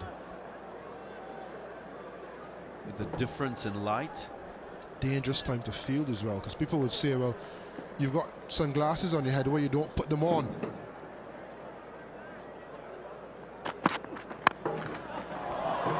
High in the air, firm enough to go away from the fielders. Didn't go for 4 though.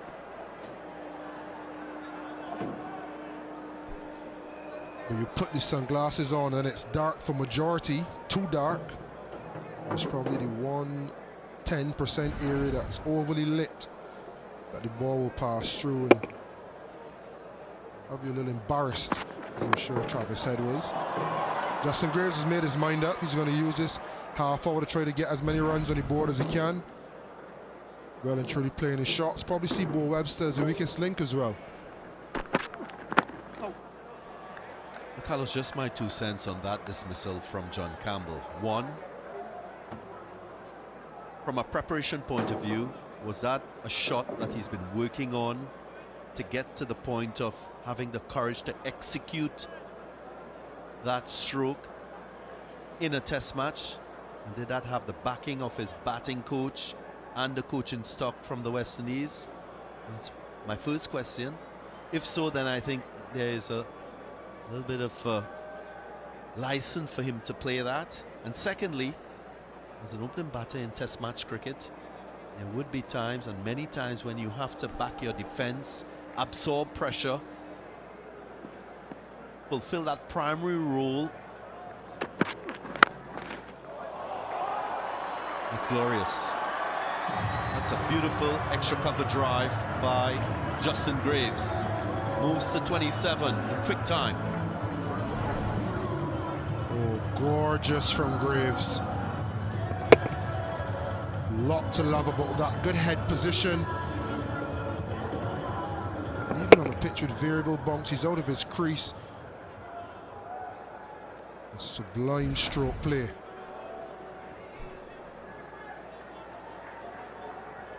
But what I would say about John Campbell, we've seen that before his reintroduction into Test cricket. We saw him dink, I think it was short broad in the second innings to win the game. So he has history of playing it, and it's not what, maybe it's when. 86 for 7.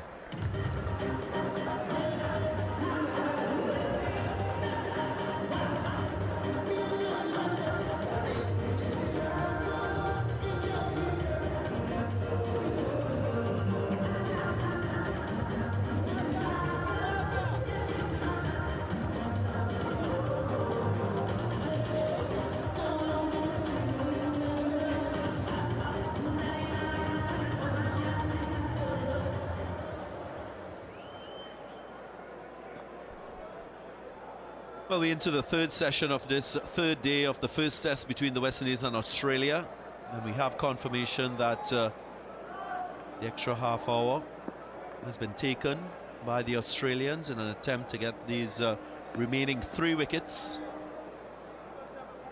Change in bowling from the Joel Garner end. Josh Hazlewood with the ball now.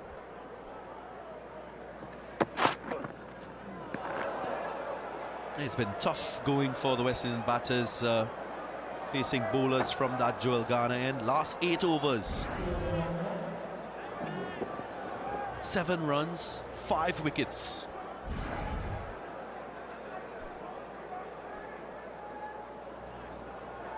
Ready with a 4 for Hazlewood. He'll be searching for another to get that landmark 5-wicket haul in Test match cricket.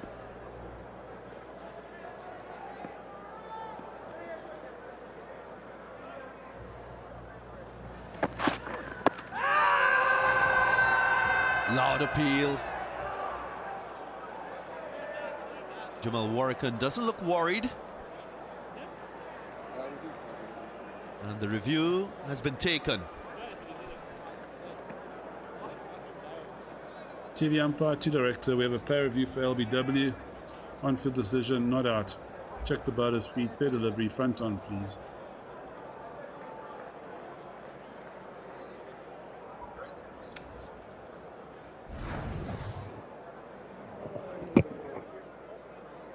Ball's close to the bat. Just Ultra confirm bat or no bat, please.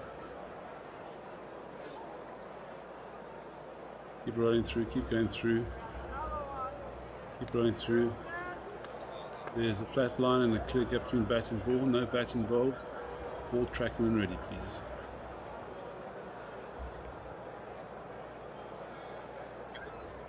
Original decision is not out. Pitching out sort of impact in line. Wickets umpires call. Richard, you can stay with the original not out decision. Stand by. You can understand why it was given not out. Height from Hazlewood, we've seen him extract excessive bounce. Reflect on the inside edges of the bat of Brandon King, Roston Chase.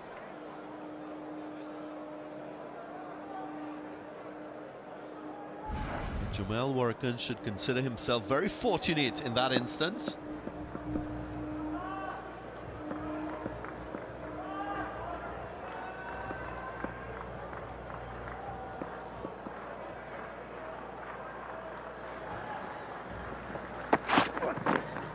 Edge. This one doesn't need the umpire. It brings a 13th 5-wicket haul for Josh Hazlewood. Another West Indian batter goes back to the pavilion.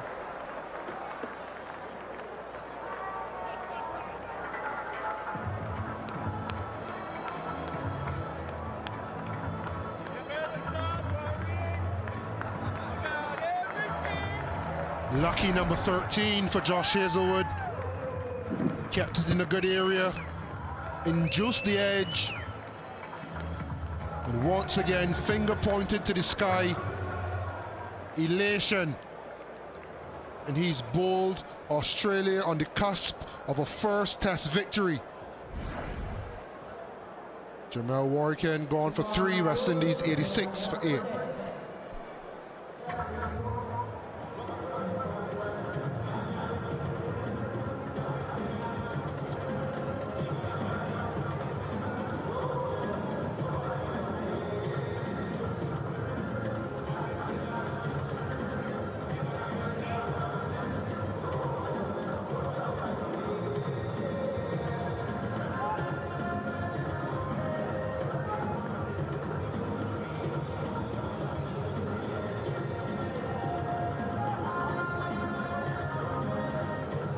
Joseph, the star with the ball for the West Indies in that second innings, bowling to the Australians.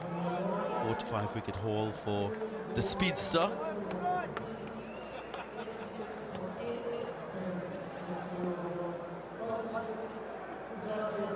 Two slips and a gully. There is a short leg. Will be under a lot of pressure here, Shamar Joseph.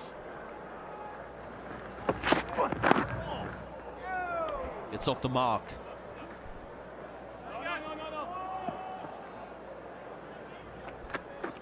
Must be very difficult for Justin Graves to keep motivating himself in this situation. I'd even say umpires as well. It'll be one eye on not coming back tomorrow. And you still have your pride to play for, your professionalism, your duty to the game. And that's not only for Justin Graves, but that's for umpires, that's for all and sundry. There's still loads of fans watching all around the world that would want you to uphold the integrity of trying to be as dogged as possible to see out this last half hour. In their opinion, it might be better to attack. Maybe the best form of defense.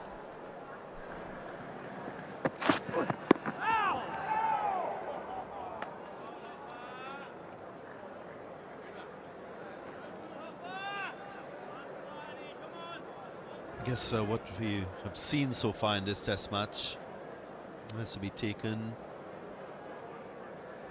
in the context of it being a 3-test series. Many learnings for both sides. At the end of this test match, of course, both teams will proceed to Grenada for the second test. Crunched. That was struck firmly in front of square. Graves pounced on it and got 4. End of the over, 91 for 8.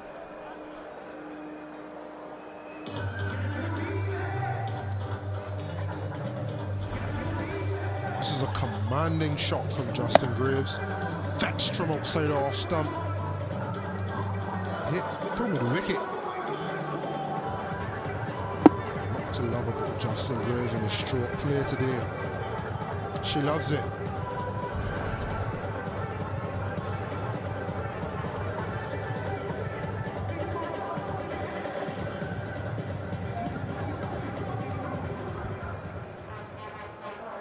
Wickets fell at regular intervals. 23 to John Campbell.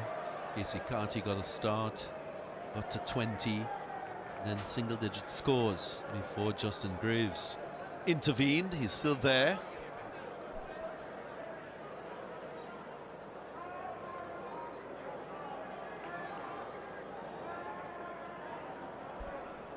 Graves might just want to communicate with Shamar Joseph, try to take as much of the strike as possible in the situation.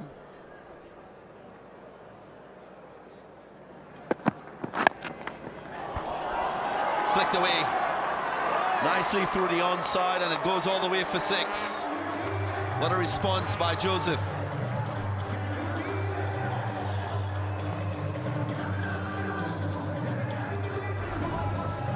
First 6 of the innings, and a lot to love about it.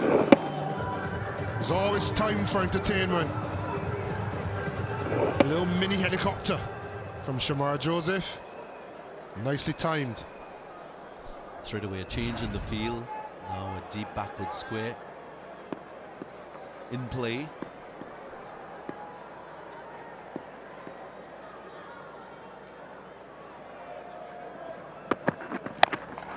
Full toss. Dispatched with disdain. So consecutive boundaries for Joseph.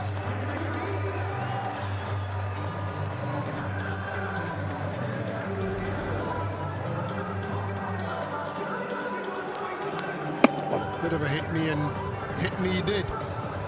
Shamar Joseph taking advantage of a rare loose delivery from Mitchell Stark. It's been a good turnout and there'll be loads of disappointment. But even if for a few minutes some entertainment can be provided, I think the adoring fans deserve it.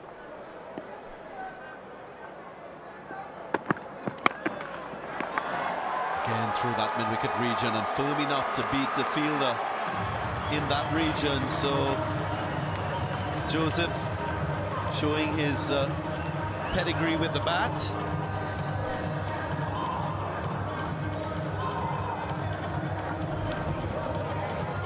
Man possessed, Shamar Joseph. Full toss again, missing the Yorker. Not the most elegant, but efficient enough. So some resilience here from Shamar Joseph. Scored 8 in the first innings. Stark approach was to bowl full and straight. And he's gone short.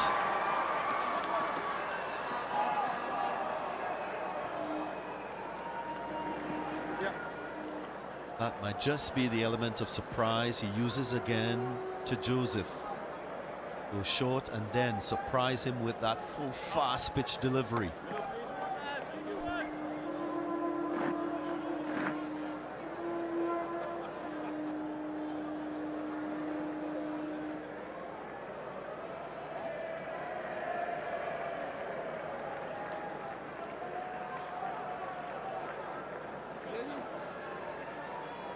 The more composed Justin Graves on strike. The field changes, still 2 slips and a gully. Ring through that offside. No deep square leg.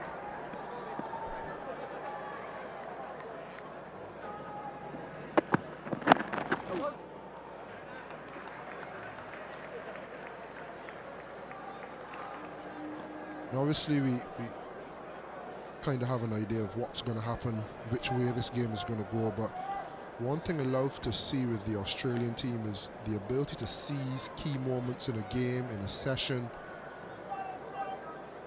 Next over we could dig into a few of those key moments, but in a fairly evenly balanced first innings.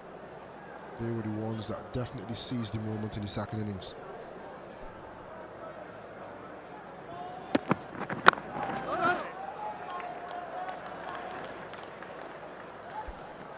.106 for 8.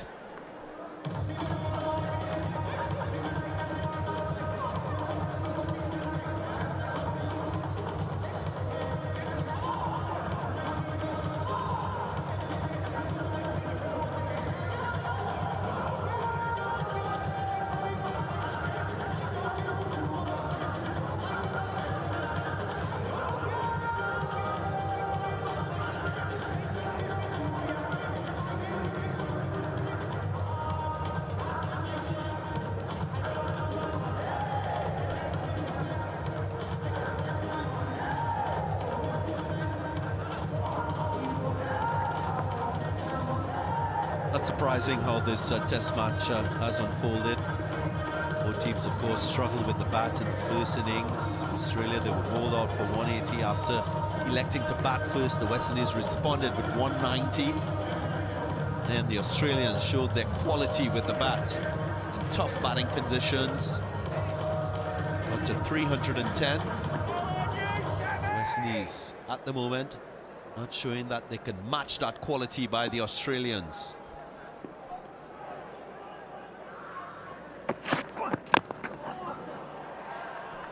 Yeah, and talking about seizing moments, some of the moments that I see in the first moment of sorts is a collection of moments.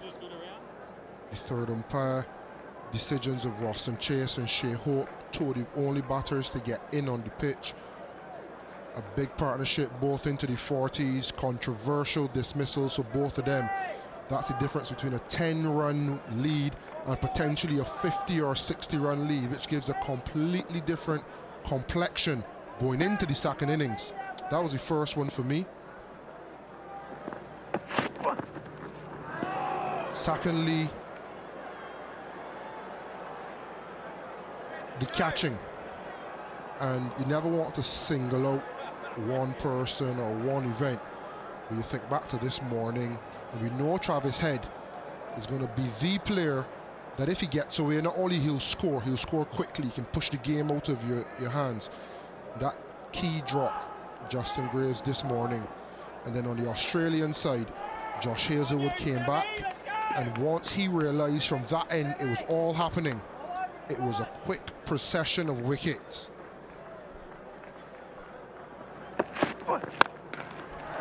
That's sweet as swatted in that long on region. Shamar Joseph, he's seeing it well.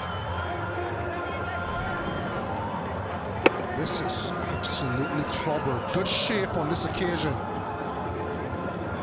Picked up off a length and middled for 6. A promotion up the order may be close. Very fazed by the situation that his team finds itself in. Shamar Joseph. And they'll continue playing in that ultra-attacking manner. Love a little argy-bargy, a little verbal. Hazelwood giving it to him. He's got Pfeiffer. Shamar said, I've got 9 in the game, mate. What are you on about? I'm number 10. I'm having some fun. Really enjoying this battle. A loud shout of anguish. A little bit of a note from Hazelwood. A little bit of a gesture from Shamar Joseph. It's theatre.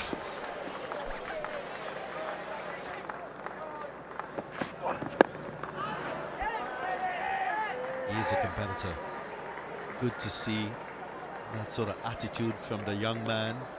Very early in his test match career. As was mentioned earlier, he's playing in his 9th test match, Shamar Joseph. With a smile on his face. Of course, this is not his stronger suit. One more for his bowling. And he's making an impact with the bat. 23 from 10 so far. This partnership, 27.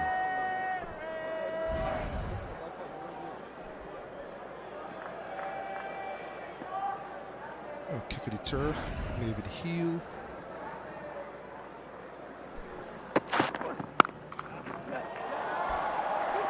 Classy punched.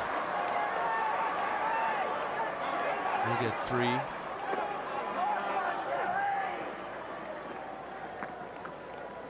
Graves, he's looked so polished at the crease. Moves to 34. 116 for 8.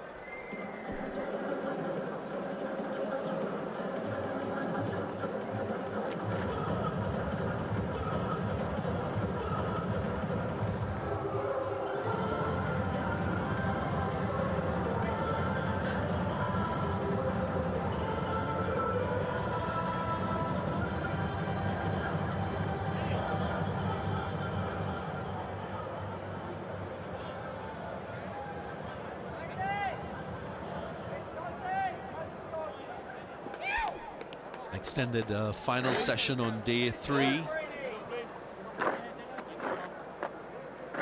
Test match coming close to an end.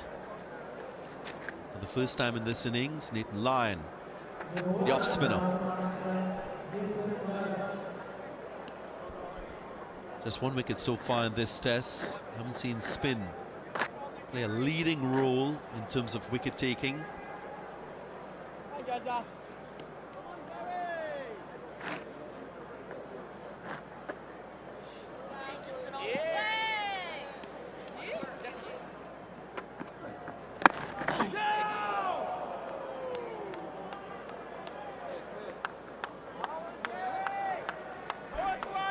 might just be the option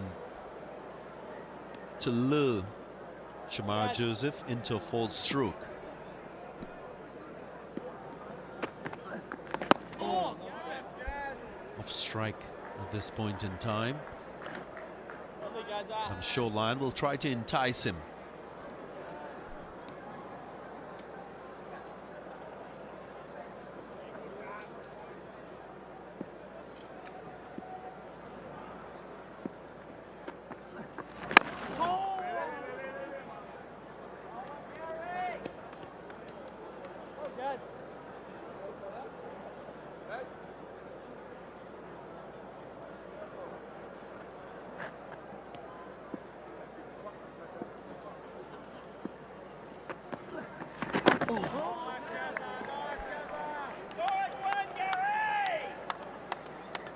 West Indian perspective, I'm sure Darren Sammy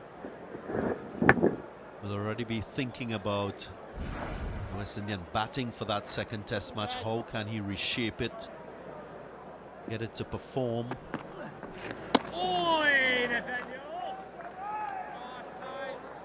It's a new look West Indies test batting lineup. Quite a number of players returning to this format of the game, so we want to ensure that there's a better showing in that second test match. Yes. 16 for 8.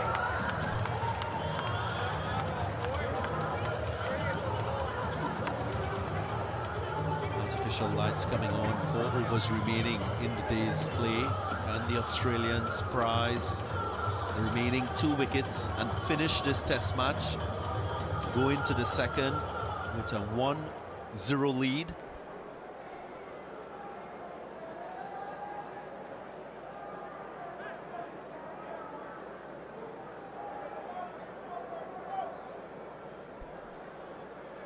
We've witnessed lots of action. Lights coming on here at the Kensington Oval. A reminder, just 4 overs remaining in the day's play.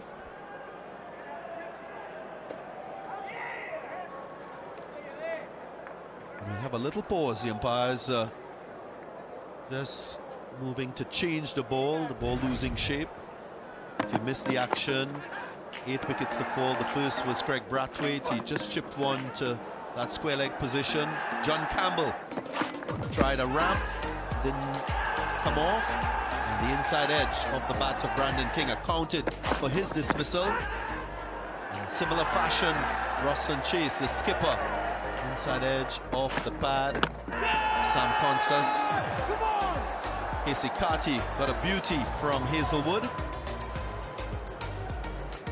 And Shea Hope as well. Didn't play this one from the skipper, Pat Cummings. There's just enough time for Marnus Labuschagne to make his mark. A direct hit run up from mid-off. Accounted for Alzari Joseph. And then Jamel Warrican helping Hazelwood to complete a 13th 5-wicket haul. And this is where we stand. Australia below par, 180. West Indies just nudging ahead. But a monumental 310, at least on this pitch. And a concerted bowling effort puts Australia 2 wickets away from a 1-0 victory.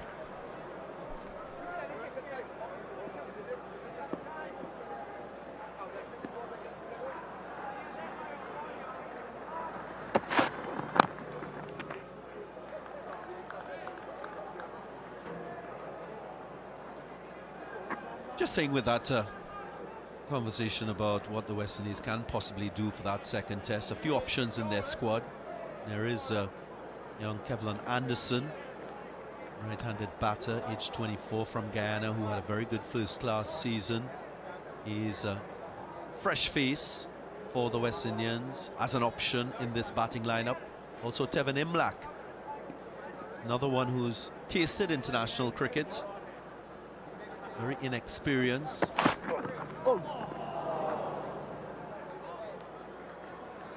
He provides an option. That's Phillip.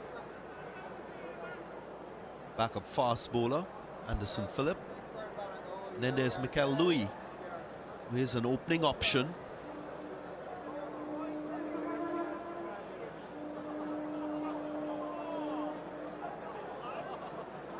And there's the option.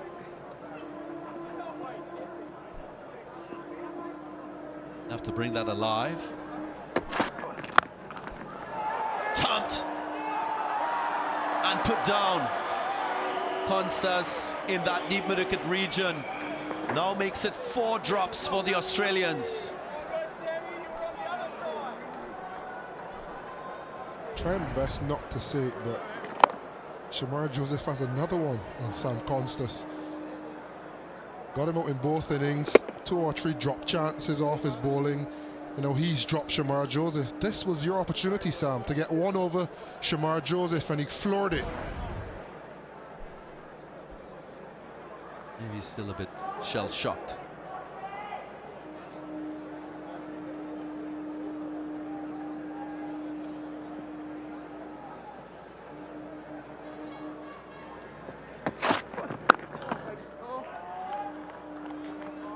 In that mid-wicket region, the sun just going down, so might have been blinded with the lights. The Sunny's on his baggy green.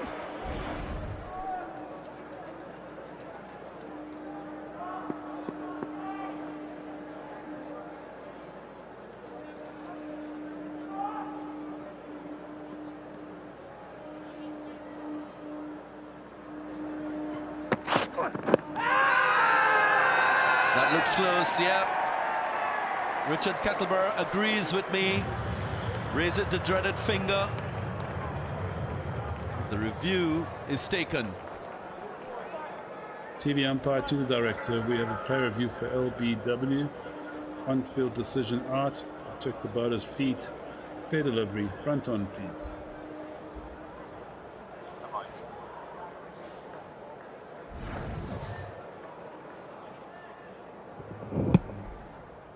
Doesn't appear to be any bat, but Ultrage confirms bat or no bat.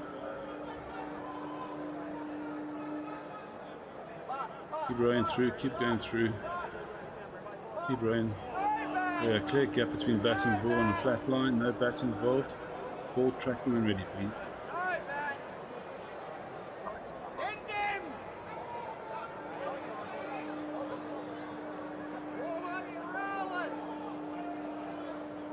Original decision is out.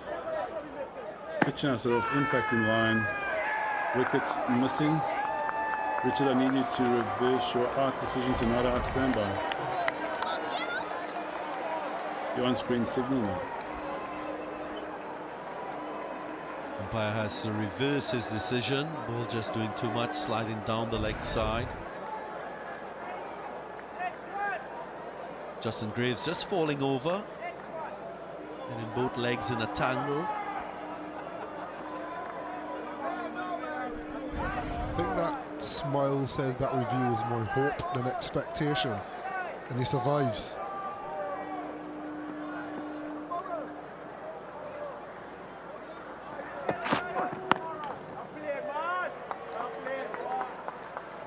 .117 for 8.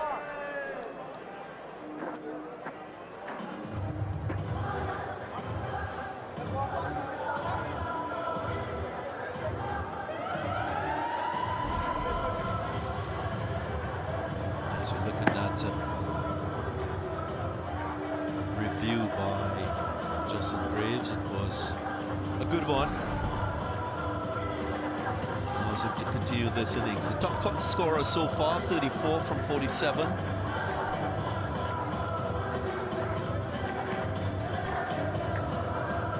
Three overs remaining in the day's play. Australia, they require 2 more wickets to win this first test.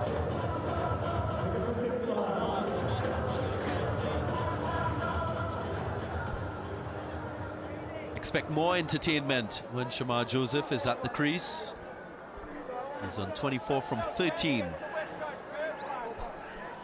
And this is the biggest challenge. Lower order batter, spinner with guile.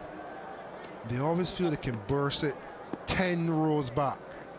And more often than not, the guy on the boundary runs in. And Shamar Joseph is striking it nicely. Game on. I'm so excited for this battle, actually.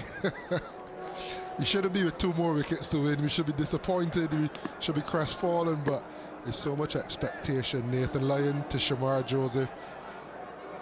You know Nathan Lyon will give him a little bit of chirp as well, create a little bit of cinema.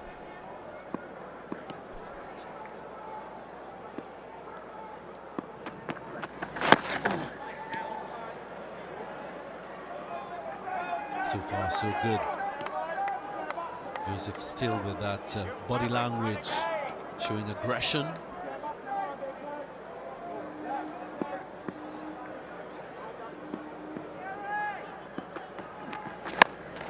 Gone big. Into the gap and gets 4. So the little tug to leg side has worked for Joseph. The expected fireworks. This is the first crack. Down the track, through the leg side. Not afraid to use his feet. He's trying to get close to the ball. Again, the ball will be turning away from the left-handed Joseph. He goes leg side. It doesn't matter if there's risk. He's hitting it as clean as. Third 6 for Joseph in his innings.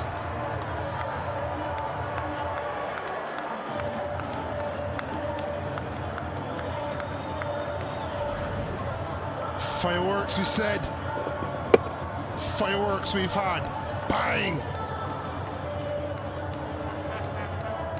Oh yes. Entertainment at its finest. Bring balls.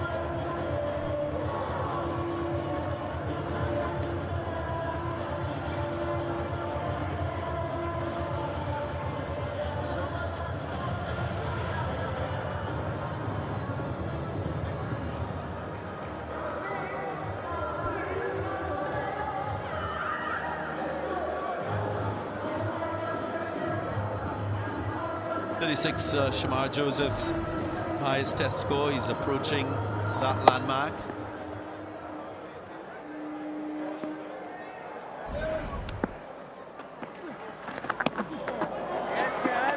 This swing, this time it doesn't make contact. There's no turn on that occasion from Lyon. One delivery left in the over.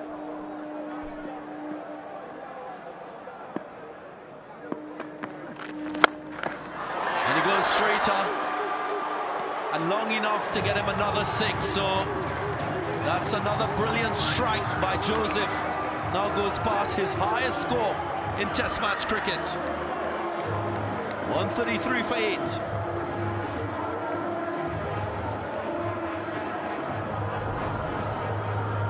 Oh, you have to love it.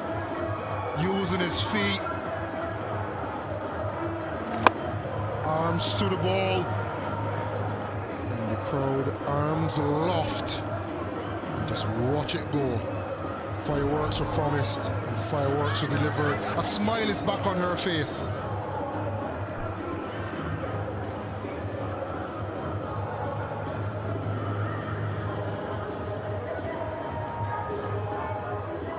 This partnership approaching 50, 47 at the moment. Shamar Joseph unstoppable with the ball, and he looks unstoppable with the bat.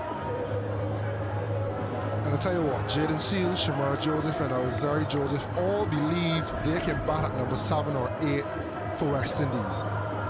And they've yet to push far past the other.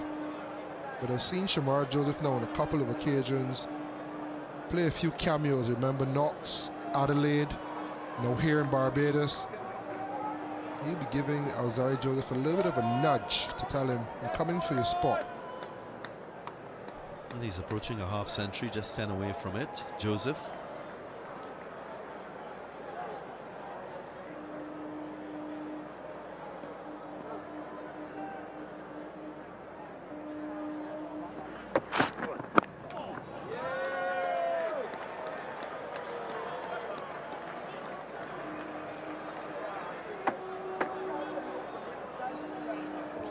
here between Graves and Joseph.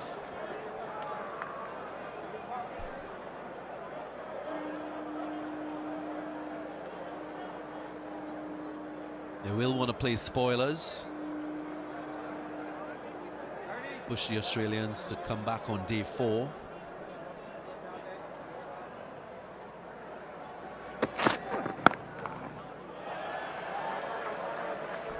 We have no business entertaining this conversation, Darren. But just in case anyone was wondering, the fastest Test 50 by a West Indian is 21 balls. So dare I say, if Justin Graves last this over and Shamar Joseph faced the next over from Nathan Lyon, it's not impossible. Saying it's under threat.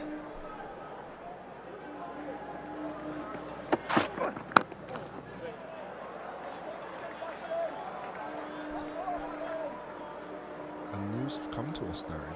It's more probable than we thought. So 21 balls is the overall fastest Test 50 ever. Still on the cards, improbable but still possible. But the fastest Test 50 for West Indies is 25 balls. And no, it's not Chris Gale or Brian Lara, it's Shane Shillingford. With another unassuming name, right history.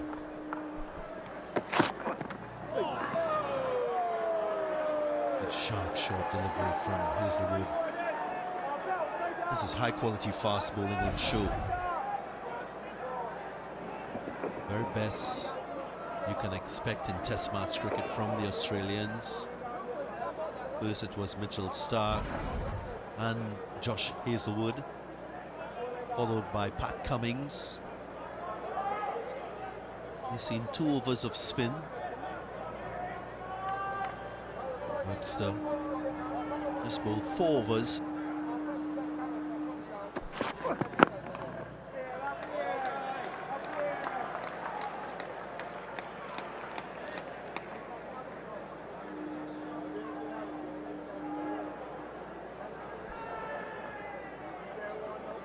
It's a skill and accuracy that you have to admire from the Australians, and more so Josh Hazelwood.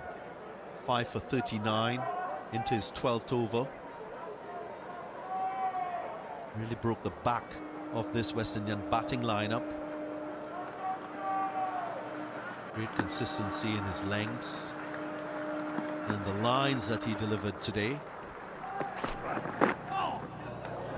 Runs. Justin Graves wouldn't mind. Another delivery, finding the outside edge, going downwards, and it brings up the 50 partnership between these two. 137 for 8.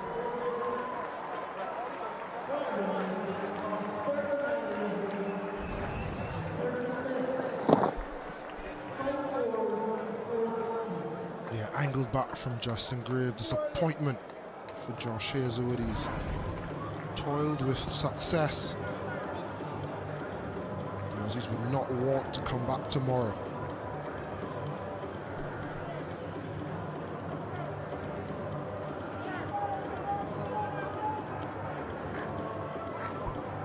Many West Indian fans will be wondering, what if that was the first wicket partnership, or maybe the third wicket partnership in this run chase?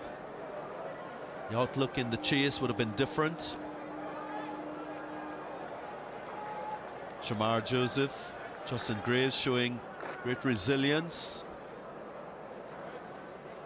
Going on the offensive in this dire situation. As we approach the final over of the day's play, here's Nathan Lyon. Goes through the cover region, that's 4 more. Might be right, Carlos Brathwaite. He's approaching that fastest half-century by a West Indian in Test match cricket. That's overall as well. I love this as well, a little fake shimmy. And then carving it through the offside, showing that he doesn't only have leg side shots.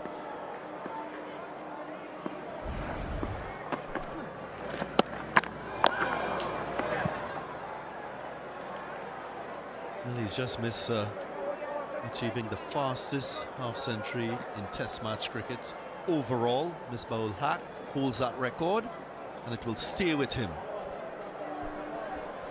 Shane Shillingford, however, beware. 25 balls. Shane Shillingford. And the pigeon just adding to the drama.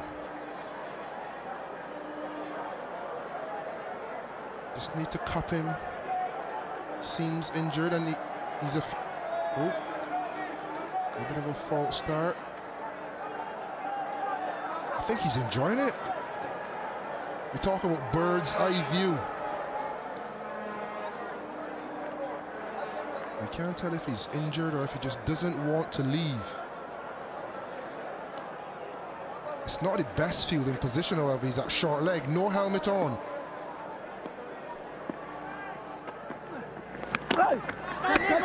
That's out.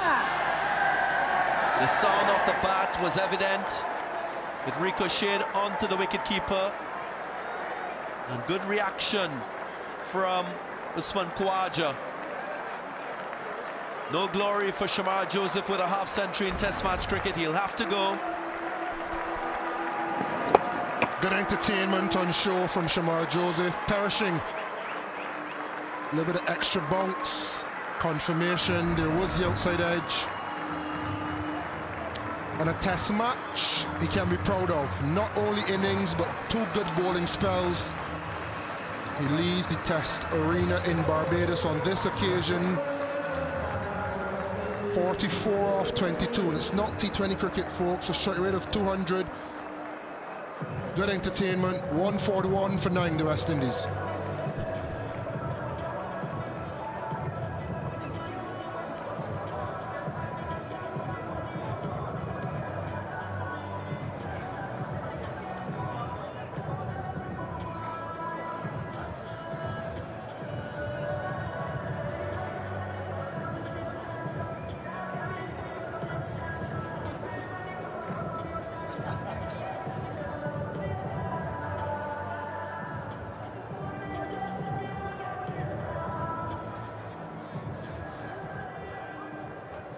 Jaden Sales with 3 deliveries left in the day's play. Can he get through this final passage of play?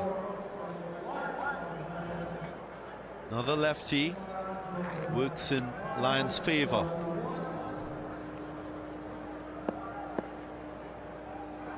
Here we go. Into the hands of short leg. There is a wicket. And the Australians, they've dominated. They've picked up the 10 West Indian wickets in this Test match.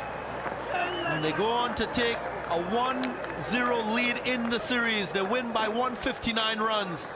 What a bowling effort.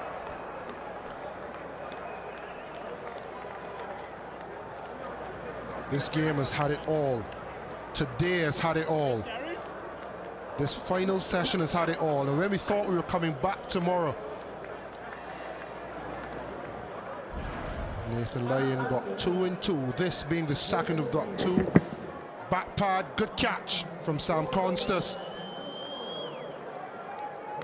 And there's elation for the catch, for the wicket, for the result.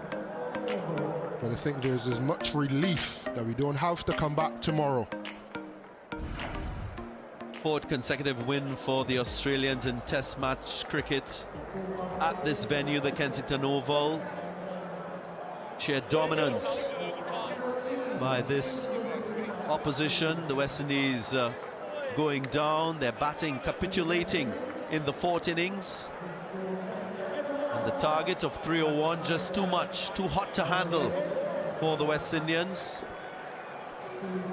Pat Cummins with a smile on his face. He knew that the surface will be bowling friendly, as we've seen throughout the course of this Test match. And once more, his troops rising to the challenge and getting the job done.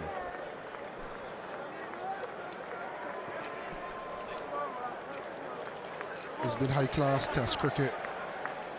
And we call it Test cricket because it is the ultimate test of skill, will, the understanding, the awareness of the ebbs and flows of the game. We had a first innings which was even Stevens, but then Australia showed the class in the second innings with the bat. Travis Head, Bo Webster, and then an exclamation mark from Alex Carey. But spare thought for the smiling assassin on your TV screen. Shamar Joseph, 4 wickets in the first innings, 5 in the second innings, and then a whirlwind 44 off 22 balls, providing a little bit of entertainment in the back end of the day's play. But congrats to Australia, they held the nerves. And if you have a look at the West Indies scorecard, a sorry scorecard for this second innings.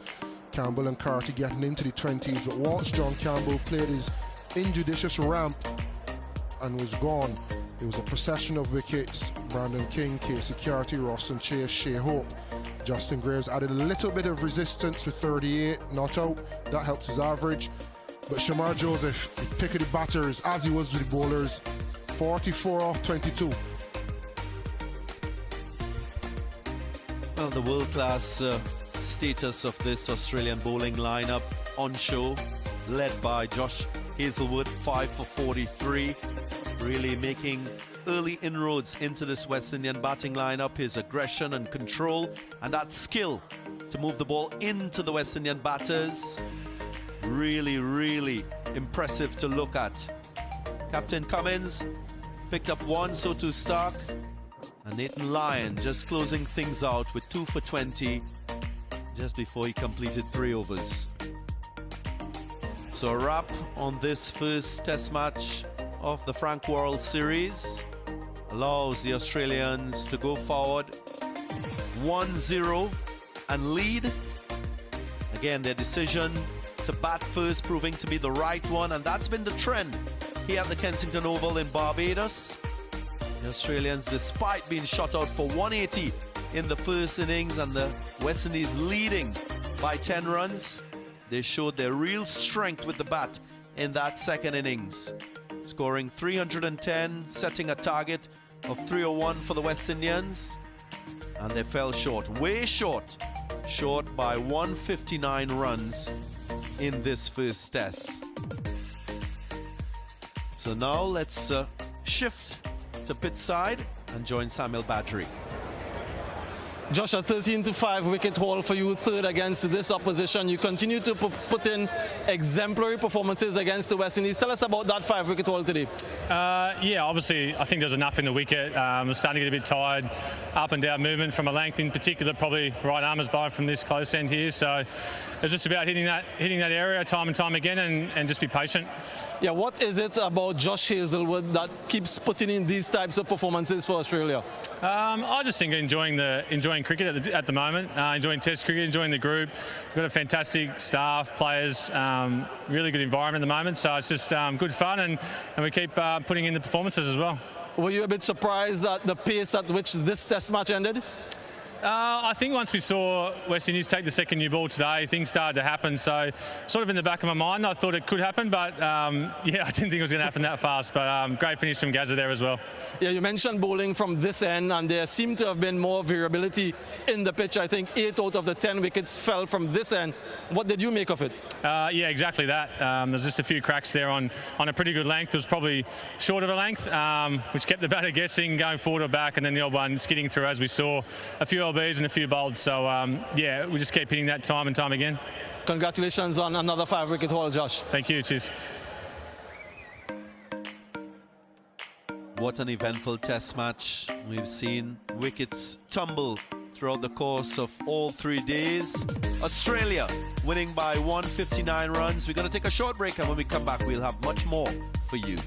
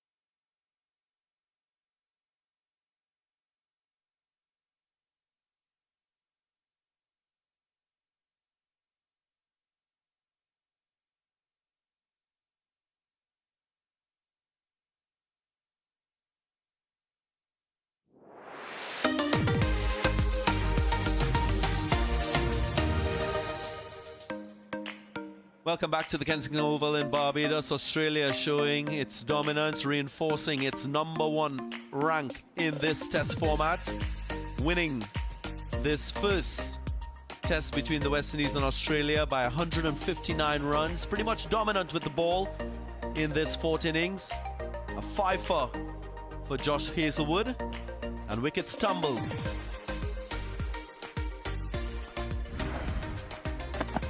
.301 to win just after tea, and first over after tea, Craig Brathwaite gone. Was this a turning point? John Campbell in the ramp. Quickly after, Brandon King showing the bat, thinking it may have been LBW, only to be a judge caught. Similar fate for Ruston Chase. Inside edge, off the pad, looked up, and not caught. And Josh Hazlewood ran amok from the Joe Garner end. Felt as though it was a wicket every over. Casey Carty, Shea Hope couldn't play that today, tomorrow, next week, even if he tried. Pat Cummins getting into the action. And then a direct hit for good measure. Zari Joseph don't want to perish on this occasion. Hazlewood continued. Ward can, batter gone. And after some fireworks, Shamar Joseph losing his wicket to Nathan Lyon. And just when we thought we may come back for day 4, Nathan Lyon had a different idea, 2-2. And as a result, Australia go 1 up in the 3-match test series. We move on to Grenada next. And we finish the test leg of the tour with a day and night match in Jamaica. And then 5 T20 internationals to be played across Jamaica and St. Kitts and Nevis. So a lot more cricket in store for you. Let's now go down and join Samuel Badri. What an accelerated test match we've had here in the first one of the series. Congratulations to Australia on recording a 159-run win to lead this series 1-0.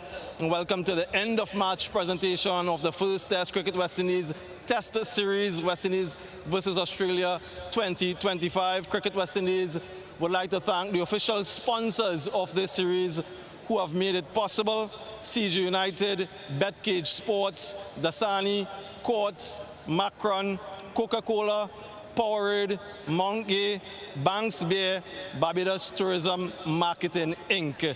It's my pleasure now to introduce the player of the match. We've had a few contenders: Shamar Joseph with 9 wickets and an entertaining 44, Josh Hazlewood with 7 wickets, including a fifer.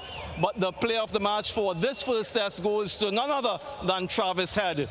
He'll receive his award by Mr. Noel Lynch, Vice President, Caribbean Cage Limited. Many congratulations to Travis on your wonderful performance. Travis, if you can just join me here. Thank you very much, Mr. Lynch, for a quick chat. A couple half centuries, so if you can just step back just a little bit there. Thank you very much. There you go. Tell us a little bit about the challenges on that surface. You seem to be the only one, more or less, who sort of conquered the conditions. Yeah, I would have liked to have conquered them a little bit more. I feel like I left a couple out there, but yeah, it turned to be a challenging wicket. Day one, I guess you go in and you try to formulate a plan and a blueprint and communicate as much as we can, and it was pretty tricky and looked like that was the trend for the whole game. So nice to contribute, nice to get to a score. I thought we batted exceptionally well today to get to 300, so that showed in the afternoon session. Yeah, we'll talk a little bit about those partnerships, but your construction of your innings, when you hear of Travis Head, you usually think free-flowing, scoring quickly. How did you adapt your batting given the conditions?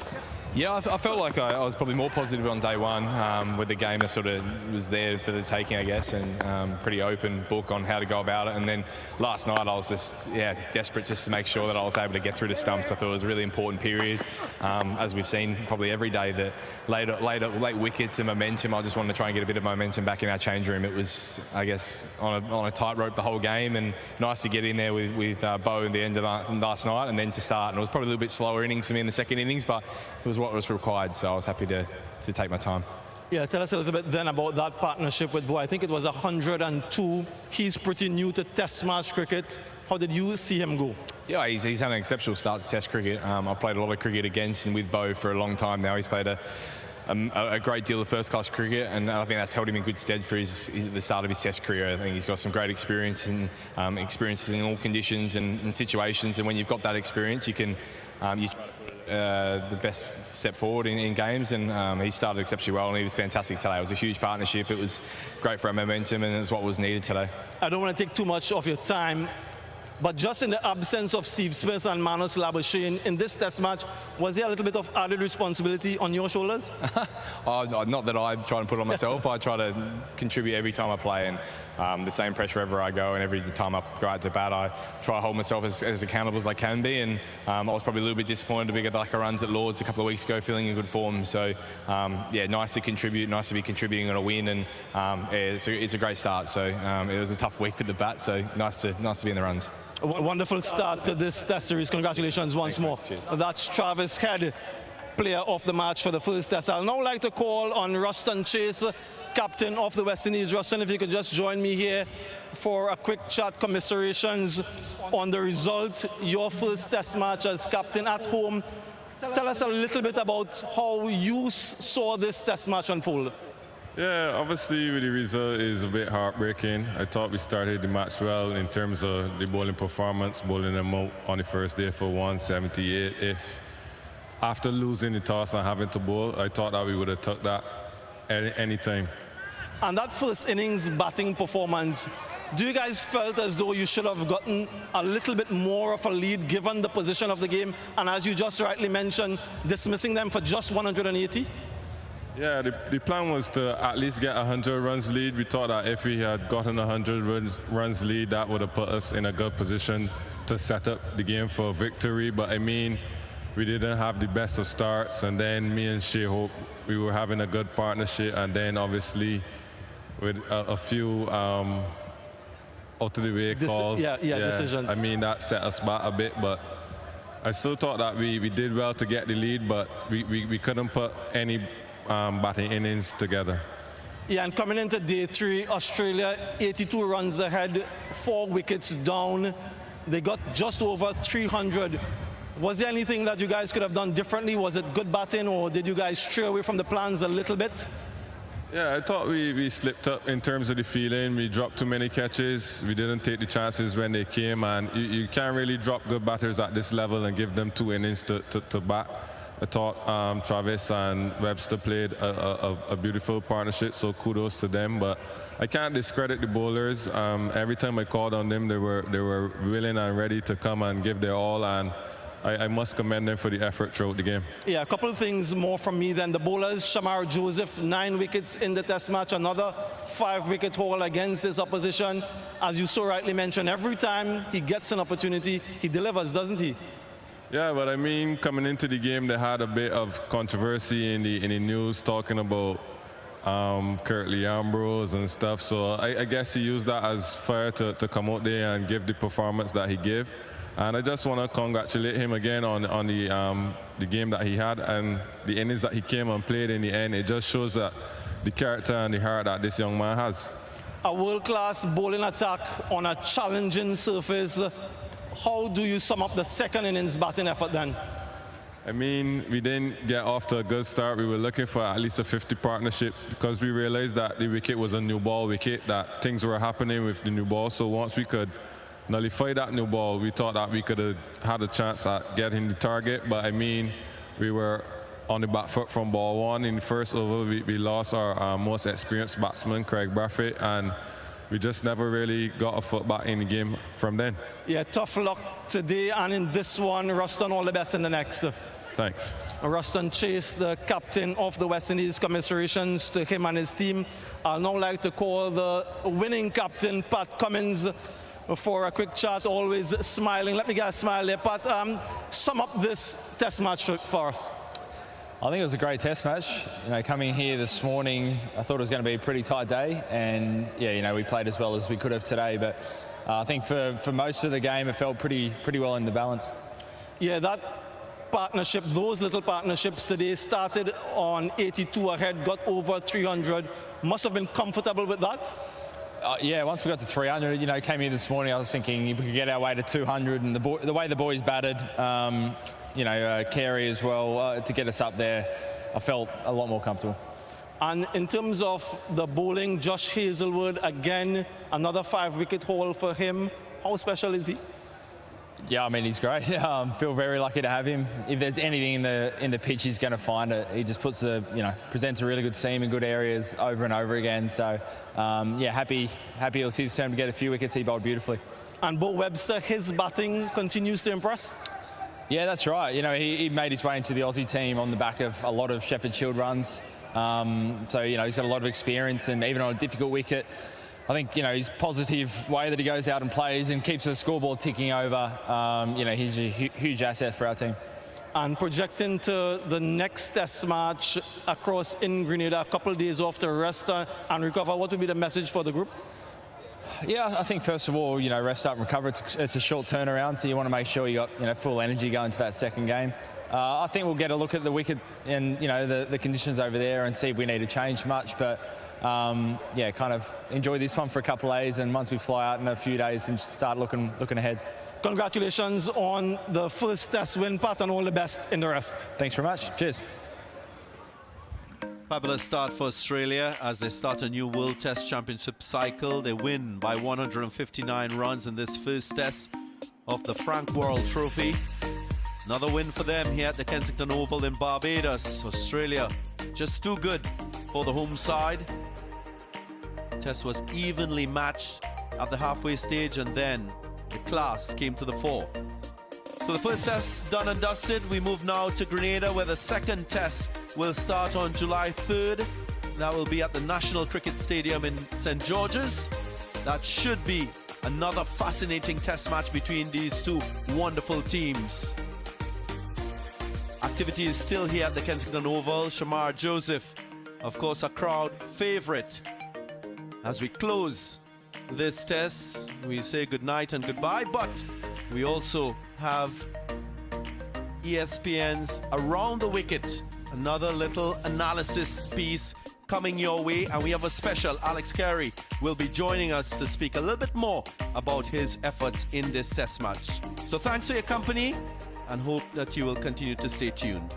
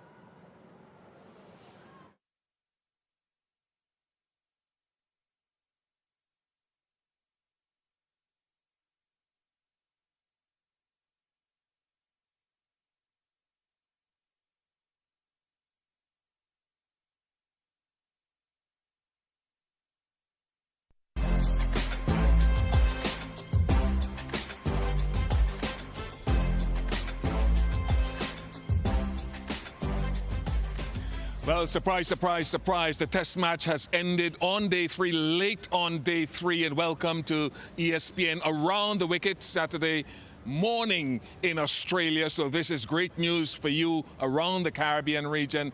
Late Friday evening, a little bit of disappointment, but we're happy to bring you some analysis with Greg Blewett to my left, Samuel Badri next to him, and of course Alex Carey, who played such an integral part in the outcome of this game. Thank you very much for your time, Alex, and thank you very much for coming over here.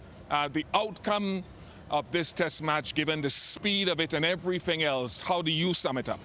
Yeah, look, I guess we were pretty unsure of what the wicket was going to play like.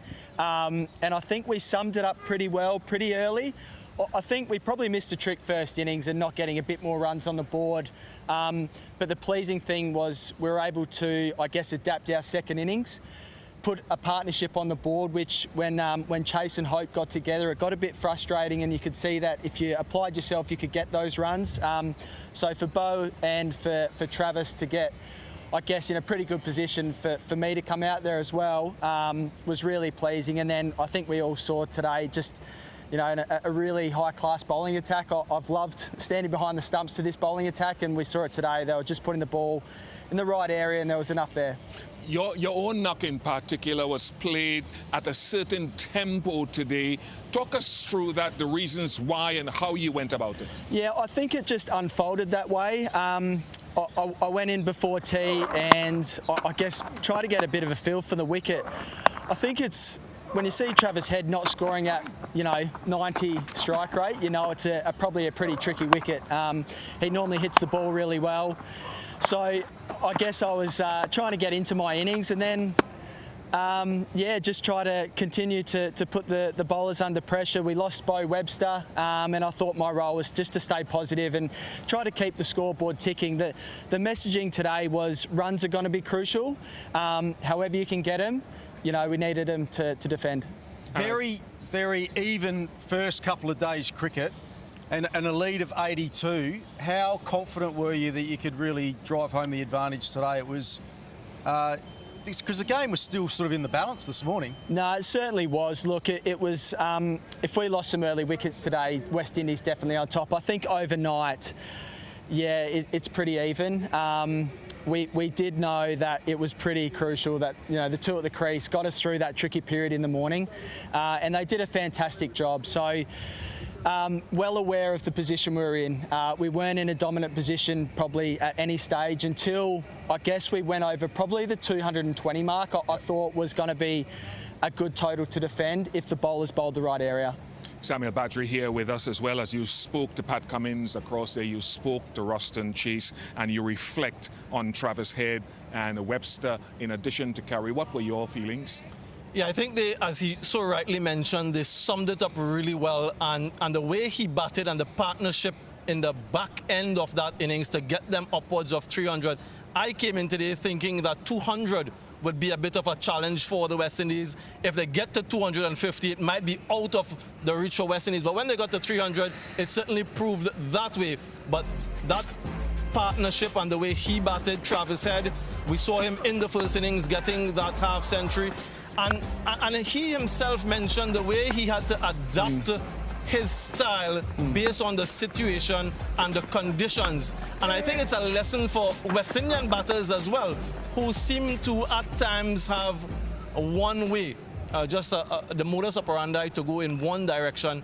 But Travis Head, if he can adapt, I think everyone should be able to adapt as well. Yeah, we've long talked about the fact that you just can't play your way, but Webster coming into international cricket, a half century on debut against India, half century in the WTC final, and then today from what we saw, enlighten us a little bit more about this player. I just think he's been exceptional since he's come into the team for Australia, and I'm sure Alex Carey will say exactly the same. He's just the ultimate all-rounder. I mean, he's a great catcher of the ball, and his performance with the bat today on a difficult surface. I mean, Alex made 60, Travis Head made 60, and this was an absolute vital 60 as well from Bo Webster. So he was prepared to probably be a little bit more aggressive than Travis last night, and then again this morning played nice and straight on a difficult pitch, and the ball did get a little bit softer but he's been a real find for the Australians. A real find indeed. Anyone that can look down on Carlos Brathwaite has to be a giant of a human being. Alex, as you sort of look at the outcome here, little drops of rain spitting here as well, look forward to the next test match and the rest of this series for us, and a little bit of a thought on the West Indies attack. Oh, it's a really good attack. Don't get me wrong, we were put under pressure a lot through this test match. We've seen Shamar Joseph do what he did in Australia against us, so we were well aware that, you know, we're coming up against a really strong bowling attack over here. I guess it's just going to be summing up situations and the conditions. With a pretty inexperienced batting lineup, I think we've got to really recognise, you know, it was tough for our top order. And I think, you know, to see the boys try to grind out, face some balls up the top. We saw it was a tricky wicket, so I'm looking forward to a Sam Constas now. He's had his first hit out over in the West Indies. You know, Usman Khawaja, Cameron Green at 3, Steve Smith might be back. So, you know, we got an opportunity to, you know, going one up it's a nice feeling. I don't think we played the perfect game, and like we said, it was pretty evenly poised throughout. As nice as the victory was, I won't keep you here any longer in this pouring rain. Thank you very much for getting us here. What about me, It's not that I don't care about you and Samuel Life as the rain comes down here. Just a reminder that Australia 180, West Indies 190, and then Australia 310 today, and the West Indies bowled out for 141. Australia winning by 159 runs to lead the 3-match test series 1-0. 2 more to play. We'll take a short break. Hopefully we'll be dry after it, and we'll talk a little bit more about some analysis.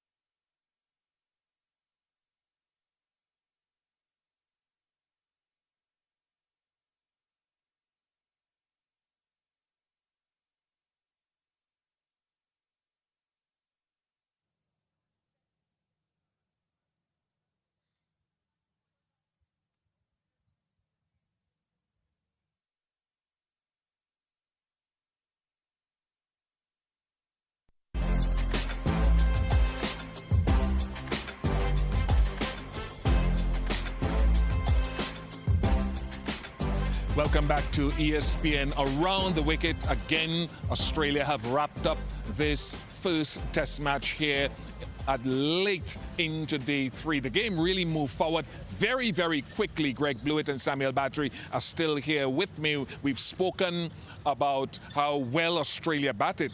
Now, their ability to pick up 10 wickets in about 34 overs. On that surface, are we to be surprised or not? It did happen very quickly, no doubt about that. But I did, Bish, think it was going to be really tough work for the West Indians with a brand new ball. I thought if they could get through relatively unscathed after the first 20 overs, then I thought that they could make it pretty tough for the Australians. But as Mitchell Starc does so often, he gets a wicket in his very first over, and that was a little bit of a bonus and just got the Australians really moving. And all the wickets fell at the end that Josh Hazlewood's bowling there, the Joel Garner end. For some reason, it was just a little bit more up and down, and as Josh Hazlewood does, he just comes in and hits the pitch really hard. It was helped by some wayward shots there. You know, a lot of us were scratching our heads at that shot, but after that dismissal, then very next ball Josh Hazlewood struck, and it was a bit of a procession after that, and he just really honed in, Samuel, on a really good hard line and length, and didn't try too much other than that, and just really let the pitch do the rest.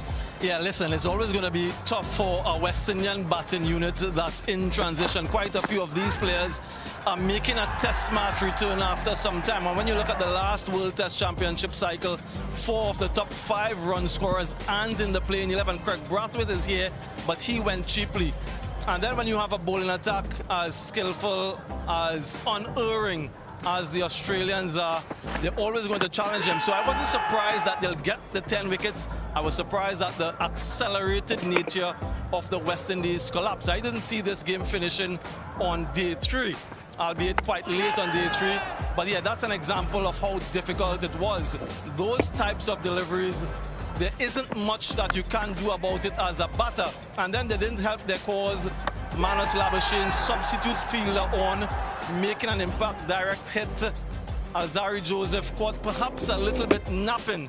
But yeah, it just, I suppose, underscores the dominance of the Australians today. And as you can see by most of these wickets, I mean, that was generally just stump to stump, wasn't it? I mean, the Australians really were honing in on middle and off stump, and then a lot of bolds. That one was caught behind, but a real trend from Hazlewood and Cummins from that Joel Garner end, just to run in, bash the wicket and let the pitch do the rest for them. So that was really challenging. And then obviously Nathan Lyon at the end. Shamar Joseph absolutely smoked 44 runs, provided some great entertainment at the end. The locals were really getting going and enjoying that, but the game was well and truly over by this stage.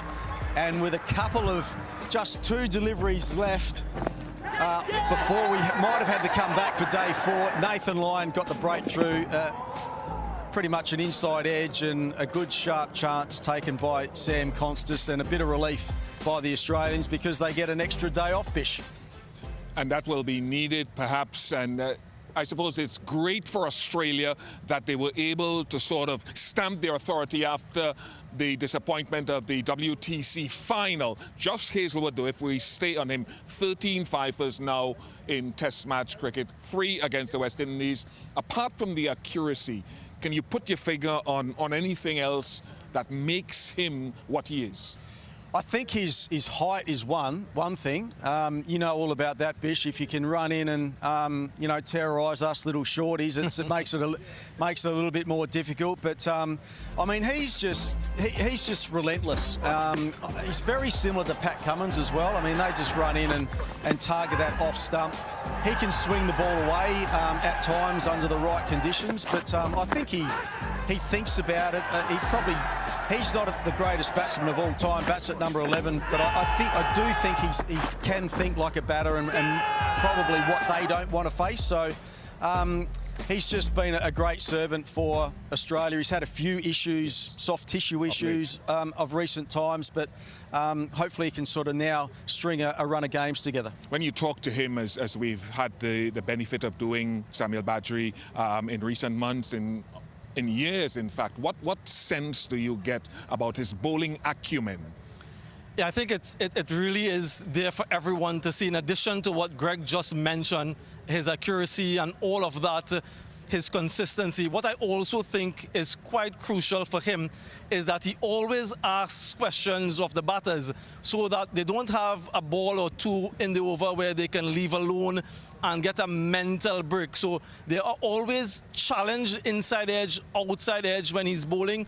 So you have to concentrate, and if you do that often enough, you're going to get a moment of a lapse in concentration. So that's why I think he's equally important, not only the accuracy, but the fact that you have to play at almost all of his deliveries. You just can't leave alone, get a little mental break. You have to play and then play and play again. And sooner or later, your concentration levels might wane a little bit and he gets the better of you. One of the things that I really like about him as well, and when we talk about cerebral, is the fact he said something in the IPL, and I think I mentioned it on commentary, that he didn't want to bowl that good length hitting the top of off because he felt in T20 cricket that's a drivable ball. So he was bowling more 7 to 9 meters. And then heading to the World Test Championship, he said, I'm in England. I need to pitch the ball up a little further than I was doing for the last 2 months in order to bring the stumps into play in addition to the men behind the wicket. And that tells me, not surprisingly, a guy who understands and who thinks the game. So that sums it up. I think we've done him really good service there. He's a superstar. Hopefully he can keep going for a couple more years to come. We won't keep going for much longer. We'll take a short break, and when we come back, we have much more for you, ESPN Around the Wicket.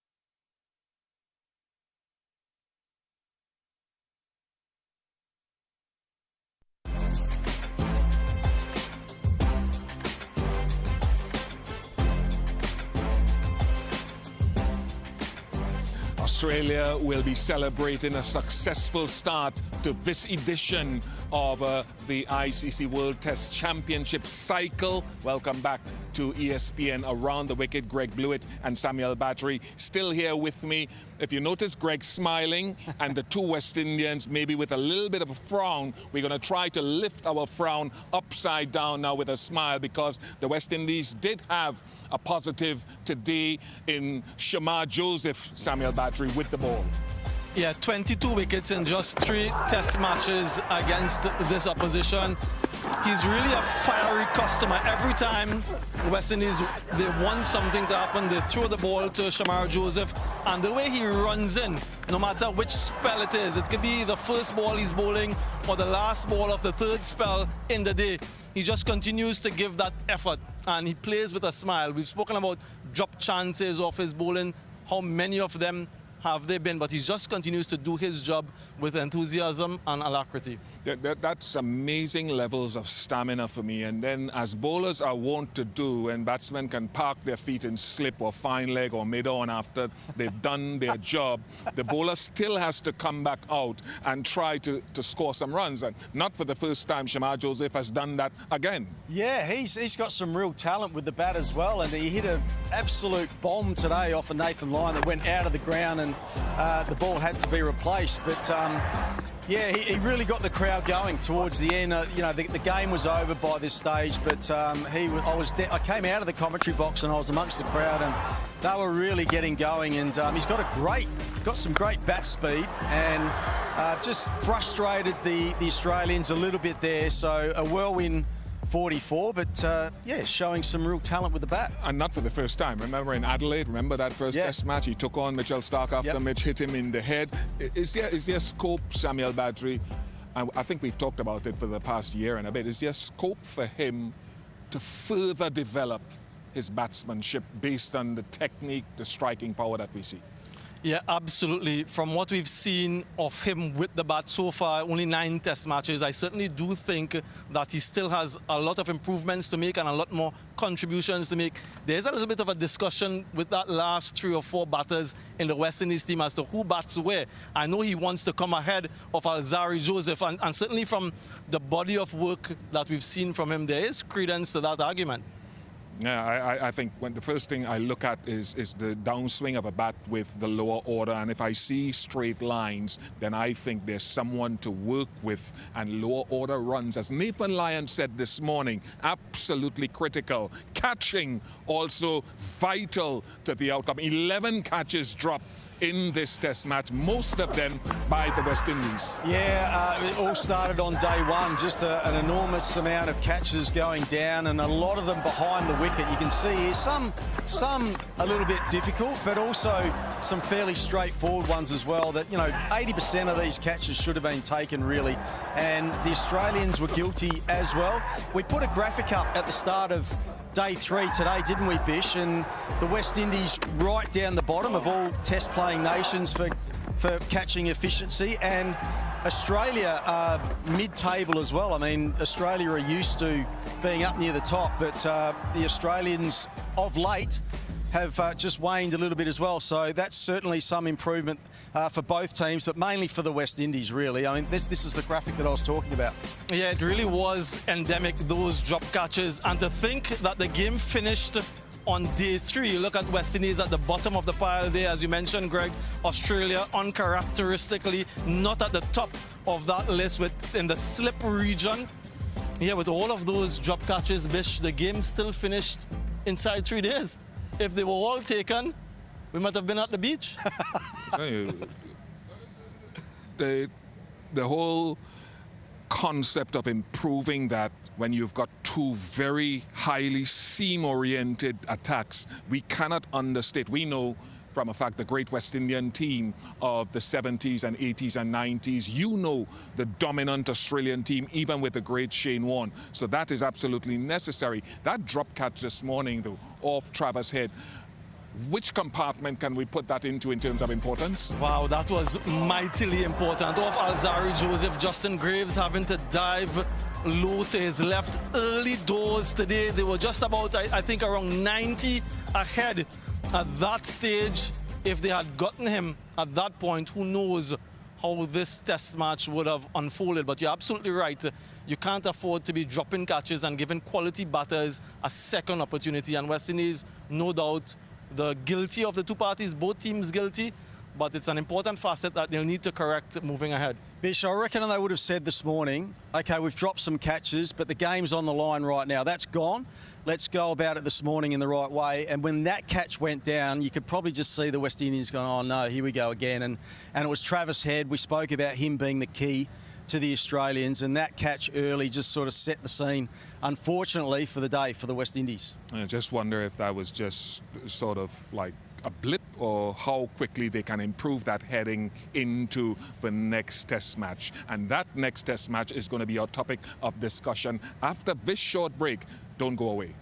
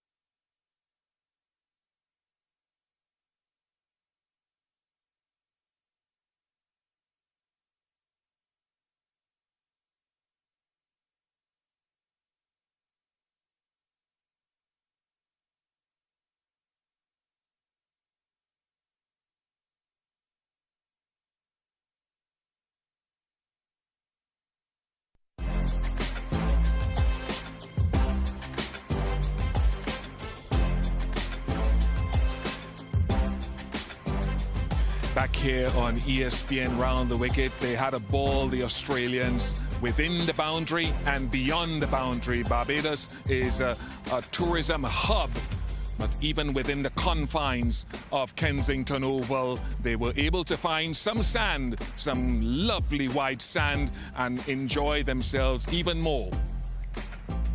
So the players on the field set the tone, and their travelling fans had a field day. Only in Barbados can you find beaches within the ground. Greg Blewett and Samuel Badri won't be on the beach tomorrow, or will you both be on the beach tomorrow? I'm a red hot chance of being on the beach tomorrow or on the water. I've got a catamaran cruise. I'm sort of thinking that down that line. All right, I know where Sammy will be as we look forward to the next Test match, 3rd of July. That's next week, Thursday. Samuel, from a West Indies perspective, do you foresee any change in game plan or change in the squad? Yeah, I think it's a good question, Bish, and a little bit of a conundrum. It's a new-look team. You don't necessarily want to make sweeping changes after one match. It's a 3-match series. They're usually accustomed to just 2-match series, so a little bit more opportunities. But I look at Jumel Warrican, just the 5 overs, I think, or thereabouts he bowled in this Test match. He's the vice captain of the team, so does that have an impact on the way they think? So I don't know necessarily what they'll do, but that's a consideration. Maybe get someone else in. Greg, Australia? I think unchanged. I mean, the only thing that I could possibly think of for the Australians is maybe playing 2 spinners, but I really think they'll just stick with the same team. Definitely the same batting lineup. It's a young one, so they'll want to stick those guys. Steve Smith? Steve Smith, yeah, that's an option, whether he comes back from that finger injury. So we'll wait and see. Time will tell, but there'll be a happy bunch, Australia, celebrating tonight here in the Caribbean. A big thank you to my 2 colleagues, Greg Blewett and Samuel Badri. Australia chomped at the bit coming into today, and they managed to take it all here by the end of day 3. It was a glorious Test match. The bowlers were in it, and we were quite happy to see that. 180. Played 190, a lead of 10 for the West Indies and first innings. And then Australia rallied today through Carey, Webster and Head to rack up 310. The West Indies capitulated, chasing 301, bowled out for 141. A win by 159 for a 1-0 lead. The second Test match, July 3rd to 7th at the National Cricket Stadium in St. George's, Grenada. Don't miss it. Ruston Chase will try to come back against Pat Cummins. Thank you very much once again to these 2 guys. Hope you'll be with us in Grenada.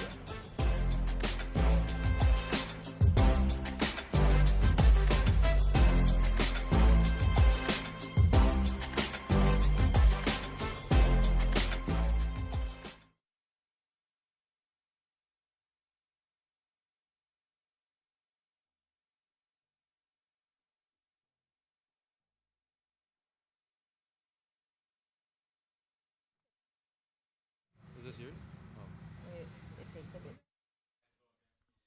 Check 1, 2, 3, day 3.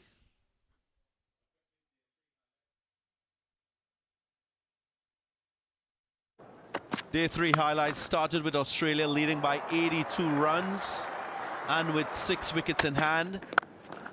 Well, Webster and Travis Head started positively. Head in particular looked quite composed. Another boundary through that mid-on region. And then 2 through extra cover, oozing class and confidence. Brought up his 50, second consecutive 50 in this game before Shamar Joseph got the breakthrough. And that brought Alex Carey to the crease. 52 for Bo Webster, his 3rd 50-plus score in Test match cricket. And another partnership ensued before Bo Webster had a tickle down the leg side. The review proving to be a very good one for the West Indies. West Indies still had their work cut out.